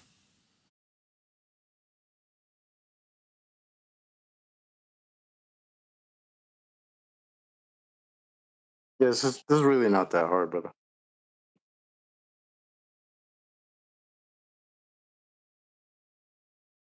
Gotta earn that NASA paycheck. Hold on, maybe it was easier for me because I didn't know anything about science. So he thinks he has some understanding of science, so he's struggling. He doesn't have. Nothing to do with what's knowledge, going on here. It's to do with how genuine a person is being. Exactly, Adam. That's exactly what I was going to say. I'm going to go back to what I said earlier. The problem here is, Jesse, you don't know what you're talking about, and you're unwilling to admit that you don't know. Instead, you want to try and bring us around in circles, and even maybe try and troll us a bit. But it doesn't mean anything if you're trolling us, because we have proven that you don't understand the situation. Now, the best thing you can do is just admit, I don't know. That's all you had to do earlier. But instead of saying, I don't know, because your pride is getting in the way, you decided to bring us around in circles or go in and out of things that you don't understand, trying to further pretend that you know what you're talking about when you don't. You don't know what you're talking about, Jesse. I'm sorry. Everyone here knows it. Even if you're trolling, you still don't know what you're talking about, because if you did know what you're talking about, you wouldn't be in here trolling. It's funny that you're telling me I don't know, and not one of you will answer a simple question. I'm not telling you what you don't know. It's been demonstrated what you don't know. And you won't answer a simple question. I'm not making a claim. It's a demonstrated fact. I think, Jesse, the point is, dude, that we can recognise this, because if you did understand it, you'd be arguing and trolling at a higher level. This is such like first grade. Basically, the only way you can keep your trolling going is to degrade yourself and your intelligence to people. I've heard pleas from people saying, just don't do this to yourself, bro. It is that weak. Yeah? People just got pity here. Nobody's even shouting, have you noticed? Why? Because it's so weak as you continue to humiliate yourself. And we're going to let you, if you want to carry on. Well, you're not going to get as angry. Your continual inability to understand what's actually being put to you, and your inability to demonstrate and formulate a hypothesis is there for everybody. What do you think you're presenting on from your side right now? I think I've clearly shown that your guys' position is completely contradictory, which is why you won't answer a simple question. Okay. And you actually believe that that's what you've demonstrated to the audience, do you? Absolutely. I've asked several times, and not one of you has responded. Okay. Well, you know, I'm not here, right, to change your perceptions. All I would say is maybe go back, listen to it. Yeah. Maybe let a family member listen to how intelligent you have hold a discussion. Yeah. There's people in Discord who are embarrassed for you, my friend. Jesse, why would we be answering your questions when you've demonstrated that you don't understand the situation? If you truly did understand the situation, the last thing you'd be doing is trolling or trying to not admit that you don't understand, whichever it is. What you would actually be doing is you would be having a conversation with us. I have yet to have, I'd say I could count on one hand, and maybe I wouldn't need all of the digits of that hand, the amount of times I've actually had an actual conversation with someone on your side. It's not possible to have a conversation with one of you guys because you're too busy not admitting to what you don't know, trying to be the teachers, right, when you don't have the information and not understanding and knowledge to be the teachers. And then when it comes to the crunch of having to admit that you don't know, you're trying to turn it back on us and say we're not answering your questions. If I walk into a lab and there's people there doing actual experiments, and people who know what they're talking about, biochemistry, whatever, can I start asking them, trying to get them to answer my questions? Well, if I go in there and I don't know what I'm talking about, why should they answer any of my questions? They don't owe me any answers. It's time for me to go off and accept that I've learned something. That's what it's time for, not for those people to answer my questions. Well, if you are willing to actually hear people out, you would be able to have conversations with them. But if you always just cut them off, then that won't ever happen. You can't have a conversation unless it goes both ways. When it's obvious that you don't understand what you're talking about, don't cut him off, let him finish. That's the point too, cut him off. Right, when he's now going to misrepresent how this evening's been in mitigation for the fact that he hasn't got a Scooby-Doo about scientific method, that's the point to definitely disengage with this gentleman, because he's now no longer being in any way engaging with us. He's just gone straight to false ad hom to try and justify his inability to deal with the situation or acknowledge his lack of knowledge. Yeah, time to finish, boys. I'm sorry, Discord. How many moments of silence did we give this person in order to respond to the questions that he was being asked? Quite a few. I was quite impressed Not with as you many guys. as- Very impressed, in fact. Well, that's irrelevant when I get cut off and then I stop and I wait for someone to quit and then they give me a break. Yeah, they give me a break, but then as soon as I start talking, they cut me off again. You know, it's not a real moment of silence if it's taken away as soon as it's utilized, right? You have to think about that. Is it a moment of silence or you being cut off? Which one is it? Can't be both. It's not a true moment of silence if it's intentionally ended as soon as I start to take advantage of it. That's not what's happening, Jesse. What's happening is when you go to answer, your answer is correct, and you're then being told that's incorrect. So what's the point in us listening to your incorrect answers as opposed to just stopping you and saying, no, that's incorrect? That's what happened each time. It's not that people overtalked you or cut you off. It's that you were stopped because you were incorrect. Well, I hear you guys be incorrect all the time, and I don't stop you just because I think you're incorrect. That's a baseless assertion. That's a baseless assertion. You have nothing to support hold that. on, Brian. That's a red herring. No, Brian. Well, Okay, it's a little childish defense mechanism. It's called U2. Well, yeah, I'm guilty of that, but you do it much more. Here's an example, and your natural instinct, Brian, is to defend yourself, isn't it? As you've just tried to.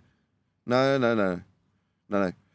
We've put all sorts to you. The original question was, have you got a scientific hypothesis so you can identify the individual constituent parts of that hypothesis? We've not been given one. We've been told, that we're unreasonable, don't listen to you. Just give us a hypothesis and identify the constituent parts, and we'd move on. The problem is, about an hour after you were asked, you haven't given us one. You can't identify the parts. And your last question that was actually in rebuttal to something was, are you guys saying that a hypothesis has the variables in it? Yeah! It's a hypothesis test was put to you in rebuttal, and now this is where we're at. With you, saying that we're unreasonable and don't listen to you? Yeah, we do. I listened.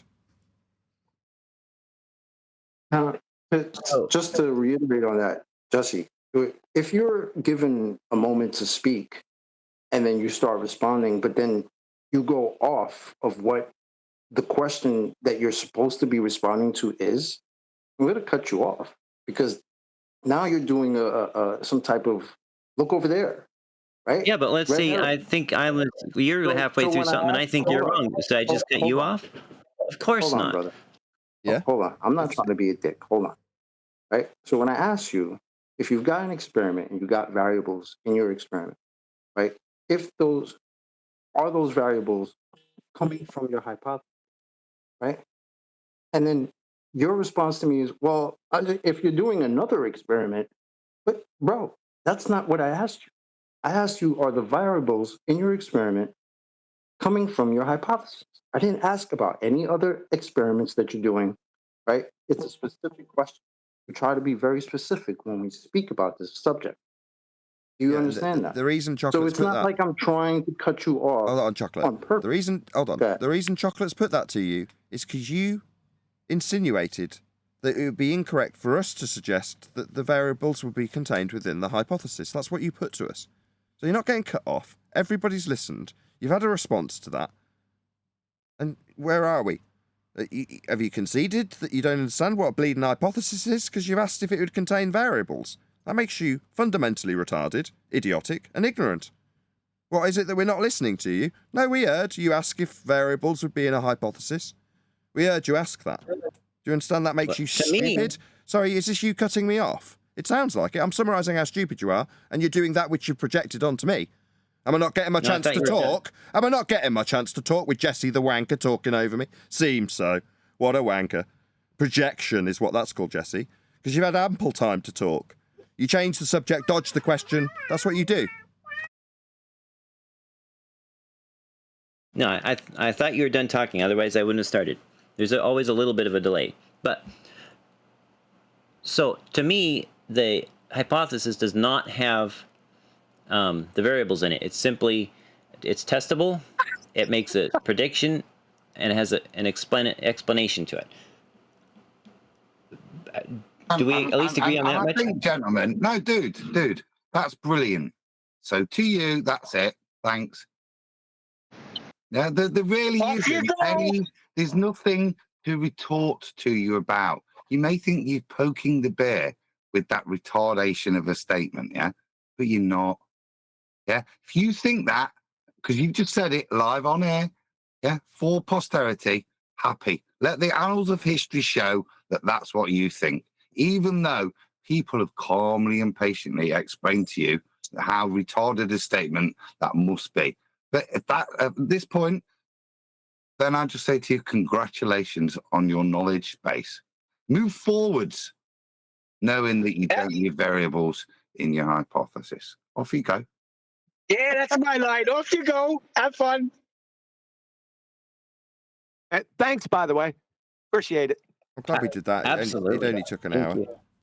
Thank you, Jesse, for demonstrating your ignorance. That was really, really good. Unbeknownst to Jesse, because he's ignorant of what science is, the hypothesis contains the independent variable, dependent variable, and potentially control variables, but definitely a null, the antithesis of your prediction, suppositional in nature, yet to be validated. That's what a hypothesis is. It absolutely, without question, contains variables. Jesse saw fit to question whether or not we thought that was the case, making him idiotic. But apparently, he's just not getting his chance to talk.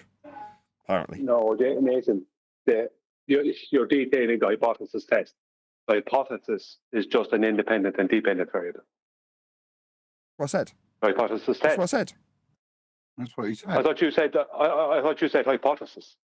Yeah, hypothesis is an independent variable, dependent variable, potentially controlled. So they might not be listed. You Negative. assume everything that No, isn't no, those are that's wrong. controlled. That's Negative, wrong. no control. Negative, no control variables in a hypothesis. Okay, potentially, meaning definitely not.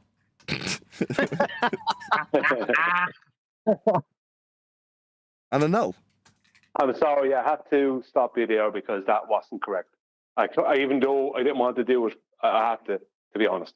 To make sure everything is no, I'm going to above talk board straight and through the top of you and suggest that I'm just not getting my chance to speak. It's not that I was wrong. You should have said to me, it's the control. Okay, so let's try that again because I was wrong. Independent variable and dependent variable and null. That's it. No, not exactly. Not exactly, just no. independent and dependent. Like, you're not going to have your null hypothesis in your hypothesis. What? Nathan, you feeling okay? You're going to have your hypothesis, and then that alongside that is your null. Yeah? That's what I said. Is it just me, or am I saying The null stuff? is in the And then I'm getting experiment, told it's Nathan, wrong? not in the hypothesis. Yeah, that's what I said. Just give me a moment. Just give me a Alongside moment. it, Let me the just null. clear it up. No, give me a moment. Your hypothesis is going to be your naturally observed phenomenon, which is your dependent variable, and what you presume is the natural cause of this, your independent variable. The hypothesis test will have your independent and dependent variable, but that will also have your null, and it will also have control variables. But the hypothesis itself is just two parts, independent and dependent variable. With a null alongside it. If you want.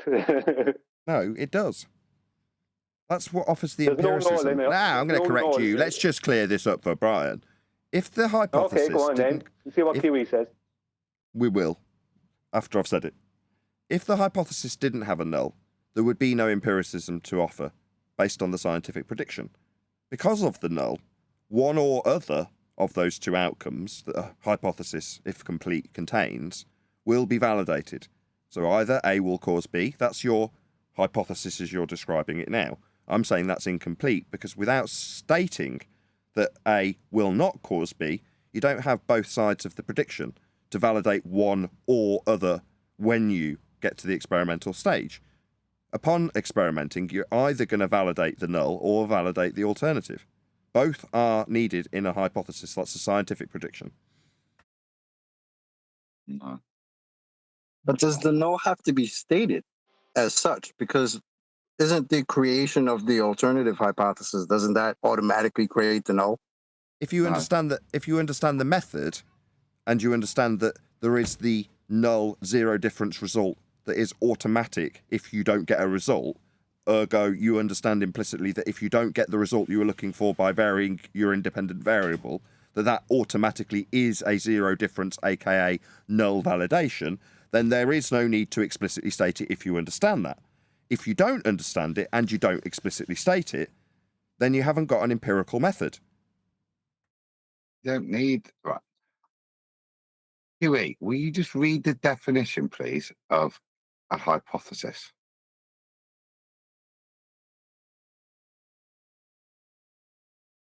Sorry, I was on mute. Scientific hypothesis is a special kind of prediction that forecasts how the independent variable will affect the dependent variable. Colorado State.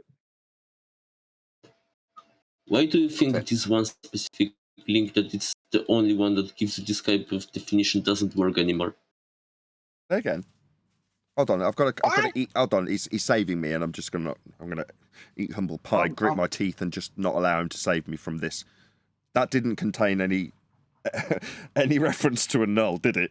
No, it didn't, did it? And I'm not saving you. What you've described is obvious. It follows logically. It's part of it. It sits alongside it, but it's not required to meet the definition. Fine, I'm wrong. Second time within 3 minutes. How wonderful. Go ahead, Imbo.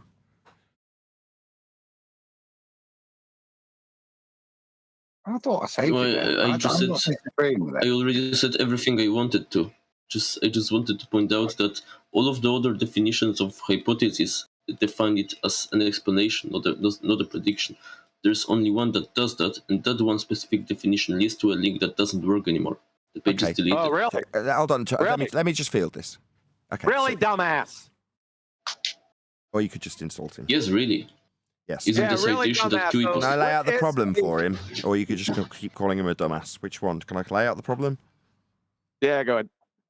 Okay, the problem with that is, if I formulate a hypothesis with a variable that I think at this stage will cause the natural phenomena I'm observing. So you're with me so far? I'm going to say, I think this that I'm going to vary will cause that which we are studying. Do you follow me so far? Embo. No, I disagree that the independent variable has to cause the dependent variable. Excuse me? You disagree that the thing you're varying to cause the effect is what? Say that again? No, you're not varying it to... I mean, you're causing the effect. Your effect is a change in the dependent variable. But a change in the value of the... Sorry, just so I'm clear. Your suggestion is that we are not going to vary the independent variable, correct? No, I'm not. I'm agreeing with that. Okay, so we're all clear then. So we're going to suppose that this that I vary will cause an effect we've observed and want to study. The effect is the dependent variable, and the cause, supposed and yet to be validated, is this thing over here that I'm going to vary. My independent variable, that's pretty much the same thing I said last time that you disagreed with. Can we now move on because you agree with that fact of the matter? No. I've got more to my example. I just need you to agree. No, I disagree. If you it's not agree, disagree. It's an example I haven't got to the end of yet. I haven't got to the end of the bleeding example because you just won't play ball. I don't know why you want to disagree with it. I'm leading you in an example. And I'm saying, at this stage, I see something happening that's a phenomena, and go, I wonder what caused that. I go, I think this caused that. That's my independent variable that I'm going to vary, because I think it's causing the phenomena. Third time. Why can't you just agree so I can move on with my example? What's your malfunction? I need to move on. I just need to say yes. It's not my fault that you have misunderstanding about the scientific method at the most basic level. Am I being ad-hommed? Am I being ad-hommed instead of getting an agreement? What's going on? Oh. It's an example that I'm yet to complete. I can't. So it's just that I'm not getting my time to talk. I'm not getting a chance to make my example. I'm being ad-hommed. Why are you being so intolerable? Only about 3 minutes ago, Brian pointed out that we never get to have a real conversation with your sort of person, globe believer. This isn't a reasonable conversation. Because I've suggested a scenario. It's just a suggestion, it's hypothetical, and you have told me I'm wrong in a hypothetical example that hasn't been concluded yet. 4 times. Yeah, that's so unreasonable. I haven't even made the example yet, and you can't tolerate the first half that I'm leading you to just go, yes, I understand what you've explained to me thus far. You're saying, no, I disagree. Disagree? It's an example I haven't made yet. Is it just I'm a flat earther? You must disagree with me. I haven't made any points yet. No. Hello? This is retarded to the extreme. I haven't yet made my bleeding example. You won't agree with half of it that I need to lead you with, which is I see something happen. I suppose I've got the cause of it and I'm going to be varying it. That's it. All you can say is, yeah, I understand that, which you've supposed so far, so I can move on with my example, but you won't do it. So you're intolerable as a human being to talk to. No, I don't disagree because of your example. So just say yes! For the love of Jesus Christ, just agree! So I can move on! So I'll try that for a 5th bleeding time. So we see something... This is the 5th time. Do you realise how unreasonable you are as a person? 5th time. You see something happen. I wonder what caused it. I think this caused it. I don't know it does. I'm just going to suppose it does at this stage. 5th time. Do you understand this example that's got a second part to it so far? Yes, and So now you need to shut your stupid mouth rather than disagreeing with a half-made example 5 times, you unreasonable prick. Right, so we've got an independent variable which we will suppose is the cause of the effect. You've already agreed I don't need a 7th affirmation. The one will do on the 6th attempt. Can you close your bleeding mic while I'm talking? So you're actually listening rather than causing bloody audio chaos.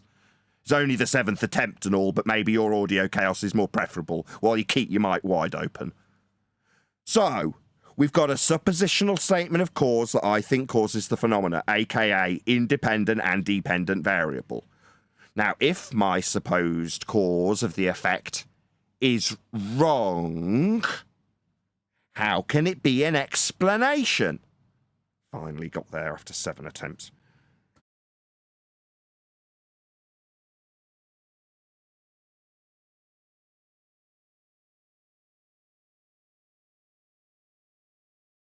He wasn't listening. He doesn't understand the end of the question. Yes, the problem in your hypothesis is that you can, when you manipulate a variable, and that will cause some effect, this doesn't mean that this variable you manipulated is physically the direct cause of that effect. So if you assume that methodology, you can reach a bad conclusion. So ergo, a hypothesis is not an explanation then? It is an explanation. Oh, so if I've got the supposed cause wrong, it's an explanation for what caused the effect? No, it isn't. It could be wrong. It hasn't been validated yet. So we can't call it an explanation like you did when defining a hypothesis incorrectly as an explanation. Because the suppositional part of it hasn't been validated. And if wrong, definitely didn't explain what caused the effect. Ergo, second time's around. It's not an explanation as you suggested. Well, in that case, it would still be an explanation, just an incorrect one. The explanation that you hypothesize is the case. I know it. Not an explanation, you were wrong. I'm confused how the word explanation implies that something has to be true. It's not an explanation. I've just explained this to you twice. Well, the dictionaries disagree with you, so I think... Yeah, I know it does. And then I've explained why it's wrong, you dumbass. Twice. Yeah, it took a long time. It took 7 attempts. Were you telling me half of my example was wrong? My God, you people are intolerable. Nevertheless, we got there in the end on the 7th attempt, didn't we? With you understanding that we look at something happen that's a phenomena, suppose the cause of it. But it might not be right.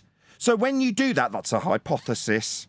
It isn't an explanation. 3rd time. What, you're confused because the dictionary says it is? Yeah, your ignorance has led you to understand something that the dictionary says, but is incorrect. We're explaining why, with logic and reason. You just don't want to accept it because what? The incorrect dictionary definition says otherwise. Yeah, but it's flawed. Because if you suppose a cause of something and call it an explanation, and it's wrong, it's not an explanation as the dictionary says. You know how we've took you through the logic and reason of this stuff, but you're confused because it says otherwise in your wrong source? Yeah, no shit. Again, the word explanation doesn't imply something that it has necessary to be correct. You can propose hypothetically an explanation. I see. So if I explain something, if I explain how you could shut your bleeding mouth, it doesn't have to be right. Yeah, explanations are useless if they're wrong, though, aren't they? They're not very good explanations. I can explain why the grass is green because of all the unicorn poop. It's an explanation after all. But what? There doesn't have to be an incorrect explanation about how the unicorn poop makes the grass very green. Yeah, it's useless if it's incorrect, isn't it?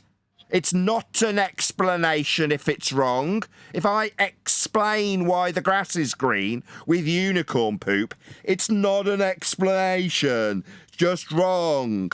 Ergo, a hypothesis, yet to be validated, is not an explanation. You're mistaken in your ignorance. Third time. Again, this would be an explanation that you would test, and then it will come. It's not the an experiment will show explanation. it Why to do you be keep false. rinsing and repeating it, asshole? I've just told you it isn't an Because explanation, so you tell me it's an explanation we're going to test. No, it's not. It's a supposition. Not an explanation. I think this causes that is not an explanation. It's a supposition. Okay? Stupid man. Now sit down and shut up. I'm sick of hearing your It's not an stupid voice. explanation based on what Shut standard? up! Sick of hearing your stupid voice. You keep telling us, because you're ignorant, that explanations are hypotheses. They're not. They're suppositional statements yet to be validated. That's what a hypothesis is. You're dumb, and you feel fit to challenge us on this stuff. Now I'm sick of you. You've had it explained to you. It's taken a very long time. You've interrupted a half-made example as being incorrect when it hasn't been completed, making you intolerable as a person. You're difficult to communicate with. You're ignorant, and you constantly interrupt. You don't have anything to offer us. You understand that? You are absolutely, without question, surplus to our requirements. You don't have anything to offer us. Do you understand that? I'll take your silence as a confirmation. Shouting at the microphone. Sorry, don't tell me what I'm doing when I shout at you to shut the hell up when you've got absolutely nothing to offer. You think you've got insults to offer, do you, Dumbo? You didn't have anything but ignorance to offer here today. You're telling me that I'm shouting at you like that's some sort of response to that. By demonstrable fact, you are ignorant. You didn't understand what a hypothesis was. You went to an incorrect definition that was flawed logically, because incorrect explanations, end quote you, are not explanations. Yeah, my incorrect explanation of unicorn poop making grass green is not an explanation. Yeah, you haven't accepted that it's a suppositional statement. You've told me I'm shouting, making you unreasonable. Meanwhile, you are demonstrably ignorant. That's a fact. And a justifiable reason to tell you, with righteous indignation, to shut up. I'm done talking to you. You're ignorant. And, again, you have absolutely nothing to offer us. You understand that? Nathan, you know what the issue is? A couple of minutes ago, when you were incorrect on something, put two things, I think, within 3 minutes. You admitted to it. Problem solved, went past it, it's over. That's what we do. When we're wrong, we just admit it. When I'm wrong, I admit it. It's not nice, but you have to do it. We move past those things. What this gentleman here is stating, when he says that a hypothesis is an explanation, that is literally begging the question. That's not a presupposition of cause. That is begging the question that you already know by calling it an explanation. If you think about but he won't accept that that's wrong, because that would mean that he's wrong, and he won't accept that he's wrong because he's talking to us. So it's impossible to have a conversation with him because he's making it impossible. Yep, and he said it's a wrong explanation. I knew he was going to say that. It's not an explanation then. An explanation is something that it means that you've explained. How could a hypothesis, which is a presupposition of cause, I think what's causing that is this. How is that an explanation when you haven't tested it? After you've tested and proven that, then you can explain that you can demonstrate that it's this that's causing that. You won't need to explain. You can literally demonstrate. That is an explanation. Yeah, well, I don't know why he's even wasting his time. That's the most important bit. What Brian's just said. At that point, it is an explanation. What caused that? This caused that. How do you know? When I vary this, that happens. That's the explanation bit. This causes that. That's explaining what caused it. Oh, well, what if it's wrong? Then it's not an explanation. But this guy wants a hypothesis to be an explanation. That's what ballers do. They take a hypothesis, a supposition, yet to be validated, and claim it's an explanation. So if I hypothesize that unicorn poop causes grass to be green, well, then that is the explanation, isn't it? No, it isn't. But the dictionary says it is. The dictionary says that that's an explanation when I say unicorn by hypothesis causes grass green. I mean, that's an if and then statement. Does it matter that it's not been validated? No, it's an explanation. What's that? It's wrong? That's a wrong explanation. Perfectly fine. No, it never explained jack because you hadn't validated it. That's what you do when you validate a hypothesis. You actualize your supposition to see if it causes the effect. That's science. Something you ballers don't have. But you want it to be a supposition yet to be validated, claimed to be a cause. You want it to be the explanation without validating anything, because half the garbage you believe in isn't even touchable. You can't even vary most of the stuff you guys believe in. It's pathetic. Half the stuff you believe in doesn't even exist in physical reality to vary. So you need that supposition that can't even be varied to be the explanation without varying it, without validating it, without doing science. That's why you're arguing with us. Exactly. I've never They don't even disagreed have the things that they in need. order to validate the explanation... What part of we don't need to hear your dumbass saying another single word don't you understand? What part of you have absolutely nothing to offer us do you not understand? Once he said wrong explanation, he should not be allowed to talk anymore. It's just been told, shut your stupid mouth. Don't want to hear about how you think being shouted at's not reasonable when you've demonstrated yourself as ignorant. You think you've still got a time here to talk? No! Part of this don't you understand? Demonstrable ignorance will result in you getting shouted at, shut down, and told to sit down and never say another word. You've got nothing to offer. Go ahead, Brian. No, I just agree with you, Nathan, that most of the stuff that they need to vary doesn't exist in reality to vary it. You can't vary these things. So they only have claims of cause and no cause to vary. Well, that's not what I heard. I've heard once you've varied it, irrespective of whether something happens or not, you can't prove that I had out to do with it. This gentleman's supposition is just farcical. It's nonsensical in what he's saying. So, science isn't something people just made up. It was there to prove things. Yeah? Not prove something that you've not even presupposed yet by the time you get to an experiment. Tonight's show's been very interesting. That the level of intellect that's being brought to us. Is this the baller's new tactic to just disgrace themselves in idiocy and ask us to deal with it and then at best come back and give a plea to format fallacy? Yes, yes. At the point that Jesse was asked if he felt that he'd done a reasonable job, he said, yes, I think I've demonstrated how wrong you all are. In spite of every single example that was put to him being ignored, dodged, long protracted silences, moans about how he's not getting his chance to speak, no scientific hypothesis being presented, he still, when asked, took the opportunity to say, yes, I've won, you're all unreasonable. Can I say something real quick? Go ahead, Jesse. I looked in that PDF that QE gave us, and it literally says definitions, hypothesis, an educated proposal to explain certain facts, a tentative explanation for an observation, phenomena, or scientific problem that can be tested for further investigation, period. What tentative means? Yeah, and?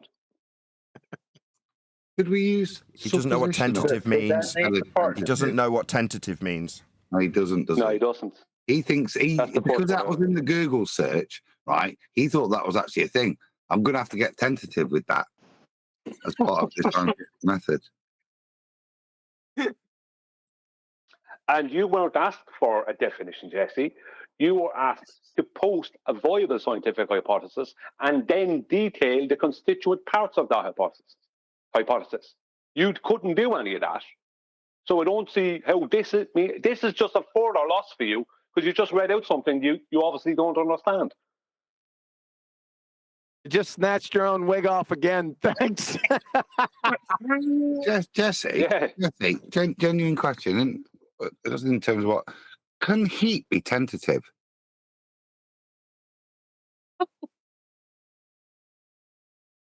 Let me think about it.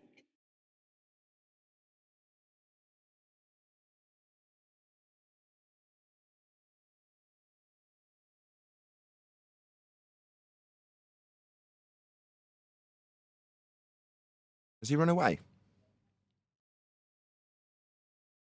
Only Oakley ruins the silence, doesn't he? I think he's run away.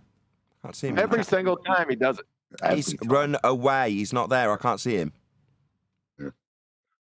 Really? Yeah, to go back and say he didn't hear it. He got a phone call or some nonsense. Look, it all comes back to the same thing. Yeah, it does. It's laughable, isn't it? But it's laughable, but it's so disrespectful. It all comes back to the same thing.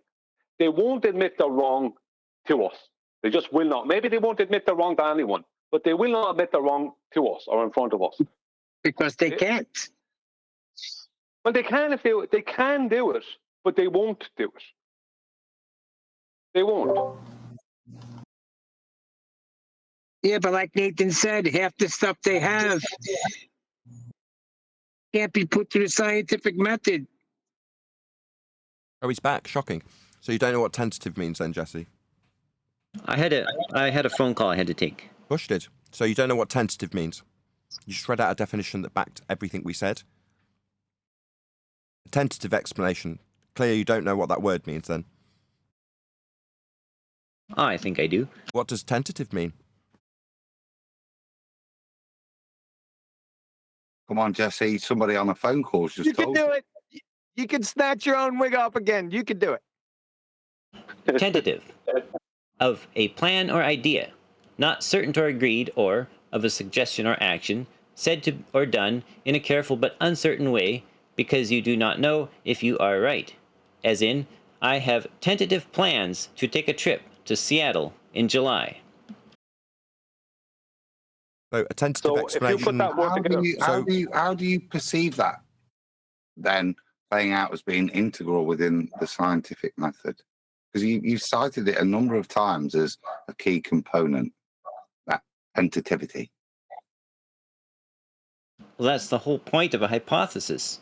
You don't know before doing the experiment what the results of the experiment are going to be. That's why you make the hypothesis.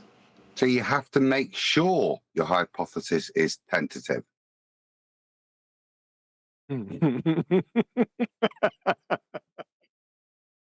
Jesse? And? Or do you? Is it integral to ensure a level of tentativity within your hypothesis to make sure that it's a valid hypothesis? Of course, it wouldn't be testable if it wasn't tentative. If it was absolutely assumed to be absolutely true, then why would you be testing it with an experiment? So it's not an explanation then. So it's not an explanation then. A hypothesis is absolutely, without question, not an explanation. A tentative explanation is an explanation that you don't have. You don't know, right? So it's not an explanation. Quite literally, the antithesis if it's tentative. Are you saying that an explanation has to be absolute or it doesn't exist? If it's not an explanation, it wouldn't be tentative. Tentative means you don't know. So it's a don't know explanation? No, that's like a double negative, isn't it? It's an explanation that you don't know yet because it hasn't been validated. So it's not an explanation. Well, what if it was a proposed explanation? That's exactly what it is. A proposed explanation yet to be validated. Suppositional in nature. Not an explanation, a supposition.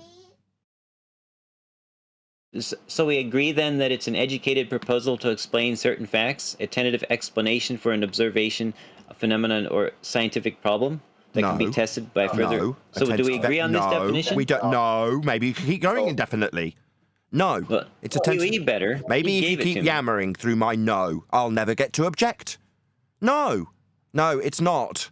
just a tentative explanation for the phenomena. It's a tentative explanation for a supposed cause of the phenomena you observe in nature. QE, do you agree with this definition of hypothesis that you in the paper you gave me? I didn't post that. You're taking the source. You don't know the difference between a citation and a reference? I didn't cite that, you dumbass. You gave a link. It's the Geociety. Again, you don't know the difference between a citation and a reference. If I cite something specifically inside a reference, then I could give a shit less what else it says in the paper, unless I cite that. So you disagree with their definition for hypothesis? Oh, hold on. He doesn't... Jesse, what's the difference between a citation and a reference?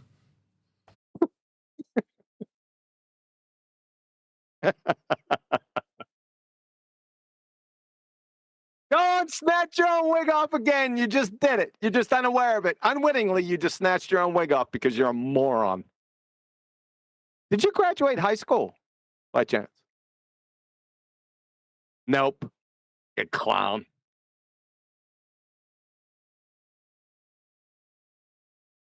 Wait a second, QE. You gave me a dictionary for the definition of an amoeba, but out here, it has the wrong definition of Zulu in it. So, QE, are you saying that you disagree with that? Do you know the difference between us? Everyone stop. Jesse, you ignored me. What's the difference between a citation and a reference?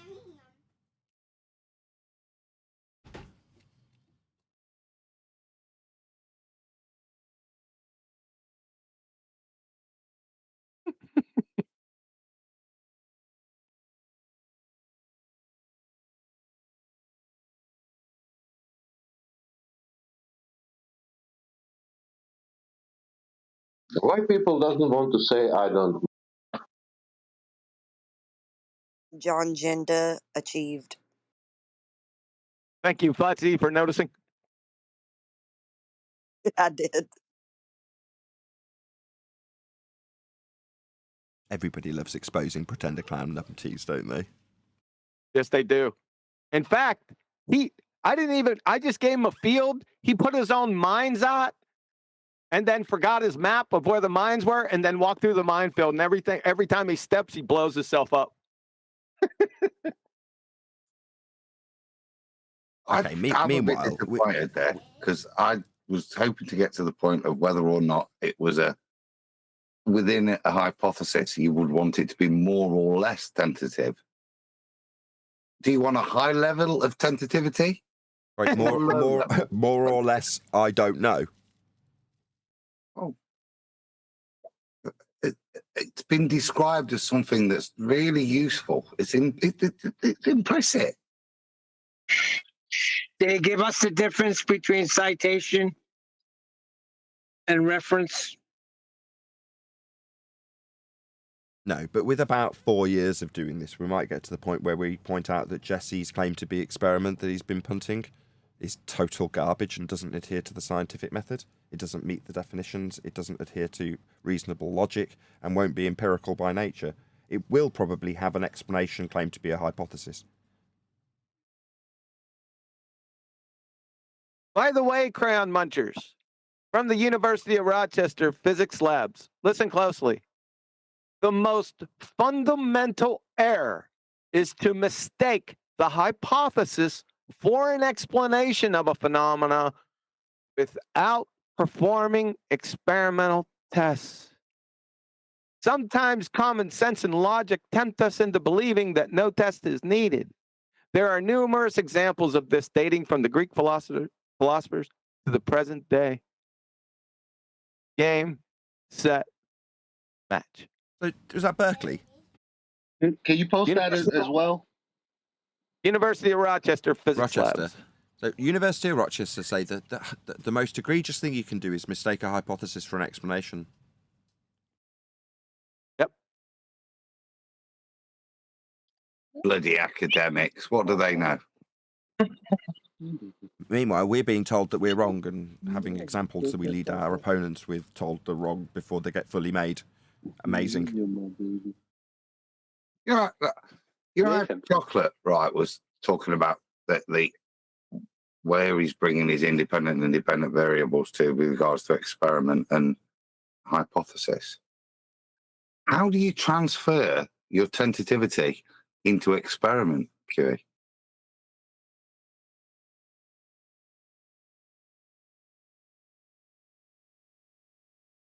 I'm sorry, Adam. I wasn't paying attention. Go ahead. Ask me again. Vary your independent variable to see if it causes the dependent variable you are studying. Do you want to transfer an equivalent amount of tentativity into the experimental phase as you held in the hypothesis phase? How am I going to transfer the tentativity from the hypothesis to the experiment? With the null. No, I know how I could transfer the hypothesis tentativity into the experiment tentativity. I know how I could do it. How? I just won't perform the experiment, and it'll be perpetually tentative. It's perpetually tentative if you don't carry out the experiment. That was genius. That would break my tentativeometer. So, Julie, are you saying? Post the citation, please, in Master B. Again? Nathan. The Rochester citation he wants from you, I think. Oh, does Elijah want it? Yes. Yes, Brian. yes. Okay. Yep. Go ahead, Brian. A tentative explanation, would that be correctly termed, correct me if I'm wrong, would that not be correctly termed as a possible explanation? Yes, tentative. Yes. So if I have a possible explanation, do I have an actual explanation? No. No. So my possible explanation is not an explanation, yes? I mean, it's possible that unicorn poop causes grass to be green. That's a possible explanation. Tentative, you might say. I mean, it's not correct. It's not validatable in any way, shape, or form. And the thing I'm suggesting is the cause doesn't exist. But other than that, we could just say it's a tentative explanation. That is to say, I don't know if that's actually the real reason that that's happening.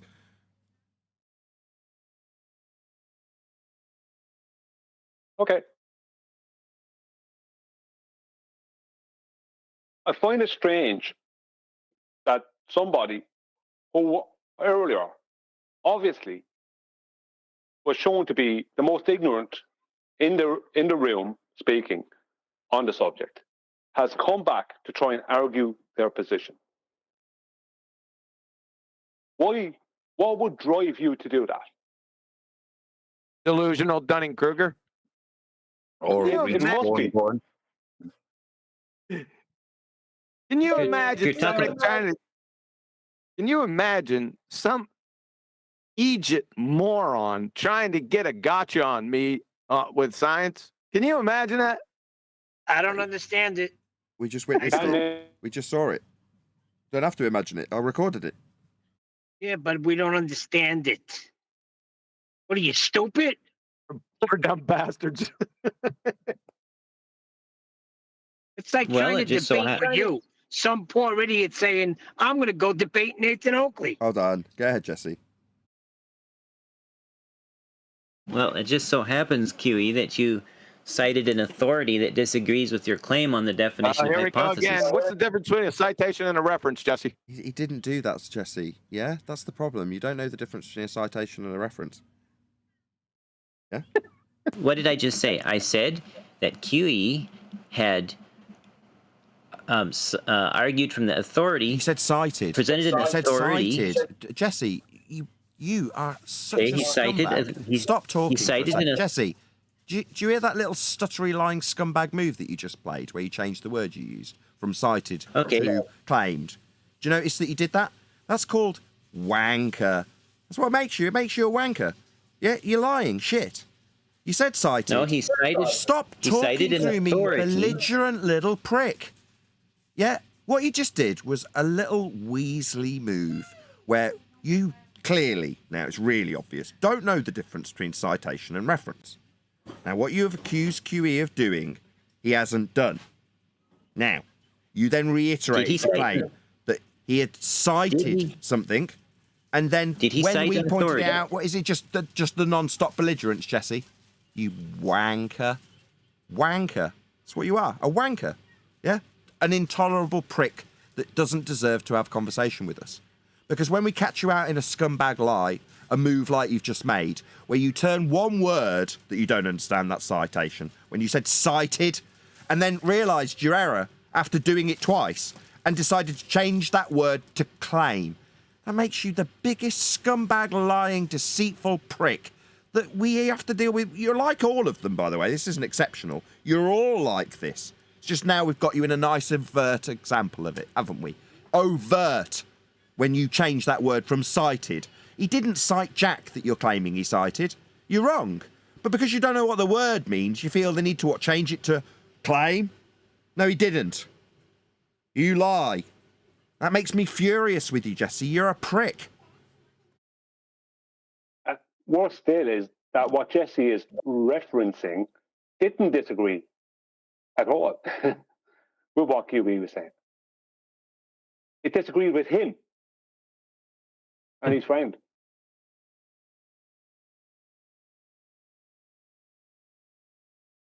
I wouldn't mind Did discussing QE it, not? but he doesn't concede a thing. Well, we put it to him 4 times. You don't know the difference between references and citations. So then when he gets to make his egregious claim that QE has not committed, twice more, he just decides to change the word. After we've called him on it, there's been loads of silences. When I asked you the first 3 times, Jesse, about what the difference was, and you didn't answer me with a long, protracted silence, was that us not giving you your chance to speak, you stupid dipshit liar? No, Jesse, you didn't know the difference. But you chose to what? Change the word you used to what? Make your example a bit more cogent and palatable?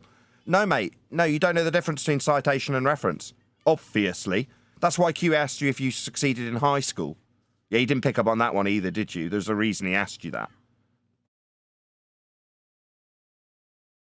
So, Jesse, in conclusion, you moron, idiot, doesn't know the difference between citation and reference, so you keep putting something on QE's door in the unreasonable prick manner that you have done. 4 times. That's incorrect. Based on your ignorance of what these 2 words are, reference and citation. Yeah, there's been a lot of protracted silences while you're probably, scurrying to go and define these words by Googling it. Because it's really overt that you're ignorant of what these words mean. Yeah? It's unreasonable. You deserve telling off. You deserve being shouted at because you've laid a charge at QE's door multiple times. Totally unreasonable.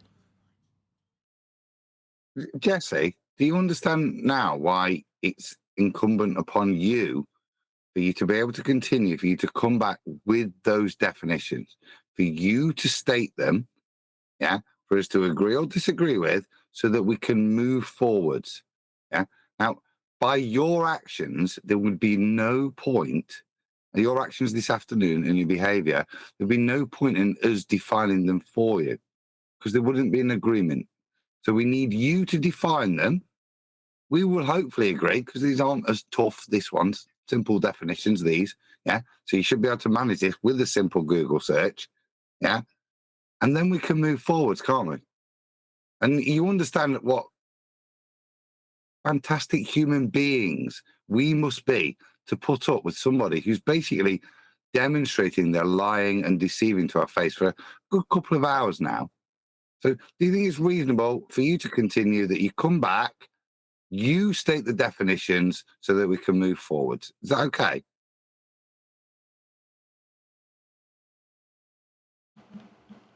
Did QE cite an Jesse, authority? Yes or no? Simple yes or no, you absolute disingenuous. I'm going to take a breath, because you're a very frustrating gentleman. And I know that's your raison d'etre, yeah? Which demonstrates you either have some kind of psychopathic enjoyment with this, which is not a good trait, mate, or you're being paid. Doesn't matter which, but if How you're much going do to they pay you? continue, I'm still talking, daft lad. But if you're going to continue with us, there's a criteria for you to come back. You need to come back with those 2 definitions that you're going to tell us. There's no point continuing past this point, right? Until you can do that. Can you do that for us, Jesse?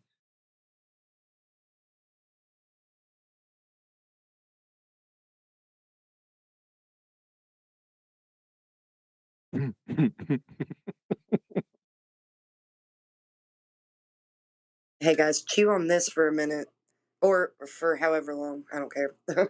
But you know how in English, in high school and college, a major part of your final grade is a research paper.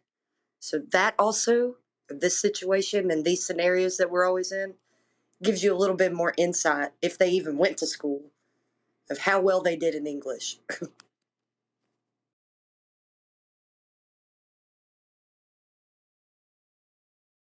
We're not dealing with reasonable people. We're dealing with assholes. Yeah?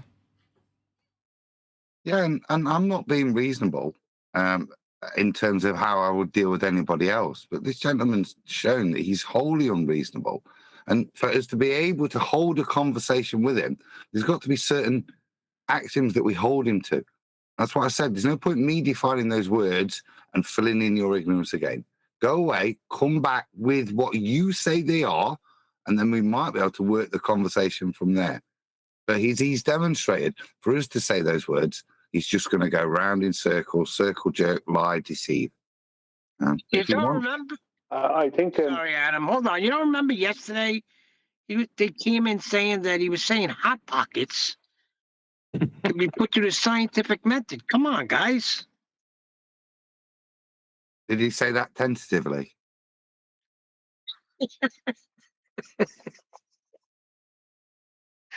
Oh boy. Observe natural phenomena. Hot pocket.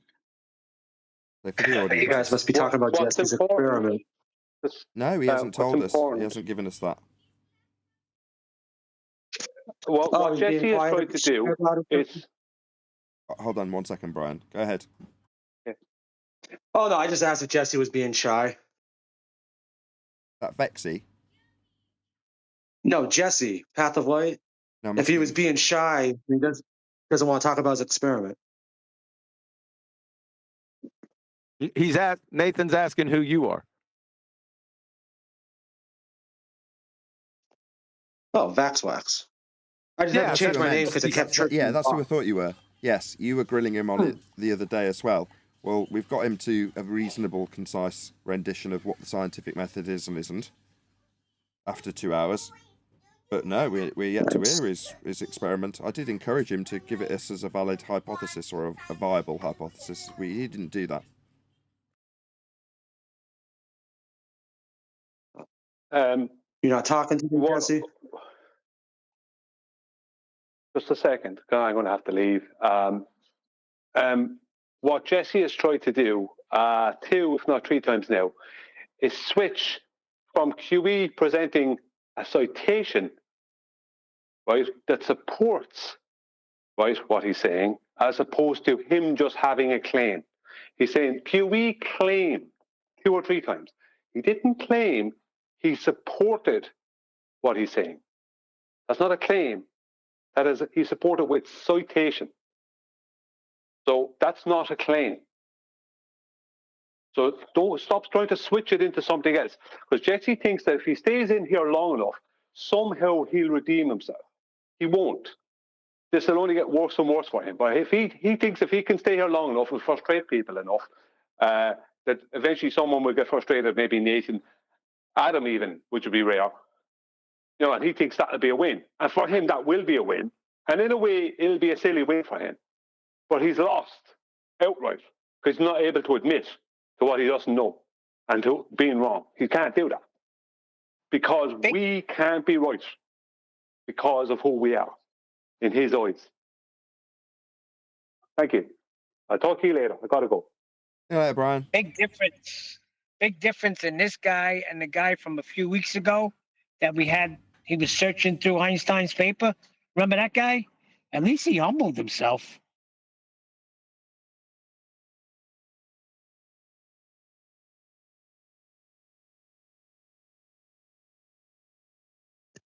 Wasn't that Omnivore? I'm not sure who it was.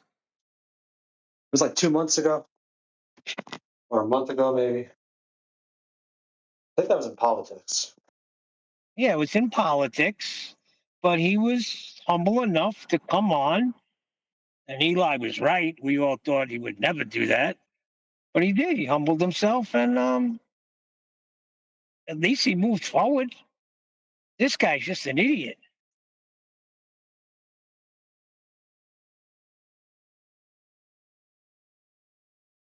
Yeah, Brian's assessment was right. He just wants to stay long enough to get us frustrated. So that's it. Yeah, just why not elevation angles prove Earth is a flat plane? That'd be absolutely perfect. Why not? Elevation angle measurements prove Earth is a flat plane.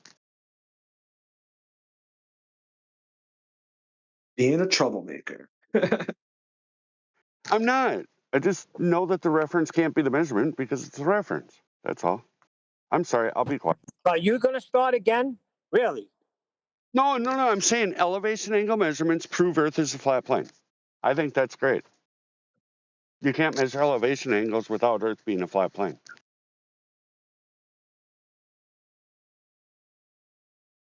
Yeah, it's well said.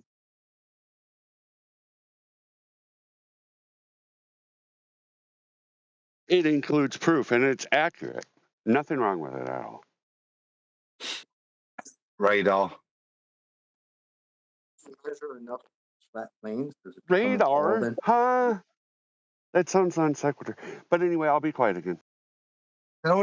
What do you mean it sounds non sequitur? You must know what it means to make the statement of it's non sequitur. So why would you say that's non sequitur? I don't care. No, I just think it would undo what you just said. It's not measured. I would never. It just sounds silly to say you measured the reference. That's not what I It's said. what that boils down to. I said radar. I'm not going to do that. I don't want to do this live. I said radar. Radar. Sure. Yeah. Does that not measure the Earth? Is that an elevation angle? Does that not measure the Earth? I can't even see it. I mean, it's light that I can't see. Oh yeah, I suppose, yeah. There's reasons I knew. I knew with Joshua. You don't want to accept that as something positive, then. Oh, it's positive, yeah. No? Oh, it doesn't sound like you're being positive. You sound a little bit pissed off. No, a little bit upset. No. I'm kind of human. Like some kind of agenda secondary agenda you may have had may have just been stupid. Content. No? So you're rejoicing with me that we can measure the Earth flat with radar. Nathan, I never said that. I just said I was trying to protect him. What? Do what? I just say Earth must be a flat plane to measure elevation angles. There's no way to object to that. But to claim ultimately when the Earth is a flat plane. Yeah. How do you order a coffee if that's all you say? No. I'm just saying in reference to what should be understood as claiming to measure the reference, right? Because ultimately it does boil down to that's what the statement says. Why would you want to measure a reference? I don't want to do that, though. Yeah. But why would you want to? Earth is the reference for the measurement. But why would you want to measure the reference? You could, because that's what the claim's it's saying. How can it be a measured reference? Earth? Because Earth is the reference, and to claim to have measured it sounds. How do you make it a reference? Silly. By measuring an angle, and within No. That's an elevation. You're on about the Earth. I'm on about using the Earth as a reference. So let's take another example. To measure the angle, you have to have a reference, a planar reference. I've got a new ruler. I've got a new ruler that I want to use as a reference. How am I going to validate that new ruler? I want to use this new ruler as a reference. By defining I'm not sure whether it is what it says on the tin. So what will I do to validate that ruler before I can use it as a reference?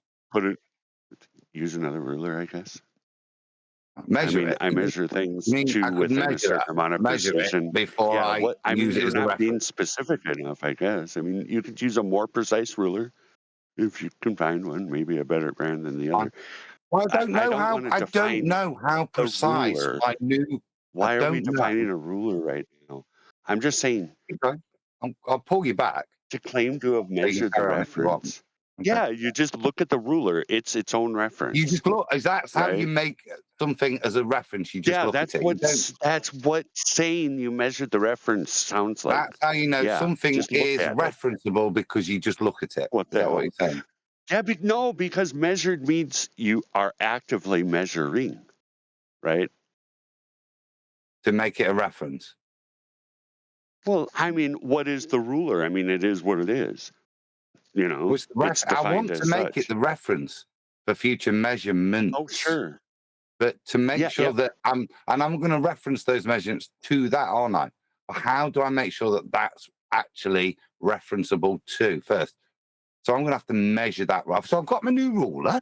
There it is. There it is. You need a reference to work from and then a standard to work I'm going to within have to and an amount measure of that precision you reference would on allow. And yeah, to validate. What I can't do, what I can't do is just look at the ruler and go, I know these I things. That's why I like it. struggle. That's a What good-looking Humble's ruler. doing, Adam, Looking right through you, Adam. stop. That's why I'm doing I'm it trying to back. highlight that as well. Humble's being extremely humble by not chanting trying through to be every a single jerk. word you say, Adam, so he doesn't have to respond to it, acknowledge it, or listen to it. That's because he can't, because he's just showed his nonsense. Oh, yeah. no way. Like now, Not he started doing it way. now. You got 3 words in, and Humble won't shut his mouth. Try that again, Adam. Let's see It's if not Humble can be humble, it's humble and shut his lumpy. bleeding mouth. No, he can't. Lumpy, it's not humble. It doesn't matter who it is. They're not, whoever it is not being genuine in the conversation. They're being rude. They're not listening to the point I'm making to them. They're specifically ignoring it and then over talking because they know That's they've lost. Lumpy's MO. Talk right through you. Yeah, this is just another good example, you see, of what we have to deal with. And what they want to do is make us angry and get us to shout at them and just describe how ridiculous they are in an overly emotional way. Well, we're kind of bored of it. The ammo you bring to the table, it's so weak now. Yeah. And Mike said, as the previous guys have just shown, it just demonstrates as these things go on how weak your argument is, but how retarded you're It's prepared weak to to say that No, Adam, they have to measure. Adam, they have an agenda. Hold on. And I've It's nearly weak finished. I've to nearly say finished. that Adam, he all wants of to you. stop. I've nearly finished. No, what he wants to do is repeat the claim through the top of your conclusion. So that's what he started doing. He started to repeat the claim just to start the process again. Yeah, exactly. And that's all they've got. And for a little while, we'll engage with it because it's worthy of recording once or twice. But once again, we get to the point where we've demonstrated to the audience that you're not genuine and you will go to the heights of making yourself look a fool to keep at best, a neutral outcome, which is ultimately your only hope in 2024. And so we will entertain you for a little while like now. But I think, again, with this Muppet, we're done because the point's been proven to the audience. So I thank you for your very childish and immature behavior and demonstration that you either don't understand something or are prepared to deceive the audience. But we are done with you, I think. Yeah, they don't want Nathan to say Earth is measured flat. That's the bottom line. It bothers even flat earthers. No, it doesn't bother me. It just hasn't. It can't be done because when you can't do it, because you Bye, measure an Lumpy. angle, you have geometry that tells you that you have straight lines, but to imply you measured it because you have an angle measurement that requires It's not a an plane of reference. implication. Sorry, what? Lumpy, Yeah, just that's what I mean. It's not. Sorry, Lumpy, you got interrupted by Neil. So what you're saying is, when you take an angle measurement, it's not reasonable to call that a measurement. I got you, Lumpy. We got you. We understood the first time. Thank you for your input. We really appreciate it. And this is the real good thing about what these guys bring to the table, Nathan, isn't it? Look at the high level intellectual input that they're putting in. No, as they try to mark a niche for themselves, by the semantics of words, trying to make out they've got some point, as they flounder in a very little pool, trying to make themselves look good, like as if they've got something to contribute. If we went through what even you're bringing to the table, what does it contribute to the argument, to the layman? Yeah, other than that, maybe you've got some semantic point, right? It's so pathetic, and it just shows your motivation, which is your ego. It's about you. this point, isn't it? About making you look good. It's not about helping anybody wake up, because your argument's not going to help anybody wake up. At best, it's detrimental. Yeah, you're a waste of space, my friend. Yeah, an absolute waste of space in this arena. You don't contribute to anything to the flat. You don't contribute anything to the other side. All you do is wave a flag saying, "Look at me, I'm special." But carry on.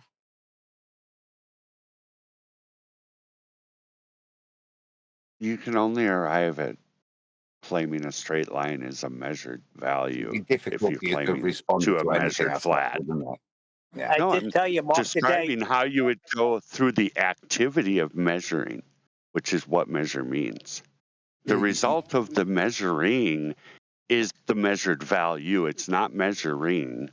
So because you come up with geometry, right?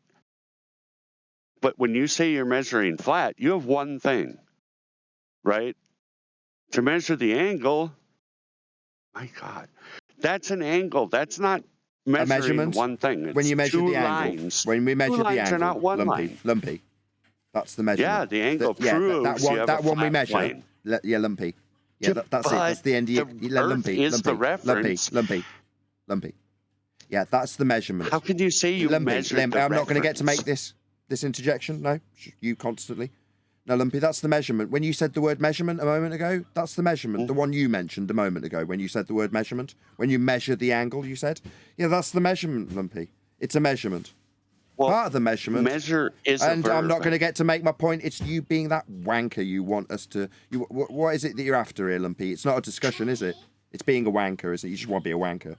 Because you're not letting me talk. When you're You're just measuring, interrupting me like that it's a wanker. verb. You're doing it now. You're being that wanker right now. Stop it, lumpy. Stop it. No, part of the measurement, we're definitely all clear that it's a measurement. You said it was a measurement about 25 seconds ago before you started rumpusing the crap out of me like a wanker. Meanwhile, it's definitely a measurement. You just called it one. So that's clear. We've squared that bit away. Definitely a measurement. Shut your mouth, you complete wanker. I haven't finished, you're Lumpy. saying that Lumpy, measured flat, Lumpy, I that's don't need part you of to the summarise what measurement. I'm saying. I haven't said it yet. Just need you to shut your unreasonable mouth, which you won't do. You're an unreasonable prick. Can somebody in the server mute Lumpy so I can get to the end of my statement without making it 15 attempts? Because I'm on to about the fourth and I'm sick of him. Unreasonable wanker that he is. Now, Lumpy, you're not here to have a discussion. You're here to be unreasonable. You said it wasn't a measurement. Then you said that angle measurement, the one that you're denying is a measurement. Yeah, that's the end of your discussion time here. You're just a prick. But me pointing that out's not going to be tolerated, is it, Lumpy? It's going to have you talking through the top of me, mumbling like a wanker, straight through the top of the thing that undoes your stupid claim. Your stupid claim being that it's not a measurement. We've squared that bit away. I'm just going to conclude now that Lumpy's hopefully been server muted so I can get to the end of this statement. That is to say, it is a measurement of Earth. That measurement, specifically, end quotes, Lumpy, is a measurement. So that bit's been squared away. What are we left with? Is it a measurement of Earth? Yes, it unequivocally references Earth as a flat baseline in the measurement. The one that Lumpy keeps questioning whether or not it's a measurement. That measurement. Yes, so we're all done. We don't need any more wanker interruptions from Lumpy now, do we? We've concluded. I'm in no doubt he didn't listen. I'm in no doubt he'll acknowledge not a single word of what I've just said. But that is the conclusion. It's a measurement, end quote, Lumpy. So why be questioning if it's a measurement? It's not a question when you describe the measurement, end quote, Lumpy. Also, is it a measurement of Earth? Yeah.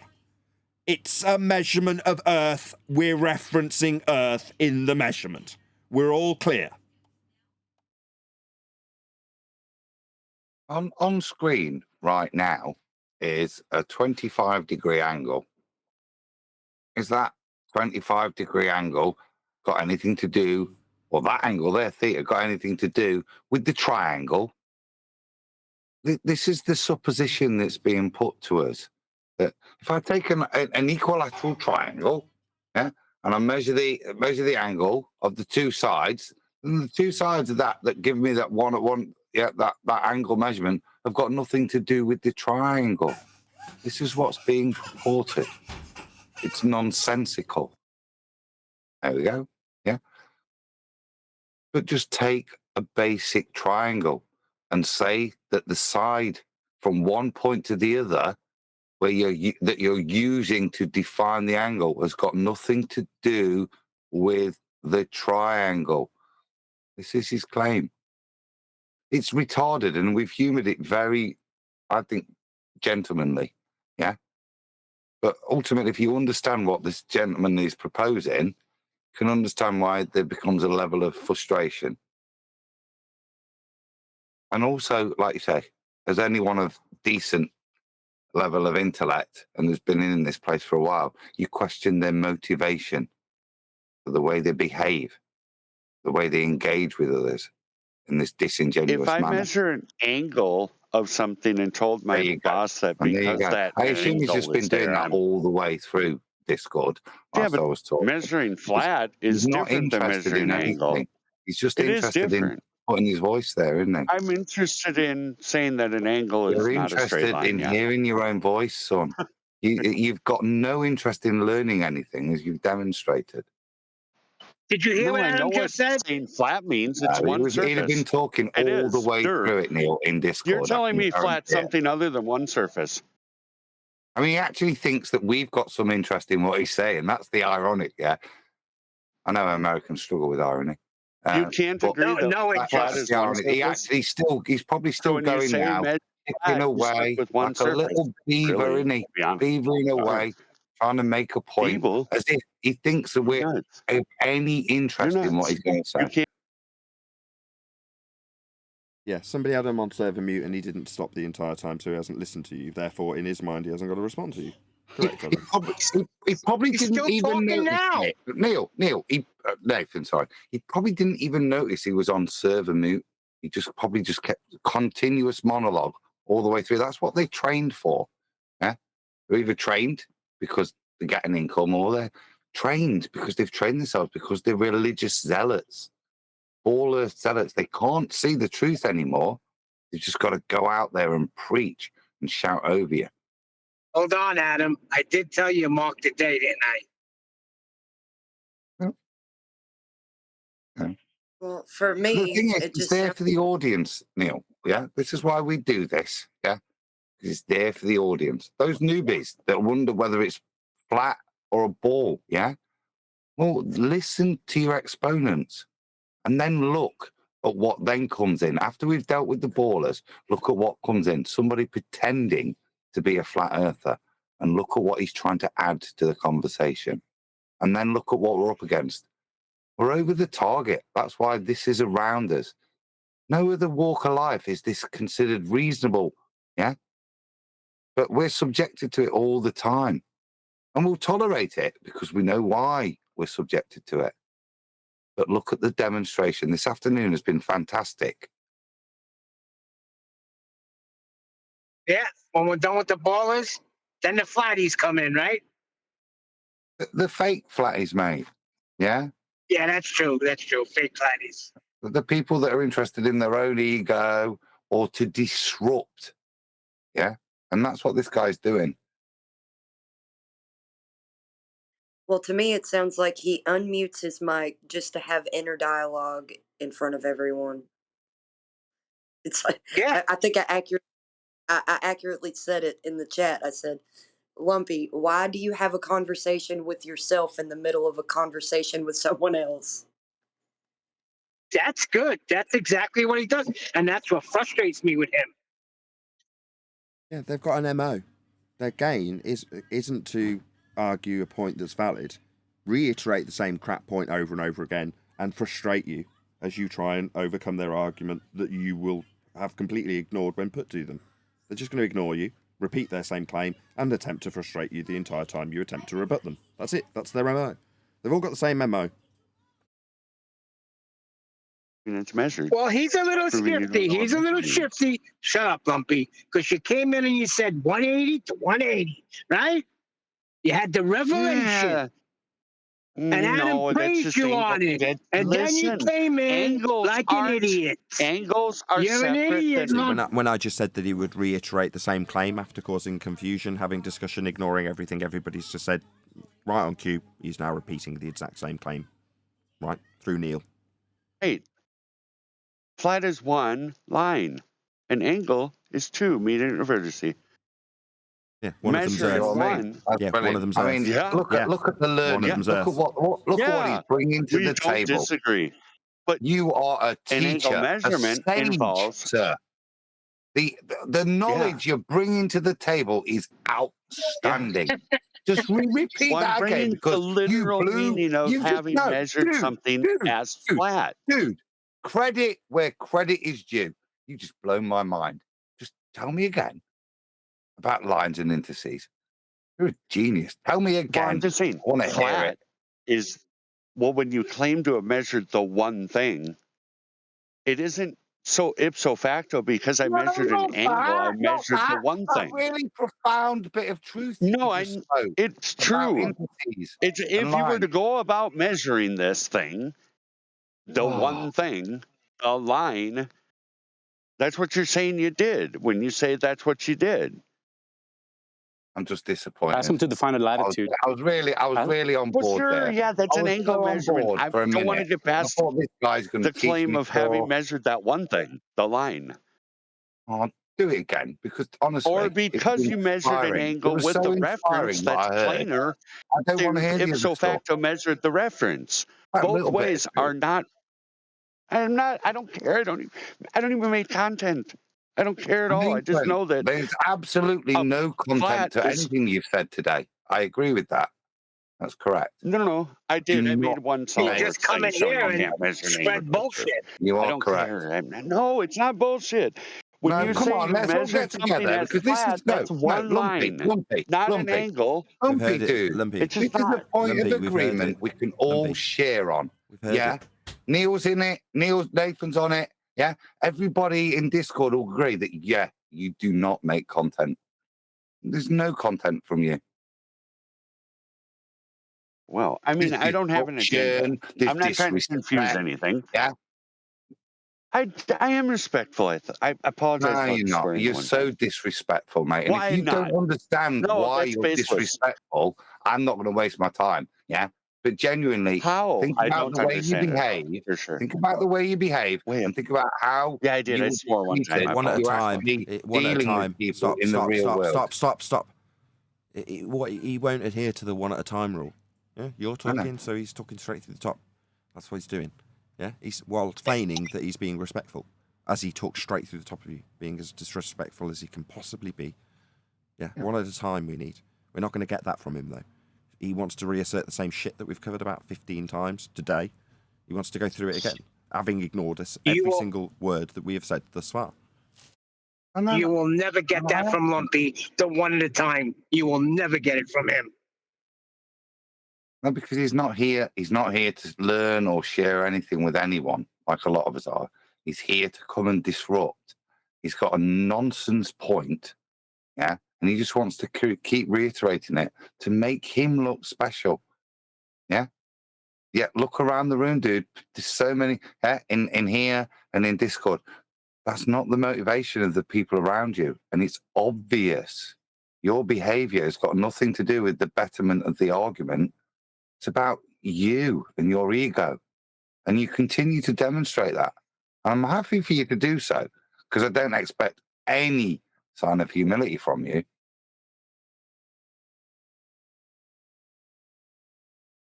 Don't you know he's trying to save Nathan? Also, Nathan says it's wrong.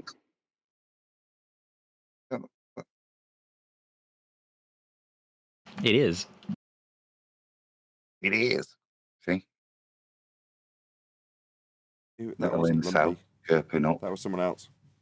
Yeah, that's what I mean. Little incel chirping up. Just got off the Yeah, that's his little group. He's got Lumpy. I don't have a group. Lumpy, Humble H. You all get together and have your little shit show. Yeah, undermining the argument that we're putting forward in 2024, basically. That's the purpose of what they're doing, to undermine us. That's it. And that's what annoys the hell out of me. Why are you doing it?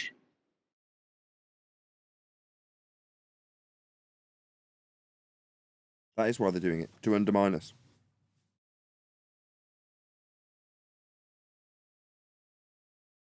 I promise, measuring an angle couldn't be given as the result of measuring something flat. Life is like a box of chocolate. Yeah. Measured again, huh?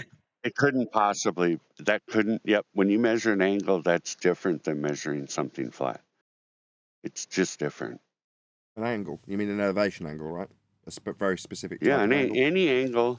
any angle has two lines. And if you measure something that is flat, you're talking about measuring something with one line. Yeah, we've gone through this many times. The elevation angle is Yeah, specific just to that's what reference. it There's you means. being really, rude? Try that again. Gone through this many times. An elevation angle and measurement is a very specific type of measurement. Part of the angle being measured is Earth. Earth being a horizontal plane of reference in that measurement. It is a measurement. It includes Earth. It's called an elevation angle. Now, the reason you could easily recognize just by its title that it includes Earth is that it's got the word elevation in it.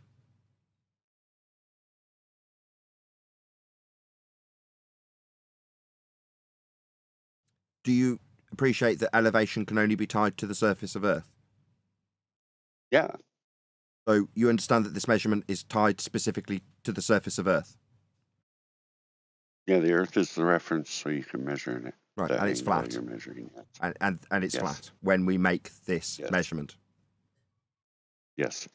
Yes. So that would be Earth measured flat. Yeah. Yes. So why the fuck have you just taken on this stupid do-si-do roundabout then? I didn't, because Earth is the plane of reference. Yeah, that we measure. That's correct. Earth is measured flat. You've just affirmed this. Now I'm asking a different question. Why have you pissed us around for this amount of time?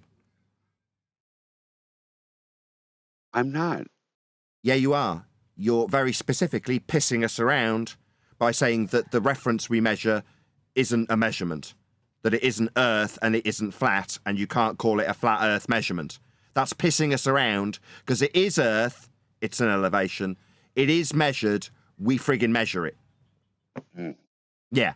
So my question stands. Why are you pissing us around?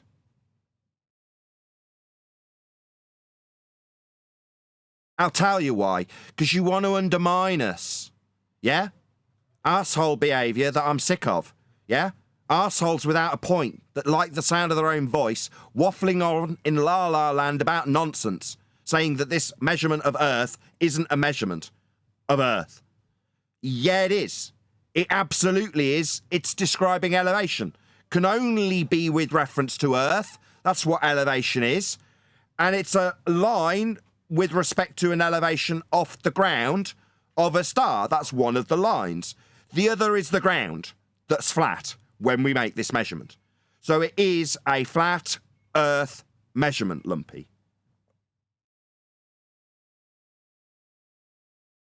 Yes. You Yes. arrived at Yes, it geometry is. because Yes. you Yes. measured. Yes. But we just Because need you to be measured. pissed around some more by you. Yes. We know. We're sick of it. Stop it. The interesting Ask him how the thing equator was measured. is just in terms of any I public just know that Lumpy, nobody asked you reference anything, can't Lumpy. Did you think there was a question you needed to answer? Nobody asked you anything. No. Go ahead, Adam. The interesting thing is obviously Lumpy's paradigm is based on an elevation angle to a star. Yeah. Of which there is a conceptual part within it, but there are many parts of using a sextant to navigate, and we can also use landmarks where there's actually a side length all over the place. Yeah. Where we measure everything and it's validated, checked, and done. And this is the sad thing when I'm kind of pitying you because your raison d'etre, your little special nuance that makes you such an special little boy, need to behave like this, has been picked up early. And it's such a tiny, piss, weak, nonsensical argument, yeah, when we talk about terrestrial navigation, that it's mitigated for. And in many ways, like when I talked about radar, but you're still back again.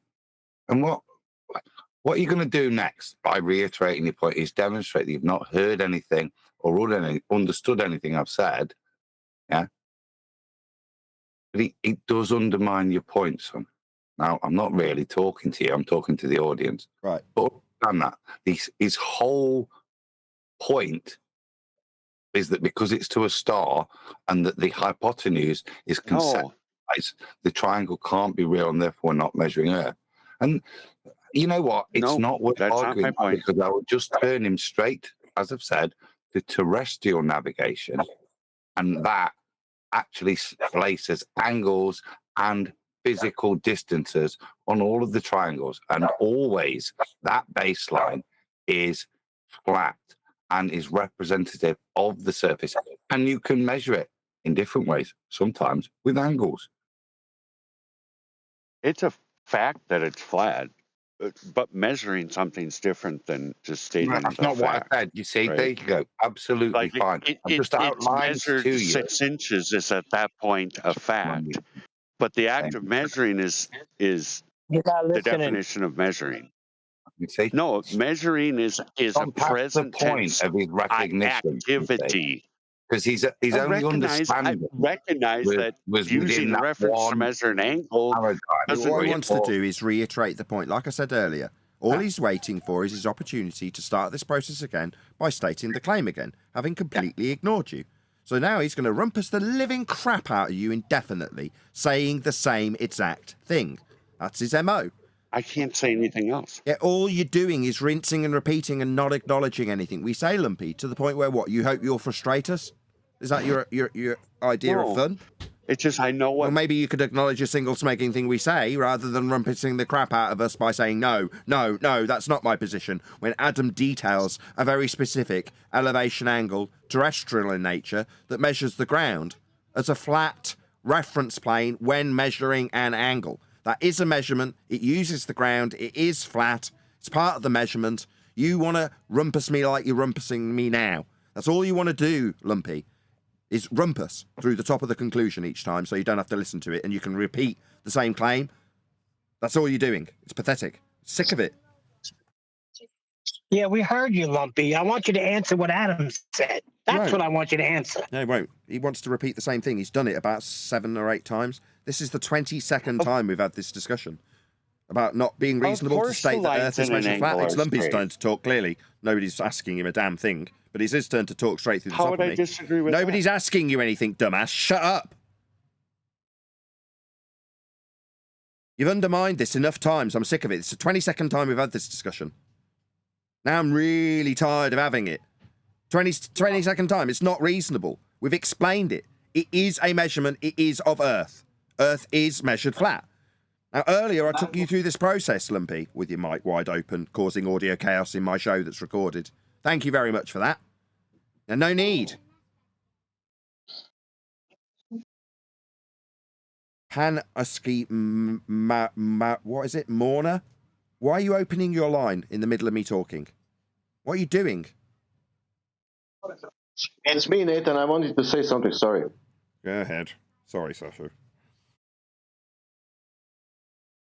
Yeah, I wanted to say it's not only navigation, it's also elevation profile. How you measure the elevation on the ground? Let's say you are here and now 10 miles away. How do you know that elevation changed?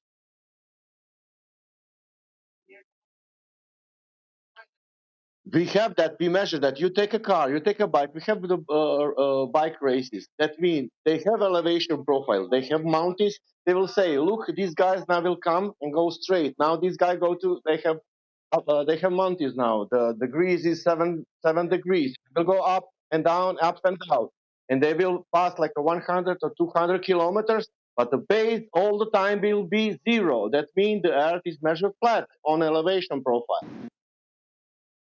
Correct. Good point.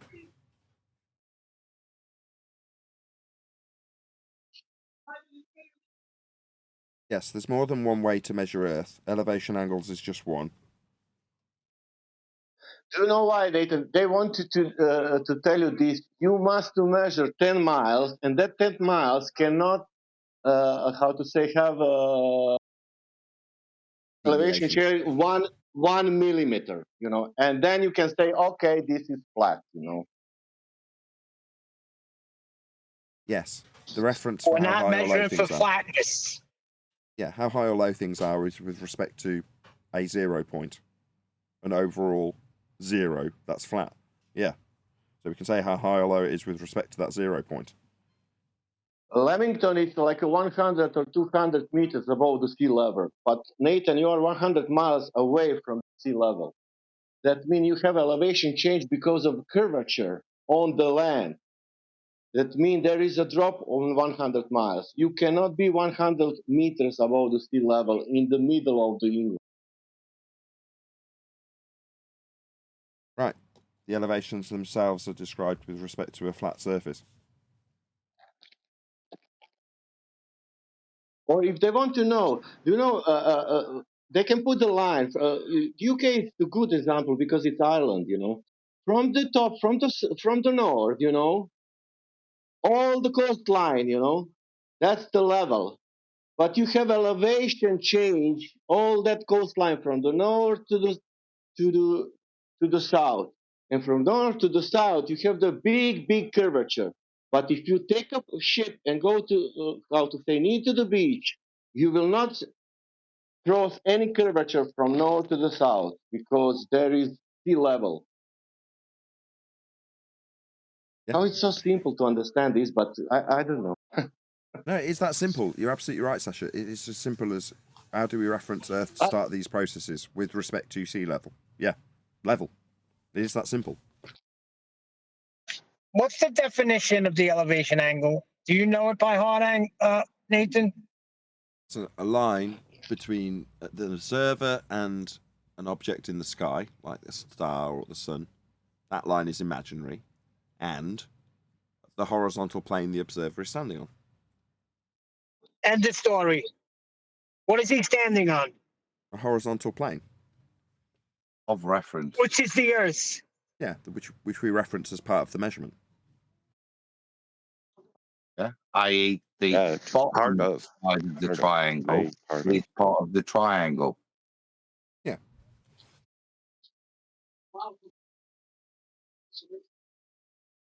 It's part of the measurement. You're getting there. Yes, Earth is measured flat as part of the measurement. That's correct. Exactly. Yep, it's part of. Yes, that's correct. Earth is measured flat as part of an elevation angle measurement. That's correct. Yep. Yes. One of the lines is definitely, yes, part of the angle measurement. One of the lines, what are you talking about? There's two lines in an elevation angle. One is an imaginary line between you and a line in the sky. The other line is the horizontal plane. Maybe if you chat through me, maybe if you just be a dick, maybe that will overcome this argument that we've gone through with you 22 times on this show. Maybe you're just talking continually. That'll solve this problem, right, Lumpy? Maybe just keep waffling indefinitely. That's going to put a nice bit of distance between me sedating this and you not being able to respond to it. Wonderful tactics. It's just a tactic that you're employing there, Lumpy, you prick. No need. No need at all. Part of the measurement. No need. Well, I'm defining what an elevation angle is, specifically from Sustainable by Design.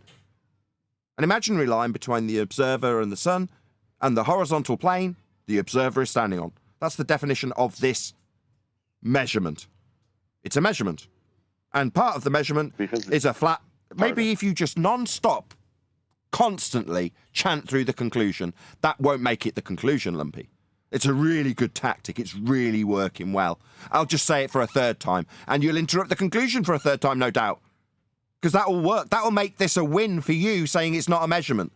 And being part of a measurement means it isn't a measurement. Being a flat Earth part of a measurement isn't a measurement. That's what you're saying to us. Yeah, we got it. We got it about 60 times. We're getting it now through the top of me talking. Yeah, we're getting it. Continually, incessantly, without any acknowledgement of any response you get for you repeating it through the top of everything you get back. Yeah, we got it, Lumpy. We got it the first 25 times. I don't need it again through the top of a rebuttal. What I do need to point out is this is a measurement of Earth. It is flat. Yes, to be specific, an elevation angle measurement has Earth measured flat as part of this measurement.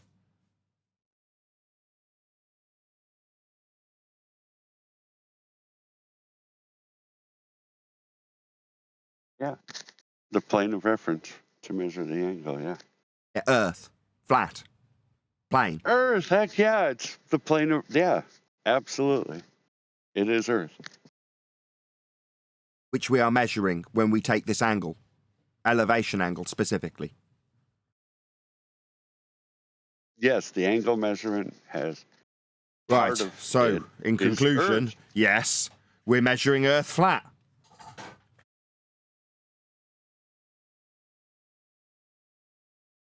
Yes, no conclusion, total silence, yeah, but we'll still do this a 23rd time in a couple of days where he decides to just repeat this shit again, having ignored it. Stony silence after the conclusion came without interruption. Literally no response.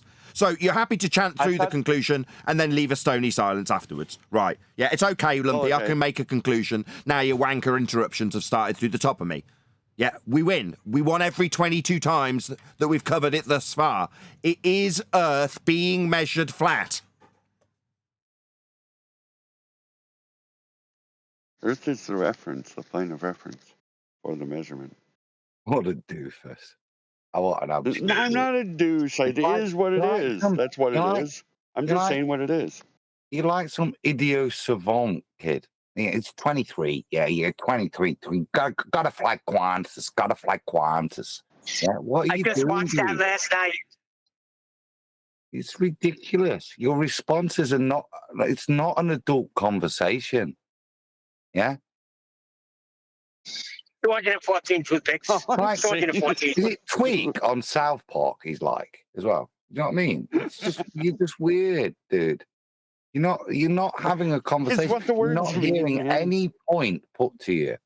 You're not recognizing how we're addressing what you're putting to us. You're not dealing with it.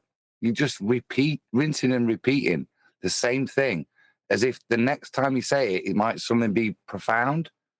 We've identified your claim. You summarised it already, Adam. As long as he keeps doing it, Adam, he will get his neutral outcome. So dragging this out indefinitely, that's what he's pitching for, and that's what he's getting every time he gets to rinse and repeat it. Yeah. Absolutely. Because that's his raison d'etre. That's what you're here, isn't it? How much is he paying you, Lumpy, to do this? Oh my God, I wish I made money to you do it for free, this shit. They don't even pay you that. I don't get paid nothing, no. I don't even organize with anybody.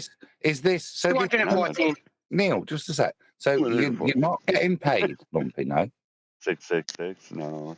I'm not a Jesuit or none of that either. You know, I wasn't making an accusation that you were of any denomination. For some reason you felt the need to say you're a Jesuit. So no, the 214 ISC. Very telling. Maybe, maybe a little Freudian slip there, pal. Hey?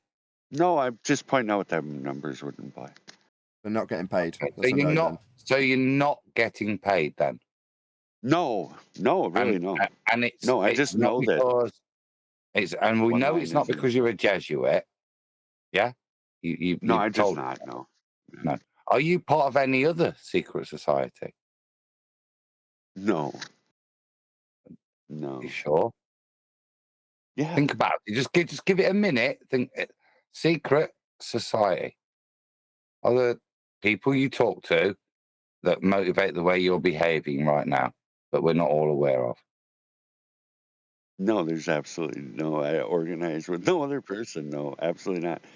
I'm just saying that flat is one surface. No, slow down. So you don't need to. We know what you've been telling us. You've told us for a very long time. We're all aware of it. We're just trying to get to the motivation. So look, trying to get to the core of the man. Okay, so the core of me. I'm just saying how I see out it. Who and why we're wasting our time right now. So if you just maybe I have no idea. So we know you're not paid. We know you're not a Jesuit, and we know you're not a part of any secret society. So the pleasure you're getting right now, yeah, is it because it's fulfilling a religious belief? No, I thought we were hyper semantic. No, with our terms and and when you claim to have measured a feature. No. There's no need to keep going. I'm not asking for any more information. Individual features online. You've measured it. Yeah, I know you measured it, have you? I know. So it's not for any religious purposes. So is it some kind of psychological kick that you're No, it's getting? just I've measured things Come in on, my I've got life to ask for the flat, question. and I I've got know to ask that. the question before you can answer the question, haven't I? Unless you are, let me before I ask that one. Are you psychic? You're asking me why I would say it. I asked you whether you were psychic. And I know why I'm saying it. Are you psychic? No. No. So Not maybe I literally, should finish the question then before you answer it, yeah? Mhm. What psychological pleasure are you getting then from behaving like this? I don't think it's not really pleasure. I'm just stating a fact. Okay. How is this expenditure of your time rewarding to you right now? Not What do really. you It's what do not you at think all. I you're should be doing contributing other to stuff. make it worthy of your time? Man, it's just I don't really have any value in my time right at the moment. If I was responsible for something, I wouldn't be doing this. I'm not sure what that means. Maybe Then you aren't could you? expand It's on just that a the little truth. bit for me. I'm not quite clear If what I that had means. something if I was accountable to getting something done that I was being paid to do, I wouldn't be here. I'd be doing whatever that was. That's not what I asked. I didn't ask you. I said, what is the purpose? Oh. Why are you? I didn't say What I have no idea. No, dude. I just You know don't have to justify that why. again. We've gone through that. You're not being paid. You're not a Jesuit. Yeah, it's not a religious belief. Well, So then we've got to the can point I now answer? saying, why then? What is your motivation for you expending your time here right now? What Well, do you just give me a think chance to you're answer. going? What I'm nearly done. What do you think you're going to achieve? What's your goal here? What did that last couple words achieve? Just wondering because I was gonna get No. really We're to the wandering answer, off. and you There may said you be needed to medication interrupt me. time.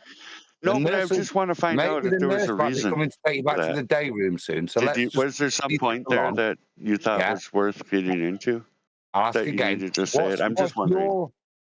what's your motivation for being here? What do you want to achieve? When you bring these points, what are you hoping to achieve? What do you think? What enlightenment are you hoping to bring? That measured flat has consequences. That when you claim to measure the one line of the angle, Holy the shit. flat, the one part, Well, you measured it. That was It has. interesting. Yeah, go ahead, do it. I'll You sign said, over my. Do it. Do it. let's just go with the Demonstrate first word. measuring Earth flat. Demonstrate it. Do it in real life. Okay, what are the consequences? That was a really that's the Because it first word can't out be of your done. mouth. It's stupid The to measured say, flat has my opinion. consequences. It can't be done. Who does he have? Dude, I'm trying to put a sensible question to you. Who does he have Yeah, consequences go to? ahead, demonstrate it. I'll give you my Cadillac. Demonstrate measuring Earth flat, and I'll give you my I'd Cadillac. appreciate your Cadillac. Yeah, Joe Biden. Yeah, but I'm asking you, based on what you just last said to me, Well, that there's was some consequence to kind of what you sensible. say, is why I'm bringing it up. Who does it measured Demonstrate flat it. have Do it. consequences to? Yeah.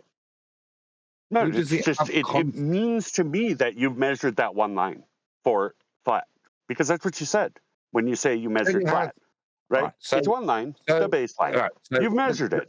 All right, go Right. ahead and do that. I want to see it demonstrated. Okay, sounding a little That's crazy why, right now. because it's stupid. Yep, that's why.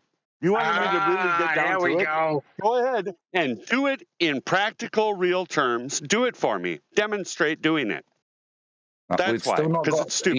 You said to me. No. That's why. It's really dumb to say you measured Earth flat. You're talking the one baseline. You measured it. Go ahead and do it for me, and I'll give you my Cadillac. Right, Neil. Oh, yeah, Neil, you can have a Cadillac. Okay, so you said to me, when I asked you the question, what's your motivation for being here? You said to me, because measuring Earth flat has consequences. Can you just explain that again? Because I'm interested. That was a direct question. You've answered it. What are the consequences? No, he's not listening to you. It's just yammering. It's He's seeking his literally- neutral outcome as he lays a bet on the line, like the scumbag Glurfs do. Well, I'll bet you £5,000. I'll bet you my Cadillac. He's not listening to what you've responded to. You could be taking him up on his offer for all he knows, but he hasn't shut up the entire time, so he hasn't listened to you. It's 58 grand. Can you shut up, Lumpy? So you can listen to what See, Adam... there you go, 58 grand. Yeah. Lumpy, take a freaking walk. Do you want me to take a picture of it? Can you shut up while I'll Adam take a picture responds of to my you? title. Maybe you could shut up about your bleeding Cadillac for more than 5 seconds, because you didn't listen to a single word Adam just said. You talked through every word of him. Zealotry. I did. I got So upset. you could shut up now, but you won't. Yeah, there's no doubt you'll keep off mute while I'm talking. Yeah, Adam just put something to you. You didn't listen to a single word of it. Babbled on 5 times about a Cadillac that you're going to put on a bet to tip this neutral outcome. Yeah, seeking a neutral outcome. That's all you're doing. Well, it's slightly gone in your favour, so we've got to refute the fact you're prepared to put a Cadillac on the line when it comes to a flat Earth measurement. Adam's responded to you. You've not listened. Hopefully you'll get a chance to respond now. Okay, are you there, Lumpy? Yeah. So I asked you why you're Just here. because I talk to myself don't mean my mic's open. No, not going to get to do it, Adam. It's not looking good, is it? So I'll ask again. Lumpy. So the last time I think we were actually communicating, you'd said to me, yeah, that there are consequences, and that was to the question as to why are you here. So you said there are. So you said to me, the reason I'm here is because there are consequences to measuring the Earth flat. Could you just expand on that? Because I'm very confused. Well, go ahead and practically do it. You might run into what it would mean to measure the Earth flat, the one line, not an angle, measuring the Earth flat. Not what I asked, my friend. Not because you measured an angle, not because you have geometry. No, measuring is different than having geometry.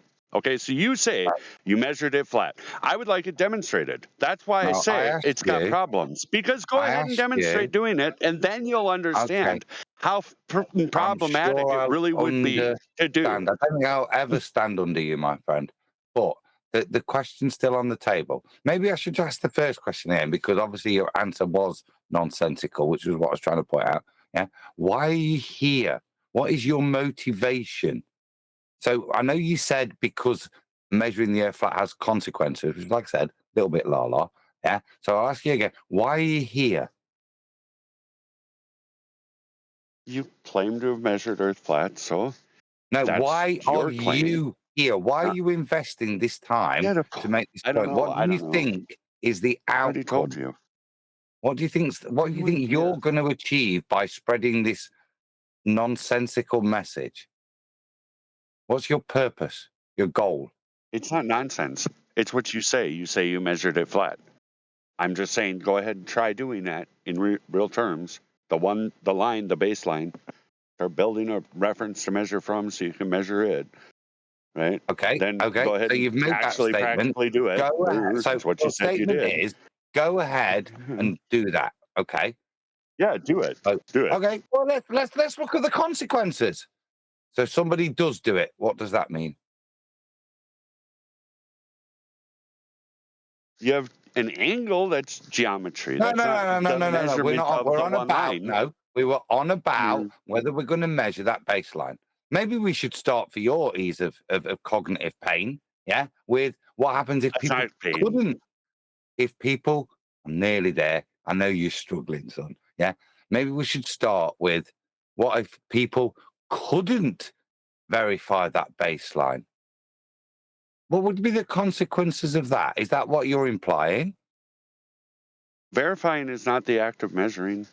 The act of measuring is arriving at the value. You're saying we can't. Verifying is something other than that. Lovely. But you've lost your point, though, again, haven't you? Do you want to compare back a little bit?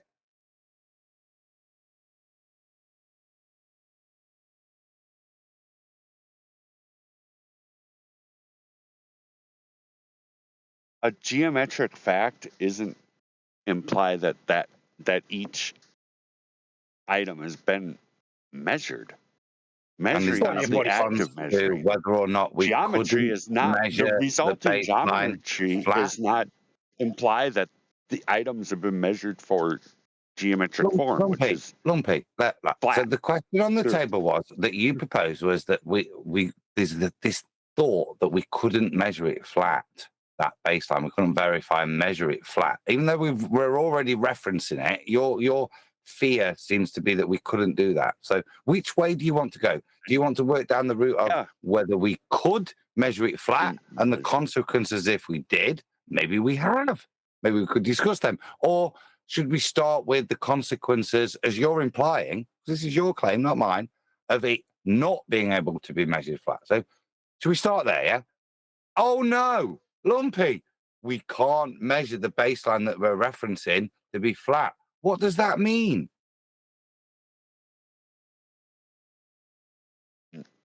You're not saying what I said. One, I'll ask you again then. any No, measurement, Lumpy. The baseline because you have a that we're reference, you need it to referencing. measure. But No, just because you Lumpy, have the it's a reference, you simple can't say, question, look back Dad. at it and say, He's And it's decided he's going to going- chant his claim through the top of you as a response. The reassertion of his claim straight through the top of Adam. That's the rebuttal. That's the rebuttal. Straight repetition of the claim we've already had 50,000 times. That's his rebuttal. Hey, To say right it again. Maybe you could put your Cadillac on this rebuttal. Could you put your Cadillac on this? This chanting straight that through you the top can't of Adam. measure the earth. Yeah. You're just reasserting your claim through the top of Adam. You haven't acknowledged what he said, so that we understand you understood what Adam said. You're not acknowledging it or responding to it. You're reasserting your claim. Maybe if you put your Cadillac in, not a neutral outcome anymore with that Cadillac, is it? That seems pretty crappy now I've taken a big fat dump on it. It means nothing now, doesn't it? Now you've completely ignored Adam and reasserted your claim, rinse and repeat styley. Means nothing now, doesn't it? You crappy bet. So Adam, he's just completely ignored you. He couldn't possibly repeat back what Adam just said. measuring. There is absolutely no chance, and now he's chanting through me. Absolutely pathetic loss for your crappy claim that we can't measure Earth flat. We do, Lumpy. That was a pretty pathetic failure when you completely ignored Adam in favour of a repetition of that which we've definitely heard, by the way, Lumpy. Yeah? This isn't you winning. It's you Because losing. you measure an your angle crappy doesn't mean you argument. measured There's the no need to reference. chant You through used the my reference to conclusion either, measure. Lumpy. Well done. Yeah, there's no need to chant through me either, Lumpy. That's fine by me. It won't be a win for you when we point out your abject failures, your crappy argument, your 20-second rendition of this shit that we had to endure, so you can hope to get a neutral outcome by repeating it again. You didn't listen to Adam. There was a silence, you didn't chant through him, but you definitely didn't acknowledge him. Because you're a pathetic loser, you've lost this argument badly. You won't get you neutral outcome here. You completely ignored Adam. No, I don't. I wasn't ever looking. You completely ignored Adam. There's absolutely zero chance that you can even repeat back what he said. Zero. Well, there's zero chance you can measure Earth flat. That's not what Adam said. That seems exactly what I just pointed out, that he's going to reassert his claim as a rebuttal. Yeah, that's how you lost, Lumpy. Thank you for doing it again to make my point absolutely clear to my audience just how badly you lost. What? That's baseless. What? Adam made a point, you ignored it, didn't assert that you'd understood it or acknowledge it in any way and reasserted your claim. I put it to you that you did that and you reasserted your claim. Yeah, that's what's just happened. No, I not told based Adam on he just the made description of the last 2 minutes, dude. this and that. you. This is why an engagement with you is pointless now, because even the last 2 minutes of what's gone off in reality and is recorded, you're going to deny. Yeah? Yeah, he's going to deny it. He'll deny that the last 3 minutes even took place. He's not listening to us pointing out that he's going to deny the last 3 minutes taking place. He's just chanting through every word we say. He's not listening, basically. And that was a demonstration of it in the last 2 minutes. Will he acknowledge that? Nah. Because he doesn't get his neutral outcome that way, does he? He doesn't undermine us successfully that way, does he? But maybe if he puts his claim through the top of me now, it'll get him his neutral outcome. Maybe if my own panel steal this moment from me and Adam. No, your neutral outcome's not going to be achieved. We do a measure Earth flat. That's how it's done. When we take angle with respect to a flat Earth that's part of the angle measurement. It is a measurement. It is of Earth. It is flat. And your Cadillac didn't really help. It wasn't really supporting your argument very much. It seemed pretty pathetic. You completely ignoring Adam in favour of reasserting your claim for the 28th time didn't help your cause either. Yeah. It's part of the measurement. It's a part of the angle measurement. There he goes the flat again. Earth. 146 toothpicks. Thank you, Neil. Come on, Ray-Ban. Thank you, Neil. Oh, you're right, Neil. There he goes again. See, this is the sad thing in this, is that because he's not listened, he's not even recognized that I'm engaging at this point with his argument. Yeah. Now, it might have been as I'm engaging with his argument, explaining the consequences, he's realized how nonsensical his argument is, hence why he needs to just rinse and repeat the statement that I've engaged with. It's him that's not moved forward. I've not argued with him. I've taken his statement and extrapolated on it and said, well, what are the consequences?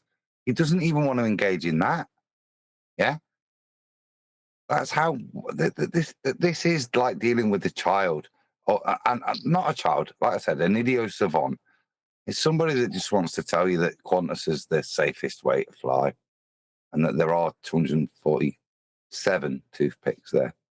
Yeah, because he's not listening to you. He's going to tell you again that there's 247.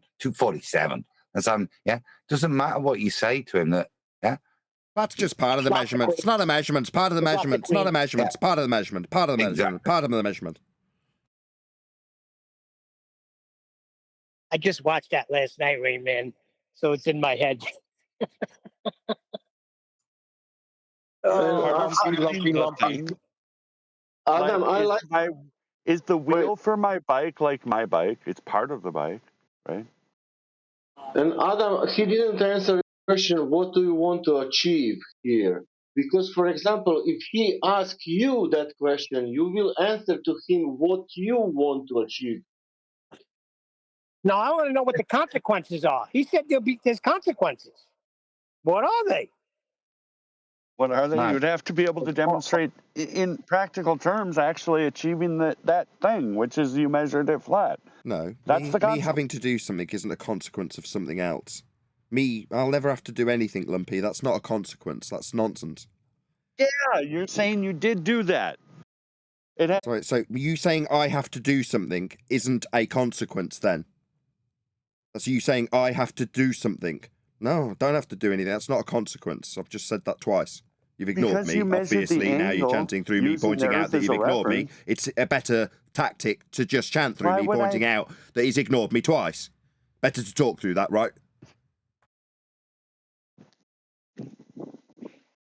There's a stony silence. Yeah, so we are measuring Earth flat, Lumpy. Your Cadillac was crap. Your constant Rain Man obsession with telling us that part of the measurement that's a flat Earth isn't a measurement is crap. We've dealt with everything you've put down here, Lumpy. Thank you for your non-stop interruption, though. It was really gratefully received. Thank you. Your participation's really, really gratefully received. Your non-stop incessant interruption. We love dealing with you. It's such a joy. Well, I did give you a challenge. Nobody asked you anything. I didn't ask what you gave me. We heard what you gave me. You've given it me at nausea. We've heard it through the top of every response you've had. Through what the words mean. Do it. Like, do that. What? Measure an elevation angle? Yeah, an angle's not Earth. Sorry, it's an elevation angle. You want me to go and measure an elevation angle? Why? Not Earth. So you can learn where you're at on Earth. Okay, so I need to go and measure Earth flat to know where I am on Earth. Yeah, that's our argument. No, you measure the angle. Off a flat Earth that we reference for the angle to be measured.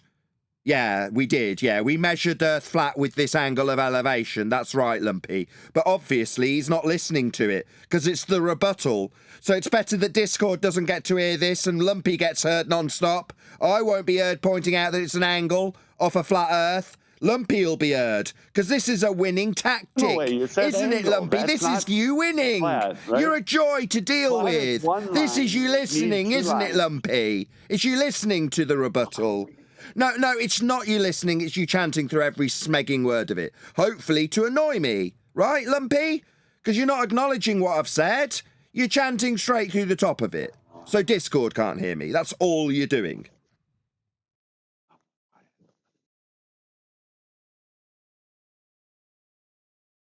Another stony silence. So yeah, we measure Earth flat when we make this angle measurement that's definitely measured when we measure Earth with angle measurements that are now getting interrupted again after a stony silence. Yeah, we're measuring Earth flat.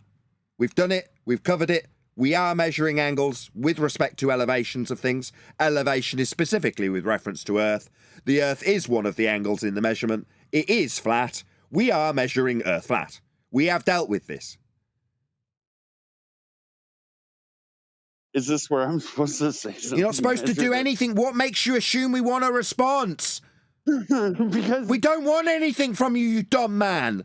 I've made a statement of fact. You feel you need to repeat your claim that a measurement isn't a measurement through the top of something and then ask, what, is that a response I'm in need of? No.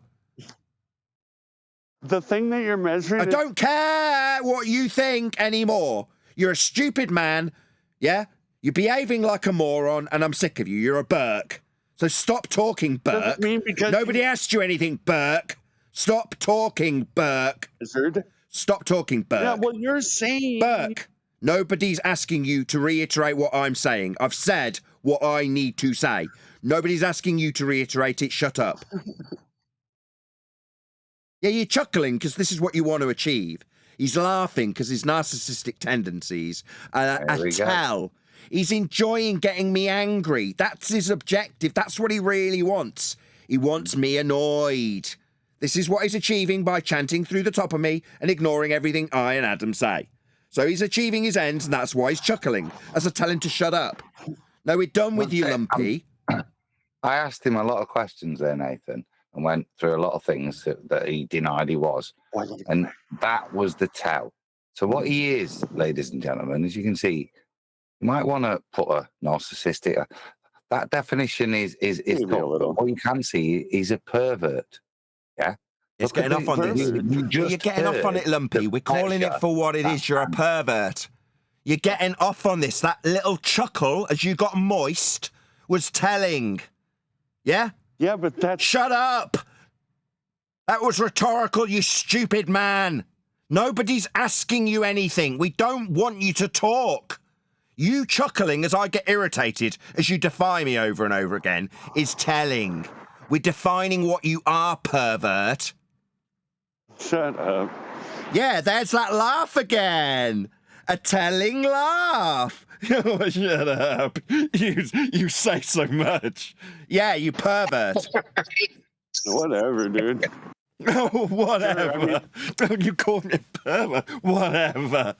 Still very telling, pervert. It's what you are. You're here with a perverted motivation in terms of what you're trying to achieve. You get off on getting me irritated, Lumpy. That's what you get off on. It's sad. I didn't say that about you. I'm saying it about you. I'm calling you a pervert, and so is Adam, based on your behaviour. Your very telling chuckle as I get annoyed and point out what you are doing. You laughed about it. Why, it's true. Now you're chanting through me and stuttering. No, because you don't get to assign that value. Stuttering much? Yeah, that's because you know what you are, and you've been called out for it, pervert. Or something? Are you guys fucking like? Are you guys honestly? Are you guys like reptoids or something? I know nobody's asking for you to talk, Lumpy. Yeah. Nobody's asking for anything from you, but you can't shut up. Yeah? You've got this obsession with your own voice when people are telling you to shut up, to keep going, and when they get annoyed, you start chuckling. You're being exposed for what you are, nothing more than a pathetic peeping Tom. Like a pervert. That's what you're doing. You're here to exercise your own little sexual fantasies. It's pathetic. It has nothing to do with sex, my God. I'm having No, you're just getting off on it, my friend. That's what we're pointing out. I'm not saying it. Yeah, we are. We're pointing it out to our audience based on demonstrable facts and evidence that you've demonstrated here. We're saying that's what you are. You are getting off on this. We know. Well, you must be too, or why are you doing it? So that's the Me Too, the thing I pointed out earlier, like little children do. You've just stolen that. Well, Mummy and Daddy always do that. You do it too. No, I'm not a pervert. I'm not getting off on this. I'm here to educate people and give them the truth. My videos are labelled as education. You're getting off on this because you're a pervert. No, it's fucking funny. Stuttering much? You've been called out for what you are, you stuttering, stammering pervert. You're getting off on this, and we know it. No, not getting off on it. So if you're not getting off on it, why the coy chuckle? Because it's funny. Yeah, right? Why the coy chuckle? You silly little man. That's just another admission. Do you understand what you just admitted to there. Yeah, do you When you said understand how because fucking bizarre it is to claim you I'm measured the going to have reference of this a moment. measurement? I know, it's going to straight on to... No, it's the defence to him being called a pervert now. So the defence to being called a pervert, because we point out that he's getting off on this and having his coy little chuckles, is to say Earth is measured flat. So what, just stuck in that groove now? Yeah, That's the response to that as well, is it? Us calling you out on your perverted little chuckle is you telling us Earth isn't measured flat? No, you said you measured the reference. I'm saying you're getting off on this and that you're a pervert based on it, based on your little chuckle. Because you said Earth measured flat. I said pervert. That's what you said. It doesn't But Earth matter, is the reference. Lumpy. Because when you measure using the reference, it doesn't ipso facto mean you measure the reference. Lumpy. The For me, I Earth mean, I flat know Earth that's debate right, is no longer relevant right now. Oh, it's relevant because next week doesn't matter whether elevation angle proves X, Y, or Z. Right? Next week, your perversion will pick on something else to come here for you to get titillation, right? By doing your perverted actions, as demonstrated and then just admitted tonight. Yeah, we are done. Dude, what you've got to realize is you need to listen back to this, right? Might take you 3 days because it's members only right now, son. But when you listen back, you've got to realize, as a grown man, you've just demonstrated you're a real pervert. Do you understand? Your behavior, your responses, and your admissions have demonstrated what a pervert you are. Whatever, Adam. I call that a baseless assertion, phallic. No, it's based on your very telling chuckle. You sounding like you're getting moist over this, Lumpy. That's what you did for us to accuse you of this. You did that, Lumpy. Chanting through me highlighting what you did. It was recorded. So maybe you chanting through this, will be, what, accompanied by me playing the recording? Maybe a couple of you with your little coy, perverted chuckles. Maybe you chanting through me pointing out that there's a reason we're putting this at your door, and it will be recorded and played back to you in the edit when we justify why we're calling you a pervert. Your coy little chuckle while your mic's wide open because you're in pain. You've decided you're going to be talking through me pointing out the evidence to you. That means you're going to be opening your mic and chanting through this, right? Because it's just a baseless assertion, right, Lumpy? No. It's based on your coy, perverted laugh as you obviously were getting off on this, Lumpy. No, I'm not the one claiming to measure the reference. So that's the rebuttal. I'm not the one claiming Earth is measured when I say it's flat. It's a rebuttal to the evidence when you say it's a baseless assertion is your perverted coy laugh. Your chuckle as you got moist, as you got off on what was going on around you, Lumpy. It's not a baseless assertion, as you chant through me reiterating that which overcomes your position, you dirty pervert. You're getting off on this. We heard you, Lumpy. We heard how much you enjoyed it. We could hear the pleasure in your chuckle, mate. Now, no matter keeping your mic wide open permanently while I talk, Lumpy the prick has got his mic completely open the entire time we are having a back and forth. The one at a time rule is completely out of the window because he's getting called. Baseless assertion, you say, Lumpy. Au contraire, you had a really filthy, dirty little laugh as you sounded like you were getting off on what happened. And now you seem to be trying to get over that fact indefinitely and claiming it's a baseless assertion while you keep your mic wide open permanently. Maybe if the deafening sound of road noise comes through, what I'm pointing out isn't a baseless assertion. It's based on how you sounded like you were getting off on what was happening as you got me annoyed. Then you got called a pervert based on what you did twice. I can edit them out for you just so Lumpy, I know you really don't like this, but I can edit them out so we can make absolutely clear you understand. For my audience, he's not listening, he's talking, mic wide open. I've just closed the line so you can hear me because it's not reasonable that you should have to listen to Lumpy's road noise while I overcome his objection that it's a baseless assertion. It isn't. It was based on that perverted laugh as he sounded like he was sexually enjoying that which was occurring around him. That being my frustration. No, I'm Then, talking Adam, down it's to about the road. 7th time I've tried to get to the end of this statement. It's not a base assertion, but he's never going to let me point that out. Because it needs to be a base assertion. It doesn't need to be based on his perverted little chuckle and the sounds he was making, like he was really getting a sexual pleasure out of it. No, it's not based on those. It's just a baseless assertion, isn't it, Lumpy, you pervert? I don't know. Maybe I enjoy laughing. Maybe you do. Maybe that was another little telling. Maybe I do. Twists mustache. Maybe Yes, I do. Lumpy. I don't know what the hell. Whatever. Maybe one does get off on your displeasure with me interrupting non-stop. Maybe one does. Yes, Lumpy, you're a pervert. And we're laying that on your door not as a baseless assertion that you can rumpus. You hear me? Lumpy, you admitted that earlier. That's when I interrupted earlier. You actually admitted that it was pleasurable to you, okay? So, well, dude, I'm being called a pervert for having... And I find it funny that you're calling me a pervert, too. Yeah, we are. No, you are. You've demonstrated it. I wouldn't have made that accusation, okay, if you hadn't have demonstrated it. And the demonstration is this recording, which will go out, and I know I'll make a shorts and a long video, which will demonstrate. I wouldn't be standing here calling you a pervert if it wasn't demonstrable. Otherwise, I might be scared of litigation. But, dude, you've just shown, everybody why. When I asked you earlier, what was your motivation? Yeah, you showed it. You went through all the things it wasn't.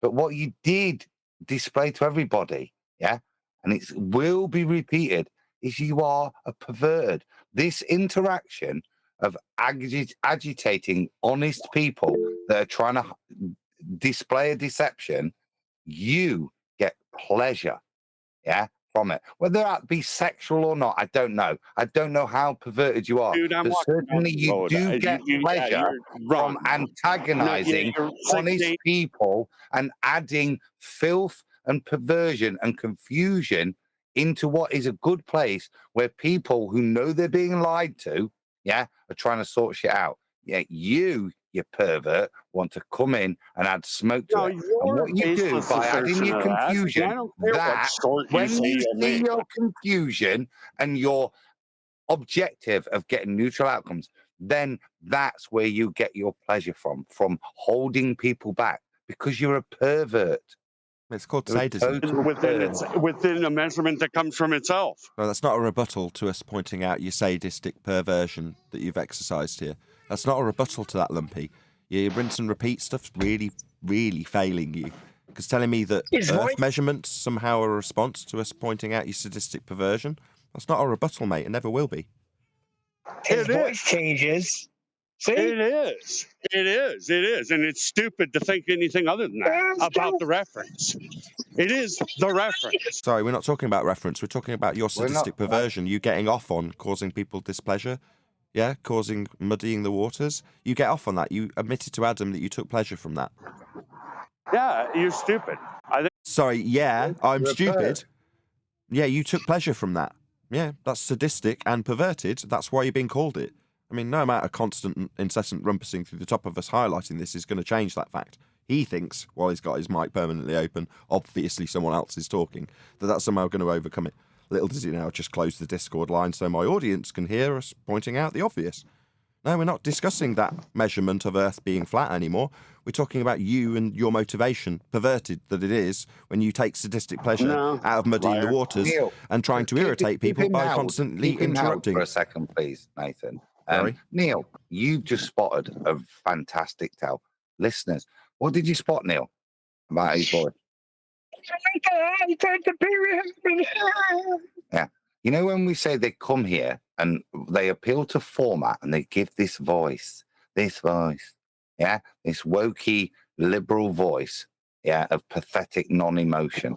There's a reason we are of emotion. We know we're being lied to. Yeah, this is held against us when things, the way we're treated like tonight, are put against us. And for us to be emotive is used as some kind of argument against what we're actually presenting. But you said you measured Earth flat. You will see the tell. Listen to his voice now. How deep it is. Oh, yeah, it's stupid. It makes me how laugh. deep it is. You said know you measured the why? reference. That's hilarious. What we need through this because- nice summary that Adam's giving us, what we need through the top of that summary is a reassertion of the claim 65 times, with it being stupid, so that he definitely gets his neutral outcome that he's here to get. And if he doesn't get that, he's going to chant the claim straight through the top of Adam's summary. Indefinitely, it means doing it right now. His mic is never closed when anybody else is talking. He just opens it and just blurts straight through the top of it. Doesn't matter what anybody's saying. But what's he going to be blurting through? A response to Adam's cogent summary? No. Earth's not measured flat. No. Yeah. Earth's not measured flat is what you want to chant through this that I'm saying now. I mean, no doubt, Lumpy, right? Yeah, I know you want to chant that. We've heard it about Earth 60 is the times just in reference. this evening. You're We've heard talking it. about We're on something to a else. different subject, and that's what Lumpy does. Is He's Earth not the opened his mic and decided he's going to talk straight through everybody. Nobody's talked to Lumpy for about the last 25 minutes. I'll just point that out. Nobody's talking to him. He's just decided he's going to ruin everybody in Discord's experience when nobody's talking to him. Now, listeners, just think about that as you, as a human being. Hear that road noise, audience? Yeah. That's Lumpy. This That's guy's wanker Lumpy with his mic wide open so we can all listen to his road noise in the middle of my show. Yeah, this is a prick. We're dealing with pricks.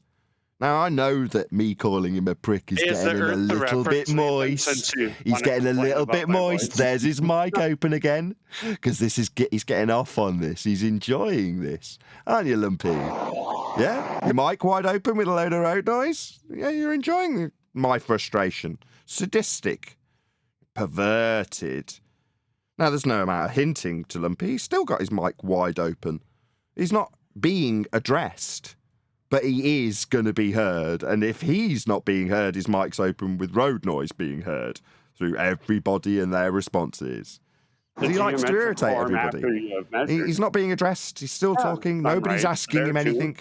He's still talking, though. I'm right on every front. There's no Nathan, way to say what we've you're saying and be entertained right. this for too long now, You're mate. wrong on every front. Often in these Adam, hold on a second. Adam, somebody in Discord is appealing to the fact that they literally can't hear anything. Lumpy has decided he's going to ruin everybody in Discord's experience. That's because he's a Burke. Do you think he's getting off on it? Yeah. What is his motivation now? What is he doing right now? I don't know. Everybody I else. think He's opening his mic while you're asking that question. Yeah, he's got his mic open immediately so he can ruin everybody's experience in Discord. So the guy who just asked me, what can we do about this? We can't hear anything. Lumpy's just ruining it for everybody. Yeah. Maybe you can appeal to one of the mods in the server to just mute him because he's just being a Burke. That's all he's doing. He's just pleasuring himself, Nathan, right now. Probably That's what he's masturbating doing. while he's doing this. It's sad. I don't know what he's doing with his hands. You're stupid, or- dude. I'm walking down the damn but road. he's certainly evoking you're pleasure dumb. in Why would you himself. even say That's what something he's like doing. that? Nobody asked him what he's doing. doing, and now he's interjecting straight through the top of Adam about what he's doing. We are idly speculating. Nobody's asking him to confirm or deny what he's doing, but he thinks we're inviting him to tell us what he's doing with his day as he walks down the street with his mic wide open, so nobody in Discord can hear. He's still seeking this neutral outcome. We're not getting to discuss the endeavours of what's taken place here. It's just non-stop Lumpy. And nobody from Discord sort gets of to enjoy things this to you or experience about anymore. you or Nobody's going to get to anything enjoy about this. you. I This don't is what even know this is you. what it sounds like You for just people in know for a Discord. fact you can't Non-stop measure the Lumpy reference. through the top of anybody It's who's well talking. done. Nobody's talking to you, Lumpy. Can you Yeah, stop doing you that, can't please? measure the Please, can you, reference. Lumpy? Please, can you put No, yourself on mute? I'm not gonna Nobody's have talking him to you, measure the Lumpy. reference. Nobody's talking to you. Please, can you put yourself on mute? That's me asking you to remove yourself from the conversation, so I don't have to get the server operators to do it, because you're ruining what I produce. My material's being ruined by you, so shut up. Go ahead, Adam. It's very telling, isn't it? It's a bit like, internet's very different, and social behavior is, or antisocial behavior is tolerated, as you're listening to tonight, to a level. But I just ask you to just put this into the perspective. Are you down the pub and this debate was going off? What happens to this guy? Where is this guy right now? Yeah, everybody else is talking still. He's in the corner shouting at the darts board. Yeah, that's where he's had to be put. But then this is the insanity of the man. Yeah, he doesn't care. He knows where he is. He knows exactly what's going off, what will go out over Nathan's channel. He's not new to this. He doesn't care because he's getting a perverse pleasure. You're right, Adam, because he waited for us Perverse. to finish up with that ball up, and then he came in with the Earth not being measured flat. He What was doesn't he, a little care. jealous? He doesn't care about any of that. Well, I don't know whether he thinks it's flat, but that's not his reason for being here. His reason for being here is to create negative emotion in people, and he gets pleasure out of that. That's what he's demonstrated to us tonight. Yeah. And now, whether he's No, I'm touching just not himself, going to whether agree he's with what when you he's guys. doing Nobody it, asked you anything, Lumpy. Nobody asked you anything. Adam was in the middle of sentence. There's you opening your perverted mouth straight through the top of Adam, ruining everybody's experience in Discord again. It is So I've got when to you ask try a doing server it moderator yourself. to mute you, have I, Lumpy? I've got to ask a server moderator to do that because you can't control yourself. Sit down, shut up, pervert. We're talking about you, not to you. And Look, man, that's projection. Not look, man. We're discussing what you have done, and you will shut up or you'll be removed. You've already given us plenty to work with. You're ruining everybody's experience in Discord. Selfish. Now stop being so selfish, shut up, or I've got to invite a moderator to shut you up. I will never say that the reference is the measurement. Sorry, reasserting your garbage claim that we've had 56 times when we are discussing your sadistic perversion in your attempts to deviate from that which we try to disseminate to our audience in education standards. You are getting a sadistic pleasure out of muddying the waters, causing confusion, irritating everybody on the panel, talking through me, straight through me right now. You're enjoying that. Now, what you don't appreciate is I can shut down this line, shut you down when you do that, so my audience can hear me unimpeded by you. The Discord server, on the other hand, they can't do that. They just have to listen to you incessantly interrupting anything anybody says. Because you enjoy it. You're getting off on it.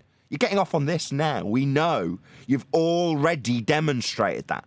That's not an invitation for you to respond. It's a demonstrable fact that was recorded. And we're discussing the sickening nature of you now. Not so that you can reply, so we can ponder the sickening, perverted nature of people like you. No reply needed, no discussion needed, no rebuttal invited. Facts, that's what we're discussing. Yeah, I've got the luxury of the soundboard, Nathan. But and then this really lends to the nature of the man. Think about all the people in Discord. All they're hearing is him trying to overtalk you, yeah, whilst we hold a good show and demonstrate what a disrespectful, dishonest person. I'll ask you again. Imagine somebody behaving like that in the pub. They're actually jumping up in front of you as you try and listen to the discussion, shouting. How would you deal with that person? Like now, Lumpy has decided to open his line and ruin what you've said, Adam. He's just decided to do it again. And that's why I'm going to finish. And what does it tell you about the kind of person that behaves like that? What kind of person are they? Friendless. Now, well, I think that it's a lot of other evidence. I think it definitely confirms that they're perverted. They're very perverted in many ways, not just in terms of where they gain pleasure, but in terms of what they think is acceptable social interaction. They're perverted. To be hypersemantic when we say we are? Oh my gosh. Nobody was discussing that. We were discussing how you've behaved. You can't cope with it, though. Yeah? You've got ulterior motives. So talking straight through the middle of me now, ruining everybody's experience in Discord, that's what your motivation is. To make everybody's day miserable by ruining anything anybody says. And you brought it on yourself, Lumpy. Yeah, Sasha. Lumpy, do you want to hear what other people can hear about what we are listening? I want to hear that. Do you want to hear what I'm listening in the last 1 hour? I didn't laugh for an hour. I laughed for moments. Like a listener, not like a whatever shit. Like a listener. Do you know what I'm listening in the last 1 hour from you? Yeah, sure. Sure? Whatever. Yeah. Whatever. Why not? Can you do like this? Can you go and go back with if you can? Your line's a train wreck, Sasha. We can't hear you properly. Your line's a bit of a train wreck. We can't make out what you're saying. Thank you, Lumpy. I didn't really need any interjection. I'm running this show, but thank you for your 2 pennyworth over the top of me. Thank you again for your 2 pennyworth. I'll have to get a server moderator to remove you, I think. I think you've become so intolerable that even when I'm hinting at the fact that you're literally talking through the top of me, as I run my show with my guest, Sasha, you think your 2 pennyworth's needed. Yeah, it isn't. Just another demonstration of your perverted nature. Yeah? Trying to get me annoyed so you can get off on it. Yeah, we know. Let's stop doing that, though. You've been highlighted as a pervert, reiterating just how perverted you are and your inability to have proper social interactions. It doesn't need reiterating for a 55th time. We don't need it again. We know. Yeah? No need to keep reiterating that to us by interruption, non-stop interruption. You got Sasha moaning at you, saying, do you have any idea what it's like listening with you babbling through everybody non-stop? That's basically what he's saying. Yeah? People around you don't like you, Lumpy. Most people find you despicable. This now. People find despicable. You're having something put to you and you're yammering through it. Perverted. This is another demonstration. I said I didn't need a 56th demonstration of your perverted nature and your inability to have social interactions and your ability to make everybody around you's lives miserable. Because that's what you're doing right now, Lumpy. You're making every single person, because I haven't taken a breath and you've decided to chant through me so no one can hear what I'm saying anymore. Because that's what unreasonable people who everybody dislikes do.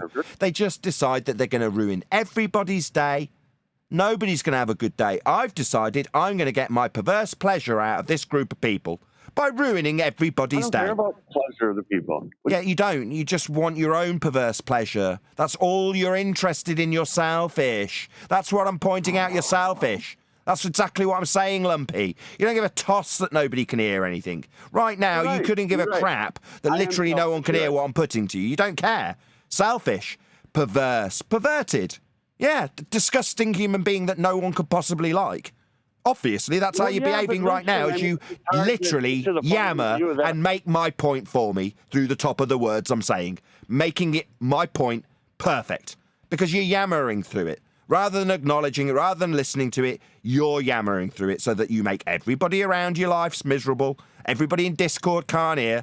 My audience gets to hear. Unfortunately, they can't see the light on screen of you constantly talking as I reiterate this to my audience. It's only the Discord server that has to suffer non-stop Lumpy over the top of me.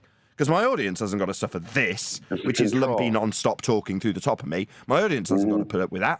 I can shut that down. Lumpy doesn't have to be heard by my audience like he's being heard now for my Discord. This is what Discord get. They get me talking and Lumpy talking constantly. It doesn't matter that Sasha's moaned because he doesn't care. He's selfish. And he's going to reiterate the point like he's getting a neutral outcome through the top of me. Like he's getting that win. Like him saying it while I'm saying it is actually a win. It's pathetic. No, I know it. I know I'm right. Yeah, no, you're not right. You're just being an intolerable human being with no social etiquette, no ability to communicate with people, and a perverse pleasure in giving others displeasure. That's sadism. So you're a pervert and a sadist. That's what you actually are, Lumpy. Obviously, nobody's getting to hear this, and obviously that's a cue for someone in my own panel to do exactly the same thing. But nevertheless, my audience can hear this. None of the Discord server can. This is what they get. Lumpy constantly. No, nothing's going to get... Yeah, now he's going to throw the mute button, is he? He's going to throw the mute button at me. Right, of course he is. Because I want my audience to hear what I'm saying, and Lumpy's mute button is the only mute button that's allowed. Me stopping him using his mute button, he's going to moan about. Now, I've got an audience. I'm going to make my point that this guy is a sadistic pervert. Adam's made the point. We've got the demonstrable evidence to back it. It's not a baseless assertion. But this pervert's going to make everybody in Discord, he's going to make their lives miserable because he's selfish. Well, yeah, I am selfish. Are you? Yes, so get lost. No, I'm not. I've given my life to a cause with very little payment in penance, or whatever the word is. I've forgotten the word. Remuneration, or whatever the word is. Very little remuneration for dedicating my life to a cause that you seem fit to undermine. And while I explain that to my audience, how selfish I'm not, he's talking through me. He's just put it in my door that I'm selfish. This is what he's doing while I'm answering him. Talking constantly, basically being a rumpus, and so my own panel. I still owe you money. I feel kind of bad. Because he's a joker. that again, they're the admissions of why, audience, we're bothering to sit and waste our time here. You just heard it. Yes, I am selfish. Well, Nathan ekes a living out of this. Okay, that ain't selfish. Okay, he's a talented man and earned a lot more money before this. This is a cause. I take no remuneration from this. Yeah, I just invest my spare time in it. We aren't selfish. Yeah, yeah, we're here and we're castigated. Yeah, but actually, we'll spend a couple of hours with idiots, and they'll get to the truth, won't they? The real truth. Yes, I am selfish. You're a selfish pervert, masochist, sadist. Excuse me. Yeah, from what you've admitted tonight. Now it's the time to stop, dude, and just have a good look at yourself. Because we aren't selfish. I take real offense at that. Yeah. Look at my history. Yeah. That's one thing I'm not, you know. But you have come in here tonight and, whilst demonstrating many other things, openly admitted that. What a sad thing. Yeah, most perverts are selfish. Yeah, I'm not really. I don't really worry too. He's demonstrated enough. I think the point is he's demonstrated this is what we have to deal with. These aren't genuine people that are coming in there, whether they call themselves flat earthers, as this one does, yeah, or anti-flat earthers, or pretend interested people. We have to deal with this crap, yeah. So when you look at us and we get angry sometimes, do you understand why? But I think now tonight's been a good example. I'm bored with this, guys. And the first moment I've got the evidence, like we've done tonight, as he tried to say non-demonstrable, second I've got that evidence of what you are and what you're doing, calling you out. I'm not going to engage with you anymore. I'm just going to spend the rest of the time demonstrating the evidence that you've provided. And in this case, that you're a pervert. I never thought that the silver bullet would create this much havoc.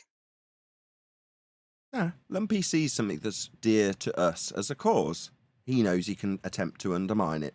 So, it really annoys us. Oh, how wonderful. Annoyed, you say? Yeah, you're a pervert. Get lost. Pervy, lumpy. Lumpy, perv. And don't apologize this time, Nathan. You need not apologize. Maybe last time you were a little hard on him, but not this. I'm not going to go hard on him, Neil. I don't need to engage. If that chump turns up again, he is what he is. If Jimmy Savile was to rock up, I'd call him the same. Yeah? Perversion is perversion. This guy's demonstrated and admitted it and then topped it off with admission, right? Because he thought people would agree that he's selfish. Like I said, no, I agree with you, but I'm telling Nathan not to apologize this time. Because last time you apologized to him. Yeah, last time because I called him the C word repeatedly because he got me so annoyed. Why has he come back? Because he was so horrified with that. No, he got off on that too. Yeah. That wasn't offense. Every time Nathan lost control and used the C word, yeah, that was a bigger pleasure for Lumpy. Do you understand? That's what he's demonstrated tonight. That's his raison d'etre. That's what he gets off on, whether that be sexual or just psychopathic, sadistic pleasure. Yeah. Well, the sadism comes from what he's doing to the thing, but yeah, well, it's just, yeah, but he's demonstrated to us all. That's what he enjoys. That's when I asked him, why are you here? And he said, it's not money. We went through and he just showed us why he's here. Because he enjoys dicking around with genuine people. Adam, sometimes it's because of Nathan, because some people have something, Nathan, that's, I don't know what, but that's some psychologists need to, but there's some people coming because of Nathan only, that you need to understand. They're not coming because of me. This is Nathan's show, and they want to get him, in every sense. You know the history. Do I know what? Yeah, they want to undermine Nathan. Nathan, you know the history. They wanted to get you in every sense, even with your kids, with shits, and everything. They are obsessed with you. Somebody's obsessed. Somebody doesn't like you so much that much, they want something evil to you. That's my view. That's all. They don't like you. Thanks. Well, they'll hide behind because I heard him once before saying we look stupid saying Earth is measured flat. No, you look stupid resisting us. Do you know how much I heard that you're fighting with these people? And you're telling them they're idiots. Suck my balls. And if I am that person, I will never, ever, ever come in your show again. You understand? Because I hate you. I don't want to be with you. I don't want to speak with you. I don't care who are you. But no, they ask you to hate you. They will come to you. Oh, so you're saying they still come back? I got what he's saying. Yeah, of course. He's saying they're hypocrites. Yeah, but he's saying no matter what, if somebody told me to lick my balls, I would never come back. But you said it, they still come back. This is all getting a bit crude. And for me, Adam has the point. He asked, "What is your purpose? What you want to achieve here?" Because for me, it was if Lumpy asked that question to Adam, Adam will say, "I want to achieve." Because I hope that he will answer something about flat Earth, about the information, about why people here saying that Earth is measured flat. Explain that, and that's it. But he didn't want to answer. He didn't want to answer. What is your motivation? Motivation is over here. If I come to tell people, not because of my English or knowledge, I will not. I cannot say more things. I can say something about sea level. I can say something about something. That's what I want to achieve. To tell other people only this information, nothing else. What do you want to achieve? He doesn't want to answer. Must be some any of them that anti-flatter. Why are you coming here? What do you want to achieve? If you think that Earth is a globe, go and live your life. Why are you spending time with idiots? Because you think that they are idiots. No, he said there's consequences of saying Earth is measured flat. Consequences. That was part of his bullshit rhetoric. What Sasha says is the point. It's to recognize these people for what they're here for. Listen to how he's just. I'd like to add to some of the reasons why I'm here, but I wouldn't disagree with anything Sasha said on my behalf. And how can you say that? Because he's listened to the words that I've said over the time we've been here. Now look at that and apply it to Lumpy. Yeah? And look at the accusation. I've spoke 100 times more than that, Plum, yeah? And you couldn't throw those accusations at me. Our words are how we're reflected, Lumpy, and who and what we are, and our motivations. And well, the consequences are that there is no more gold. Well, that's the end. The consequences are, Neil, and this is my point, that we're bored of entertaining disingenuous people. So everybody gets a fair shot. But when you go and give evidence what a shithouse you are, and you're not here for genuine reasons, you'll get called on it quicker, I think. Yeah? And held then to the point of your perversion of what you hear. Yeah? Because what we've witnessed today, these are sick individuals. Like I say, now, if you're getting paid for it and you're feeding your family to behave like that, you know what? I'll give you a pass. We've all got to feed our family. Yeah? But if actually, as was demonstrated with Lumpy, you're just getting off on this. Not demonstrated, admitted by him. I went through every possibility, and all that was left was what he then went on to demonstrate. He's just a pervert. Yeah, the laugh gave it away. Yeah, but he wasn't paid. He's not a Jesuit, as he told us. Yeah, he wasn't all those other things. He just gets off on treating people like that. And that's what's being fired at us. Bring it on, but you're going to get short shrift in my book from now on. Is it my turn to talk? Man, when I heard that, I wanted to jump through this freaking line and grab him by the neck. He annoys me. That's one guy that really gets under my skin. And that's what he's hoping for. As he starts It's all a bit like the calm real and, world, like you Neil, said, it isn't it? all wokey sounding, as you put it. The rhetoric is boring that they present now. This appeal to format. It's like the real world. Oh, that's just racist. You're racist. Yeah. People have stopped responding to that as if it's anything to need rebutting. Yeah.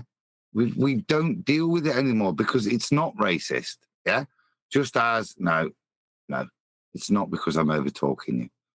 But that's all that's left. It's like the woke movement. Do you know what I mean? There's nothing left than the empty rhetoric. And that's what we're dealing with. Can I change the subject a little bit? Go ahead, whoever that was from Discord. Sasha. I'm sorry. Or you just hot micing. I think you just hot micing, Sasha. Right, I was in OBE Line's live stream yesterday, right? And when I got there, he was asking ChatGPT and various other AI, whatever they call them, AI bots, to describe his channel, right? And he was getting quite interesting responses. Then he started asking it to do poetry, right? And I was like, oh, this is fascinating. And he said, oh, I've been doing it for you. I was like, have you? So then he went back to some of his old tabs that he got open, and he'd been asking ChatGPT for 4-line poetry about the YouTube channel Nathan Oakley 1980. So he'd already got this done. He'd done it before I got to the live stream. And I asked him, why are you giving the ChatGPT the caveat of it being specifically 4 lines? And his answer was, he says, if I don't cap it at 4 lines, he says it'll gush about you endlessly. He says it doesn't do that for me. He says when I ask ChatGPT about me, it's quite vague and some of it's a bit accurate, but for the most part, it's definitely not something I'd like to be out there about me. But when it talks about you, it can't shut up about you. It's got so much positive stuff to say. I had to put a limit on it, so I've asked it for poetry that's 4 lines long. About Nathan Oakley 1980 channel. Like I say, this was unsolicited. I didn't in any way suggest he did this. He'd done it before I'd even got there. But do you want to hear some of it? Yeah. Absolutely. Okay, this one's from ChatGPT. In Nathan's realm of thought and lore, he questions, probes, and then explores. With insight sharp and knowledge keen, he lights the path unseen, serene. That's ChatGPT. Yeah. Isn't that amazing? That's a bit Tolkien. That is. I like that. But he's asked the same question because he made sure to make the question identical for all of them. Write a 4-line poem about the YouTuber Nathan Oakley 1980. This one's Copilot. Nathan Oakley 1980, a flat earth quest. In the live stream's glow, debates ignite. Panelists gather, perspectives take flight. Earth shape a canvas for minds to explore. Nathan Oakley 1980, questioning more. Feel free to join the show and express your views. That was Copilot. Now that's Shakespearean, right? No, iambic pentameter is Shakespeare. What it's picking up, though, is interesting, isn't it? What it's extracting. I don't know how it's doing it, but that's really positive. That means at least it's telling the truth. At least it's telling the truth. Another one? What I meant by that is the data set that it's building from is going to be based on what? It's not going to analyze the video. It's going to analyze comments and feedback. Yeah, that's where it's going to pull all those words from. But it's also going to see how frequent they're used in a positive and negative way. Now, if all the comments were negative, that's how it'll build. You know what I mean? You had a Joe Biden website. This is Joe Biden. Ask it to run something on that. There's no way it can analyze the videos. Do you get me, Nathan? It's got to analyze comment. No, it can. It can analyze the transcript. Oh. Another one? So if it's doing that, then it's interpreting it in the way the poetry describes, which is exceptionally flattering. Yeah, not kidding. That's why I screenshot them. Well, that's why I was a shit house first to rule it out. Yeah, but if it's using the transcript and that's AI, that's fucking, because it's not going. He tells people they're numpties. Do you know what I mean? Read the last one again before we move on. So the question to this one's co-pilot is: write a four-line poem about the YouTuber Nathan Oakley, 1980. Co-pilot, go on. Go on. Just someone off mute. Nathan Oakley, 1980. Oh, that was sorry. I mean third to. time.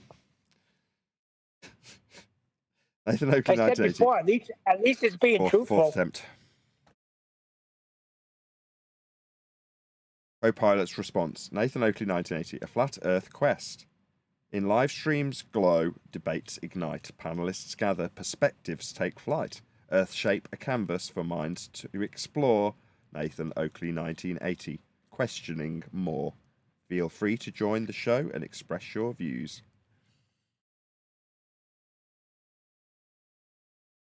Interesting. One more. Do you want to read the last one? I think there's one. Yeah, Or maybe there's two. Yeah, there's one more. Write a four-line poem about YouTuber Nathan Oakley, 1980. This one's Gemini. Nathan Oakley, year of 80, they say. Flat Earth is passion on YouTube each day. Science he questions, with fervour untold. A fighter for flatness, both daring and bold. Wow. We'll have to sack one deck. I was absolutely flabbergasted when OBE Lines, YouTuber subscribed today, brought this up on his tabs and just started reading them out. I was like, what? You're kidding me? And when he said, I was like, why have you put four? I'm sure I've said this already. Why did you put 4 lines as the limit? Because it couldn't stop gushing about you if I didn't give it a limit. That's what he said. I couldn't believe that either. But that's what he said.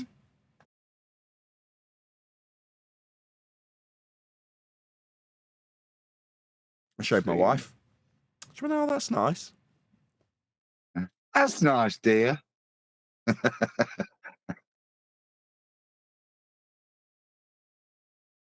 was funny. I just thought that was to make it a bit more cheery, rather than talking about Lumpy incessantly. That's helped me forget the last 2 hours. Exactly. I've hung around for an extra 2 hours. I haven't put my kids to bed.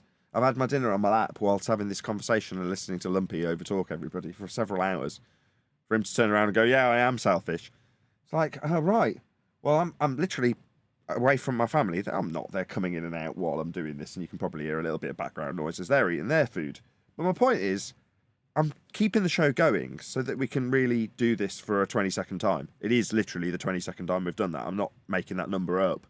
I've counted them off every time. This is the 21st time. This is the 20th time. Yeah, it is genuinely the 22nd time we've had this discussion. Now, I'm starting to get sick of it, and while I'm pointing that out, Lumpy's sniggering, isn't he? Certainly gaining pleasure. No, I'm not pretending to... I'm not blowing my own trumpet and going, wow, look at me, aren't I fantastic? I've given up so much to dedicate my life to this cause. But I will say that in rebuttal to someone else basically claiming that you too are selfish like I. No, I'm not.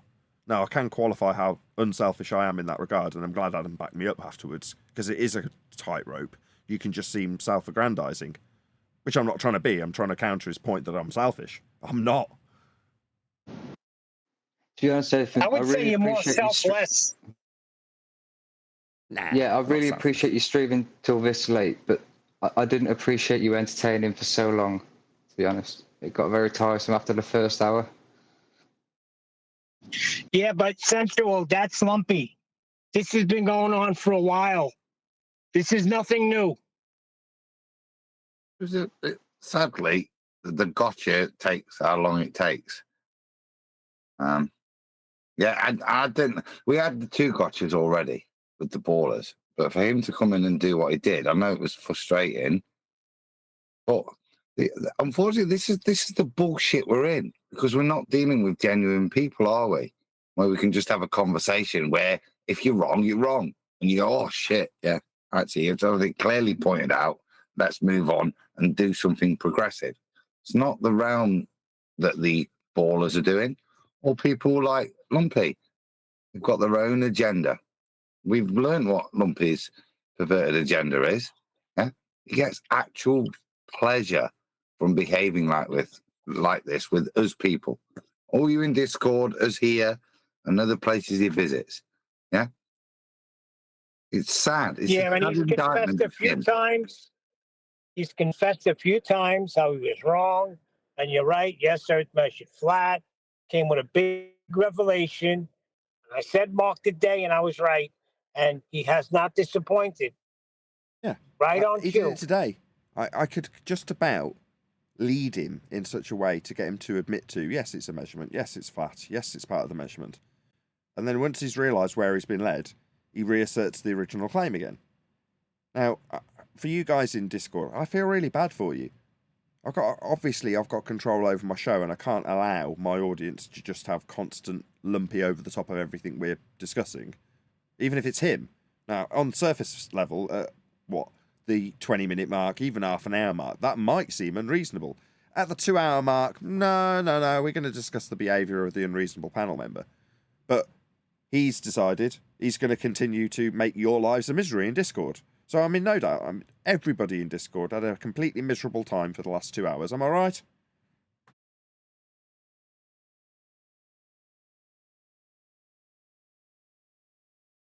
Nobody's piping yes, up. Nathan, it was horrible. There you go. That's how miserable they are. Absolutely. There you go. No, absolutely. Yeah. But he doesn't care. Yeah. He does it a lot. Oh, I'm sorry.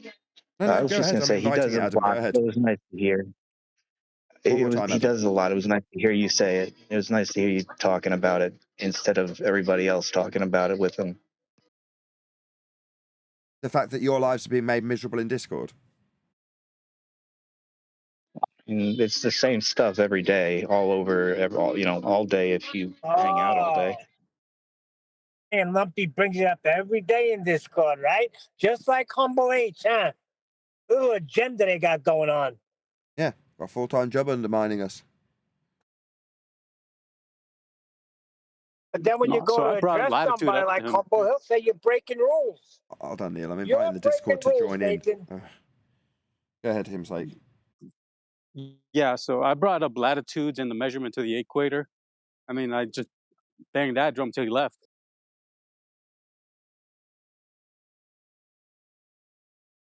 I didn't hear that. He said he brought a measurement of the equator with him, and he just left. Sorry.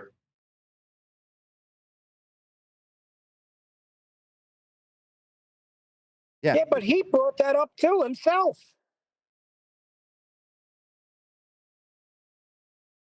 Normally, kudos by the way, Adam, because typically speaking, you trying to appeal to what someone's motivation is would be shot down pretty quickly. So you were on a bit of a fine line there, weren't you? Yeah, but it totally paid off, obviously. Yeah. I just wonder where he got. I wouldn't have done it until he instantly said, when I said you paid, and he instantly went, and I'm not a Jesuit. I thought, oh, hello. Okay. So you want to explore this. And this is the thing. These people are here to distract, and you can trick them, can't you? Because they think, oh, well, I'll go down this route. I'll deny this, the other. I don't know where it was going until what? Yeah. Because they haven't got a script here, are they? They're here to distract. They're not highly paid professionals. Yeah, they're either perverts or shithouses who are here to upset the flat earth. Yeah, and what we're doing. Now, I was just intrigued as to whether I could box him. And he was happy to do it himself, wasn't he? You didn't find it a little strange that right after we broke down the scientific method correctly, that he comes in with this out of nowhere, out of left field? He was upset that we were doing that.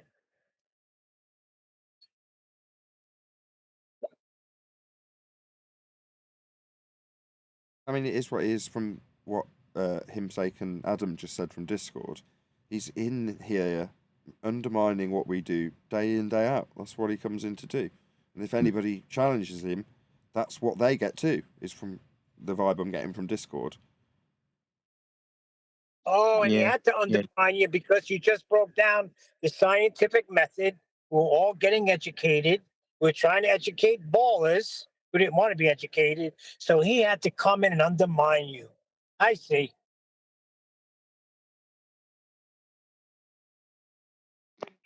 If you look in like main text chat, you see like I just hid them because I'm kind of over it for now. So, but you got Viking, he's fighting two of them at the same time, and these are guys that you took care of a year ago or so. It's just every day, all day. It's like we don't get a rest. We just flirt on. Don't entertain them. I come in here and there, and I hear you talking to Humble H and Bacon, and I'm right out. I don't even waste my time anymore. Why do you do it? Don't even entertain them anymore. Off you go. It's hard, don't it? It seems like you see lies and you want to go after the lies. Yeah. Whereas some people, I don't think are motivated by the discussion, as Adam pointed out. He's not motivated by honesty. He's not motivated by payment. So you go, well, what is motivating you? Well, you can only figure it out when they tell you what they take pleasure from and what they're chuckling and enjoying. You know, those tells you can't control, unfortunately. Yeah, but the other day when Humble H, you asked him, 4 people put something to you, and you've ignored all 4 people. And what did he do?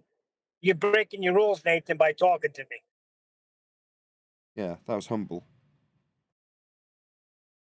Correct. The whole little group there. It'll be Humble, it'll be Bacon, and Lumpy will be right in there. Yeah. And they're very good at it, aren't they? Okay. And for the majority of the time, they'll get away with it and do it. But there'll be times like tonight where things aren't exactly as they want. And this is where you look at their motivation. Any person who's been humiliated would just disappear, yeah, and drop. Like they do when they drop and claim, I've got a phone call, I've got to do this. But they would drop and disappear. But if you're either really a sick individual or you're being paid, you come back because you have to. Because your boss will tell you that off for not coming back when you were in this nonsense fest. I want 4 more. They want 4 more hours of nonsense fest. Yeah, that's what they're getting paid to do, or what they're getting off doing. You get me? There's only 2 motivations now. Yeah, and the sad one is the second is they're mentally ill. Yeah, and why we're attracting the mentally ill, I don't know. And genuinely, as much as he's happy to admit that he's a pervert, yeah, I think that's a better option for him to have gone, yeah, no, actually, yeah, I am paid. That's why I am being this complete dick in front of you all. Because that's the reality, guys. These guys are paid. Nobody behaves like this in the real world. When I liken it to the pub, you'd knock the twat out. Yeah, you can't behave like that in the real world. And all of us real people in Discord don't behave like that in the internet. Yeah, and that's a tell. And then the voice goes up an octave. Come on, show me, tell it to me, demonstrate. I'll give you $15,000. That's how I. Yeah. We put his Cadillac up. What? Do you know what I mean? That Cadillac belongs to the Viking, I'm pretty sure. Or even me. I think there's some nuance to be garnered from this, to be honest. These people on the outskirts of this side of the argument, they've pushed themselves to the outskirts because they have this proclaimed revelation within this revelation of flat earth. So they want to affirm themselves in these conversations, and they believe that they do that every time they talk to us. That's a good take, Flatsy. I never even looked at it like that.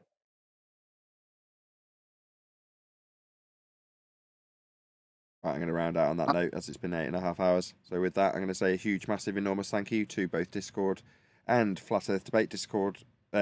Discord servers. Well, it's been a long day. Of course, a massive thank you to all of you for liking, commenting, sharing, subscribing, joining as a Nathan Oakley 1980 channel member and all that good stuff. I've been Nathan Oakley, and I will see you all in the next video.